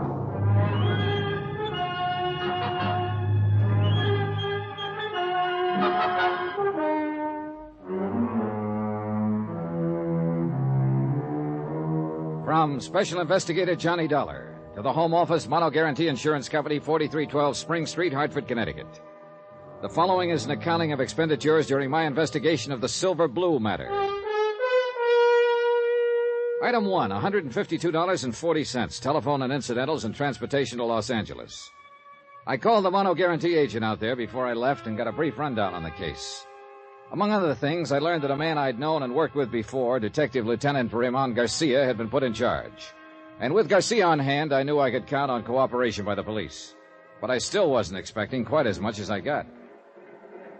Flight 12 for Las Vegas, Salt Lake, Minneapolis, and Chicago, now loading. I knocked over the fur joint myself, Johnny. Garcia. Only way we get to see you. How have you been? Overworked, underpaid, frustrated, disillusioned, unappreciated. In other words, fine. Got your luggage yet? It's coming right there. Good. We ought to get moving. I've got a squad car outside. What's all the rush? We've got a guy downtown in the hospital I figured you'd want to talk to. Well, he'll wait, won't he? He'd probably like to, if he had any choice.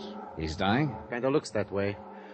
He's one of the 2 night watchmen the gang slugged when they broke into the warehouse. And he's our big one, Johnny. He's all we've got. Has he been able to talk? A couple of sentences during the night. He's got to talk. What do you mean? He's the only one who got a look at them. When he did talk, what did he say? Gibberish, mostly. He did say one thing, though. They were kids. Just a gang of kids. Oh, that's going to make it rougher. Yeah, in a lot of ways. What do you mean? You'll find out later, Johnny. Come on, let's go.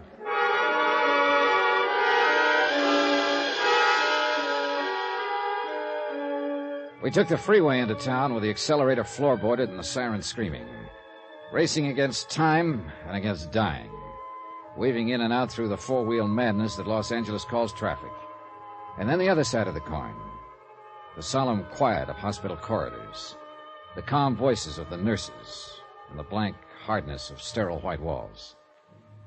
We sat there beside a bed and waited for a man to talk or to die. But the slow minutes passed, and he still did neither. So we waited.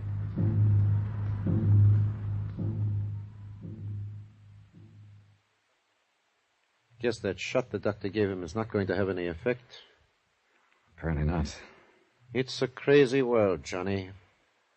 No, just the people in it. I mean, yesterday, we'd never even heard of this guy.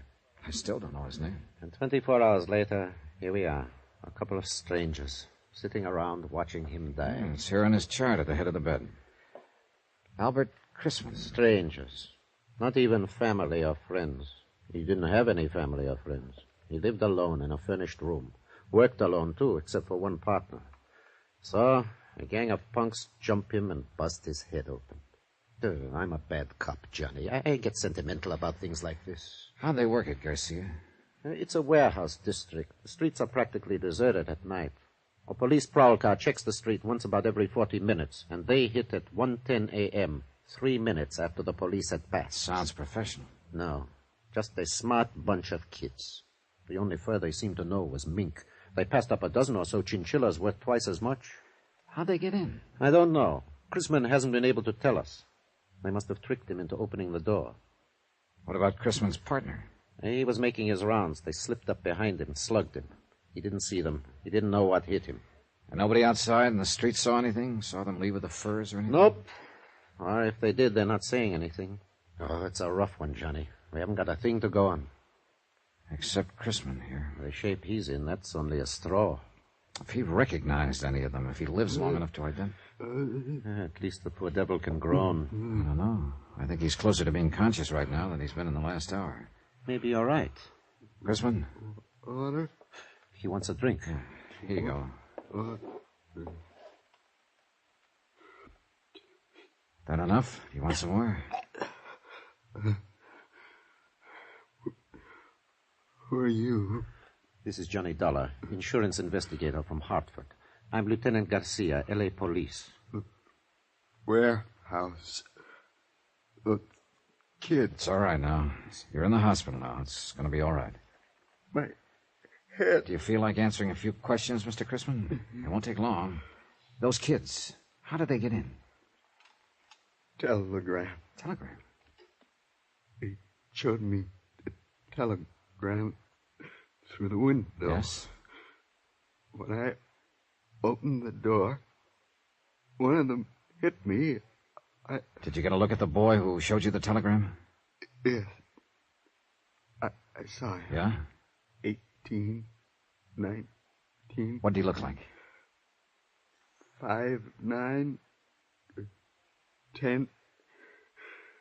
Dark skin, black hair. How was he dressed? Dark jacket. Hard to think. Any scars? Anything unusual about him? No. My head. Are you sure? Sure. Would you recognize him if you saw him again? Yes. Any of the others? No. The only one. There was a mark on his arm. What kind of a mark? My head. Oh, my head. What kind of a mark on his arm? Hurts too bad. I...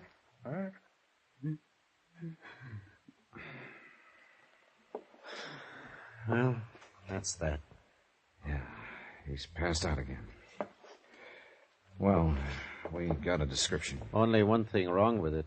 What? Right in that area, there are about 50,000 kids who fit it.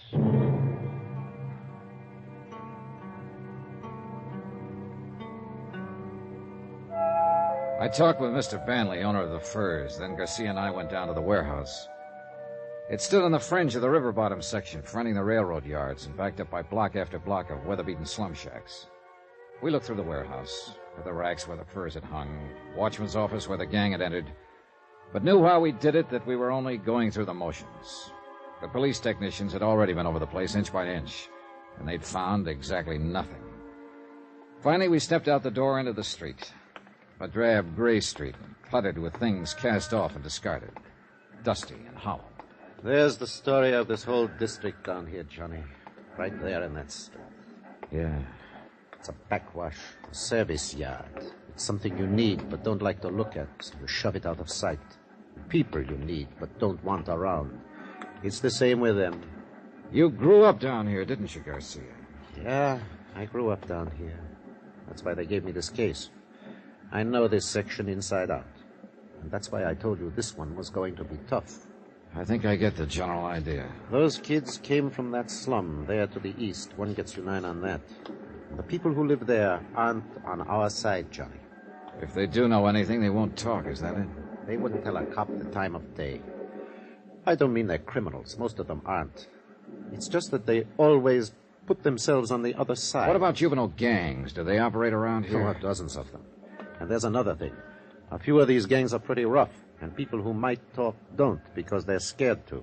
Oh, it's a great setup, Johnny. A fine place to look for $100,000 in furs. You know, I've been thinking about the fact that they knew exactly the time to hit. They must have staked out here somewhere. Sure, and probably right in the place you're thinking.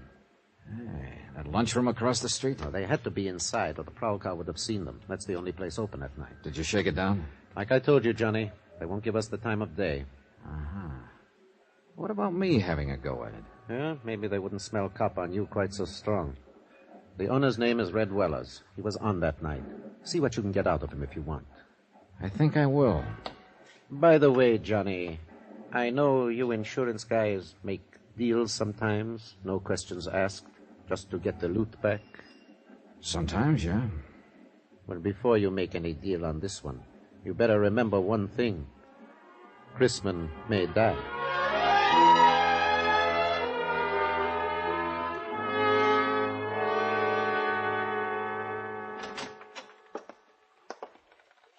What do you say, Mac? Save your money. What do you want? Coffee? Yeah, I guess so. How's business? $1.02 a day. Farther in the hole. Want cream? No, I'll drink it black. Want a sinker with it? No, thanks. Are you Red Willers? So that's it. What do you mean? You're in that fur case, ain't you? Maybe. I thought you was the same one, but I couldn't be sure seeing you across the street. You come up with that cop Garcia a while ago, didn't you? That's right. I'm an insurance investigator. Well, you come to the wrong address, mister. I don't know nothing about nothing.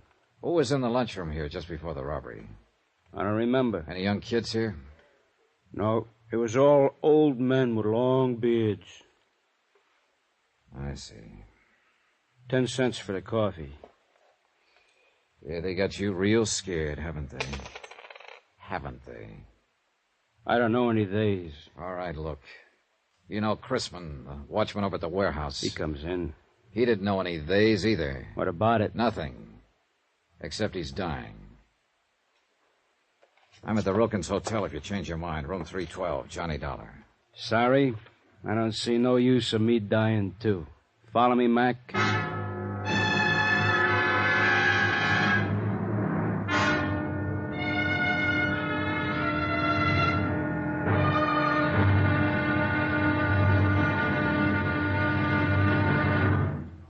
Now, here's our star to tell you about tomorrow's intriguing episode of this week's story. Tomorrow, fear stalks the streets, closing the mouths of a sullen and suspicious people, terrifying a lonely girl, and bringing death in a dusty alley. Join us, won't you? Yours truly, Johnny Dollar.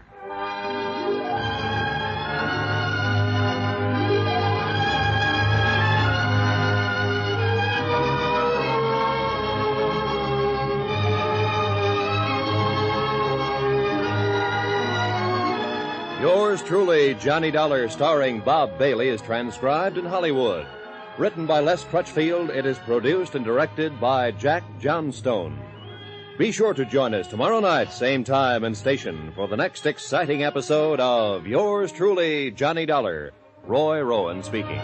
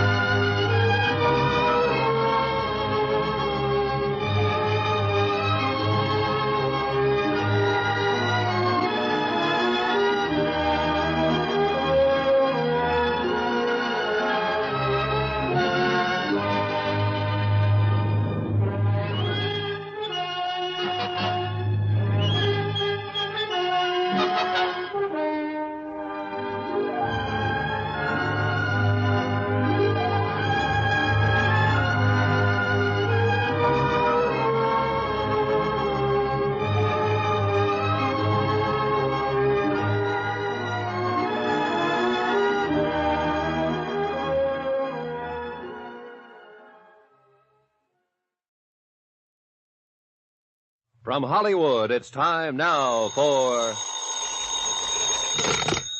Johnny Dollar. This is Red. Red Wallace, you remember? Sure. You run that lunchroom across the street from the warehouse that was robbed last night. Yeah, that's right.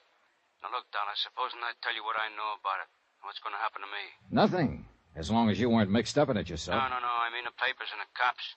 If it gets out I talked to you, I won't last 24 hours. I think I can take care of that. What do you know about it, Red? That depends on what it's worth to you. I see. I'll have to sell out, get away from this section, so I'll need some dough. You follow me? All right. I'll see you taken care of. Now, just what is it No, I ain't safe. I'm talking from a booth.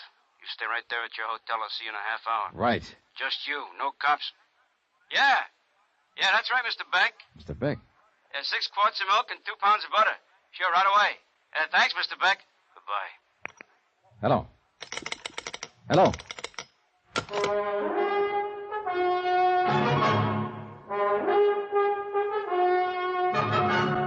Tonight, and every weekday night, Bob Bailey in the transcribed adventures of the man with the action-packed expense account, America's fabulous freelance insurance investigator. Yours truly, Johnny Dollar.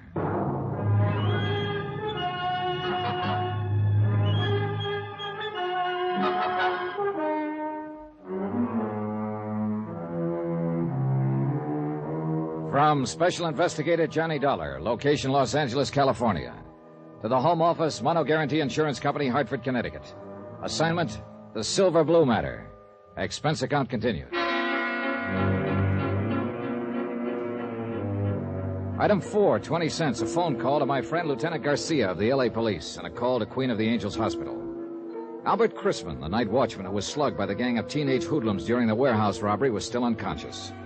And Chrisman, unless Red Weller was ready to talk now, was the only lead I had toward finding $100,000 worth of silver blue mink coats. I waited 2 hours and a half for Red Weller, but he didn't show.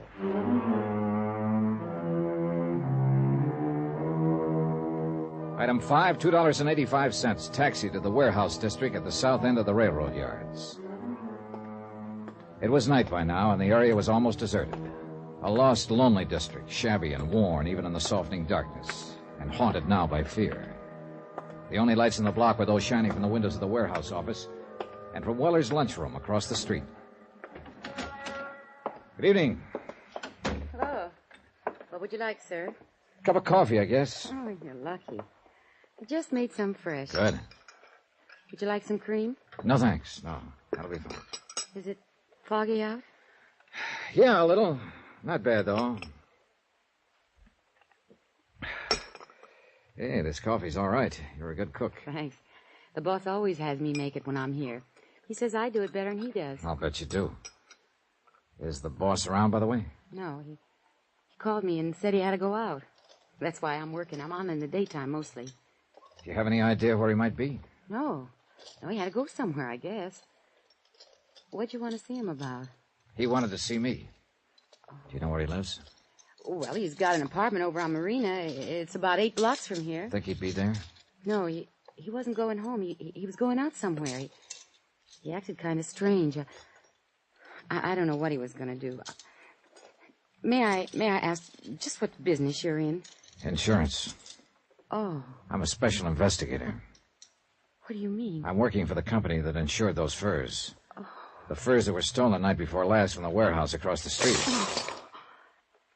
Something wrong? Oh, no. No, of course not. I don't know what you mean. Oh? Can I help you gather up that silverware? Oh, no, that's all right. I don't know what happened. Just careless, I guess. Yeah. Do you live around here somewhere? Well, yes, on Dalton, 3 blocks up. What's your name? Carla Monte. Why are you asking? How long have you worked here, Carla? About a year. Do many teenagers hang out here? What do you mean? Kids, 17, 18, 19. Do many of them come in here for coffee, hamburgers? Well, sometimes, yeah. I've never noticed much. Know any of them? No. I don't know any of their names. Are you sure? I don't ask them their names. Did I ask you your name? It's Dollar, Johnny Dollar. Well, I still didn't ask you. If you want to tell me you're... What are you scared of, Carla? Nothing. I'm not scared. You're not? Of course not. Why would I be scared? For the same reason your boss is, Red Weller. He was scared when he talked to me this afternoon and when he phoned me later. I don't know what you're talking about. Oh, yes, you do. That's why he didn't come to my hotel. He was afraid to. And why did you drop that silverware when I told you who I am? Because you're scared half to death. No. What's the matter with you people down here? What are you doing, crawling into a hole because a half-grown gang of hoodlums starts throwing their weight around? You don't understand. Then suppose you tell me about it. Do you think that's any kind of an answer in the long run? To pull the covers up over your eyes and let them do as they please and just keep hoping they'll leave you alone? All you're doing is making things worse. Oh, you don't know how it is. You don't have to live here. No, I don't have to live here, but I know how it is. Because I've seen it in other places where the mobs manage to take over. And if you let it happen here, then you'll really have something to be scared of. Maybe they've already taken over. Oh, a bunch of kids with a gripe on running in packs so they feel safe? Is that the kind of mob you mean, Carla? No. They're not a mob yet, but they will be if they're not stopped. It seems to me you'd have some sense of responsibility to them, if nobody else. Maybe if other people had a sense of responsibility, kids wouldn't have to grow up in a place like this. Have you ever thought of that, Mr. Dollar? Yeah, I've thought of it.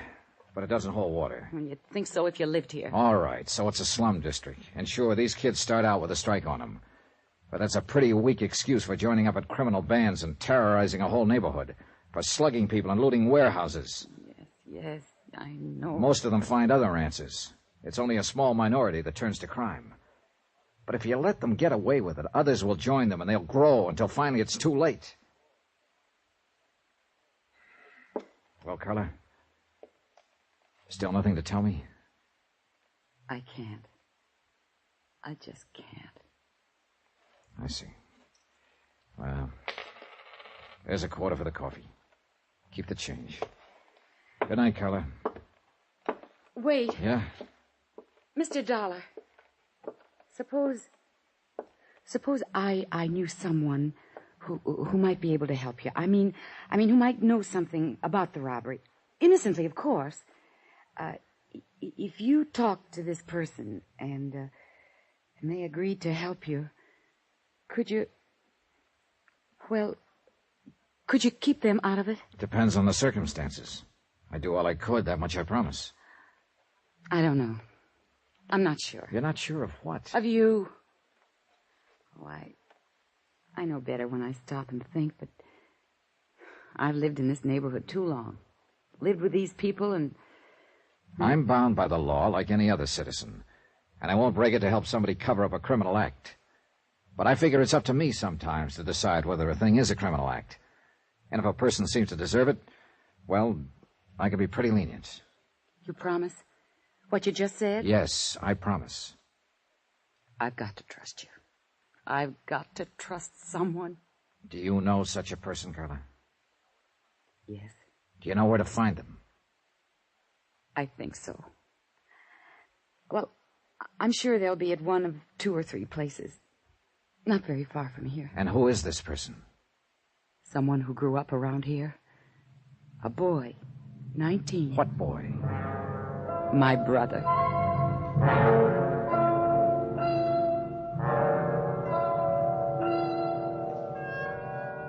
Expense account item 7, $2.70, taxi. We went first to Carla's apartment where she lived with her brother, but there was no one there. Then we checked out a drive-in a few blocks away, a teenage hangout. No luck. Finally, we tried a pool hall down south of the yards, just off Alameda Street. It was our last hope. I know he comes here. It's not a good place for him, but a lot of the other kids do, too. And he wants to belong. Yeah, sure. Everybody does, in one way or another. Oh, gosh, it'd have been different if our folks had lived, but well, our boy just won't take orders from his sister. Yeah, I know. Go ahead. Thanks. Let's see. Well, if he's not here, then I just don't know where he... Oh, wait. There he is. Down near the corner. The one with the dark curly hair. All right, come on. Take it easy. Just tell him I'm a friend of yours and you want to talk to him. We'll get him off to one side. Oh, whatever you say. Eddie. Yeah? Well, what are you doing here, Carla? Eddie, this is Mr. Dollar, a friend of mine. I wonder if we could talk to you for a moment. What about? Well, you know better than to come in a joint like this. But I want to talk to you, Eddie. You can talk to me at home. Now, go on, get her out of here, will you, mister? It might be a good idea if you listen to her first. I thought it was her that wanted to talk to me. Go on, get her out of here. All right, if you'll go with us. What for? I like it here. It's a nice place. Yeah? At least it's better than San Quentin. What are you talking about? A warehouse robbery, $100,000 worth of furs. I understand you may know something about it. Innocently, of course. I thought you said this guy was a friend of yours. Well, that's right, Eddie. He's just... Who is he? He's an insurance investigator. Oh, so that's the pitch. She's promised to help, Eddie. If you'll tell him whatever you know, he'll protect you. Knock it off, Carla. Now, look, mister. I don't know nothing about nothing. I never even heard of no fur robbery. So take her with you and get out of here. This may be your last chance to get off before the boat sinks, Eddie. You're not leaving, huh? All right, then I'll leave. Eddie! Let him go. We can't force him to talk. Oh, no, Mr. Dollar. I don't understand him. I do.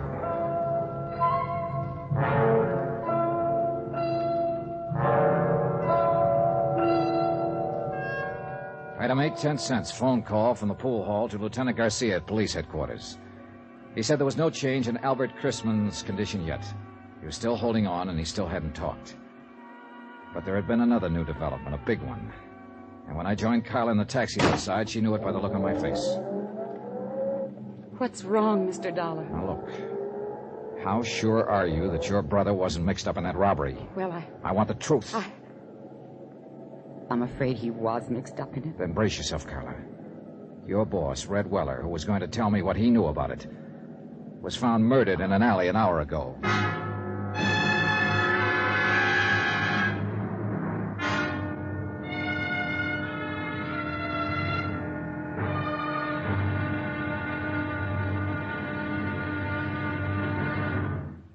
Now, here's our star to tell you about tomorrow's intriguing episode of this week's story. Tomorrow, a lonely, broken-hearted girl, a blood-stained shirt, and a fight with a cornered rat.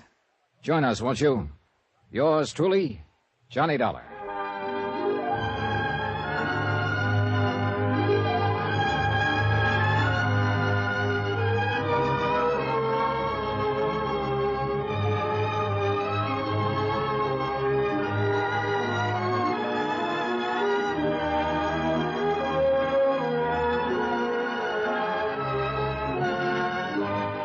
Yours truly, Johnny Dollar, starring Bob Bailey, is transcribed in Hollywood. Written by Les Crutchfield, it is produced and directed by Jack Johnstone.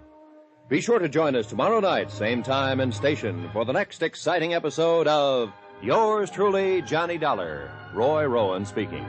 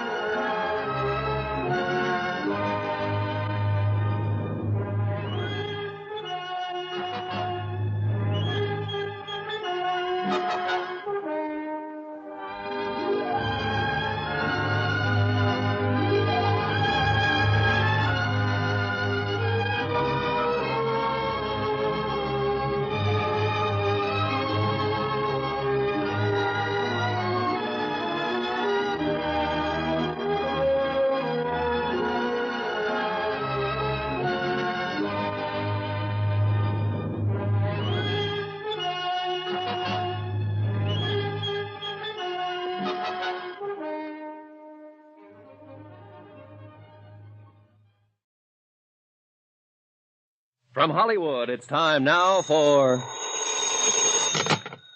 Johnny Dollar. Wake you up, Johnny? Oh, Garcia. No, just finished breakfast. Oh, you special investigators do live. Suppose that insurance company of yours could put me on expense account? Maybe. If you found that $100,000 worth of stolen furs. Just a matter of time, Johnny. Now you're talking like a police lieutenant. How soon can you come down here to headquarters? What's up? Has the watchman talked? Chrisman? No, he's still in a coma. But I want to know some more about that kid you mentioned on the phone last night. Eddie Monty. Yeah. Well, I don't know. That was told to me in confidence. Look, Johnny, I'm going to talk to you like a policeman for a minute. A A man named Weller was knifed to death last night. You told me yourself his death is probably tied in with that warehouse robbery. Another man is dying at Queen of the Angels. So, confidence or no confidence, I want to know about that kid. All right, Garcia. I'll be there in 20 minutes.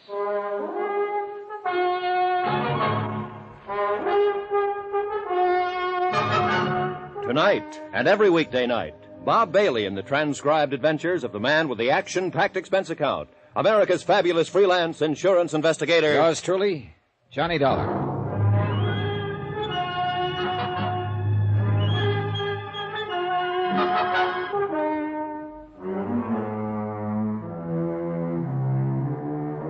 From Special Investigator Johnny Dollar, location Los Angeles, California. To the Home Office Mono Guarantee Insurance Company, Hartford, Connecticut. Assignment, the Silver Blue Matter. Expense account continued.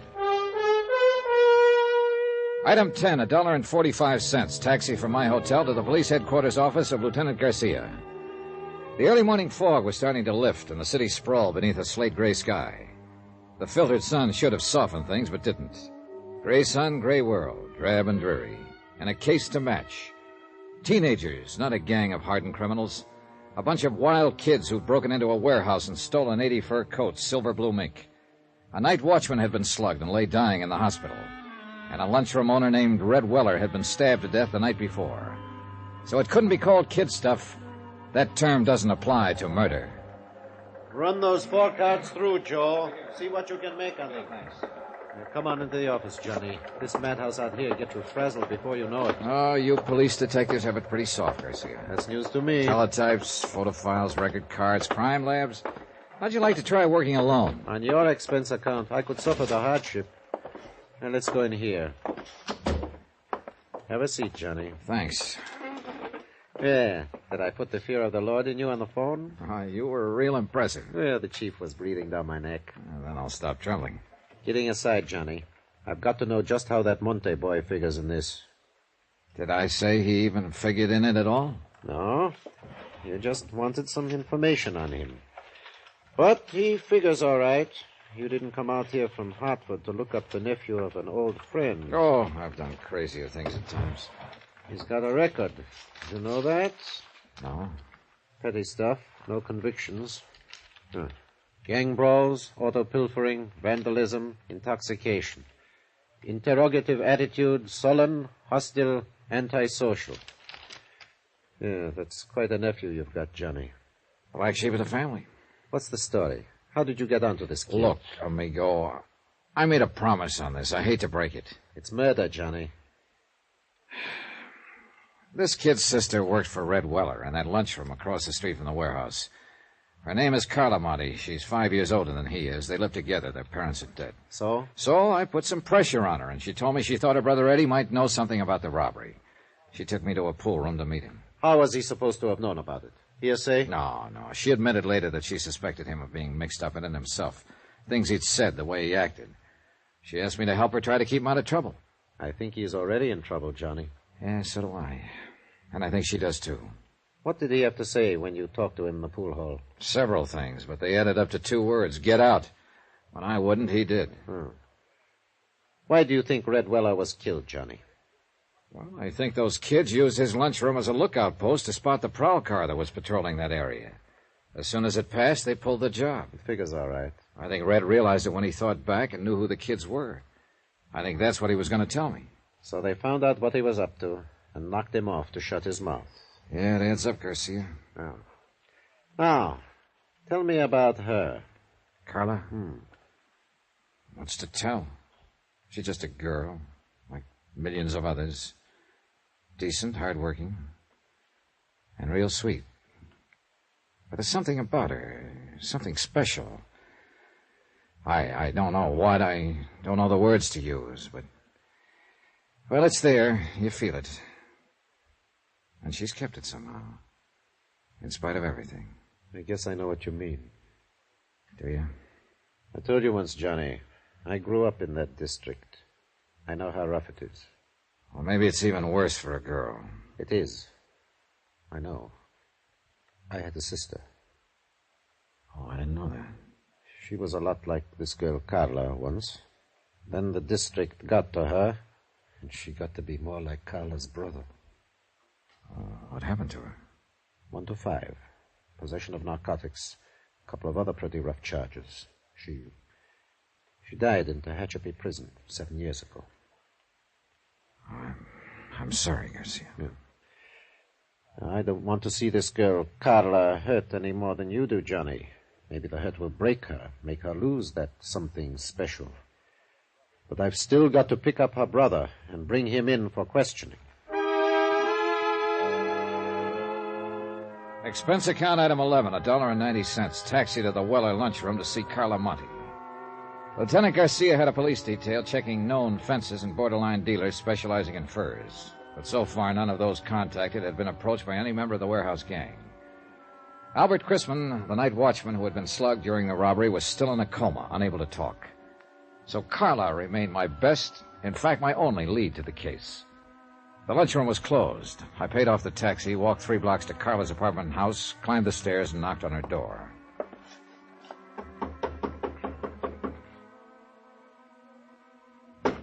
Yes? Who is it? Johnny Dollar, I'd like to talk to you. Oh, all right. Just a moment.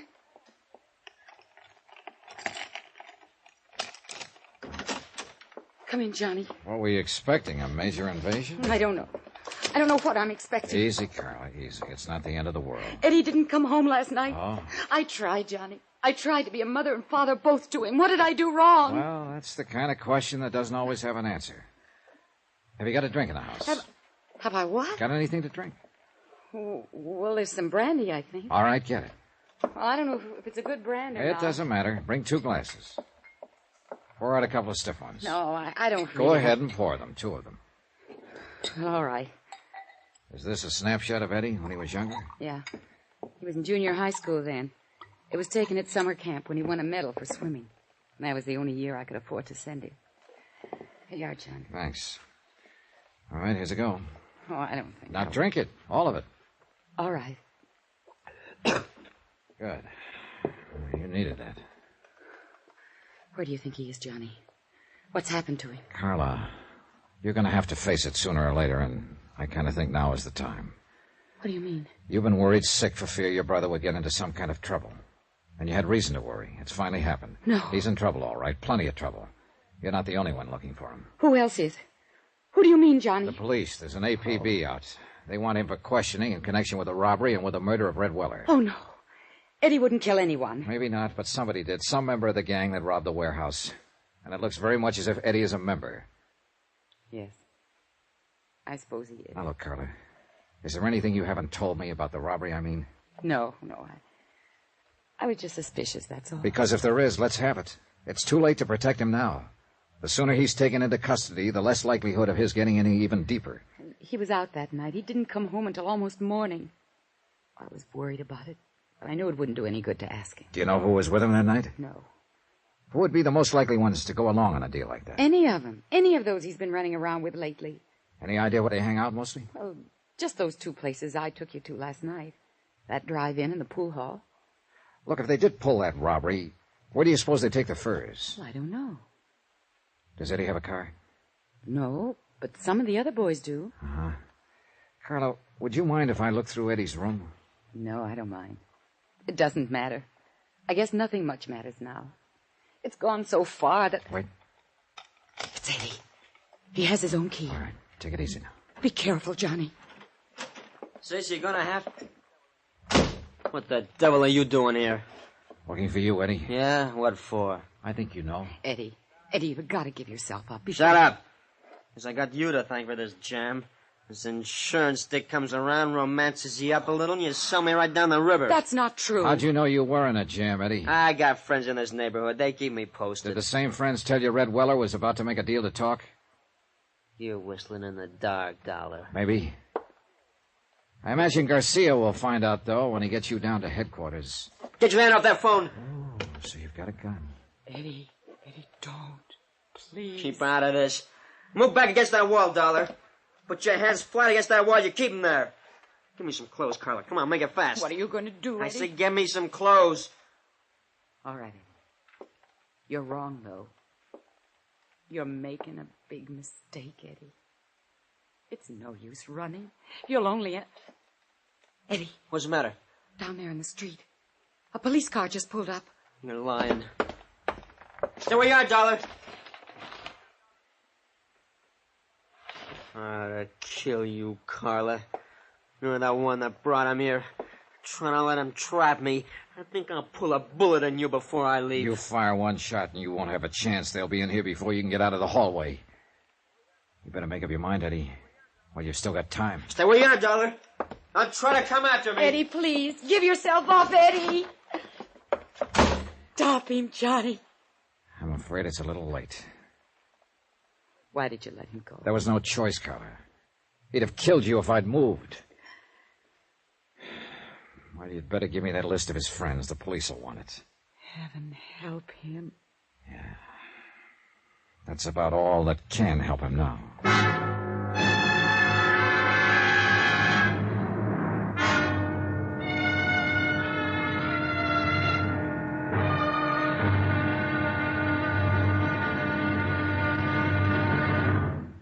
Now, here's our star to tell you about tomorrow's intriguing episode of this week's story. Tomorrow, a police net tightens and traps a frightened rat. A boy sobs in a jail cell. And an innocent man dies quietly in his sleep. Join us, won't you? Yours truly, Johnny Dollar.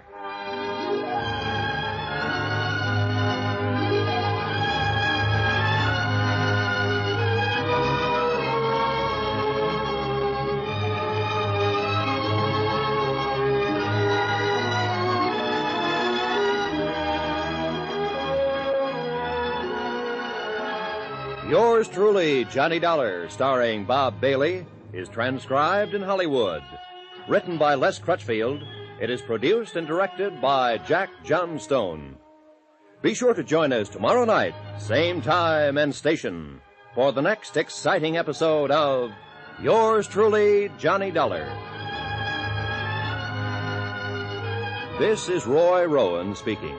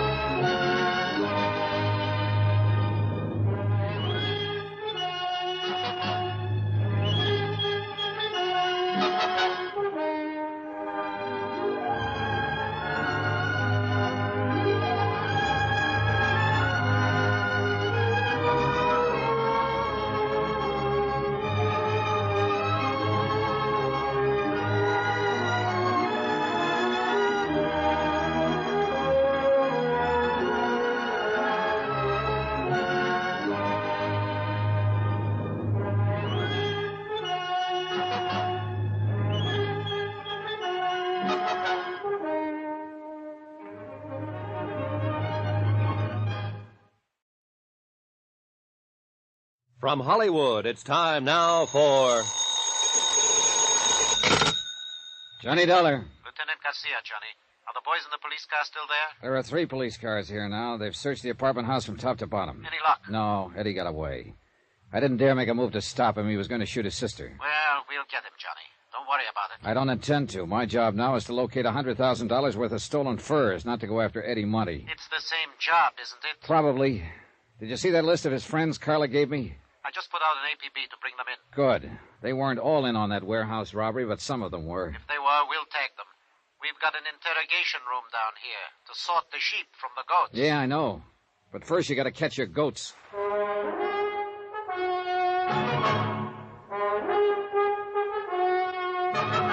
Tonight, and every weekday night, Bob Bailey in the transcribed adventures of the man with the action-packed expense account. America's fabulous freelance insurance investigator. Yours truly, Johnny Dollar.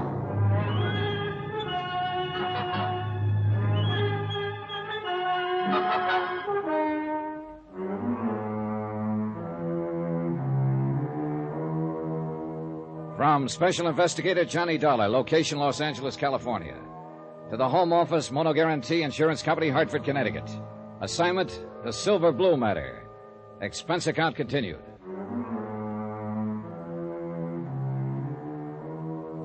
Item 12, 2 cents, for the way I felt. I hung up the phone and walked to the window, stood there looking out into the street.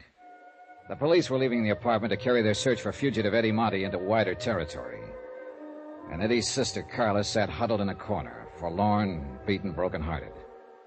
From the window, too, the view was anything but cheerful. Dirty, cluttered streets lined by row on row of sagging tenements, drab and gray in the weakening light of late afternoon. This was the slums that had spawned Eddie Monty, raised and nurtured him, made him into a member of a gang, and had now sent him fleeing from the police with a gun in his hand. And the same slum had bred the others of the gang who'd robbed a warehouse of 80 silver blue mink coats, slugged night watchman Albert Grisman into a near-death coma, and had murdered a man who'd tried to give them away. Why, Johnny? What got into him? Why is he ending up this way? I wish I could tell you, Carla. I did something wrong. That's it, of course, but what? Forget it. You did all you could. It wasn't enough. Well, sometimes nothing is enough. And nobody knows exactly why. I loved him. I never thought of him as just a nuisance of a kid brother, the way a lot of girls do. Now, look. You did more than anybody could expect. You were a pretty young kid when your folks died. Too young to have to take on the responsibility of raising a teenage brother. But I tried. I tried hard. And I thought I was doing all right until lately. But now there's... So it didn't work. And what's happened is breaking your heart. Well, that can't be changed. But just remember this one thing. You did the best you could. And that's all anybody could do. So don't blame yourself. Tell me something, Johnny. Yeah? You're wearing a gun. I don't think Eddie knew it when he ran from here. Maybe you couldn't have used it to disarm him. Not when he was on the verge of killing you. But you could have drawn it and killed him. He was careless. He gave you several chances. Why didn't you? I don't know. Thank you, Johnny. I'd like to look through Eddie's room, if you don't mind. All right. I'll go with you. This way. It's down the hall. Thanks. Oh, somehow I still can't believe it. Not the killing, at least. Eddie is just not that kind. Well, a kid gets under pressure sometimes and gets pushed overboard. Maybe we'll know more when they pick him up. What if he tries to resist arrest? You know the answer to that. Oh, I hope he doesn't. Well, here it is. This has been Eddie's room since he was 13. It ought to tell something. The main thing at the moment is to find something that tells where he might go to hide out. And I've also got $100,000 worth of furs to locate. You go ahead and look around. Whatever you want. Okay, thanks. I'll be in the living room. You call me if you want me.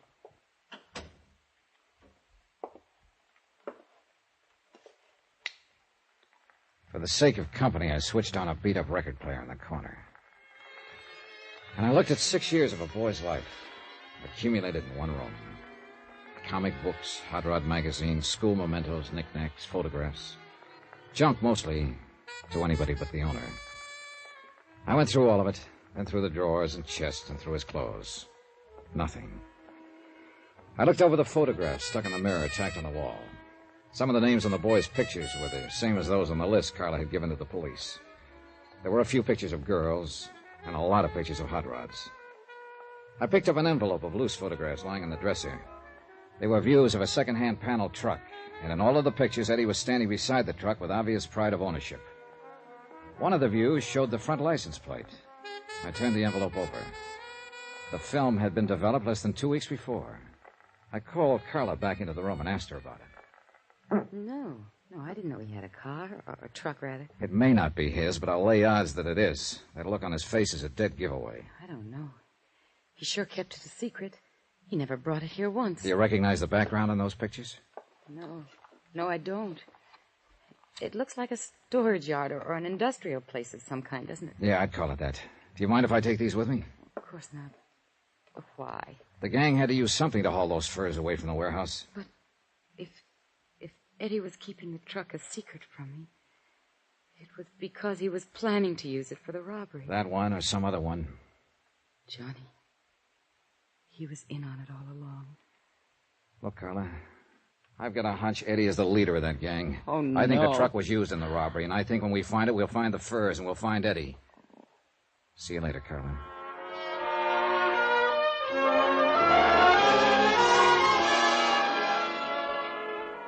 Expense account item 13, $1.85. Taxi fare from Carla's apartment to the police headquarters office of Lieutenant Garcia. Come in. Oh, Johnny, I've been trying to locate you. Oh, what's up? We picked up 2 of those kids on Carla Monte's list. Friends of Eddie's. Wow, that's a start. Not with one of them. He's in the clear. Perfect alibi. We have something on the other one, though.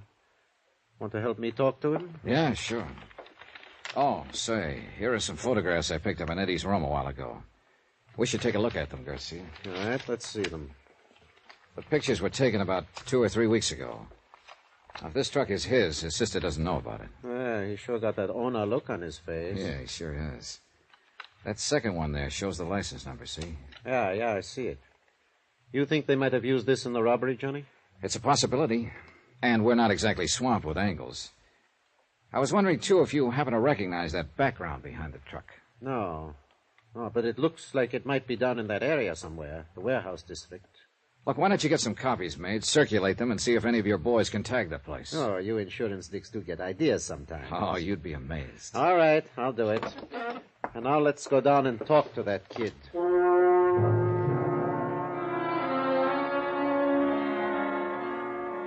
Interrogation room 519 was on the 5th floor. Bare walls painted gray, a businesslike room without a doorman or compromise.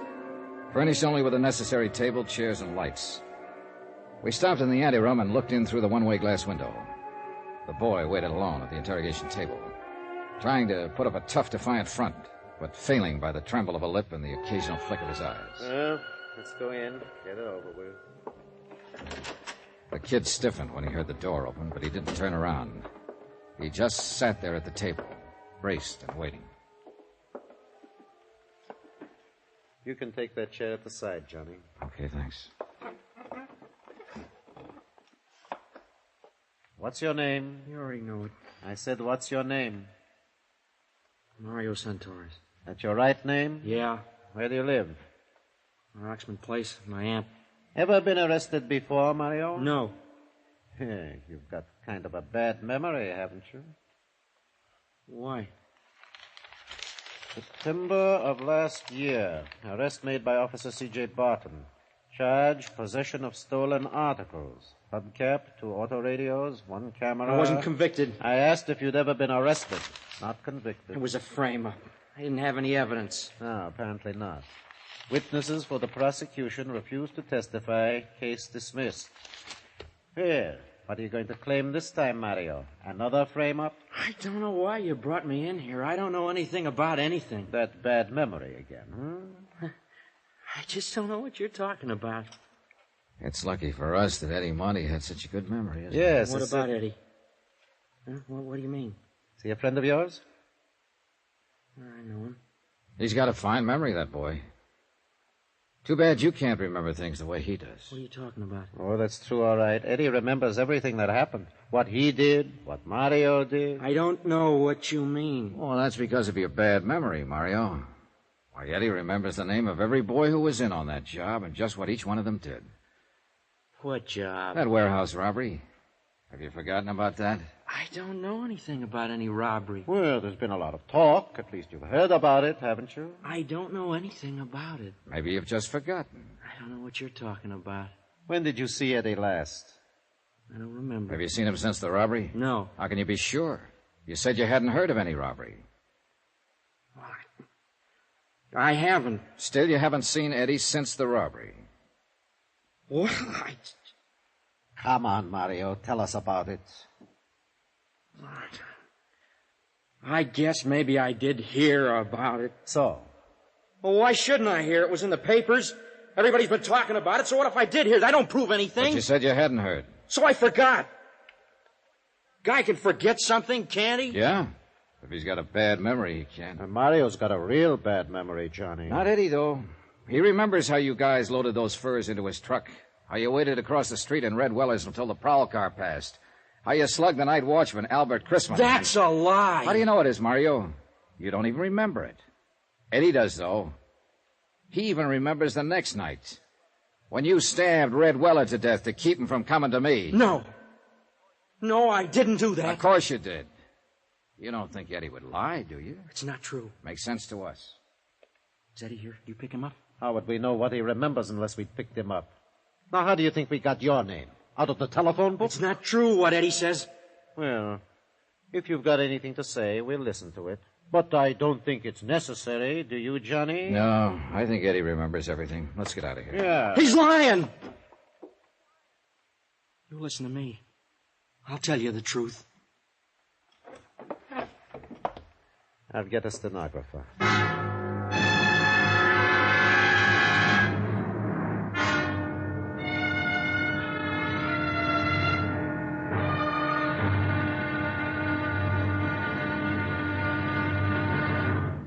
Now, here's our star to tell you about the final intriguing episode of this week's story. Tomorrow, a cautious search, an ambush, bullets and tears.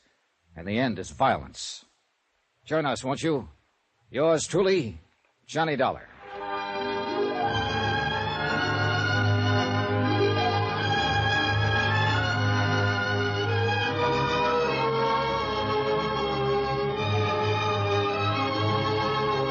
Yours truly, Johnny Dollar, starring Bob Bailey, is transcribed in Hollywood.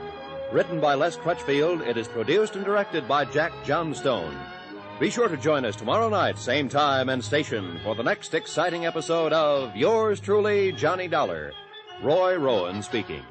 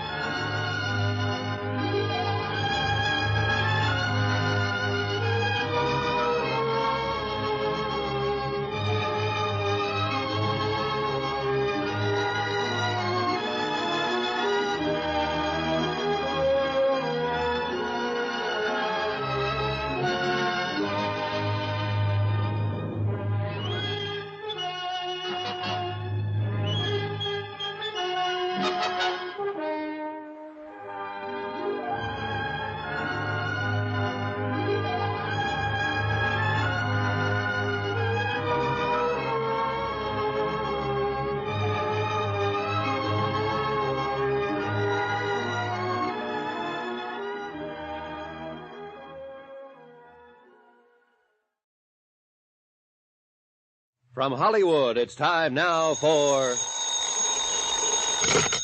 Johnny Dollar speaking, Lieutenant Garcia's office. Johnny, you're the one I was trying to reach. This is Carla Monte. Oh, I was going to phone you later. What's happening? Have they found Eddie yet? Not yet, but the police picked up one of his friends, Mario Santorres. Oh, Mario, I know him. Why, he's been to the apartment lots of times. Was he in on the robbery? Yes, he just made a statement admitting it. And what did he say about my brother? He says Eddie is the one who planned the whole thing. He must be lying. No, Garcia and I are pretty sure he's telling the truth. I'm sorry, Carla. I'm coming down to headquarters, Johnny. There's no use. There's nothing you can do here. At least I can be there when they bring him in or whatever happens. It won't help. You're better off at home. Now, No, Johnny. please. I raised him. Some of the fault must be mine. I can't desert him. I'm going to be there if he needs me. Okay, Carla.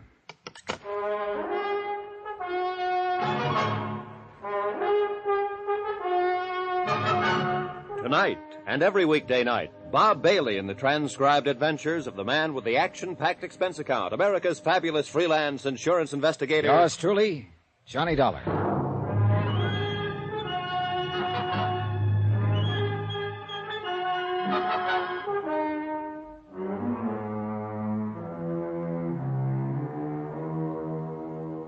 From Special Investigator Johnny Dollar, location Los Angeles, California, to the Home Office Moto Guarantee Insurance Company, Hartford, Connecticut. Assignment, The Silver Blue Matter. Expense account, final page. $100,000 worth of fur coats, silver blue mink, stolen in a warehouse robbery and still missing. A night watchman slugged during the robbery by one of the teenage gang, still lying in a coma, unable to speak. And Red Weller, a man who tried to speak, lay in the county morgue, stabbed to death in a dark alley. But now one of the gang had been arrested, a 17-year-old named Mario Santoris, and he'd finally talked. Sitting in Garcia's office, I read Mario's statement through for the second time. Well, what do you think, Johnny? I think the kid was telling the truth. Eddie Monte scraped up enough money to buy that second-hand panel truck and then talk the other kids into knocking over the warehouse. That ties in with what Eddie's sister said, that he'd kept the truck a secret, hadn't told her about it. And also the fact that Eddie seems to be a born leader type. They even mentioned it in one of his former records of arrest. Yeah, I think we can buy it that Eddie Monte is the leader of the gang. Yeah. All right, they picked their night. They cased the place from Red Weller's lunchroom across the street. And as soon as the prowl car passed, they made their move.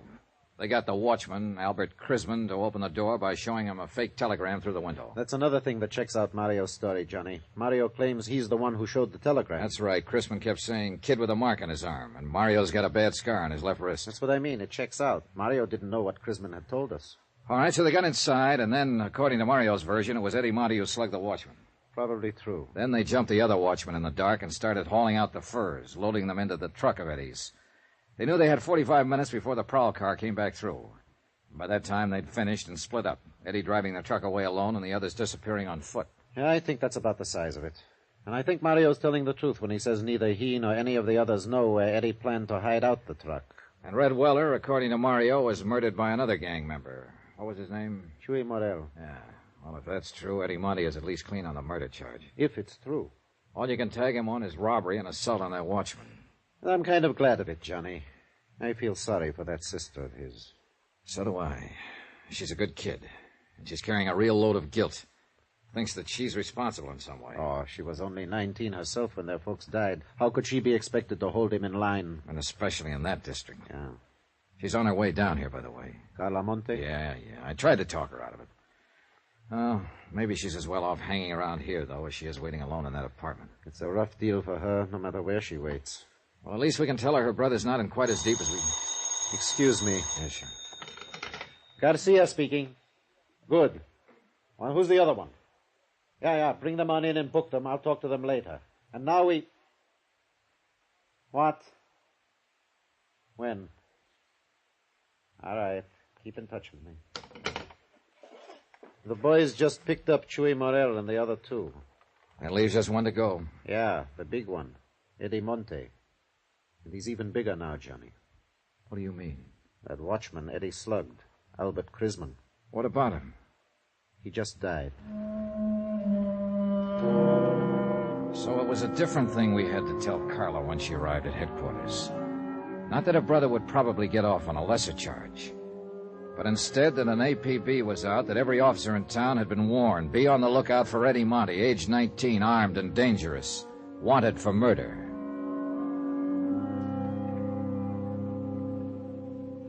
Expense account item 15, $12.50, rent on a hired car.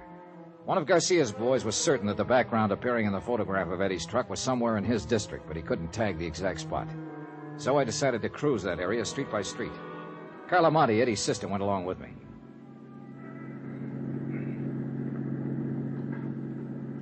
There's an alley off to the right, Johnny. It might be worth a look. Yeah, it runs back toward a lumber yard there. That could be a lumber yard in the background of that photograph. Well, we'll give it a try. This isn't it, Johnny. Sally makes a right-angled turn there before it even gets to the lumber yard. Well, we may as well check it on through. It seems to run clear on down to the railroad yards. Please let us find him. If it's the police, he'll fight. And he'll kill someone else. Be killed himself, maybe. It's out of your hands now, Carla. It's got to work itself out in its own way. And there's nothing much anybody can do to stop it or change it. I know, Johnny.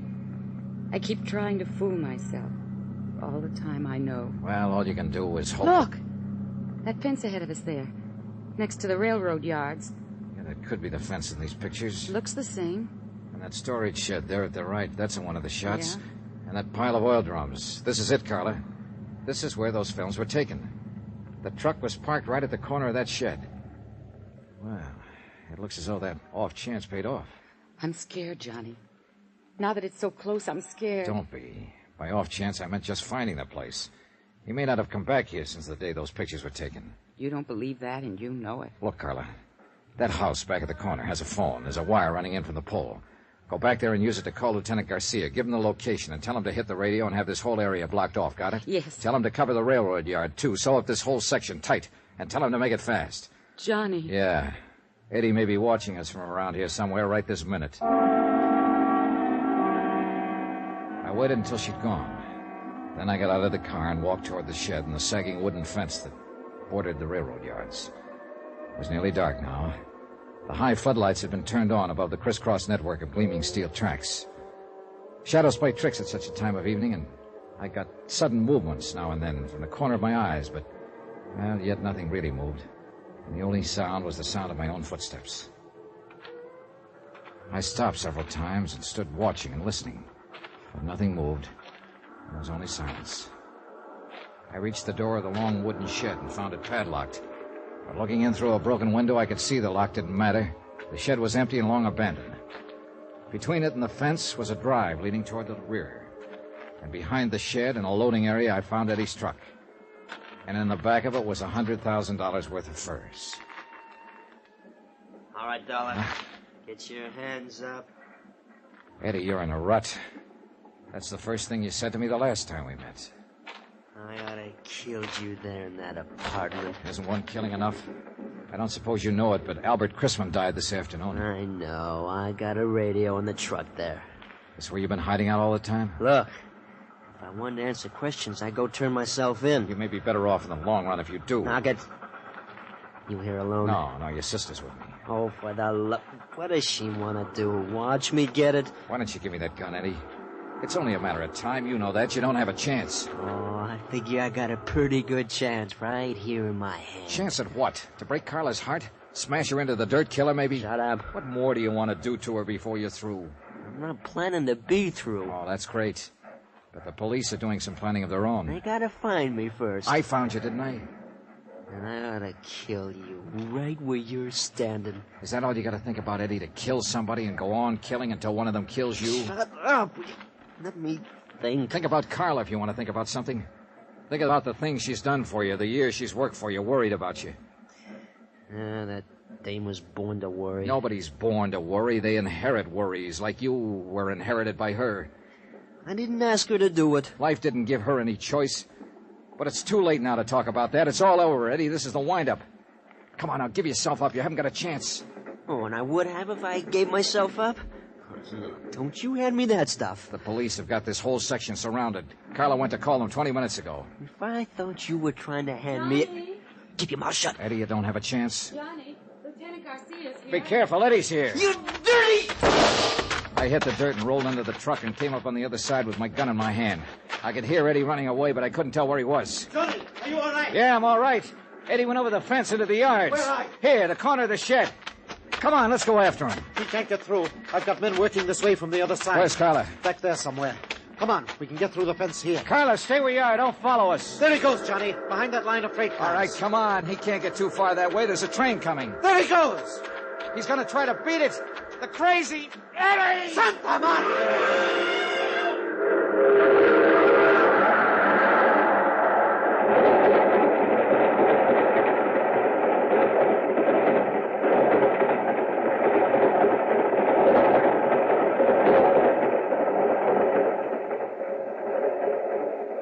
I don't know, Johnny. There must be better ways to die.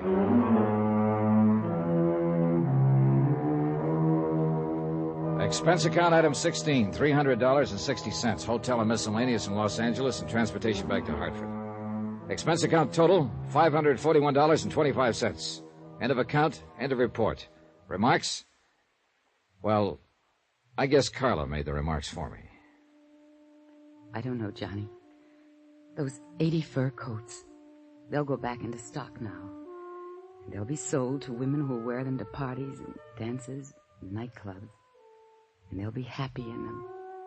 And they'll never know about Eddie or about me or what happened here tonight. Yours truly, Johnny Dollar.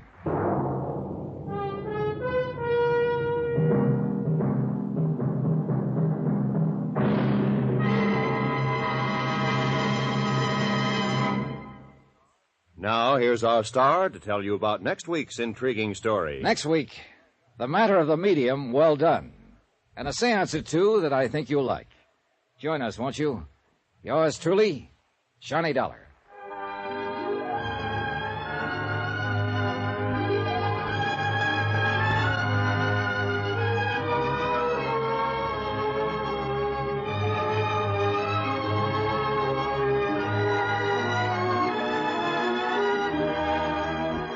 Yours truly, Johnny Dollar, starring Bob Bailey, is transcribed in Hollywood. Written by Les Crutchfield, it is produced and directed by Jack Johnstone.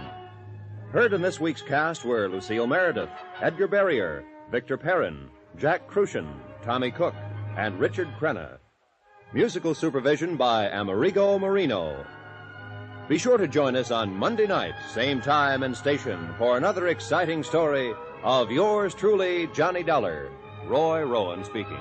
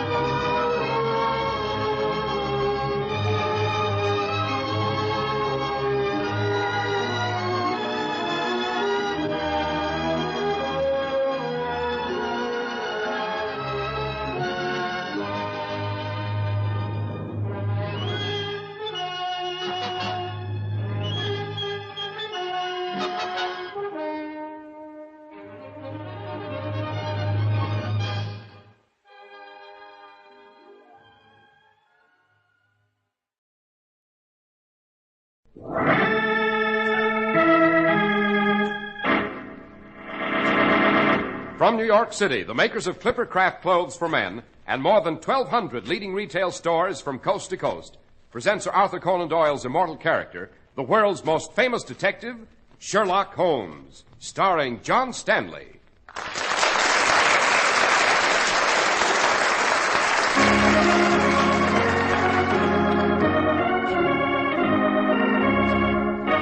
This week's story, The Adventure of the Blood-Soaked Wagon. Watson. Yes, Holmes? Stand still, wait. That dart game. What of it? The stocky chap throwing the darts. I don't trust him. He's looking this way. I see what you mean, Holmes. If he's working with the escaped murderer, he'll send a dart our way. A dart in a man's ear penetrating to his brain, or a dart into the eye. We must walk past him. Cautiously. Slowly, Watson. He's staring at us. He's raising a dart. Terrifying expression on his face. Now he's going to throw it!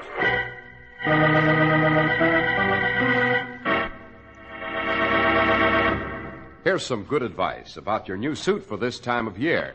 Be sure that your new suit for spring and summer is especially well tailored and comfortably fitted so that you look crisp and well dressed even in warm weather. And a suit like that does not have to cost a lot of money. You can buy a marvelous new spring suit, Clipper Craft designed and tailored of fine worsted, for only $45. And Clipper Craft suits in tropical weights for as little as $33.75 to $42.50. Now, men who know say that Clipper Craft clothes give you the greatest dollar value in America. When you buy Clipper Craft, you benefit from the unique Clipper Craft plan, by which more than 1,200 independent merchants pool their tremendous buying power. They give you amazing savings, finest materials, and the work of master tailors. So if you wanted to look especially well-dressed this spring and summer, see what a fine new Clipper Craft suit can do for you.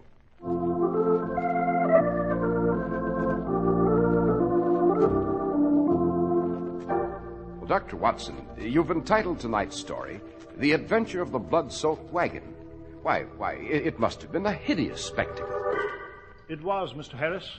Began one awful night in the fall of 1899 on the outskirts of London. On a vast, desolate meadow, in the dead of night, a huge series of bonfires was blazing, surrounded by the silhouettes of armed men. Some men were shoveling what seemed to be piles of paper into the flames. Others stood about, revolvers at their sides. Holmes had invited me to meet him at the gateway to the meadow. Oh, Joe, why have you asked me to come out here at this hour? What is this weird ceremony? I had no doubt you'd find it most intriguing, my dear Watson. Yes, but what is it? You know our British banknotes become dirty and mutilated from constant use. Of course. The Bank of England periodically calls in such currency and replaces the old banknotes with new issues. The old currency is then destroyed by fire. Then what those men are shoveling into the fires is currency? Exactly. Astonishing. They're burning fortunes. But Holmes, why are you here? The bank, Watson, foresighted as ever, realizes that this operation has its dangers. If anything were to go wrong, the financial stability of the empire would be gravely threatened. Therefore, they invited me to be present, stating that they'd feel more secure. Their sentiment was easily understood, and the invitation quickly accepted. Fascinating operation. This wagon before us, for instance, it's typical. 3 men on it. The driver and 2 guards, all armed. Those others carrying the bundles from the wagon? Well, they've removed the lower denomination bundles. The very highest value notes still remain in the wagon. Yes, I see. They'll be extra cautious now, I imagine. You see, the driver's taken out his revolver. The guards are going to step down. Holmes, the driver shot the guards. It looks as if he's killed both of them. Yes, Watson. Good Lord, he's driving off! Stop him! Stop him! All right, up the pretty. Get up, Master Robert. Get up. Let's go. You other men, fire at that wagon. The wagon, Holmes, but not the driver. You must be after him, Watson. The carriage I came in, Holmes. We can use that. It's over there. Come on. Is the driver about? I told him to wait. It's so difficult to find a cab out here. Yes, there he is. Driver, we want to follow that wagon. Me, Governor? Drive my fine new carriage after that madman? Me drive after him so's we can all have our heads blown off? Perhaps this will change your mind. £5. Yes, there's 5 more if we catch that wagon. Up aboard, gentlemen. Quickly, man, quickly. Right you are. Get up! Get up!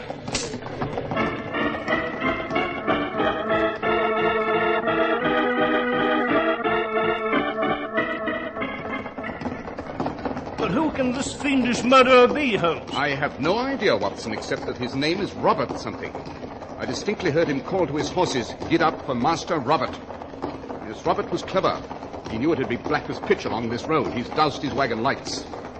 Faster, driver, faster. This is the best we can do, sir. We must catch up with him. That insane criminal is racing across the countryside with 2 corpses and thousands of pounds of currency. Can he dispose of the money, Holmes? Indeed he can. Yes, but how? The notes were recorded. A warning will be out. Yes, just as in counterfeit currency. But it's impossible to prevent Roberts using it. Anywhere in the world, he can find countless persons who won't know that the currency is invalid. And it isn't counterfeit in manufacture, it's genuine. I have in my service revolver, Holmes. What if we do find the blood-soaked wagon and its driver at the reins? How shall we seize him? It will not be a struggle of physical objects, Watson. I shall do battle with my wits.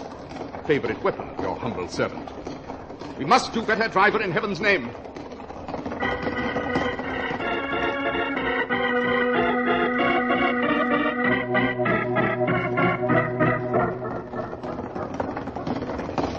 Look, Watson, there's an inn. See the sign? Yes.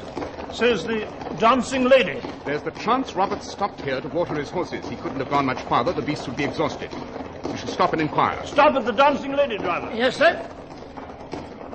Well, perhaps Roberts hidden his wagon behind the inn, eh, Holmes? He might be stalking about with his revolver, waiting to dispose of anyone who's followed him. Perhaps. Hold up there. Whoa. Wait here in front of the inn, driver. Right, sir. Step down, Watson. See the wagon anywhere? No. Precious few lights in the inn. Foul looking. Building's half rotting away. Shall we go in? By all means. Open the door.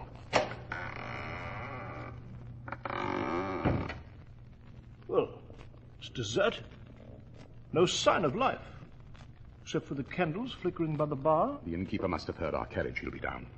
Someone's coming down the stairs. Maybe the innkeeper, but it may be Robert. Stand by that pillar, Watson, in the shadow, as I am. So we see him first. Shh. Wait. Wait. Hello. Who's here? You are the innkeeper? So I am. What might be the idea of standing in the shadows? Trying to frighten a man to death? I regret the necessity. Well, I've no more room. Full up, bars closed. I'm tired. We do not wish to utilize your facilities, sir. We are looking for someone who may have passed this way. He answers to the name of Robert. He was driving a huge wagon with 4 horses. I don't know anyone of that description. I don't mind other men's business. Even if I did know about this Robert, I'm not the one for tittle-tattle. Now, be off. My gracious host, this is extremely serious. The man we're seeking is a thief and a murderer. Then find him if that's your business. Tain't any of mine. Might we look into your cellar? He may have taken refuge there without your knowing it. Could he now? With the cellar door locked and the key here in my apron? You might be concealing him there, and I shall report to Scotland Yard that you've impeded justice, unless we're permitted in the cellar. Very well, Mr. Pokeabout. Step this way. Here's a door. Oh, step down first, Holmes. Wait, stop, Watson. What is it? A board sticking up from the first step. Well, I might have tripped on that.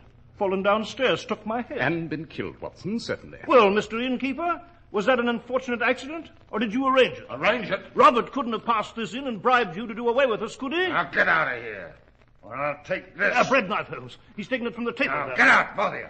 Or so help me. I have no intention of leaving until we've seen that cellar. All right. Then I'll just take that throat of yours and this knife and do what I promised to do.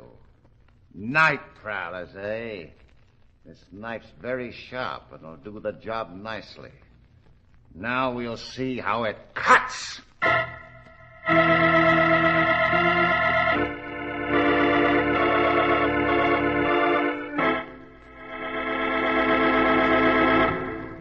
When you buy a new suit, remember, a good new suit is an important purchase, so don't take any chances.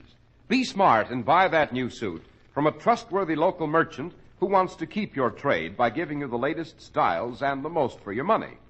In your neighborhood, there's an outstanding example of that kind of trustworthy service. The fine local store that sells famous Clippercraft clothes. Superbly designed Clippercraft all-worsted suits at only $45 and tropical weights from $33.75 to $42.50. The exceptional quality of Clippercraft clothes is guaranteed by the Clippercraft label in every suit and sport jacket. The trademark derived from the staunch Clipper ships that established honest New England quality everywhere in the world. You can always rely on Clippercraft clothes and the store that proudly sells them. That's why men who know insist on Clippercraft clothes bearing the Clippercraft label. So be sure to visit the Clippercraft store in your city. These leading stores in the metropolitan area are proud to add their names to Clippercraft in your suits, sport jackets, and tropicals. In Manhattan, John Wanamaker Men's Stores, Broadway at 8th and 67 Liberty Street. Saks 34th, Broadway at 34th. In Brooklyn, Abram and Strauss. In Newark, New Jersey, Boulevard Men's Shop, Kresge, Newark. And in Jamaica, the B&B Clothes Shop, 16408 Jamaica Avenue.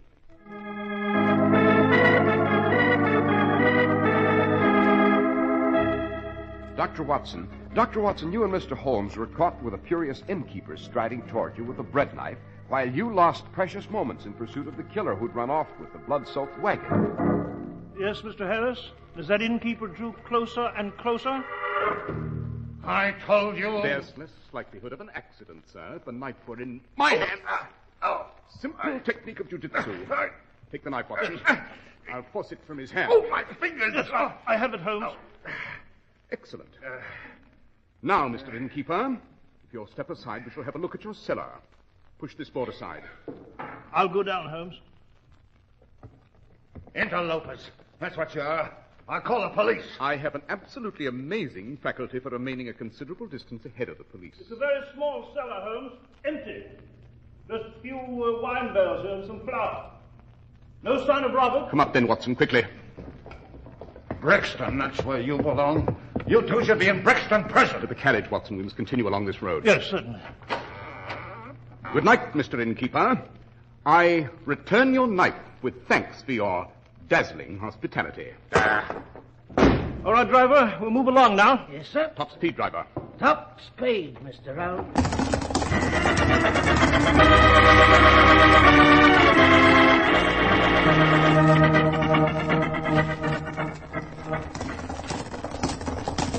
Well, Robert may be very far away by now, Holmes, out of our hands, free of justice. Prepared to flood the world with worthless currency. Beg your pardon, gentlemen, but there's a crossroads up ahead. By George, we won't know which fork Robert's taken. We may, Watson. Look, on the road ahead. The chap walking there? Yes. Miserable-looking creature. Vagabond, eh? Pull up beside him, driver. Up! Hold up! Whoa. Hello there. You call me? Have you seen a large wagon with 4 horses go racing by? Oh, no, not me. I didn't see nothing, so help me. How long have you been in this vicinity? Oh, a few hours. I was sleeping by that ditch. Tried to get a job with a circus down the road, but it weren't no use. This wagon was driven by a criminal.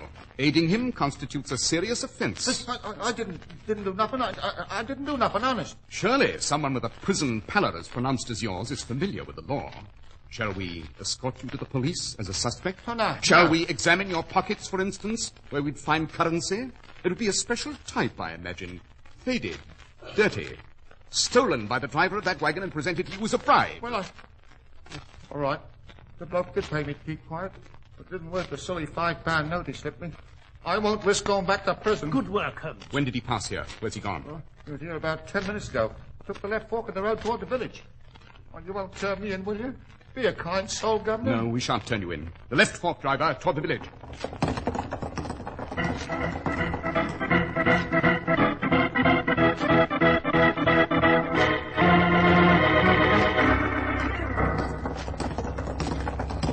Well, we've passed the village, Holmes. Still can't find Robert. You know, look, Holmes, there. Yes, Watson, his wagon. He's abandoned it by the road. But stop! No. The abandoned wagon's of no value. We must find the man. And since that traveling circus the vagabond mentioned is just ahead of us, I'd say that Roberts left his wagon here and raced to the circus grounds. Pull up by that entrance to the circus, driver. Righto, Mr. Holmes.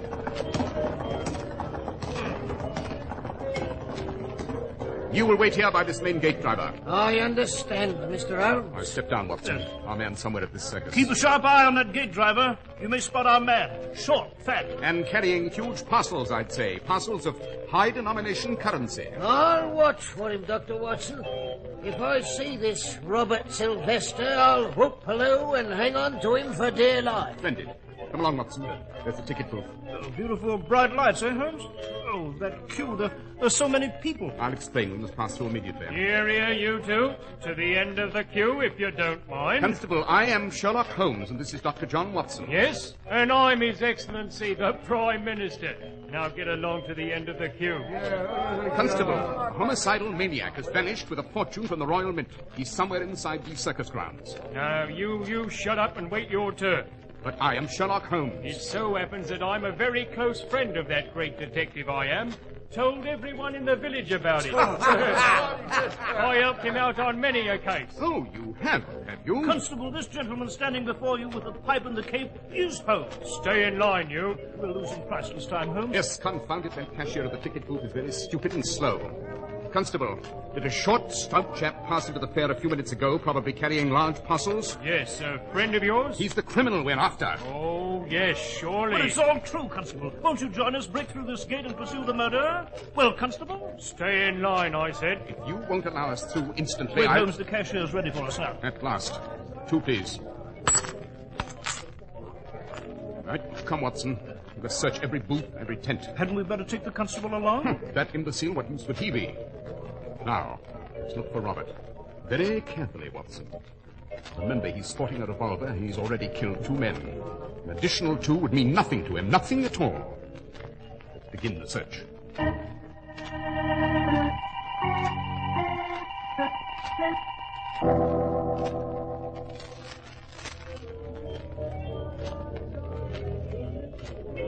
Well, no sign of Robert, Holmes.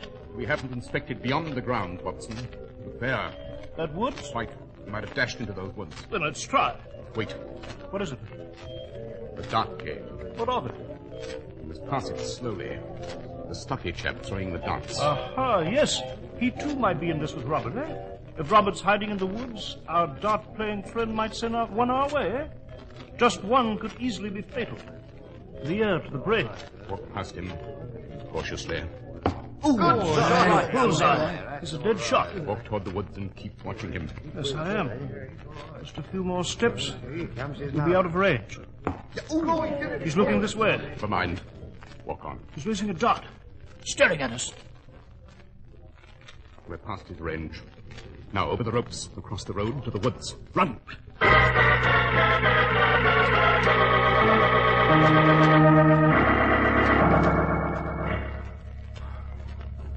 It's not much light, Watson. Just the moon.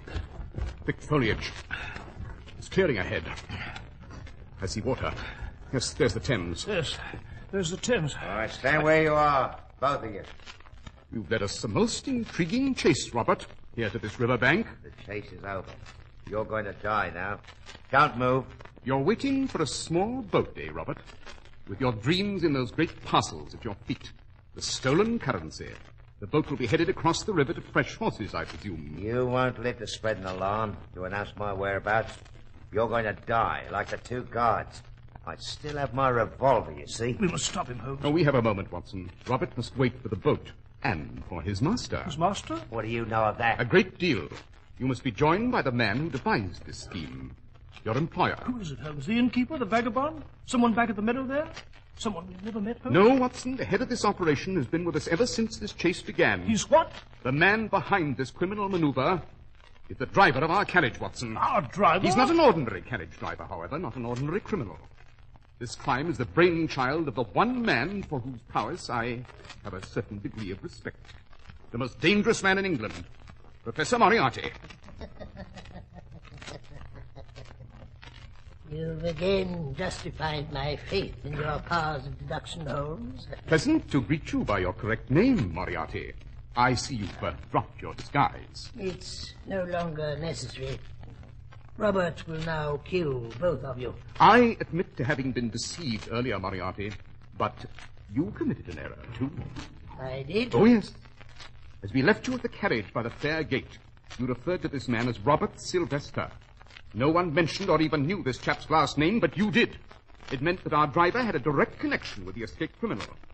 At the same moment, I realized that this was my first opportunity tonight to look at our driver closely, under the fair's bright lights which Watson admired. And you saw through my disguise there? Precisely.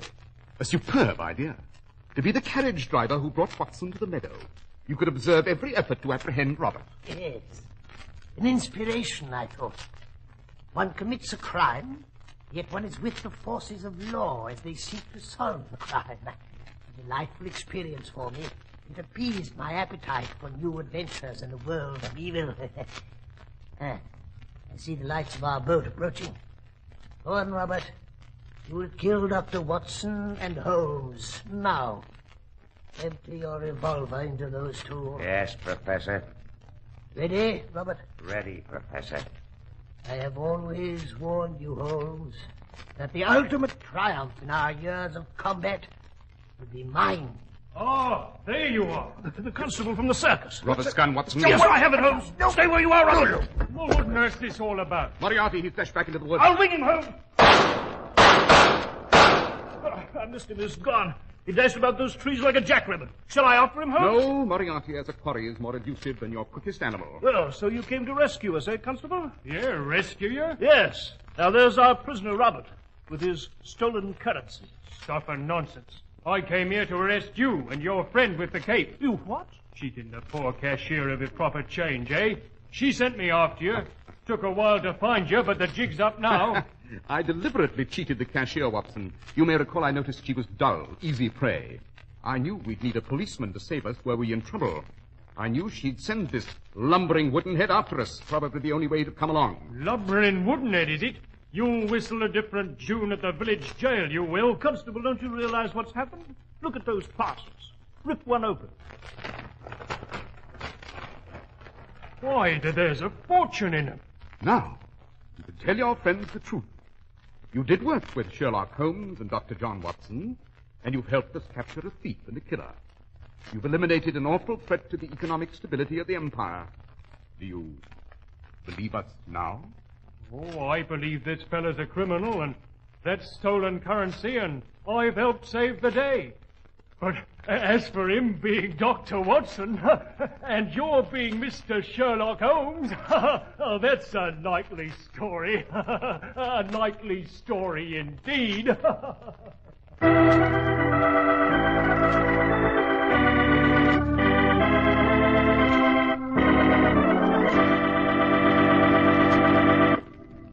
Dr. Watson, pursuing the blood-soaked wagon was an unforgettable experience. Well, Mr. Harris, there are many such thrilling recollections of my adventures with Holmes.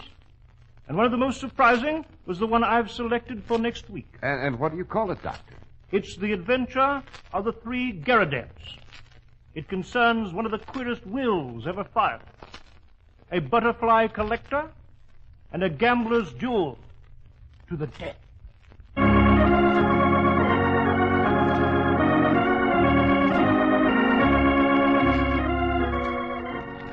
The makers of Clipper Craft clothes and more than 1,200 stores from coast to coast have brought you another in the new series of broadcasts featuring the world's most famous detective, Sherlock Holmes.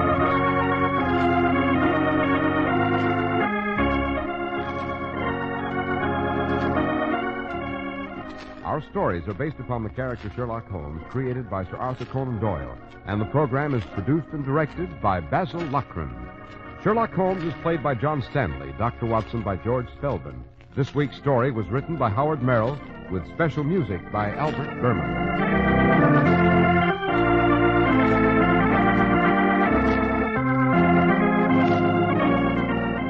If you don't know your Clippercraft dealer, write Clippercraft, 200 Fifth Avenue, New York City.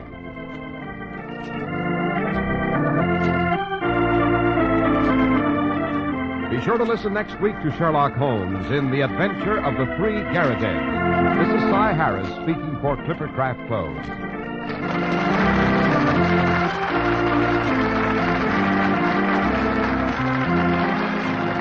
This is the Mutual Broadcasting System.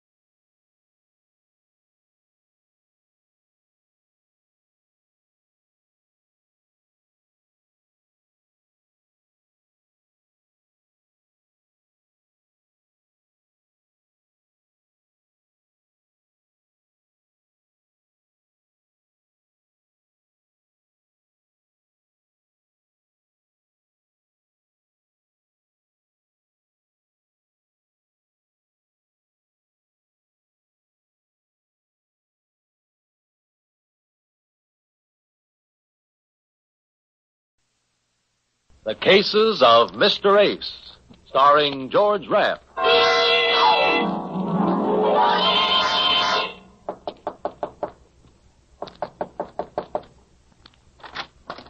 Yes? My name's Eddie Ace. Oh, yes, you're the private detective. Yes. There was a message at my office from a Dr. Gale. Asked me to come right over here. Is he in? I am Dr. Gale. Come in. Please. So, you're Dr. Gale. Shouldn't I be? I didn't expect you to be a woman. What can I do for you?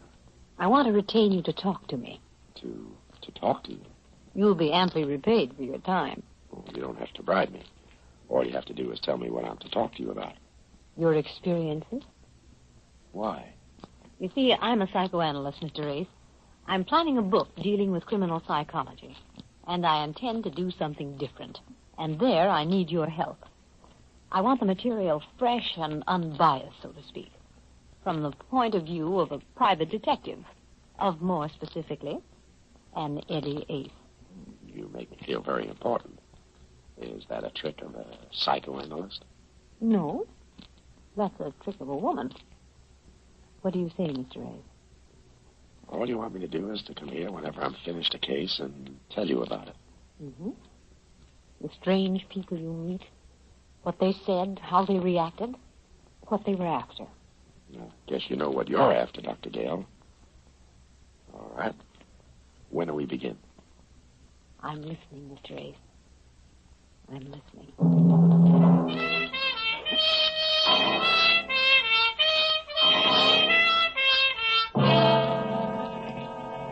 The Cases of Mr. Ace, starring George Rath, and produced and directed by Jason James.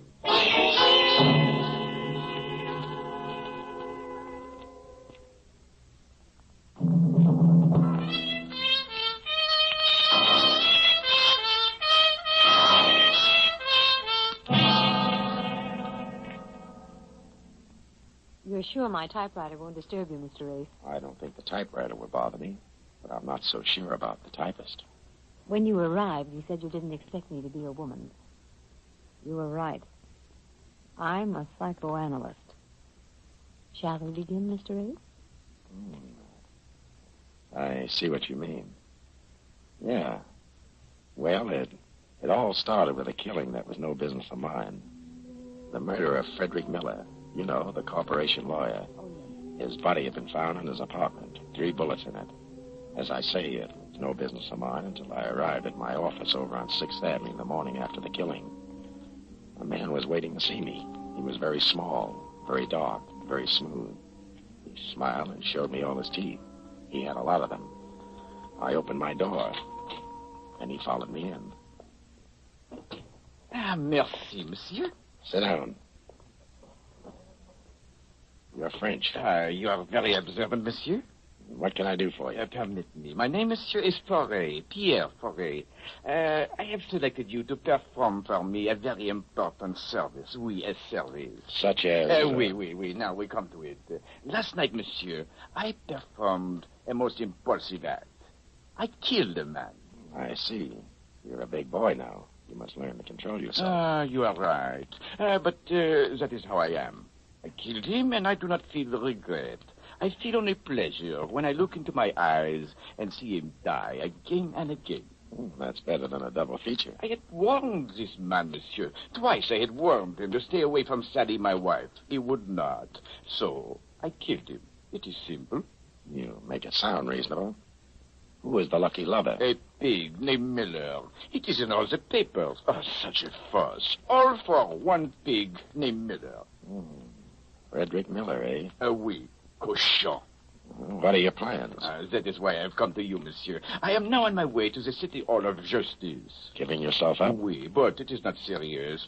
When I explain to the man in charge of the justice why I killed this Miller, he will let me go. Yes, sure. He's cute that way. Why did you come to see me? To hold for me 2 things, monsieur. One, $500. And 2, this little key.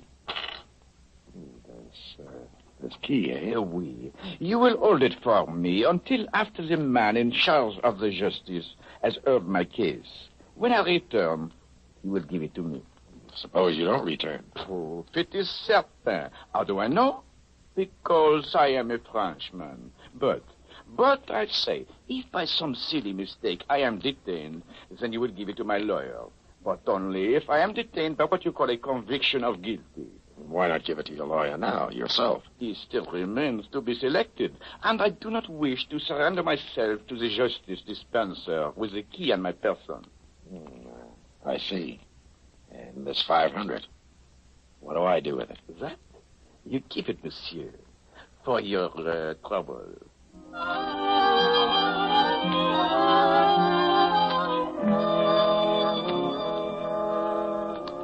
Foray left, and I sat fingering the 500 and the key. It was a small brass key, the kind you use on your trunk.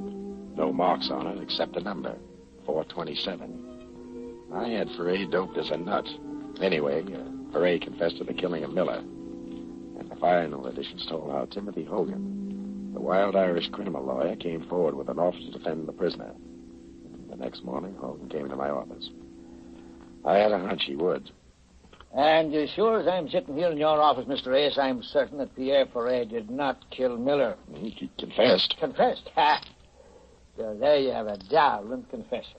A Frenchman, A crime of passion, and he gives himself up. No, not for A. Not after talking to the man. And what's your best guess? Think, man, think. Can't you see it? Maybe I'm looking in the wrong direction. And that you are. For A is covering up for someone he loved.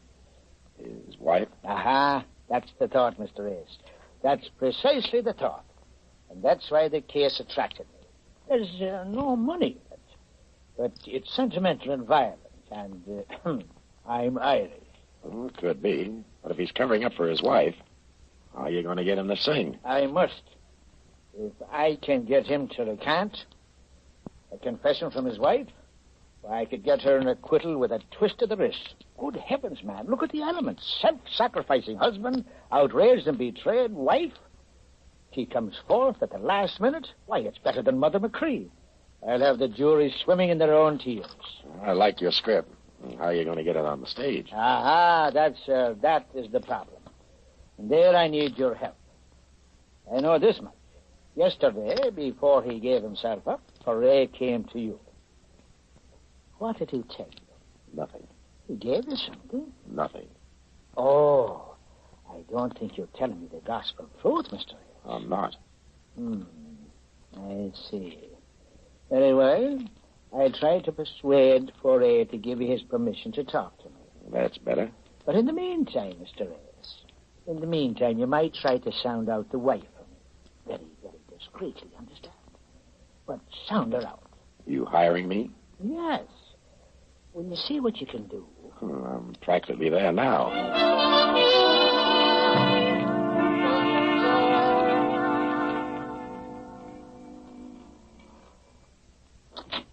Yes? Mrs. Foray? Go away. All day you reporters have been I'm a driving... detective. What do you want? Sit down. Say what you want and get out. Do as I say or I'll take you downtown. You don't frighten me a bit. I'm ready. I see what you mean. Okay. I'll level with you, Mrs. Foray. I'm not from the police. I'm a private detective. I'm working for your husband's lawyer on the Miller killing. You knew Miller. Yes. Yes, I knew him. What is there to work on? That rat Pierre killed him. I hope he dies in the chair for it. Pierre says you were seeing Miller. That might save him from the chair. Let him prove that. Just let him prove I ever saw Fred Miller outside of his office on business. When did you see Miller last? None of your business. Get out. Sure. But keep this in mind, Mrs. Foray. Your husband confessed to the murder. But maybe you'll be able to give the jury the impression that he's covering up for someone else. Someone maybe like his ever-loving wife. I said go on. Get out. Oh, by the way, did you ever see this key before? No. Now get out of here. And tell that rat Pierre I'll do my best to get a ringside seat for his execution.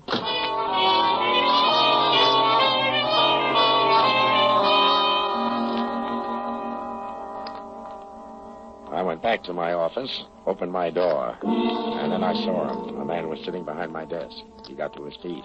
He didn't introduce himself, but I could tell by the bulge in his right pocket that he had a very good reference. You are Mr. Ace. What do you want? The key, Mr. Ace. What key?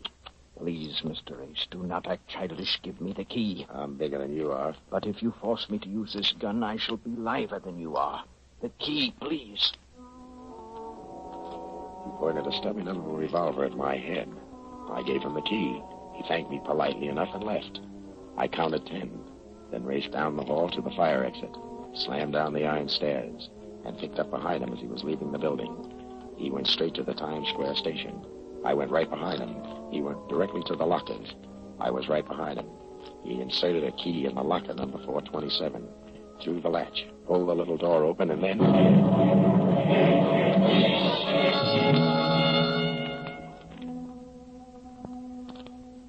It must have been hours later when I opened my eyes. I was still in the station.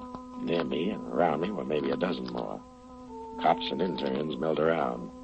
But bending over me was Detective Lieutenant Walsh. Feeling better, Ace? Yeah, Oh, my head. What happened? Bomb exploded in a locker. Anybody killed? Yeah, the man who opened the booby trap.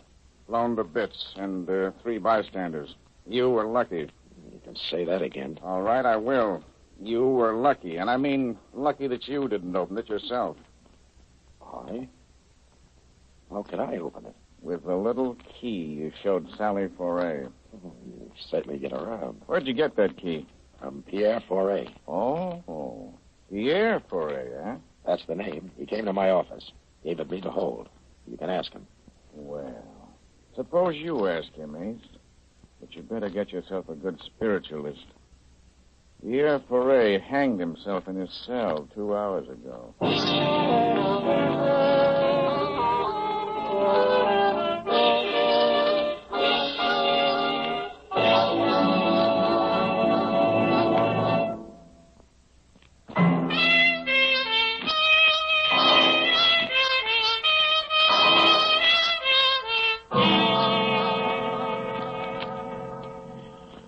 Walsh took me down to police headquarters. He talked to me for 2 hours. He didn't learn a thing, but I did. Pierre was visiting his cell by Hogan and Mrs. Foray just before he strung himself up. It was Hogan who found his body when he went back to talk to him again. I asked Walsh what he knew about Hogan, and he didn't know much. I left police headquarters and went around the corner to Jenny, the bail bond. Jenny had been around New York longer than the city charter and runs the biggest bail bond mill in town. I asked her what she knew about Timothy Hogan. She didn't know much offhand, but promised me a rundown by morning. I said I'd call her and left it at that. Outside, the rain was just beginning to wash the town. A hack pulled up.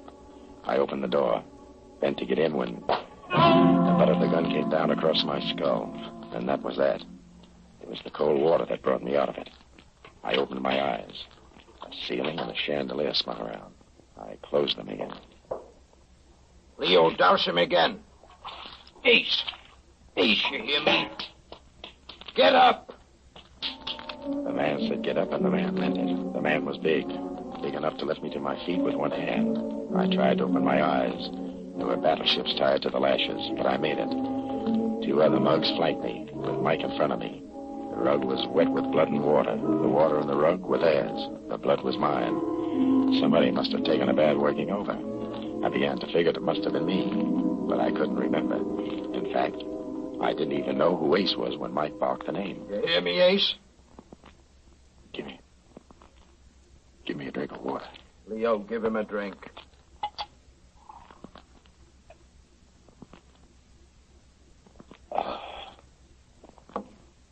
Better. You're making a lot of trouble for us, Ace. It ain't necessary. Now, look what you look like. Busted nose, busted lips, busted eyes. You think we like to do things like this? And just look at me old lady's rug. Don't let it break you up. Just look at yourself. And for what? Tell me. For what? Because you get stubborn. You mustn't be impatient. I'm not very bright. What am I stubborn about? All we want to know is where is the envelope Foray gave you? Michael, how much longer will you be? Just a few more minutes, Ma. Oh, well, just look at that rug. I'll have it cleaned. Well, hurry up. The hot kitchen's getting all burned. All right, Ace, I'm through talking nice. Where's the envelope? Foray didn't give me any. Leo, take it. Oh. Michael! For heaven's sake, be careful of the rug.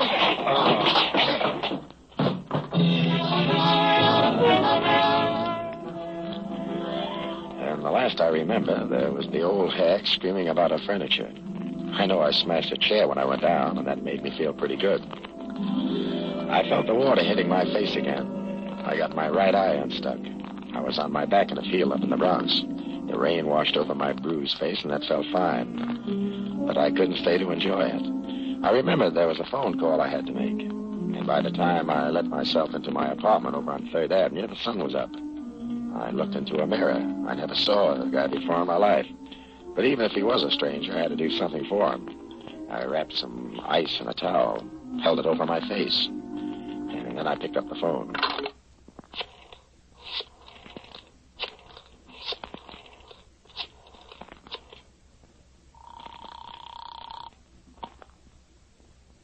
Jenny's bail bonds. You sleep in that ratty office of yours, Jenny? Well, there's citizens being arrested, day and night, Ace. I got that schmear on Hogan for you. How does he shape? Well, he was the mouthpiece for the old Ringo mob. Back in Prohibition, Ringo got pushed over, rest his soul. Hogan fronted for the policy boys in Harlem. And finally, he broke away from the heist guys, went into straight criminal law. Only the very highest types of criminals. Where does he hail from? Why, he's from, here it says, Timothy Hogan, Washington University, class of 28, X. X. What's that mean? X, it says here, it says. I see, he didn't finish at Washington. No record of any other school. I see. All right, thanks, Jenny. Yeah? Anything else I can do for you? Yeah. Keep a nice fat bail bond warm. I may need it.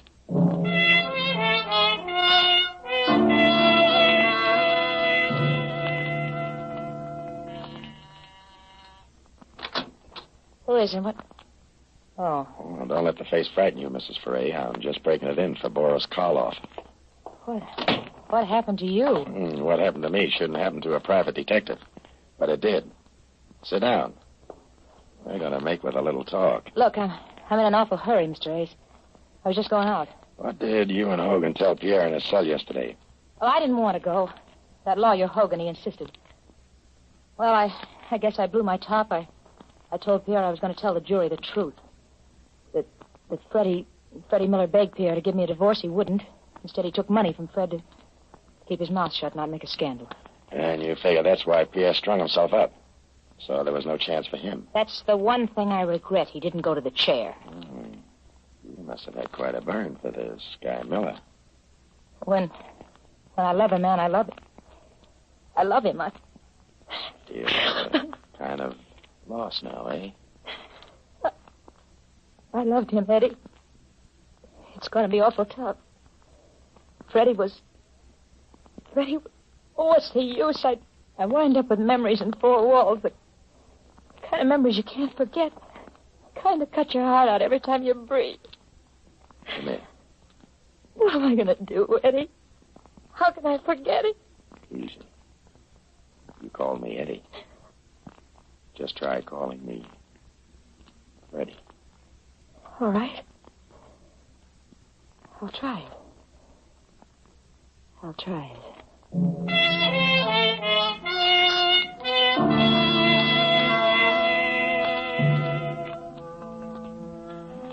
A little later, I remembered that Sally was just on her way out when I arrived. I asked where she was headed for. She hedged a little, but then I saw the court orders on the desk. She was going down to the First National Bank to open Pierre Foray's safety deposit box. I went with her. The small vault contained some jewels, an insurance policy, and a bulky package wrapped in brown paper. The jewels are mine. I'll take them with me. Maybe we better see what's in this package. Oh, I can't imagine what it could be. Money. $1,000 bills. Must be 50 of them. $50,000? Well, where did he get all that? Not in the private eye business. In this envelope. I think we better open it in the presence of a lawyer. Look, I'm going upstairs to see if anybody's around that looks familiar. Here, take this nickel. Yeah? Call police headquarters. Lieutenant Walsh. Tell him to meet me right now at Timothy Hogan's apartment. This is important for both of us, Angel. So don't trip. I'll wait for you outside.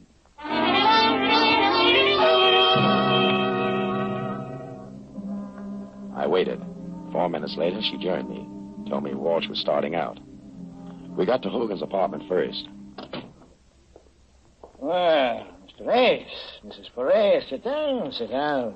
What happened to your face, Mr. Ace? I ran into an open gun cell in the dark. Oh, really now? Where? I didn't get the address, but it was the home of that mug named Mike you keep on your payroll. I see. What else do you know? Put that heater away, Hogan. Walsh is on his way up. I'll give it to you fast. Frederick Miller, the lawyer used to Needland Court. Dug into your background. Found out you weren't a member of the bar. Never finished law school. Why, you weren't even a shyster. That's why I killed him. Right. But Foray confessed. That was the deal you made with him. 50 G's if he confessed to the murder of Miller. And you think a man would confess to a murder for any amount of money? You convinced him you'd get him an acquittal. On the unwritten law. But before he agreed, he wanted full protection. This little envelope we got out of his safety deposit box. That's true, Mr. Ace. That's true. I had to give him my signed confession, just in case anything went wrong. And plenty went wrong. He didn't trust you. You'd try to get that confession back. That you'd watch every move he made before he confessed to the police. That's why he came to me. Gave me a key to a booby trap. He figured you'd try to get that key from me. Open the booby trap. And get your head blown off. But you sent one of your mugs instead. You leave nothing for me to say, yes? Is there anything else you'd like to know before I kill you? Yeah. How did you manage to kill Foray in his cell? That, my friend, that is the trade secret which I cannot divulge. Too bad, Hogan. Right guy like you. I know that Walsh will feel the same way about it. But he's a city cop. Mr. Ace, you are priceless. But you made just one little mistake. You see, Sally here wasn't in love with Miller. You didn't even know him. Sally was and always has been in love with me. That true, Sally? Here's your nickel, Eddie. I didn't make that call to police headquarters. So little Sally wasn't 3-timing. She was 4-timing. You know, Ace, it's remarkable you've stayed alive as long as you have. Can you give me one good reason why I shouldn't kill you? Can I skip that question and take the $32? Go home, Sally. Yeah, I'm sorry, Eddie. Believe me, I am. Go on home and sharpen your stiletto. Going somewhere, Mrs. Foray? Look out, Walsh. He'll shoot. Oh, no. That's a darling break. Tim. Sally, get your double... No. Get your car. No. No, I didn't, Tim. Honest, I didn't. And the dying. It's easy. Tim. Stop wailing, Sally. He can't hear you. He's dead. And I wish he'd killed you. A brilliant man like him shot down like a dog, and you stand there. Okay, Walsh. From here on out, it's your party. The confessions in the envelope will give you the score. Sally is right. He was a brilliant man.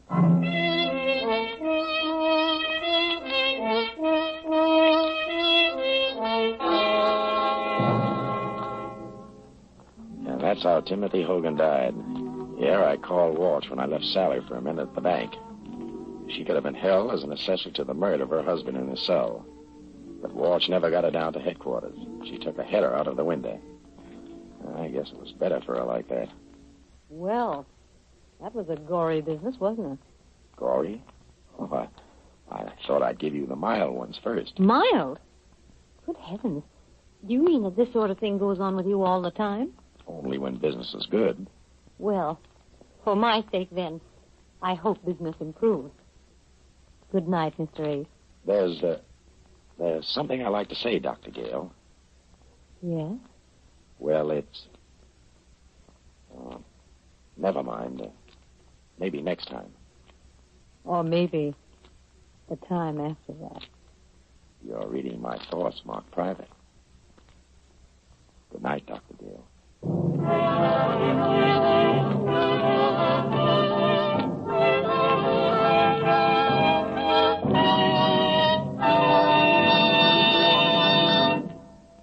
George Raft, as Mr. Ace, will be back in a moment with news of next week's case.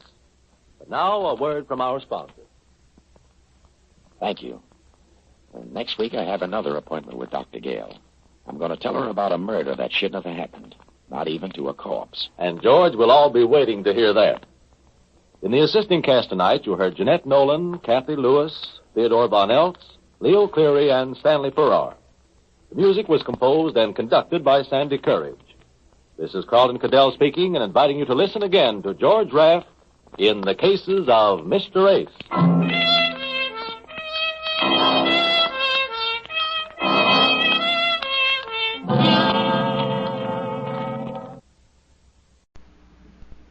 There he goes, into that drugstore.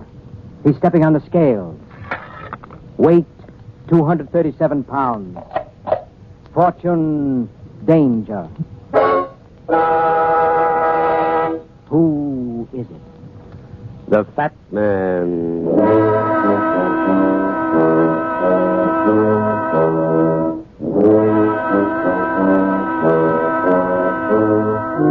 The Norwich Pharmaceutical Company, makers of Pepto-Bismol, Unguentine, and other fine drug products, brings you the adventures of Dashiell Hammett's fascinating and exciting character, the Fat Man, a fast-moving criminologist who tips the scales at 237 pounds. Tonight's adventure starring J. Scott Smart in A Window for Murder. And now, Pepto-Bismol brings you The Fat Man.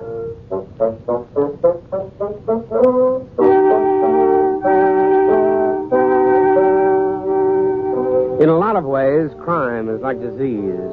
It strikes when you least expect it, and it's no respecter of persons or classes. It spreads in contagious waves, gnawing and digging at the very backbone of society. Medical science has discovered through the years miracle drugs and vaccines that have completely knocked out many of our most dangerous maladies. But the only inoculation against a confirmed criminal is a strong fist and a fast trigger, especially when you're up against a murderer. How are your eating habits? If you eat too much or too fast, you know how your stomach turns queasy, uneasy, and upset. If that happens, and if you've been overdosing yourself with fizzes or physics, it's time you tried Pepto-Bismol. Pepto-Bismol is a very different formula, and it works in a very different way. It doesn't add to the upset. Instead, it quiets and calms it. For Pepto-Bismol is wonderfully soothing and gentle. It's pleasant tasting and a fast friend of the family when stomachs are sickish, sour, and upset. That's Pepto-Bismol, the gentle, soothing way to care for an upset stomach. Now, let's look into A Window for Murder.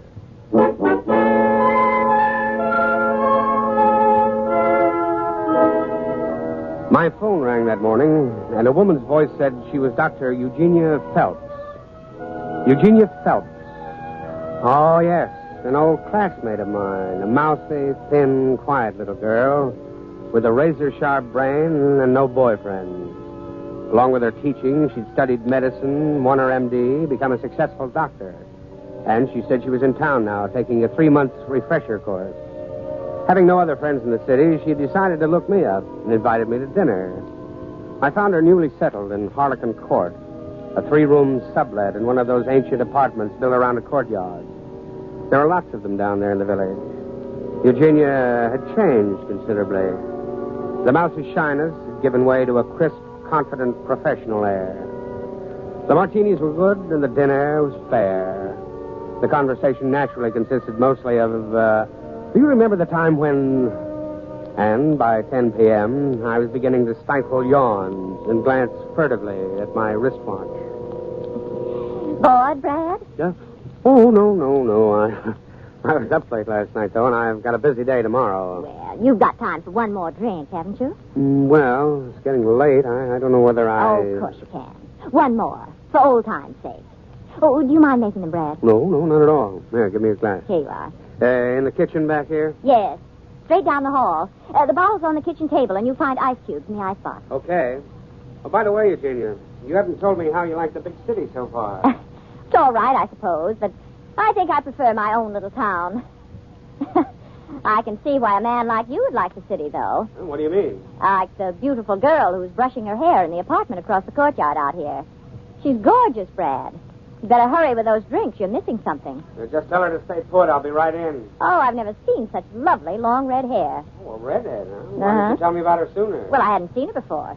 She must have just come in. Oh, she really is... Brad, quick! What's wrong? That girl. That girl. What is it, Eugenia? What's the matter? You're shaking like a leaf. Over there in the apartment across the way. Well, I can't see anything. The lights are out. I know, but that girl I was talking about, the one with the long red hair. What about her? Somebody just opened the door, stabbed her in the back, and turned off the lights.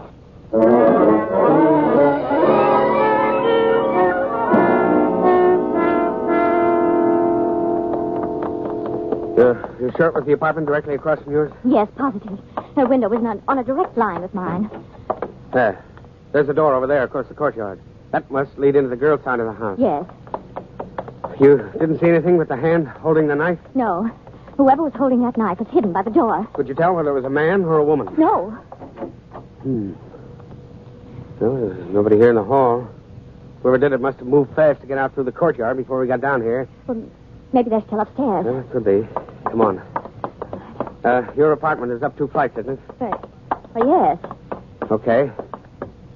The girl's apartment must be right at the head of this second flight. That's where your apartment is, on the other side. Come on. Brad, Are you afraid? No. No, I'm all right. I'll feel much safer with you. Okay. Yeah. This must be the apartment here. Yes. Girl must be in there alone, Brad. Yeah, I'll see if this door... Somebody's coming to the door. Stand back. Who are you? What do you want? A girl was just stabbed in this apartment. Where is she? A girl stabbed? No. There's no girl here. There's nobody here but me. Go away. Go away. Just a minute. You're trying to trick me. You want to rob me, but I won't let you. I tell you... Who are you, and what are you doing in this apartment? I'm Enid Judson, of course, and I live in this apartment. I've lived here for years. Wait, Brad. There must be some mistake, but I'm sure it's you. There now. She can tell you I live here. Tell him. You know her, Eugenia? No, but I've seen her several times coming in and out. She might live here. Of course I live here. And now take your foot out of my door or I'll call the police. If there's going to be any police calling, I'll do it. Now, I'm sorry, Miss Judson, but we're coming in. Look how bad she's got a knife. I warned you. I told you to stay out. No. You're a little old to start playing with knives, Miss Judson. Oh, my arm. Don't twist my arm. I'm sorry, but I'll just have to hold on to this knife. Now, look, Brad. There's nobody in here. Yeah, so I see. Okay, Miss Judson, start talking. What happened in here a minute ago, and what happened to the red-headed girl? I don't know what you're talking about. There wasn't any girl here. She's crazy, Brad. Must have been she who stabbed the girl. Crazy, am I? Because I guard what's mine, I'm crazy. She couldn't have gotten rid of the body in the time it took us to get over here. Where was the girl sitting, Eugenia? She was sitting over there at the dressing room table. And one by the closet. Brad, that door. That closet door must have been the one I saw open, the one where the hand came out of. Yeah. I'll have a look inside that closet. No, don't go in there. Stop. I tell you, stop. Let go of me. Let go of me. Thieves. The girl in there, Brad? No, she isn't in here. There isn't anything in there at all, except a ball of string as big around as a wagon wheel.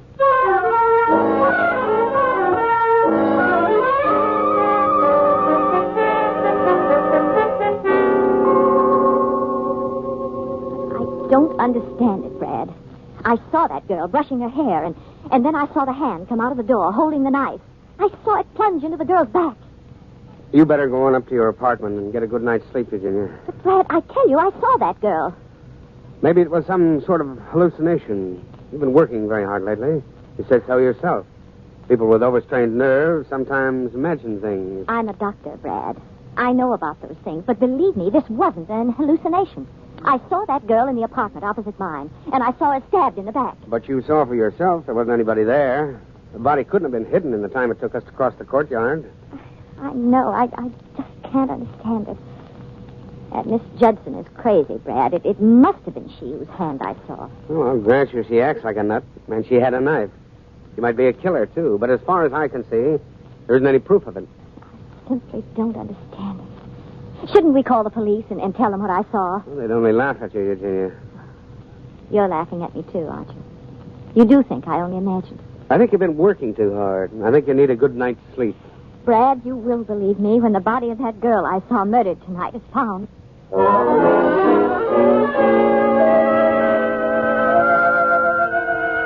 I left Eugenia standing there outside the archway of Harlequin Court, a strained, sad expression on her tired, thin face. There was something pitiful about her. I couldn't help feeling sorry for her, and I had a tough time getting to sleep that night. However, by the next morning, I'd forgotten all about Dr. Eugenia Phelps, Miss Judson, and the night before. At 10:15, the door of my office opened, and a tall, well-dressed woman in her early 30s came in. She wasn't exactly beautiful, and she didn't seem unduly nervous or upset. She walked slowly toward my desk. Mr. Runyon, Yes? I'm Mrs. Ronald Woodruff, and I'd like to hire you. Oh, what's it all about, Mrs. Woodruff? First, I must tell you that my home is not in this city. I came here 3 days ago, and I'm staying at the Pheasant Hotel. Mm-hmm. What's the job? It has to do with my husband, Mr. Runyon. Here we go again. What? Skip it, Mrs. Woodruff. What about your husband? Well, some time ago, 6 months to be exact, he became involved with a beautiful young woman who happened to be working in the town we live in. Well, eventually I discovered his infatuation and confronted them both. I love my husband, and I'd no intention of letting him make a fool of himself. Naturally. What happened? Well, I won't go into details. The result was that my husband promised not to see this girl again. She, in turn, left our town soon afterwards. But that didn't fix it? Well, it seemed to for some months, but several weeks ago, I discovered that they had been corresponding. Once again, I confronted my husband, and once again, he promised to forget the girl. However, a week ago, he suddenly left home and disappeared. And you think he's come here to join the gang? I'm positive of it. But so far, I've been unable to find him or prove it. I've seen the woman and talked with her. Well, naturally, she denied that my husband has seen her. She says she's through with him and never wants to see him again. Oh, you know where this babe lives, then? Yes, I found her address on the letter I discovered. Oh, sure. I want you to watch this woman's apartment house for me. When my husband comes to see her, I want you to find out where he's staying. Okay. How do I recognize him? Oh, here's a picture of him. Mm-hmm. It's a good likeness. I'm sure you can identify him when he comes to see the girl. Here's $100 for expenses. I'll give you $500 more if you'll find him. Will you take the job? Yeah. What's this woman's name? What does she look like? Where does she live? Her name is Lenore Longstreet. She lives in a Greenwich Village apartment called Harlequin Court. And she has gorgeous long red hair.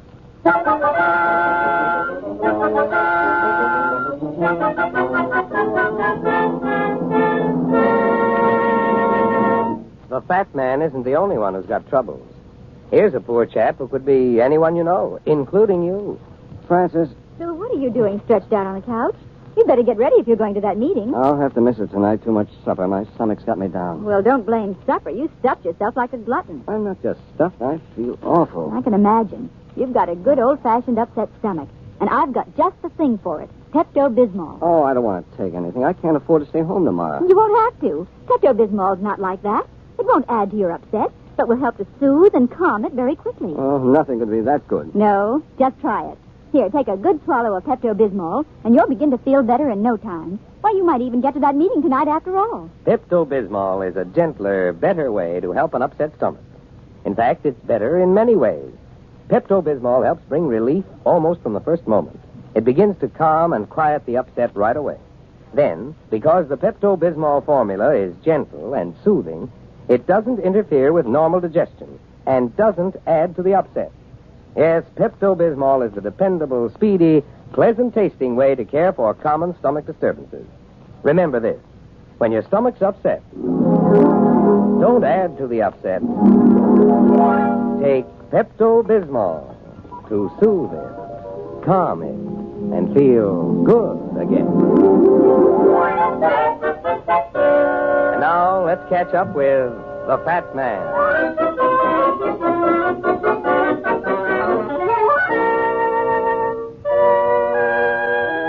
A lot of girls have red hair, but not many of them wear it long. There are a lot of courtyard apartments in Greenwich Village, but there's only one called Harlequin Court. A coincidence?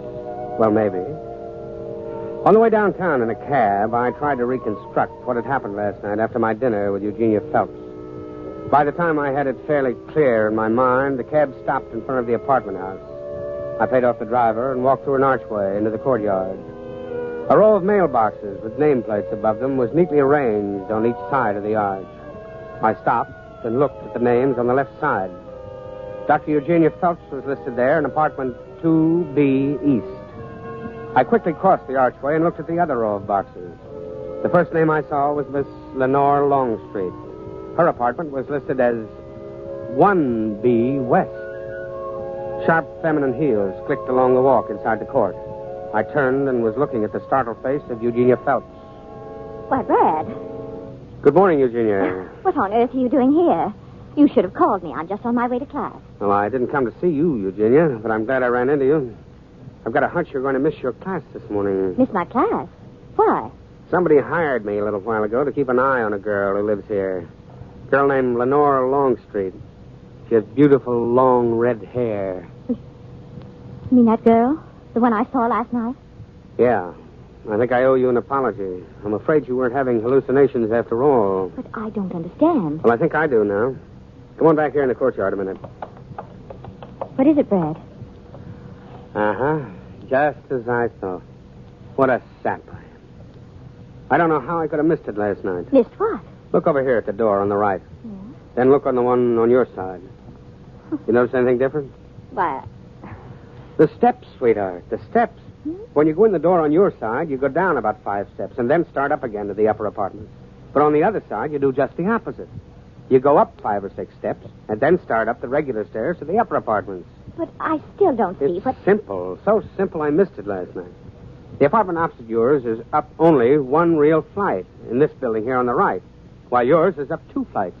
Oh, then we went to the wrong apartment. Sure, that crazy old woman with a ball of string lives in the apartment above the one where you saw the girl stabbed.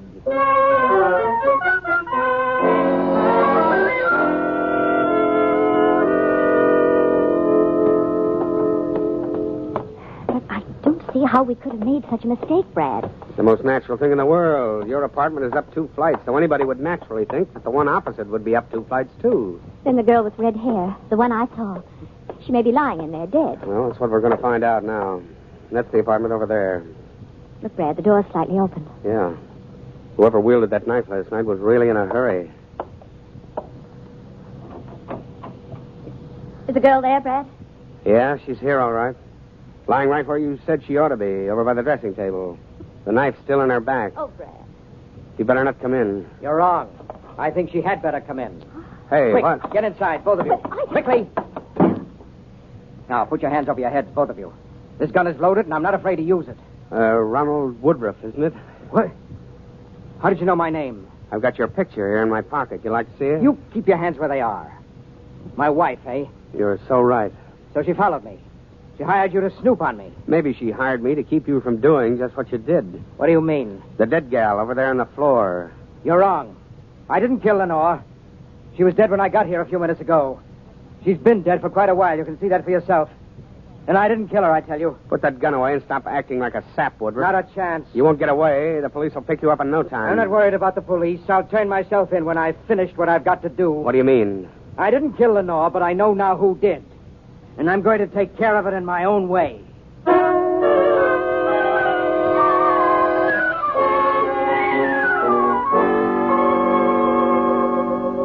Then he locked you two here in the dead girl's apartment and beat it, huh? That's right, Mackenzie. By the time I got the door open, he disappeared. So I called you at headquarters. And, you, Dr. Phelps, you say you actually saw this murder happen last night? Yes. But I didn't see anything but the hand holding the knife. The murderer was hidden behind this door. I saw the hand plunge the knife into the dead girl's back. Uh-huh. I still don't see why you didn't report it right away. Oh, don't be a sap, Mackenzie. I've already told you that we made a mistake in the apartments. The apartment that's 2 flights up in this building is 1 floor above the apartment that is 2 flights up in the other building. We were in a hurry, and it was a perfectly natural mistake to make.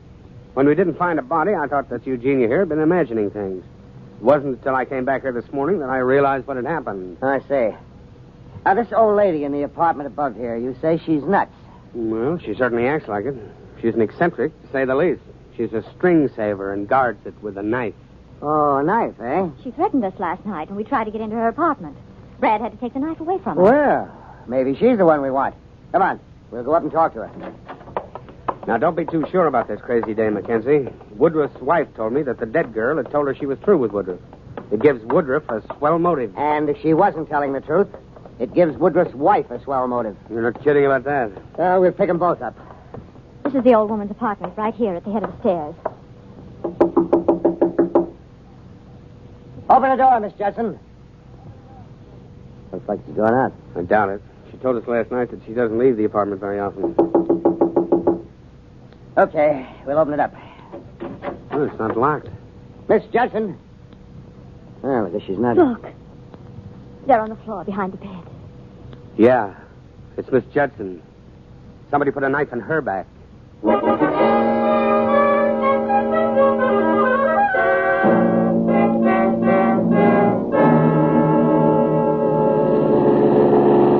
Step on it, Mackenzie. I hope you're right, Brad. But where are we going, Brad? To the Felton Hotel. That's where Mrs. Woodruff is registered. You think she's the killer, huh? I don't know, but I think her life is in danger. Her husband? Yeah. Why do you suppose old Miss Judson was killed? Because she knew who the murderer was.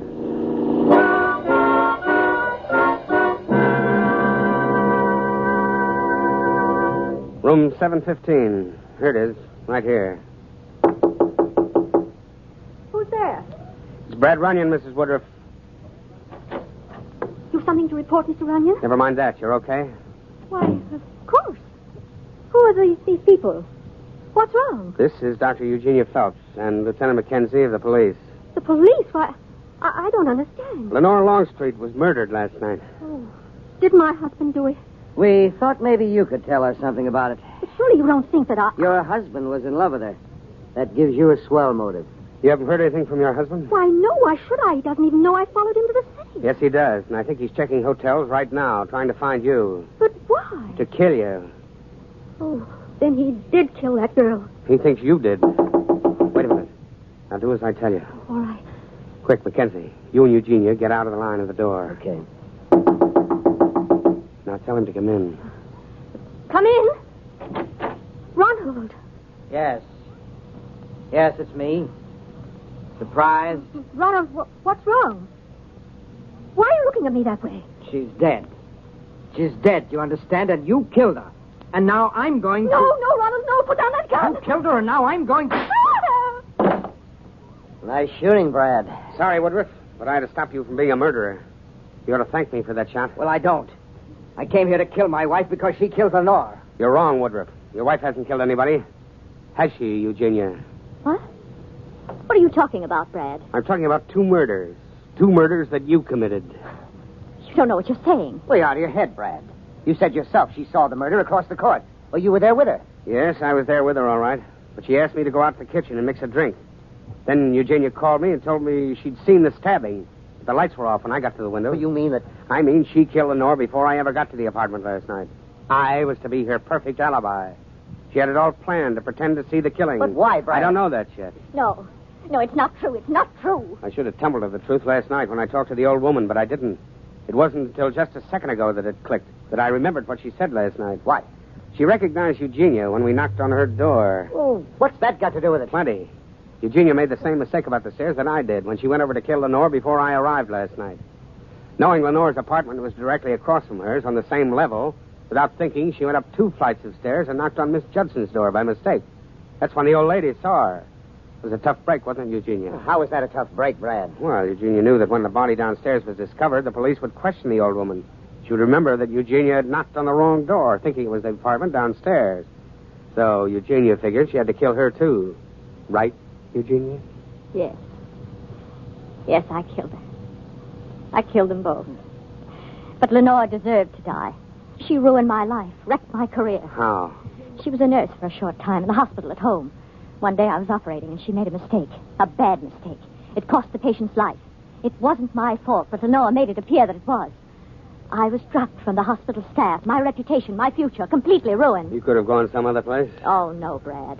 It takes a woman too long to establish herself in the medical profession. So I determined to kill her. She became frightened and ran away. I followed her to the city and searched for her. When I found where she was living, I managed to get the apartment across from hers. Well, you know the rest. I'm sorry, Eugenia, but nothing justifies murder. I know. Nothing matters anymore anyway. But, Brad, if Eugenia had already made that mistake about the 2 flights of stairs, why didn't she stop you when you started up the second flight? Well, I think she did start to, but realized that if she did, I'd know then that she'd been there before. After all, she figured her alibi was already set. Once it was established that she'd seen the murder while I was in her apartment. I'll be darned. Clever scheme, all right. I want to thank you, Runyon, for stopping me a minute ago when I think what I might have done. Skip it, Woodruff. And take a tip from me. You got a swell wife here, and she loves you. Go on home with her and forget you ever knew a red-headed nurse.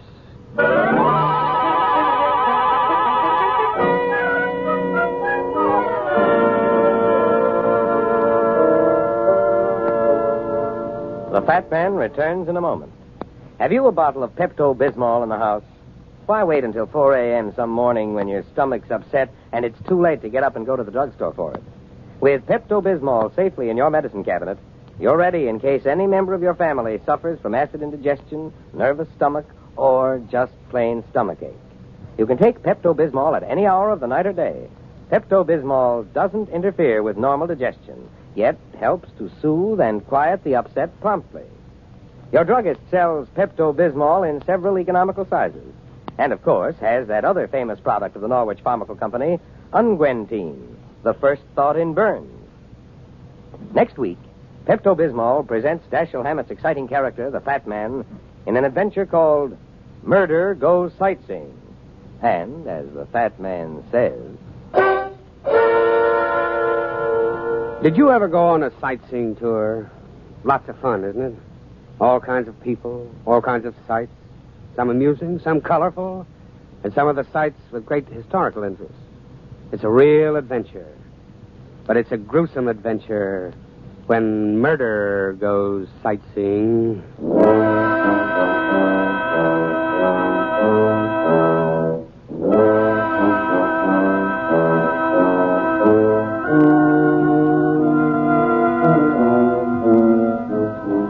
Tonight's adventure of the Fat Man, starring J. Scott Smart, was directed by Clark Andrews. Music is under the direction of Mark Winston. Heard tonight were Alice Frost as Eugenia and Sarah Burton as Mrs. Woodruff. Remember, when your stomach's feeling dismal, take soothing Pepto-Bismol.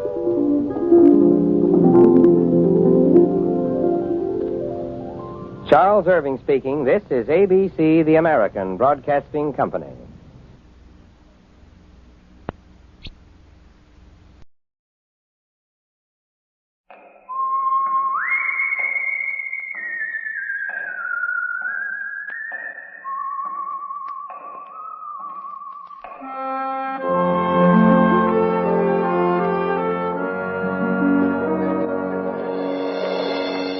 The Adventures of the Saint, starring Vincent Price.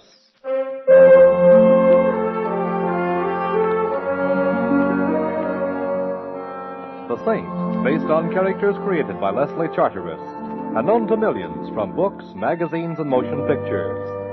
The Robin Hood of modern crime now comes to radio, starring Hollywood's brilliant and talented actor Vincent Price as the Saint. Taxi! Taxi! 4500 Sutter, please. It's kind of late, ain't it? Yes, it is. It comes this time of night, I figure a guy should order... 4500 Sutter, please. Mind you, I don't like to get personal, you Driver. know, but, yeah? Of all the cabs in San Francisco, most of them operated by drivers who mind their own business. Why did I have to get your cab? Well, I like... Who are you going to see at 4500? My name is Simon Templar. I'm 6'1" tall, and I have a birthmark on my right shoulder blade. My income for last year That's was... all right. Evading the question, huh? I give up. I'm going to visit a man named Clarence Quigley. Clarence Quigley? Clarence Quigley. You going to see this alleged Clarence Quigley Look, about... he's got a collection of paintings. I like to look at paintings. Maybe that will seem odd to you, but... Oh, come now. No temper. Now, if I was your wife, you'd have to do better than that, you know. Oh. So how much do I owe you, and go away? Well, would you think I was soaking you if I suggested $3? I would. As one man of the world to another, let's make it $3 anyway. Let's just be yokels and make it 50 cents. Here you are. Well, Hey, is that blonde giving you the eye or me? Blonde? Yeah, the one coming down the street towards us. Oh, yeah. Best foot forward. I never saw her before in my life. Ellsworth, dear. Oh, Ellsworth, dear. I beg your pardon, but that's my neck you've got your arms around, Miss... A man named Clarence Quigley, huh? Driver, stop heckling. Look, miss, whatever your name is, the way you're strangling me is a pleasant way to be strangled, but... Ellsworth, dear, you sound so cold. I'm not Ellsworth, dear. I think I can honestly say I have never been Ellsworth, dear. You're not? No. Oh, I'm sorry. I thought you were. Or maybe I just hoped you were. Don't you know Ellsworth, dear, when you see him?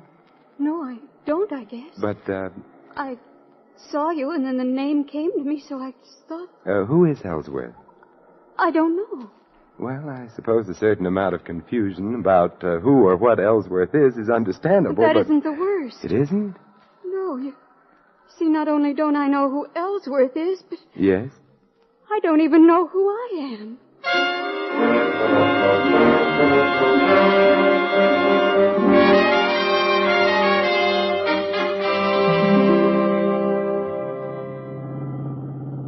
Now, what I want to know in a general sort of way is how Mr. Clarence Quigley is going to feel. Driver, would you mind concentrating on your driving? You know, he's liable to be frustrated, like, I'm taking you and a lady right back to where you started. My apartment, yes, because Miss X needs help. Oh, I feel as though I'm imposing on you, Mr. Tim. Nonsense. The hour's late. You couldn't very well go wandering about the streets indefinitely. Especially in that hat. Is anything wrong with my head? Not a thing. No, it's very charming and immaculate. Yeah, also, it resembles a bird's home away from home. Well, mister, we have returned from where we went away. Good. Miss X? Thank you.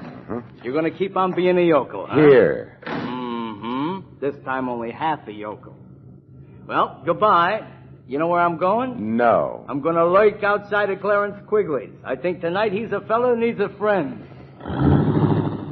I need one, too. Oh, come along now.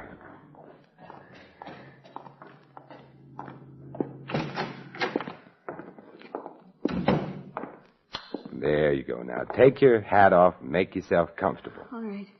Oh, I'm so afraid. Oh, Lost. quiet now. Let's take a look at your back. Here. Mm-hmm. Usual odds and ends, and a compact, initialed. DM. DM, does that suggest anything? DM? Hmm. No, it doesn't. Nothing means anything. All I remember is being outside an art gallery on Sutter. Hey, you're well-dressed. Compact's gold, no latchkey, which means you probably don't live alone, which could also mean you've been missed. You're phoning? Yes, the police, Missing Persons Bureau. They, hello? Oh, get me Inspector Murray, Thanks, I'll hold on. Oh, I hope maybe they know about me. Oh. What's the matter? Oh, I just touched the back of my head. It's terribly painful. Come here. Huh. Yeah, bruised the size of what I wish my bank account was. And there's the cause of your amnesia. Hello, Inspector. Simon Templar. Inspector, your language is deplorable. Inspector, I'm looking for someone, a blonde. Inspector, no. No, well, maybe, but not tonight. At any rate, the girl I'm looking for is around 22 years old, blonde hair, blue eyes, height 5'3" or thereabouts, wearing a street suit, brown white blouse with ruffles at the neck and... What? Oh, you're looking for her, too. Her name's Dorothy Moore. Why do you want her? Oh, I see. Then I guess you've got priority. Goodbye. They want me. Yes, so it seems. Because I've been reported missing? Partially that. What else do they want me for? Murder.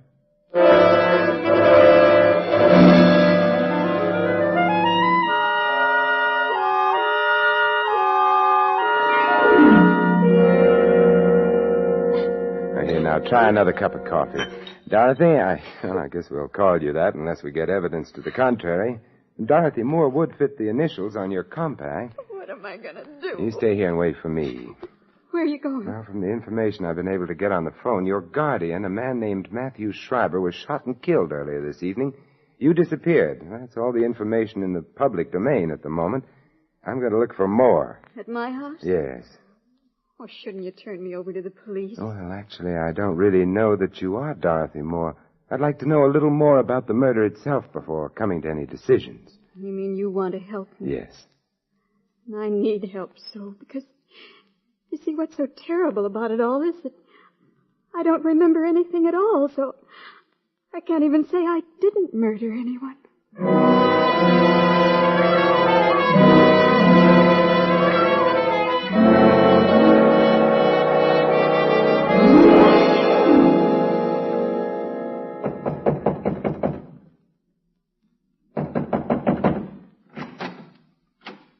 Hello. Hello.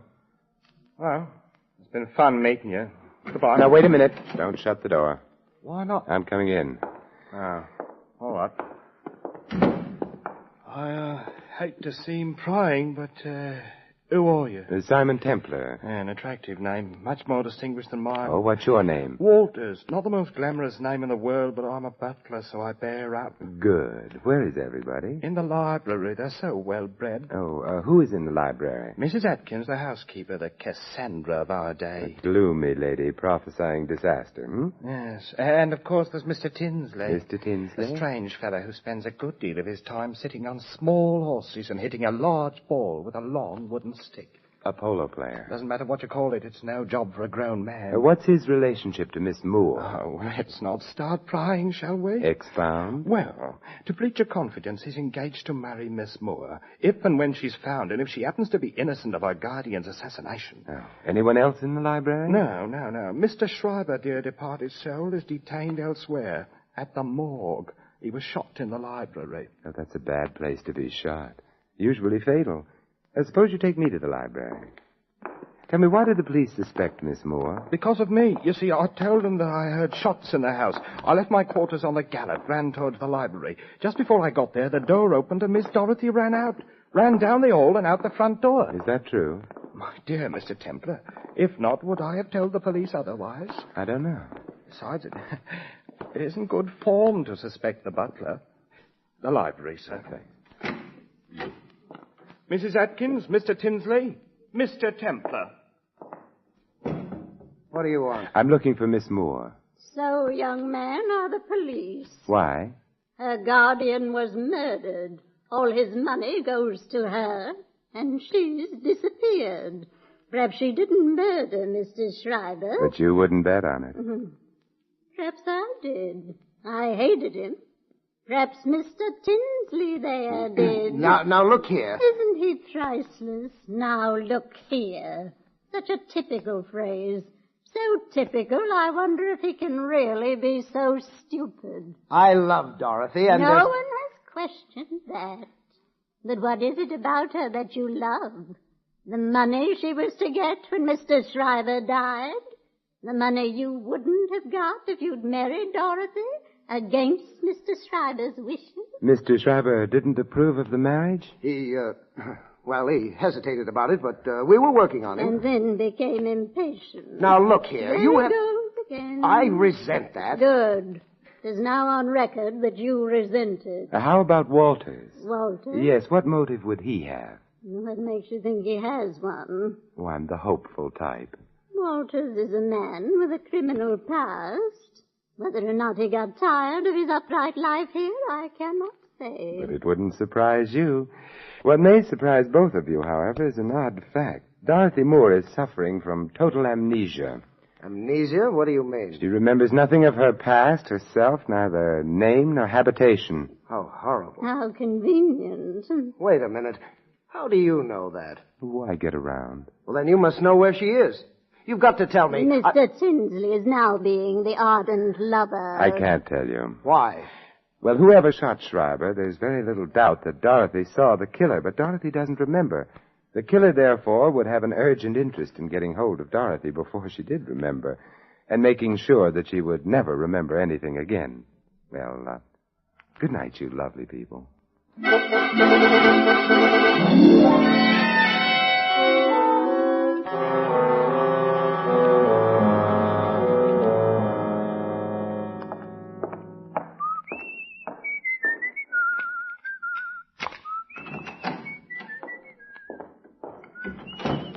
Dorothy? Dorothy? Dorothy? Dorothy!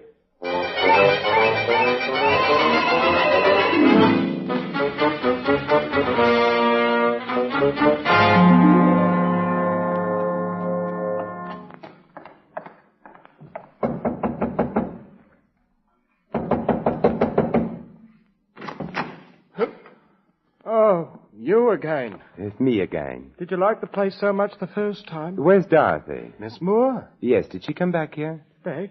From where? She was at my apartment. When I got there, she was gone. She did come back here. She didn't ring. Let's find out. Tinsley and Mrs. Atkins still around? Mrs. Atkins has gone up to bed, I think. As for Mr. Tinsley, I imagine he's sampling the whiskey. We'll find out. Tinsley, Oh, it's you. Yes, where's Dorothy? You're the one who knows. I'm the one who knew. Did she come back here? I haven't seen her. Walters, where's Mrs. Atkins' room? This way, sir. Come along, Tinsley. I'd like both of you in sight. If you insist. Mrs. Atkins will not be pleased at having her sleep interrupted. I'm not pleased either. This is her room, sir. Oh, thanks.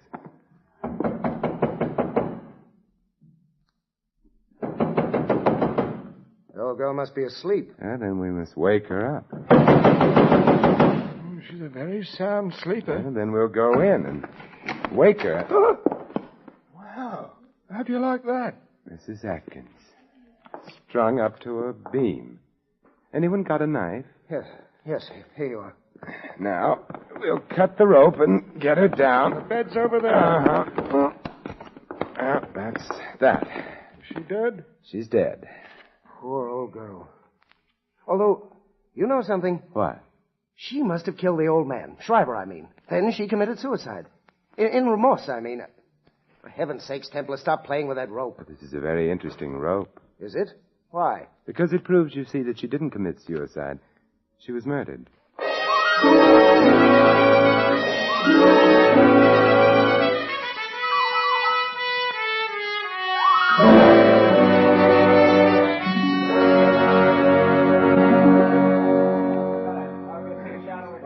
Templar? Yes, Inspector Murray. I understand you don't think that Mrs. Atkins committed suicide. I know she didn't. Well, while the boys are playing with fingerprints and stuff, would you mind explaining to a poor benighted member of the lower intellectual classes, a cop like me? Oh, Murray, now stop pulling my leg. You're one of the brainiest men I know. Then why do you always beat me to a case? Oh, I'm prettier. Uh-huh. Now, about this alleged phony suicide. Well, take a look at the rope with which Mrs. Atkins is supposed to have hanged herself. Now, let's see. The rope was thrown over the beam there. I'm afraid you're right, Templar. Yeah, it wasn't hard to spot. Her weight would have pulled the rope sharply down over the beam. The fibers of the rope, therefore, should have slanted upward. Instead of which they slant down, indicating that somebody put the rope around Mrs. Atkins' neck and then hauled her up. We were supposed to think that Mrs. Atkins committed suicide as a confession of guilt. Which leaves us where? In the Schreiber home. I'm more interested in where the girl is. Dorothy Moore? Uh-huh. Why? Because I have... Hey, Mary. Look, coming through the Oh, door. I'm not sure. Simon. Oh, hello, Dorothy. I don't know exactly how I got here, but I don't recognize the place at all. Yet I should, shouldn't I? Yes, you should, Miss Moore. Because this is where you live. But I'm afraid you're not going to stay very long. What do you mean? I'm placing you under arrest on suspicion of murder.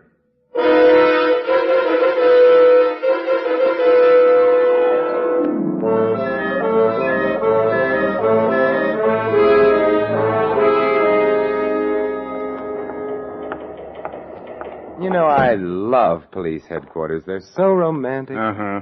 Murray, how are you going to prove anything against that girl if she's suffering total amnesia? By proving that her amnesia is a fake. Oh, how? I have an alienist coming over here to look at one of our guests. I'll have him see Miss Moore, too. He's due any minute. I'll go get the girl now.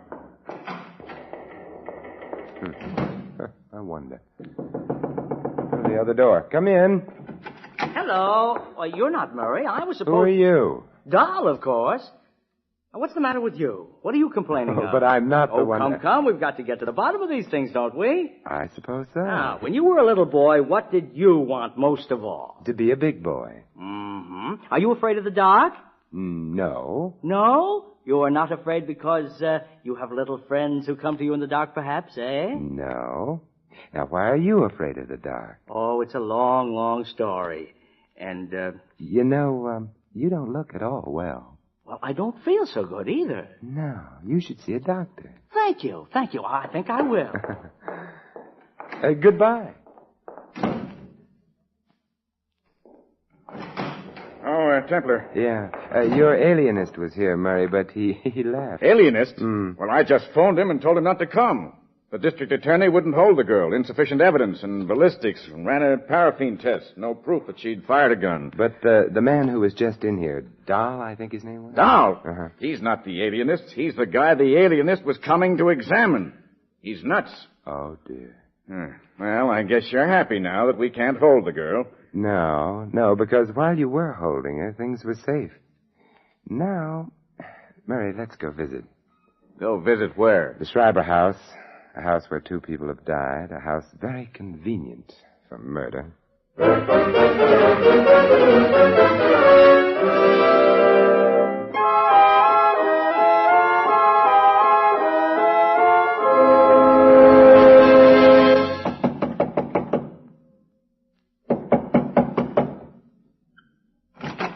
Yes? It's no Oz, Walters. We're coming in. Yes, sir.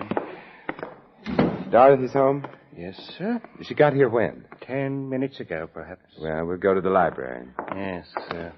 She got here 10 minutes ago, and then? She sat in this room for a few minutes, made a phone call, and went up to bed. She tried to phone you, Mr. Templar. I'll wake her up and get her down here. Hold on. Tinsley around? In the guest room, playing solitaire, I think. Get him down here, too. That I will, sir. And Walters. Yes? You come back, too. Sure. Having fun, Templar? I don't care very much for this stage of any case, but What are you doing with that telephone? Hiding it under the couch here. Are you being subtle again? Again? Oh, you flatter me. Simon. Hello, Dorothy. Sorry to have had you waked, but I wasn't asleep. I was trying to remember.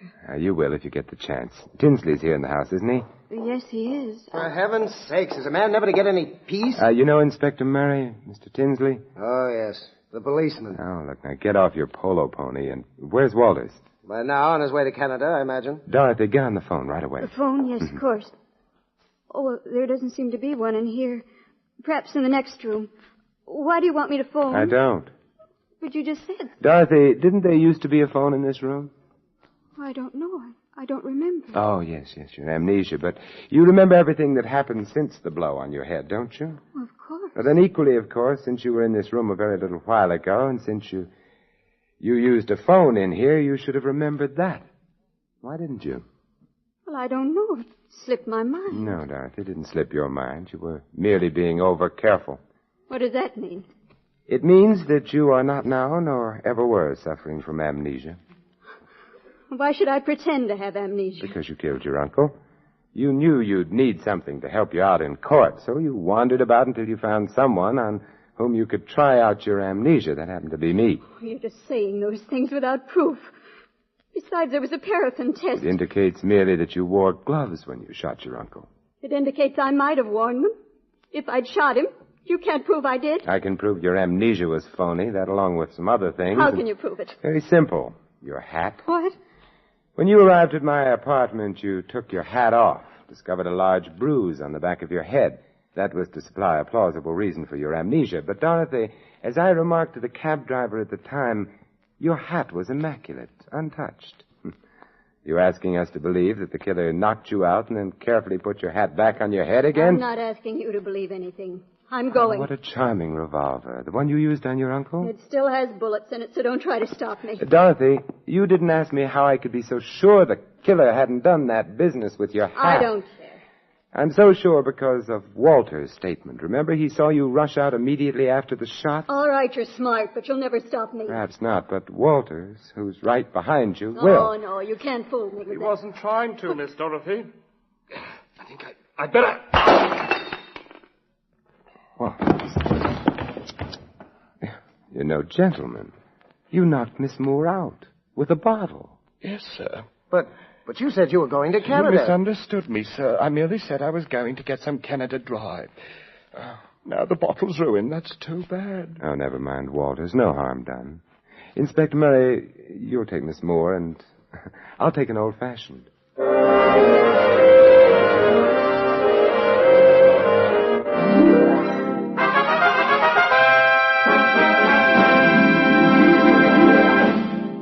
You have been listening to another adventure of the Saint, the Robin Hood of modern crime.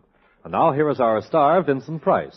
Ladies and gentlemen, next week most of you will be enjoying a wonderful Thanksgiving dinner. And while you're eating your Thanksgiving turkey and counting your blessings of the past year, think. Think for a moment of the millions of people who don't get enough to eat. Think, and then send your subscription right away for a food package to be delivered to some needy family in Europe. Send your contribution to CARE, C-A-R-E, New York, This is Vincent Price inviting you to join us again next week at this same time for another exciting adventure of the Saint. Good night.